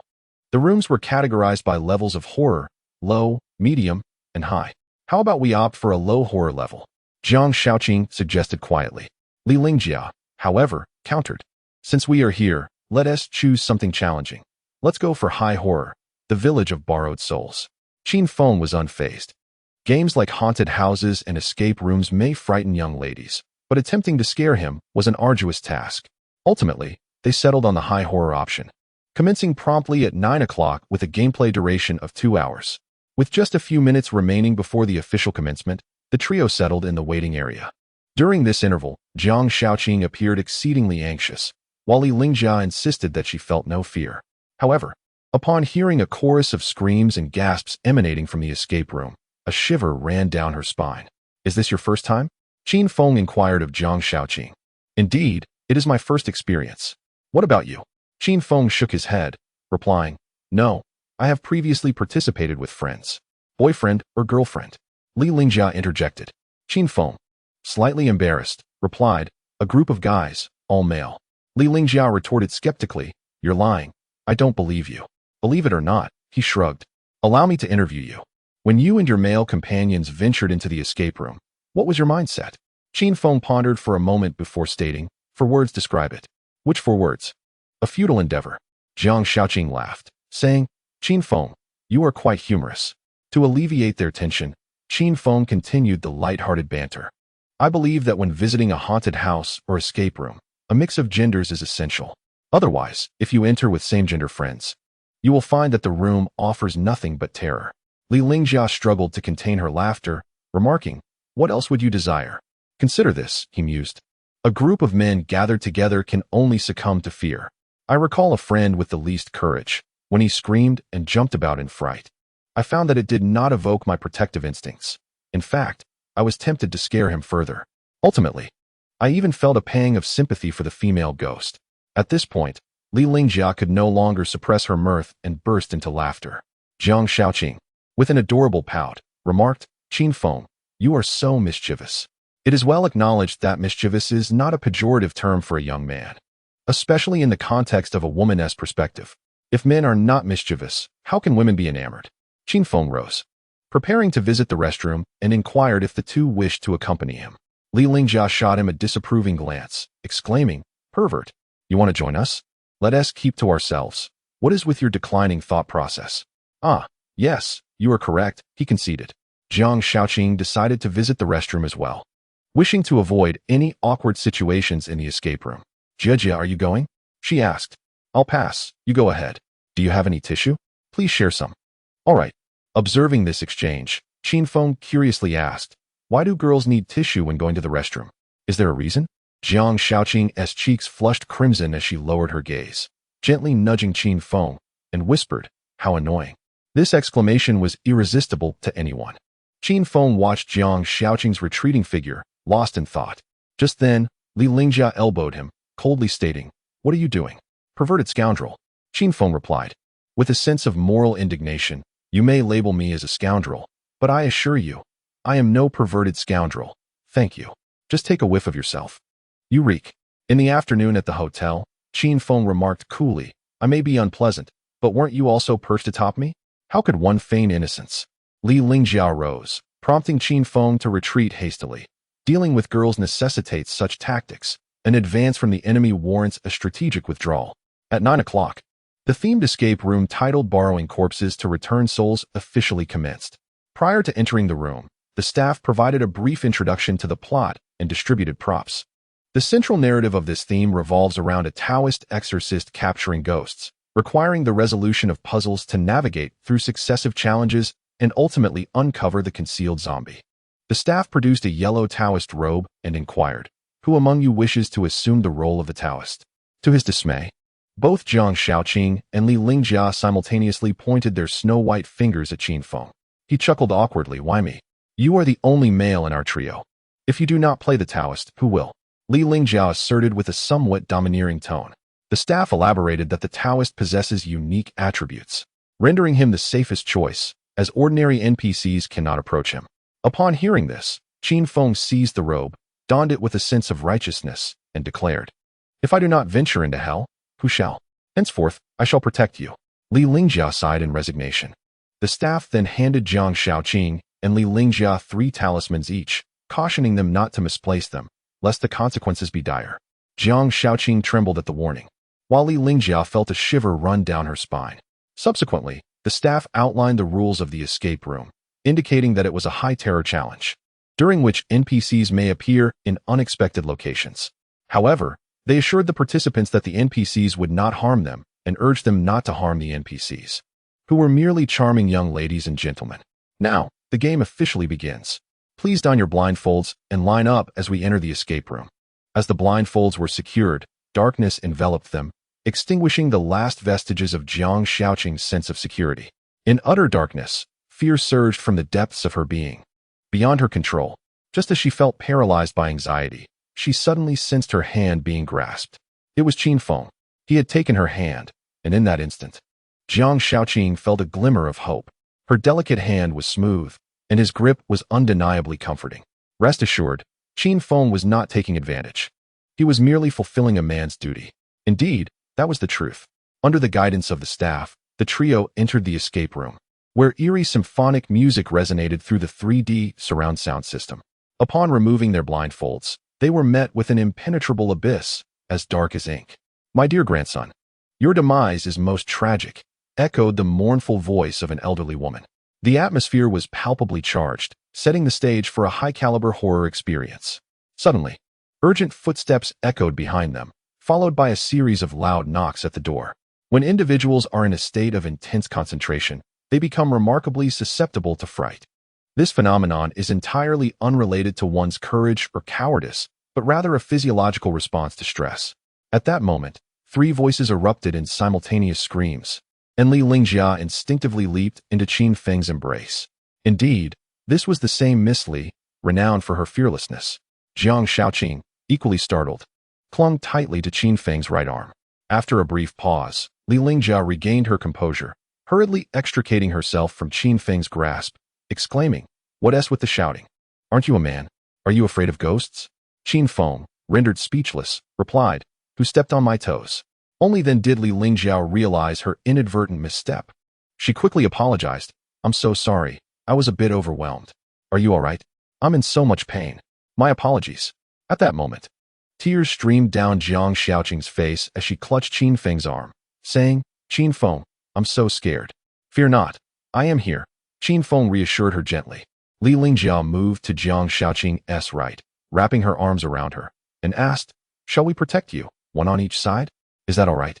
Jiang Shaoqing, deeply touched, choked out, "Yes, it's truly comforting to have you both by my side." However, in the next instant, a sudden barrage of knocking at the door sent Li Lingjia clinging to Qin Feng once more. Jiang Shaoqing stood there in shock. "Li Lingjia, you unreliable woman," she exclaimed loudly. Li Lingjia awkwardly responded, "Apologies, it was a reflex." With one on his left and one on his right, moving was cumbersome for Qin Feng. He sighed and called out, "Ladies, we've only just begun. The truly terrifying part lies ahead. Can we muster our spirits and rally? We may stumble, but we must not cower." Li Lingjia was jolted back to awareness by Qin Feng's shout, while Jiang Shaoqing hastily wiped her tears, determined not to embarrass herself in front of the boy she admired. The 3 of them, navigating through the darkness, discovered an oil lamp, and by its faint glow, they persevered. Qin Feng held the lamp in one hand, vigilant for any NPCs that might emerge from the shadows. The first challenge awaited them, unlocking a 6-digit code, the clues hidden within their surroundings. Yet, the area was enveloped in impenetrable darkness. Where could they possibly find the clues? Suddenly, Li Lingjia had a revelation. Voice clues. Listen closely to the old woman's words. Besides reminiscing about her grandson, she mentioned something about a mailbox. Let us search for that. Qin Feng praised her. "Well done, Li Lingjia. Your mind remains sharp amidst the fright. Come now, could anything truly terrify me at this level?" No sooner had he spoken than an NPC leapt out from the darkness, causing Li Lingjia to scream in terror. This triggered Jiang Shaoqing to join in, resulting in a cacophony of alarm ringing in Qin Feng's ears. Moments later, panting heavily, Li Lingjia coldly remarked, "Someone just slapped my backside. I'm baffled." "What? How could that be? Wasn't it said that NPCs wouldn't make physical contact with players?" Jiang Shaoqing queried. "Unbelievable. To dare slap my rear is utterly outrageous. I shall file a complaint." Li Lingjia fumed, while Qin Feng gestured for calm. "Let it go. It was likely an accidental brush. Such things happen. This is unacceptable. It does not justify the infringement, and I must seek an explanation." Qin Feng, witnessing Li Lingjia's stubbornness, helplessly remarked, "It seems I accidentally brushed against you." Li Lingjia, with a sharp pinch at Qin Feng's waist, reproached, "Are you playing a surprise attack on me?" Qin Feng gasped, "It was merely a reflex. Who prompted you all to be so jumpy? To you, a reflex is just a playful tap on a girl's backside? Indeed, that's just my nature. I cannot help it, it's innate. Once I am out of this predicament, I shall settle the score with you." Subsequently, the trio united, focusing intently on overcoming the obstacles ahead. Throughout, the tension was palpable, yet with Qin Feng present, the women felt a sense of security. However, halfway through the challenges, the most daunting task loomed ahead. A solitary side mission required one individual to be randomly selected to retrieve clues from a haunted abode. What a thrill! The once inseparable trio now faced the necessity of separation. Regardless of who undertook the mission, the remaining two would undoubtedly feel heightened anxiety. Moreover, with only one oil lamp available, the individual departing would take it, leaving the others to confront an abyss of darkness. As the sole man in the group, Qin Feng knew he would be the first to step forward. "You two stay put. I will return shortly with the clues," Qin Feng instructed. Suddenly, Jiang Xiaoqing grasped Qin Feng's arm, her voice tinged with concern. "Don't go." Qin Feng instinctively stepped back, then handed the oil lamp to Li Lingjia, stating, "Li Lingjia, after much contemplation, I have decided to remain. Though the path ahead is fraught with unknown dangers, Jiang Xiaoqing must not be left unprotected. Do you understand my meaning?" In the dim light, Li Lingjia's gaze was profound and frigid, exuding an icy chill. She then inquired, "Are you implying that I cannot protect Qingqing?" Qin Feng shivered slightly, taking a step back. "Do not misunderstand. I worry about the dangers that may arise in my absence. Being alone with you poses the greatest peril." Though these words may sting, they bore a semblance of truth. Reluctantly, Qin Feng pressed onward. And as the oil lamp grew distant, Jiang Xiaoqing's heart grew colder. Physiological fear ignited emotional turmoil within Jiang Xiaoqing. At the moment Qin Feng departed, she felt an overwhelming sadness. If this sentiment was not affection, then what else could it be? This is precisely why many young men and women in ambiguous relationships opt to engage in escape room adventures together.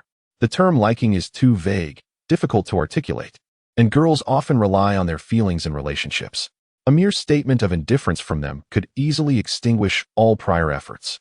When one is engulfed in tension and fear, their heart rate accelerates. The sensation of a racing heartbeat closely resembles the thrill of infatuation, leading to a conflation of these two feelings among women. At this moment, young men before their screens are silently jotting down notes. As the lights faded away, darkness enveloped the surroundings once more, and the eerie music ceased. Jiang Xiaoqing and Li Lingjia clung to each other, relying on one another for comfort. The silence of their fear was more chilling than any sound, prompting Li Lingjia to suggest a conversation. "What shall we discuss?" Jiang Xiaoqing replied, her voice trembling. "Anything from astronomy to geography. Or perhaps we could talk about men, specifically that insufferable one," Li Lingjia responded. "I believe Qin Feng embodies my ideal type, yet I am uncertain of his feelings towards me." "It is rather vexing," Jiang Xiaoqing lamented. "I sense he has some issues. He oscillates between foolishness and arrogance, tenderness and aggression. I propose we observe him further. He might even have a split personality," Li Lingjia cautioned. "Really? That seems rather exaggerated. I think he is quite normal," Jia. "Please do not view him through tinted glasses. He is rather good," Jiang Xiaoqing countered. Li Lingjia replied coolly, "Do not rush. I will help you assess the situation. We have only just met. Whether or not you can be together should at least be tested over 3 months. According to scientific studies, the novelty between the sexes lasts approximately 3 months. Very well, I owe you for these 3 months, Jia. After all, you are my dearest sister. I certainly do not wish to see my treasure deceived by a scoundrel who seeks to exploit her emotionally, financially, or otherwise. Oh, do not speak such nonsense. He may only deceive me emotionally. Financial gain is out of the question," Jiang Xiaoqing replied with a confident smile. Li Lingjia laughed. "Oh dear, he is prepared to offer you a Rolls-Royce as a means of transportation. Does that not count as financial gain?" Jiang Xiaoqing blushed and chuckled. "That was entirely my choice. You silly girl. Allow me to pose another question. If, in the future, you truly become involved with him, and during your intimate exchanges, he expresses reluctance to use protection, what will you do?" Jiang Xiaoqing paused for a moment before responding. "Use protection? Are you pretending to be naive?" Jiang Xiaoqing, have you not attended biology class? I mean a condom. Realizing the gravity of the question, Jiang Xiaoqing responded, "I must refuse to answer that." "Why? Are you still a child? This is quite normal. Besides, it is just the two of us here. We can consider it a whispering conversation." After contemplating, Jiang Xiaoqing said, "He should respect my wishes. If he does not desire children, he must use protection. Otherwise, what if I become pregnant? What if he suggests you take medication?" Li Lingjia inquired. That is impossible. He would never do such a thing. Ha ha ha. You are getting anxious. You are flustered. Li Lingjia teased. And what about you? If the roles were reversed, what choice would you make? Would you sacrifice your own comfort for his? Li Lingjia, calm and composed, replied, I apologize. But I would not make a choice, for I also do not wish him to wear protection. I prefer authenticity in my relationships. Ah, how scandalous. I shall no longer converse with you. The two friends bantered back and forth, their fears dissipating in the light of their camaraderie. At that moment, a flickering dim light appeared around them, prompting Li Lingjia to become alert and warn Jiang Shaoqing. Qing, be cautious. The NPC is approaching. Jiang Shaoqing took a deep breath, steeling herself, and declared, when best friends unite, their strength is unwavering. On the other side, Qin Feng stumbled forward, carrying a small oil lamp.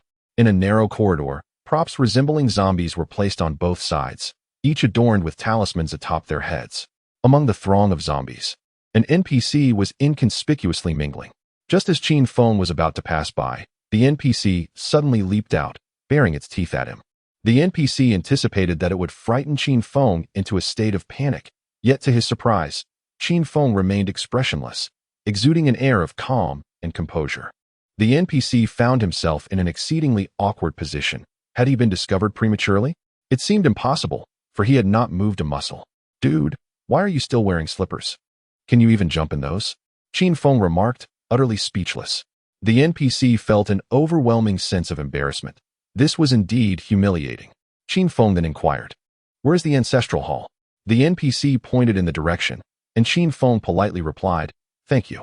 After Qin Feng departed, the NPC removed his headpiece, expressing his frustration. What a disgrace.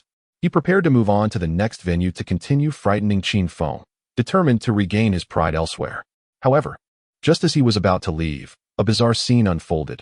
One of the prop zombies beside him suddenly toppled over, startling him. Meanwhile, Qin Feng groped his way to the ancestral hall, where coffins were plentiful. To be honest, the props in this establishment were quite realistic. While he was not terrified, an unsettling feeling lingered in the dimly lit room as he surveyed his surroundings. Suddenly, with a creak, another hidden door swung open, and a hunchbacked elderly woman slowly entered, carrying a tray with 3 cups of tea. At this point, it is likely that many handsome young men instinctively curled their toes under the covers. Qin Feng had come here for clues, presumably to obtain them from her. Young man, you shouldn't be here. It's not a clean place, the old woman said in her frail voice. Qin Feng wasted no time and stated plainly, I am here for clues. Don't be in such a hurry. Have a cup of tea first. Choose one. The old woman offered the tray to Qin Feng. He glanced at the 3 cups, each varying in size, and pointed to the middle cup, saying, I choose the middle cup. The old woman countered, that is the large cup. Qin Feng, perplexed, replied, isn't it small, medium, and large? The old woman shook her head and clarified, no, that is the large cup, medium cup, large cup, and extra large cup. Frustration mounted within Qin Feng as he asserted, regardless, I want the one in the middle. The middle one is the large cup, medium cup, large cup, extra large cup. Qin Feng had never felt so exasperated, not wishing to argue with someone so foolish, for that would only reflect poorly on himself. Qin Feng took a deep breath and said, just give me the one in the middle. He accepted the cup, which contained an unidentified liquid. This unknown concoction, Qin Feng decided, would merely be for show. He had no intention of drinking it. Ultimately, he successfully acquired the clues and retraced his steps. At this moment, Li Lingjia and Jiang Shaoqing had fully acclimated to the situation and would no longer be easily frightened. Indeed, people do grow. Soon, the final sacrificial ceremony approached, necessitating the offering of a brave warrior to lie within a coffin. The thought was utterly terrifying. Even the bold Li Lingjia dared not entertain it, for to lie within would surely be a deathly fright. At that moment, Qin Feng, with a grave and earnest expression, removed his Taoist robe and handed it to Li Lingjia. What are you doing? Are you backing out at the last moment? Li Lingjia inquired. From this moment forth, you are the one who will save the situation. I shall be the sacrifice, Qin Feng declared with righteous determination. In that instant, Qin Feng's image was elevated, leaving a profound impression on Li Lingjia's heart. Yet it is so dark within, I am concerned. There is nothing to fear. Protect Jiang Shaoqing and go. Qin Feng replied without a hint of hesitation, leaping directly into the coffin, which then closed automatically. Shortly thereafter, the final boss made its entrance. However, in light of Qin Feng's selfless sacrifice, Jiang Shaoqing and Li Lingjia became invigorated, transforming the originally scripted pursuit, where NPCs chased the players, into a chaotic scene of players chasing NPCs throughout the room. It was truly terrifying. The enraged woman was a force to reckon with. The NPC, overwhelmed, retreated repeatedly. Ultimately, the lights illuminated the space, signaling the conclusion of the escape room. Qin Feng emerged from the prop coffin, drenched in sweat, feeling stifled and overheated inside. Jiang Shaoqing was the first to rush towards him, throwing herself into his embrace and weeping profusely. This time, Li Lingjia did not intervene. Instead, a look of satisfaction spread across her face.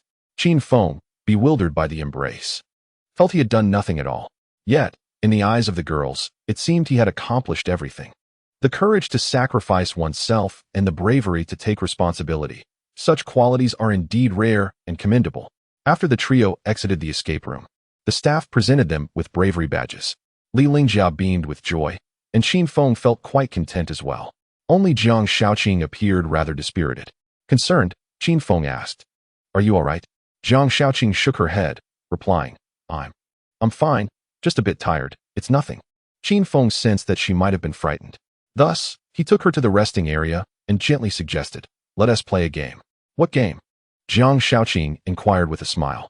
"I will call your name, and you will respond, all right?" "Sure, sounds good." Then, Qin Feng called out loudly, "Jiang Shaoqing, here." "Jiang Shaoqing, here." "Jiang Shaoqing, here." With each call, Qin Feng raised his voice, and Jiang Shaoqing followed suit, responding loudly. By the third call, she felt a sense of lightness enveloping her, a stark contrast to her earlier state. "Could you call me a few more times?" Jiang Shaoqing gazed at Qin Feng with hopeful eyes. Qin Feng chuckled, "That's sufficient." "Huh, what do you mean?" Without elaborating further, Qin Feng then engaged in a similar name-calling game with Li Lingjia. Initially reluctant, Li Lingjia could not resist the challenge and eventually joined in the fun. When Qin Feng was but a child, each time he ventured outside and was startled, his family would call out his name loudly. While this practice appeared devoid of scientific basis, it proved to be remarkably effective. After emerging from an escape room, Qin Feng remarked, "Perhaps it is best to avoid such places in the future." "Why?" came the playful response. "It's thrilling, isn't it? Places that rarely see the sun should be visited sparingly. After all, what truly matters in life is sunlight," he chuckled. It was now 11 in the evening, and it was nearly time to disperse. Yet, Jiang Shaoqing, with a playful tone, implored Qin Feng, "Shall we catch another movie?" Qin Feng cleared his throat and asserted, "Your charm will not sway me. Unless you treat me to some delightful soda." "No problem." The vibrant city of Shanghai sparkled under the night sky, bustling with life. The entertainment district was particularly lively, as numerous fashionable young women strolled the streets, either broadcasting live or posing for photos, creating a unique spectacle. However, many regarded such behavior with disdain, deeming it vulgar to display so much skin. Qin Feng remained neutral, believing one could disapprove without causing harm, as long as it did not contravene public morals or laws. Singing and dancing at night could indeed be delightful. On their way to the cinema, Li Lingjia purchased some skewers, and the trio enjoyed their snacks while exploring. After a day filled with adventures, Li Lingjia and Qin Feng, often playful adversaries, had forged a profound bond of camaraderie. "From now on, consider me your close friend. How does that sound?" Li Lingjia smiled at Qin Feng. He turned to her, raising an eyebrow. "A male close friend?" "Indeed, a male close friend. We seem to get along quite well," she replied. Qin Feng promptly declined, stating, "I have no desire to be categorized as a male close friend. Such a term merely masks flirtation under the guise of friendship. I, Qin Feng, uphold integrity in my life and transparency in my actions. The notion of a male close friend is simply unacceptable." Upon hearing this, Jiang Shaoqing couldn't help but applaud and cheer for him, exclaiming, "Bravo!" Li Lingjia, feeling somewhat thwarted, rolled her eyes at Qin Feng and said, "Fine, you both are morally upright individuals, and I am the villain. Is that it? You are not wicked. If you were, I would cease associating with you." Qin Feng replied candidly. "I appreciate your acknowledgement," Li Lingjia responded, somewhat bemused. In truth, Li Lingjia had suggested the term male close friend to foster more interaction with Qin Feng. As Jiang Shaoqing had noted, Being in Qin Feng's company brought her a sense of relaxation. Even when he occasionally vexed her, she found that being annoyed by him was more amusing than frustrating. Li Lingjia had never been one to dwell on romance, viewing it as cumbersome and tedious, merely an exchange of hands, kisses, and embraces that had been shared with others. Yet, as she spent more time with Qin Feng, she began to realize how delightful life would be if they could engage in playful banter for decades to come. Lost in her thoughts, she couldn't help but chuckle. Jiang Shaoqing, curious, inquired, "Jia, what has you so amused?" Li Lingjia quickly regained her composure and said, "No, it's nothing. Let us go to the cinema. The movie is about to start." "All right."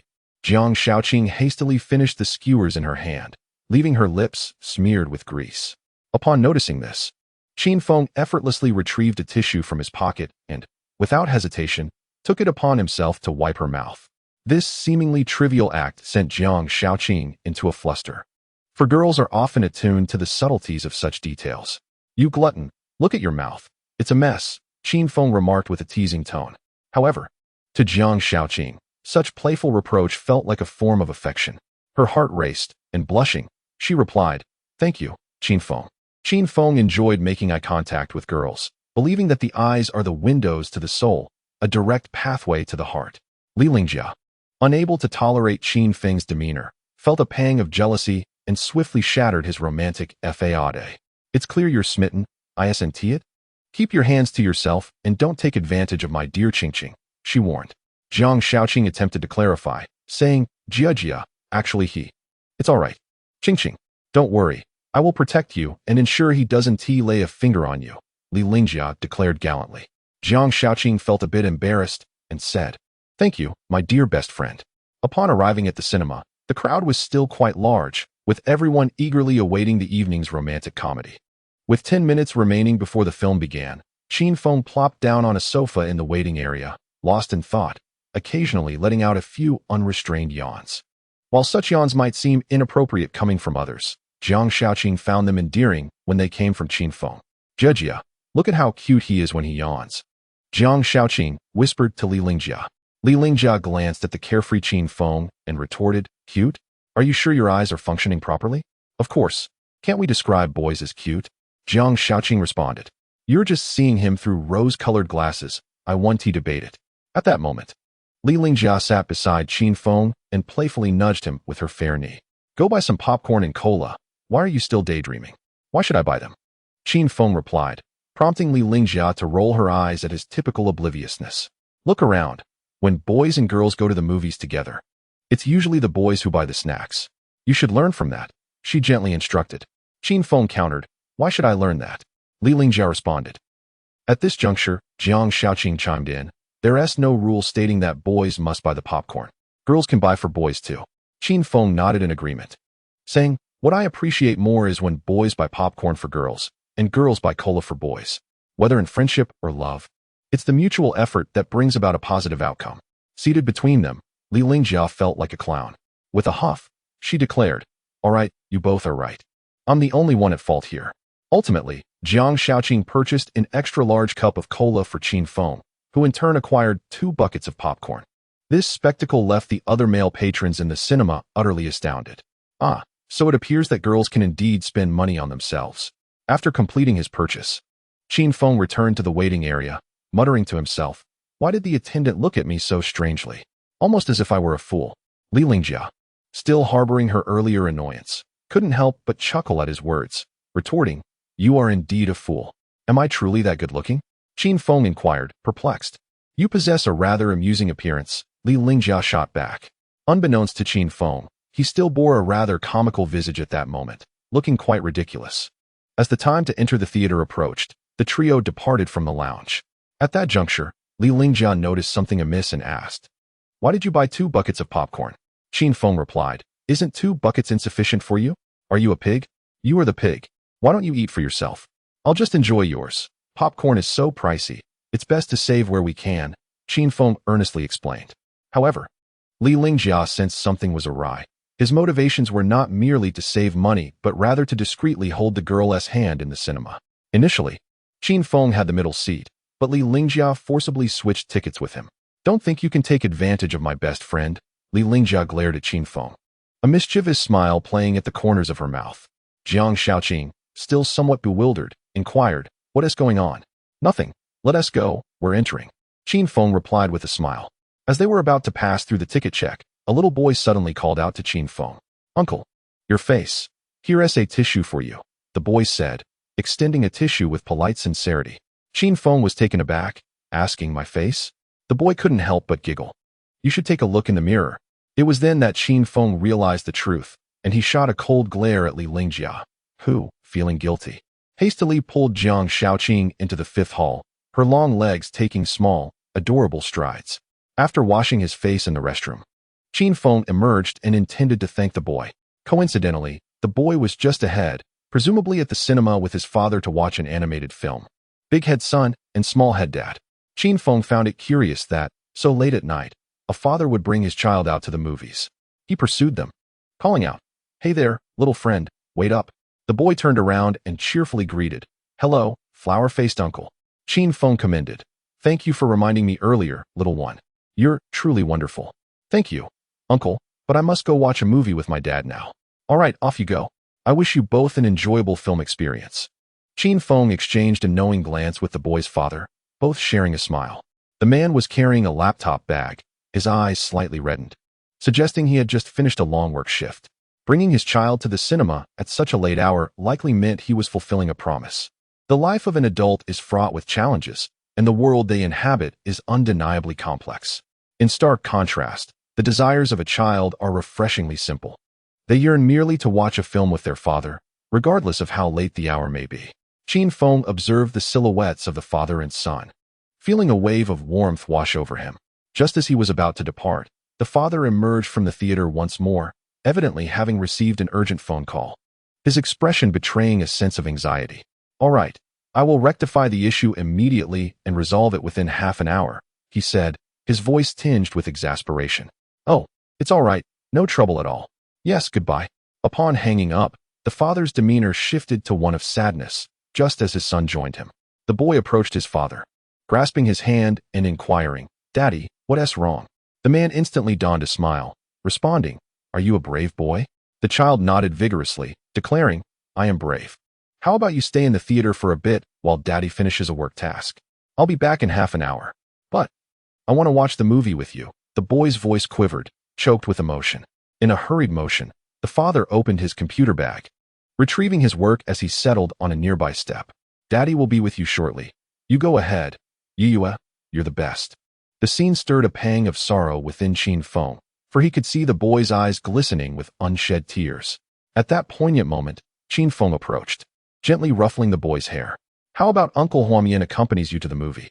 The father glanced at Qin Feng and, with a smile, explained, "The company urgently needs me to fix a bug. There's no helping it." Qin Feng nodded in understanding. "No worries, I'll take him to watch.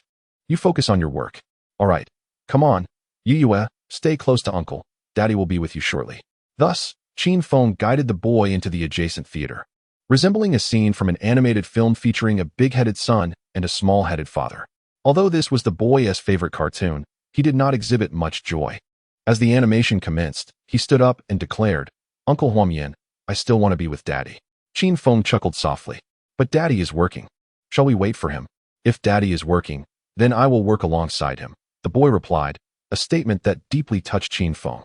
He playfully pinched the boy's cheek. "Well said, Uncle will reward you later." "Reward me? With what?" "Perhaps with 2 books of summer homework." "Oh no." Qin Feng let him out, and the boy scampered back to his father, obediently sitting beside him. "Daddy, I will wait for you." The man was still engrossed in rectifying the bug, and seeing his son's understanding nature made his eyes well up with emotion. "Good boy, Daddy will be there soon." In the following moments, the little boy retrieved a toy airplane from his backpack, circling around his father joyfully. At that instant, Qin Feng realized that for a child, the happiest place is wherever their parents are present. Once, there was a profound dilemma concerning human nature, a high-speed train hurtling down its tracks, with one individual on each of 2 diverging paths, while 7 others lay in its path. Which direction should the train take? Setting aside the complexities of human nature, which are far too intricate, life itself mirrors this speeding train. As ordinary individuals, we possess no choice. We are akin to those lying on the tracks. Yet, Despite life's relentless treatment, countless souls continue to cherish existence, much like the father in front of the cinema. Life may be arduous, but for him, his child represents the beacon of hope and motivation. Qin Feng sat alongside this father, silently observing him as he rectified a programming glitch. "Brother, you should just enjoy the movie. Don't let it waste your time," the man remarked with a smile. Qin Feng remained unfazed. Contemporary romantic films largely revolve around youthful heartaches, a genre favored by his peers, Jiang Shaoqing and Li Lingjia. However, for Qin Feng, they elicited little emotion. The fervor of romance may be passionate, but once the excitement fades, it often leaves a mess behind. Ultimately, Qin Feng deemed romantic films rather inferior to action flicks. "Brother, are you a programmer?" Qin Feng inquired.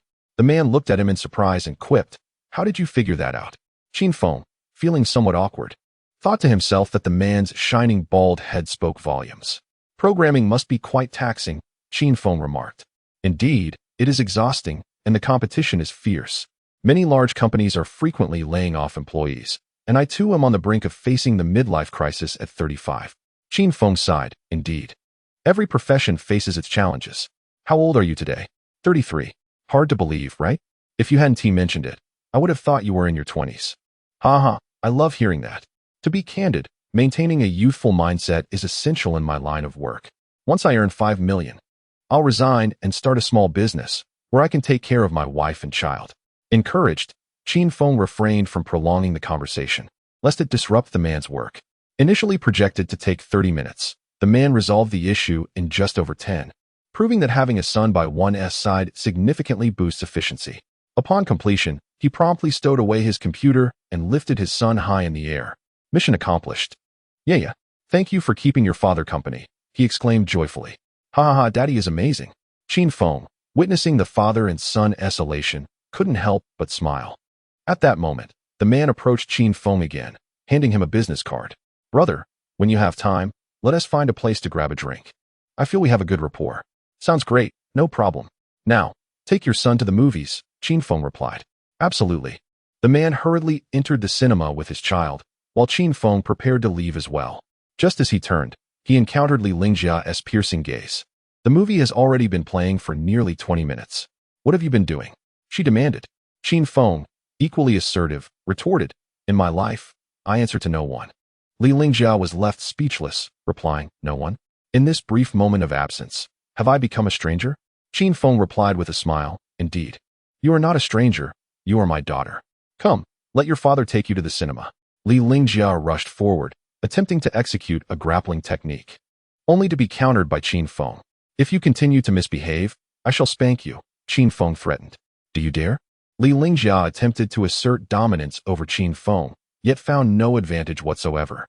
Eventually, they returned to their seats in the theater, with Li Lingjia sulking back into her place. At that moment, her blood boiling, she had envisioned assassinating Qin Feng 100 times in her mind. This fellow truly possessed no understanding of cherishing the delicate. How could he allow himself to be struck so easily? Why not just perish if he so wished? These thoughts churned within Li Lingjia. Having never been punished in such a manner throughout her life, her irritation only grew. A wave of shame washed over her as she inhaled deeply, striving to regain her composure. Qin Feng was a straightforward man. "Since you implored me to strike, then I shall oblige." The film had commenced over 20 minutes prior, with the male and female leads caught in a state of ambiguous affection. Observing her friend's disgruntled expression, Jiang Shaoqing inquired with concern, "Jia, are you all right? Did you two have a quarrel?" Li Lingjia shook her head, indicating that all was well, just watching a movie. Meanwhile, Qin Feng appeared unfazed, munching on popcorn while immersing himself in the film. Li Lingjia was thoroughly vexed. How could he remain so untroubled? Consequently, she turned to him and coldly remarked, "Does your hand hurt?" "The effects of force are reciprocal. Your pain mirrors my own," Qin Feng responded. "Everything you have done to me is duly noted. Await your reckoning. Perhaps next time, I shall compose a song as an apology just for you." "Let us not dwell on trivial matters," Qin Feng said in a calm tone. "Am I someone who can be appeased by a mere song?" Li Lingjia demanded assertively. "Very well, I understand," Qin Feng conceded, returning to his focus on the film.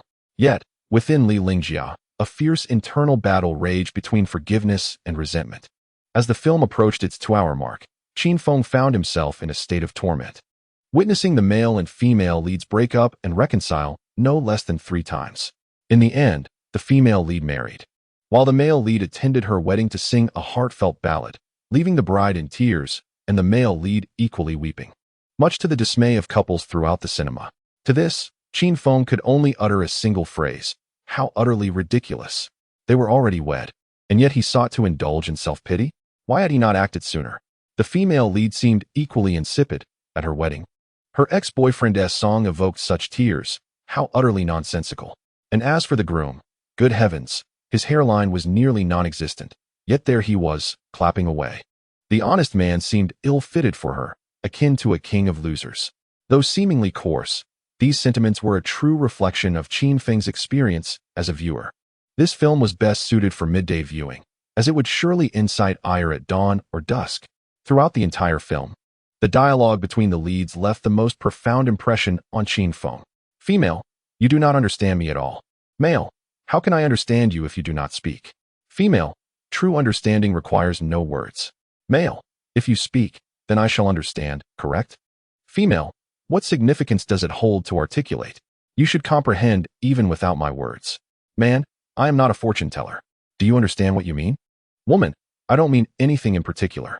Man: yes, indeed, it is rather meaningless. Woman: oh, so now that I am speaking, you find it meaningless, do you? Do you think I am devoid of meaning? Man: when I say meaningless, do I refer to that kind of meaning? Woman: fine, let me clarify my intentions. Man: please, go ahead. Woman: this is precisely what I mean. One must admit, this dialogue could undoubtedly serve as an excerpt for foreign friends' reading comprehension exercises. With the question posed, what does the female protagonist truly mean? As the film concluded and the lights illuminated the theater, Qin Feng finally prepared to depart. However, at that moment, a staff member entered and gently announced, "Greetings to all couples present. Today marks our Kissing Couples Festival. Gentlemen, would you like to express your affection for your beloved by purchasing a bouquet of fresh flowers?" The cinema was predominantly filled with couples, and one cannot help but marvel at the cinema's profitability. In response to the call, all the men eagerly formed a line to buy flowers. Even though a modest bouquet cost 50 yuan, it did not deter their affection and enthusiasm. Qin Feng had no objection to men buying flowers for women, yet he found the gimmick utterly ridiculous. Why celebrate Valentine's Day in June? And a kissing couples day at that? Perhaps there might even be a hand-holding day? It seemed that everyone believed it was a given for men to buy flowers for women, oblivious to the fact that flowers know no gender. They are not solely the domain of women. Qin Feng recalled watching a short video that stated, "The first bouquet a young man receives is likely at his funeral." How profoundly ironic. Every couple in attendance purchased flowers without exception. At that moment, a sales assistant approached Qin Feng, warmly inquiring, "Sir, would you like to buy a bouquet for the lovely lady beside you?"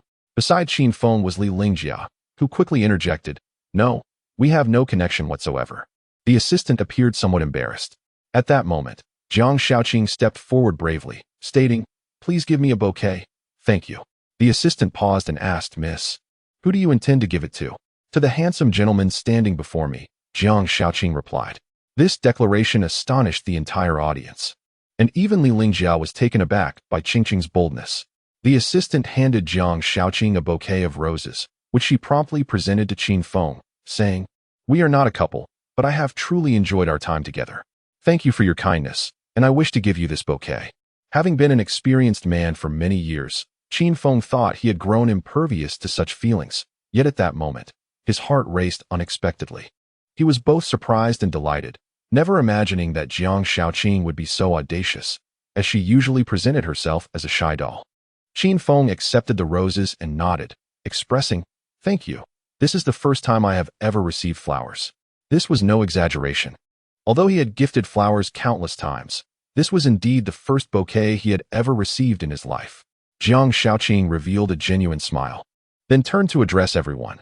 "Ladies, it's not just girls who adore flowers. Boys do too. Who doesn't appreciate beautiful things? Therefore, if you care for your significant other, why not gift him some flowers?" Upon hearing this, the waitress beamed with joy and eagerly echoed Jiang Shaoqing's sentiment. "Absolutely. Boys need affection as well. Ladies, would you be willing to buy a bouquet for your beloved? What a delightful opportunity for profit." Later, as the trio exited the cinema, Jiang Shaoqing appeared remarkably at ease, at least in Qin Feng's eyes. Qin Feng felt elated upon receiving the flowers and expressed his gratitude to Jiang Shaoqing. Thank you once again, Miss Jiang, for the lovely flowers. Today has been a delightful adventure, culminating splendidly. Jiang Shaoqing playfully tucked her hands behind her back and asked sweetly, "Can we arrange to meet again? I wish to spend my time with those who bring joy." This statement struck a somewhat sentimental chord, leaving Qin Feng feeling slightly flustered. He instinctively nodded and replied, "Let us discuss next week when the time comes. Allow me to escort you back." Very well, indeed. After all, distance fosters beauty. As the trio prepared to descend the stairs, a young man hurriedly approached, smiling as he said to Qin Feng, "Brother, may I have a word?" Qin Feng glanced at him and inquired, "Is there something you need?" "It's just a minor matter," the young man replied. "Feel free to speak plainly. There's no need for concealment. Are you conducting classes? I'd love to attend." The young man chuckled. Qin Feng instantly grasped his meaning, thinking to himself, "What a sly one." Subsequently, the young man offered Qin Feng a cup of milk tea before hastily departing. Curiously, Jiang Shaoqing asked, "What did he mean by that?" Qin Feng waved his hand dismissively. "It's nothing of consequence. Let us head downstairs." As they left the cinema, Qin Feng and Jiang Shaoqing walked ahead while Li Lingjia lagged behind, seemingly a bit discontent. In her hands, she held a bouquet of roses, yet they remained unoffered. Qin Feng drove the two of them back to the villa. Along the way, perhaps due to exhaustion, Jiang Shaoqing, seated in the back, dozed off. Li Lingjia sat in the passenger seat, gazing silently out of the window. Thus, Qin Feng drove quietly, escorting them back to the residential area. Upon arriving home, Jiang Shaoqing was awakened from the car by her friend Li Lingjia, stretching with a small yawn that revealed how deeply she had been sleeping. Qin Feng handed the car key to Jiang Shaoqing, saying, "Until we meet again." Jiang Shaoqing stepped forward and remarked, "You can take the car. I usually ride in Jiajia's." Qin Feng declined, responding, "This is your car, not mine. It would be inappropriate for me to drive it. Besides, I am not fond of Rolls-Royces." "Really? You don't like it? What do you prefer?" Li Lingjia interjected. "He has a fondness for the excavator in the garage. But alas, he cannot take it." Qin Feng chuckled. "You know me quite well," he continued. "Well then, I must take my leave. If anything arises, message me." "Will you respond to messages?" Jiang Shaoqing pressed. Qin Feng awkwardly replied, "I will certainly respond if I see it. If not, it simply means I haven't seen it." "All right then, goodbye, drive safely. Farewell."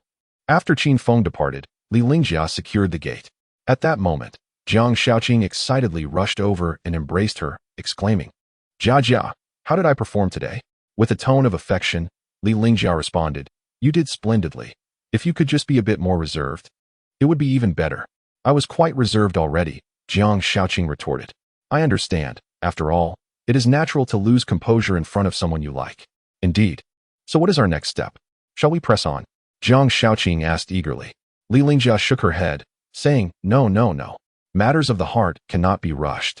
Haste makes waste. Let us give him a couple of days to create a sense of longing. He will then reminisce about the joy of being with you. Remember, the more proactive you are, the faster you lose." Jiang Shaoqing nodded, acknowledging, "That makes sense. You truly are remarkable, Jia. With me overseeing things, do not worry. Victory is assured. Everything is within my control. Yes, I am so grateful to you for always being by my side today. Otherwise, if it were just the two of us on a date, it would have been terribly awkward." "Not a problem at all. Come to my room tonight and help me with a massage," Li Lingjia said with a smile. Jiang Shaoqing shot her a glare, responding, "A massage is fine. But don't laugh. Is my laughter unattractive? Quite the opposite. You are the most beautiful. I shall go shower now. I am utterly exhausted." "All right." Suddenly, Jiang Shaoqing recalled something and inquired, "Jia, what if other girls approach him while we are not around?" "Other girls? Simple. Just post on your social media to assert your claim, and they will think twice before coming near," Li Lingjia advised. "Social media? How should I phrase it? Teach me." Jiang Shaoqing pleaded. "Do I really need to teach you this? I might as well handle your romantic affairs for you." No, I want you to teach me." Jiang Xia's playful demeanor is adored not only by men, but also by women. Whenever she displays her charming antics, Li Lingjia readily acquiesces to her wishes. Meanwhile, Qin Feng was preparing to take a taxi back to campus. Due to a mishap with his phone, he ended up booking a rideshare, akin to a shared taxi.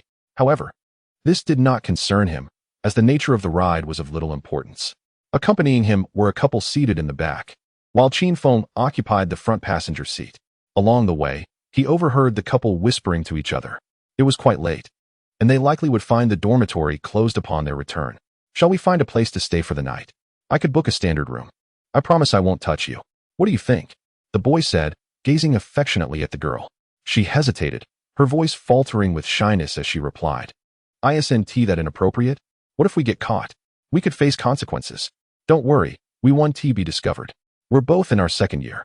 No one will check. Trust me, I won't lay a finger on you. We can each have our own bed. I just miss you too much and don't want to be apart, he insisted eagerly. Shoo, keep your voice down. Though they were whispering, Qin Feng in the front passenger seat could hear everything clearly. It was evident that the boy harbored ulterior motives, though reluctant to intervene. An overwhelming sense of justice surged within him at that moment. He turned to the driver and said, Sir, our dormitory closes at 2 a.m. Could you please speed up a bit? My fellow students in the back seemed quite anxious. The driver hesitated, replying, Young man, this is a rideshare. If it were a private car, I might be able to oblige. Upon hearing this, Qin Feng quickly interjected, No worries, I can offer extra payment. How much? The driver asked. If we arrive within 20 minutes, I'll add an extra 100. If we make it in 15, I'll add 200. All right, hold on tight. I'm going to accelerate. The driver then demonstrated remarkable driving skills, speeding through the streets and narrowly avoiding red lights. Ultimately, they reached the campus gate in just 13 minutes, an astonishing feat impressed. Qin Feng disembarked and, as promised, paid the driver the additional fare, praising, Sir, your driving is exceptional. Your style behind the wheel resembles that of a race car driver. Oh, young man, you can tell? Back in my youth, I was indeed a race car driver. That explains it. Do you have a business card, driver? I'd like to call on you again next time. Certainly. After handing over his card, the driver also took a moment to check on the couple in the back. Kids, I hope I didn't delay your return to the dormitory? He asked with a smile. The boy's expression darkened, his eyes flashing with anger as he muttered. Thanks a lot. Not at all. It was my duty. Hurry back now, or you might find yourselves locked out. I thank you and your ancestors for this. No need for such gratitude. If anyone deserves thanks, it's this young man here, who has been kind and helpful despite our chance encounter. At this, Qin Feng stepped forward and said, We are all alumni. It's the least I could do. With that, he departed with an air of grace. The young man seethed with frustration, yet he had no inclination to argue with Qin Feng. He still wished to make another attempt. Darling, I know of a nearby CAF with an exquisite ambience. Shall I take you there for some fun? He proposed to the girl. She shook her head and replied, I'm not going. I've arrived at school, and I must return to my dormitory. Let's meet tomorrow. Hey, wait for me, sweetheart. That evening, Qin Feng accomplished yet another good deed, filling him with immense pride. To be frank, university students are adults, and it is entirely normal for couples to book a room together. However, Qin Feng found his hypocrisy intolerable. The pretense of never touching someone like her was absurd. Having booked a room, how could he claim otherwise? Deceiving himself, indeed. By the time Qin Feng returned to his dormitory, it was nearly 2 in the morning. Room 502 resembled a swamp, filled with the cacophony of snoring. In terms of snoring talent, the brothers in 502 were indeed exceptional. Just yesterday they were akin to old cattle in a barn, and today they had transformed into frogs. Qin Feng quietly went about his nighttime routine and then prepared to rest. Just as he was about to drift off to sleep, his phone screen flickered. The long-absent San had sent a message, presumably to inquire about her vehicle. Qin Feng intended to engage her in conversation and arrange a time to return the car. However, San was not seeking her vehicle. She sent him a video instead. Qin Feng donned his headphones to watch the video. In it, a person was strumming a guitar and performing a sea of stars, though the melody sounded somewhat peculiar. Yet, upon closer inspection, it was indeed a sea of stars. Surrounding him was a throng of enthusiastic fans, reminiscent of a concert atmosphere. Qin Feng had indeed performed this song during a rock competition with San. He had not anticipated that imitators would emerge so soon. He sent back an emoji of confusion. San replied, Do you know that your song has been widely popularized by someone else? Widely popularized? I will come find you tomorrow. We must discuss this in detail. All right. After concluding the conversation, Qin Feng rewatched the video. The singer's voice possessed a certain magnetism, yet the flaws were evident. The rhythm and melody were imperfect, as it was merely an imitation. It seemed that he truly would meet San the following day. At 7 o'clock the next morning, Qin Feng awoke and stretched lazily. Shortly after he got up, the dormitory leader, Guatao's alarm rang, promptly followed by the alarms of the others. Nevertheless, not a single person stirred. The alarms were utterly ineffective. Ultimately, Qin Feng had to rouse them one by one. What is the point of setting a 7 o'clock alarm if you all sleep like dead pigs? Qin Feng lamented. Li Jing, half sitting on his bed with bleary eyes, clearly had awakened physically, but his soul remained in slumber. I need another 5 minutes, he mumbled drowsily. The 5 minutes he spoke of would likely extend to at least 3 more hours.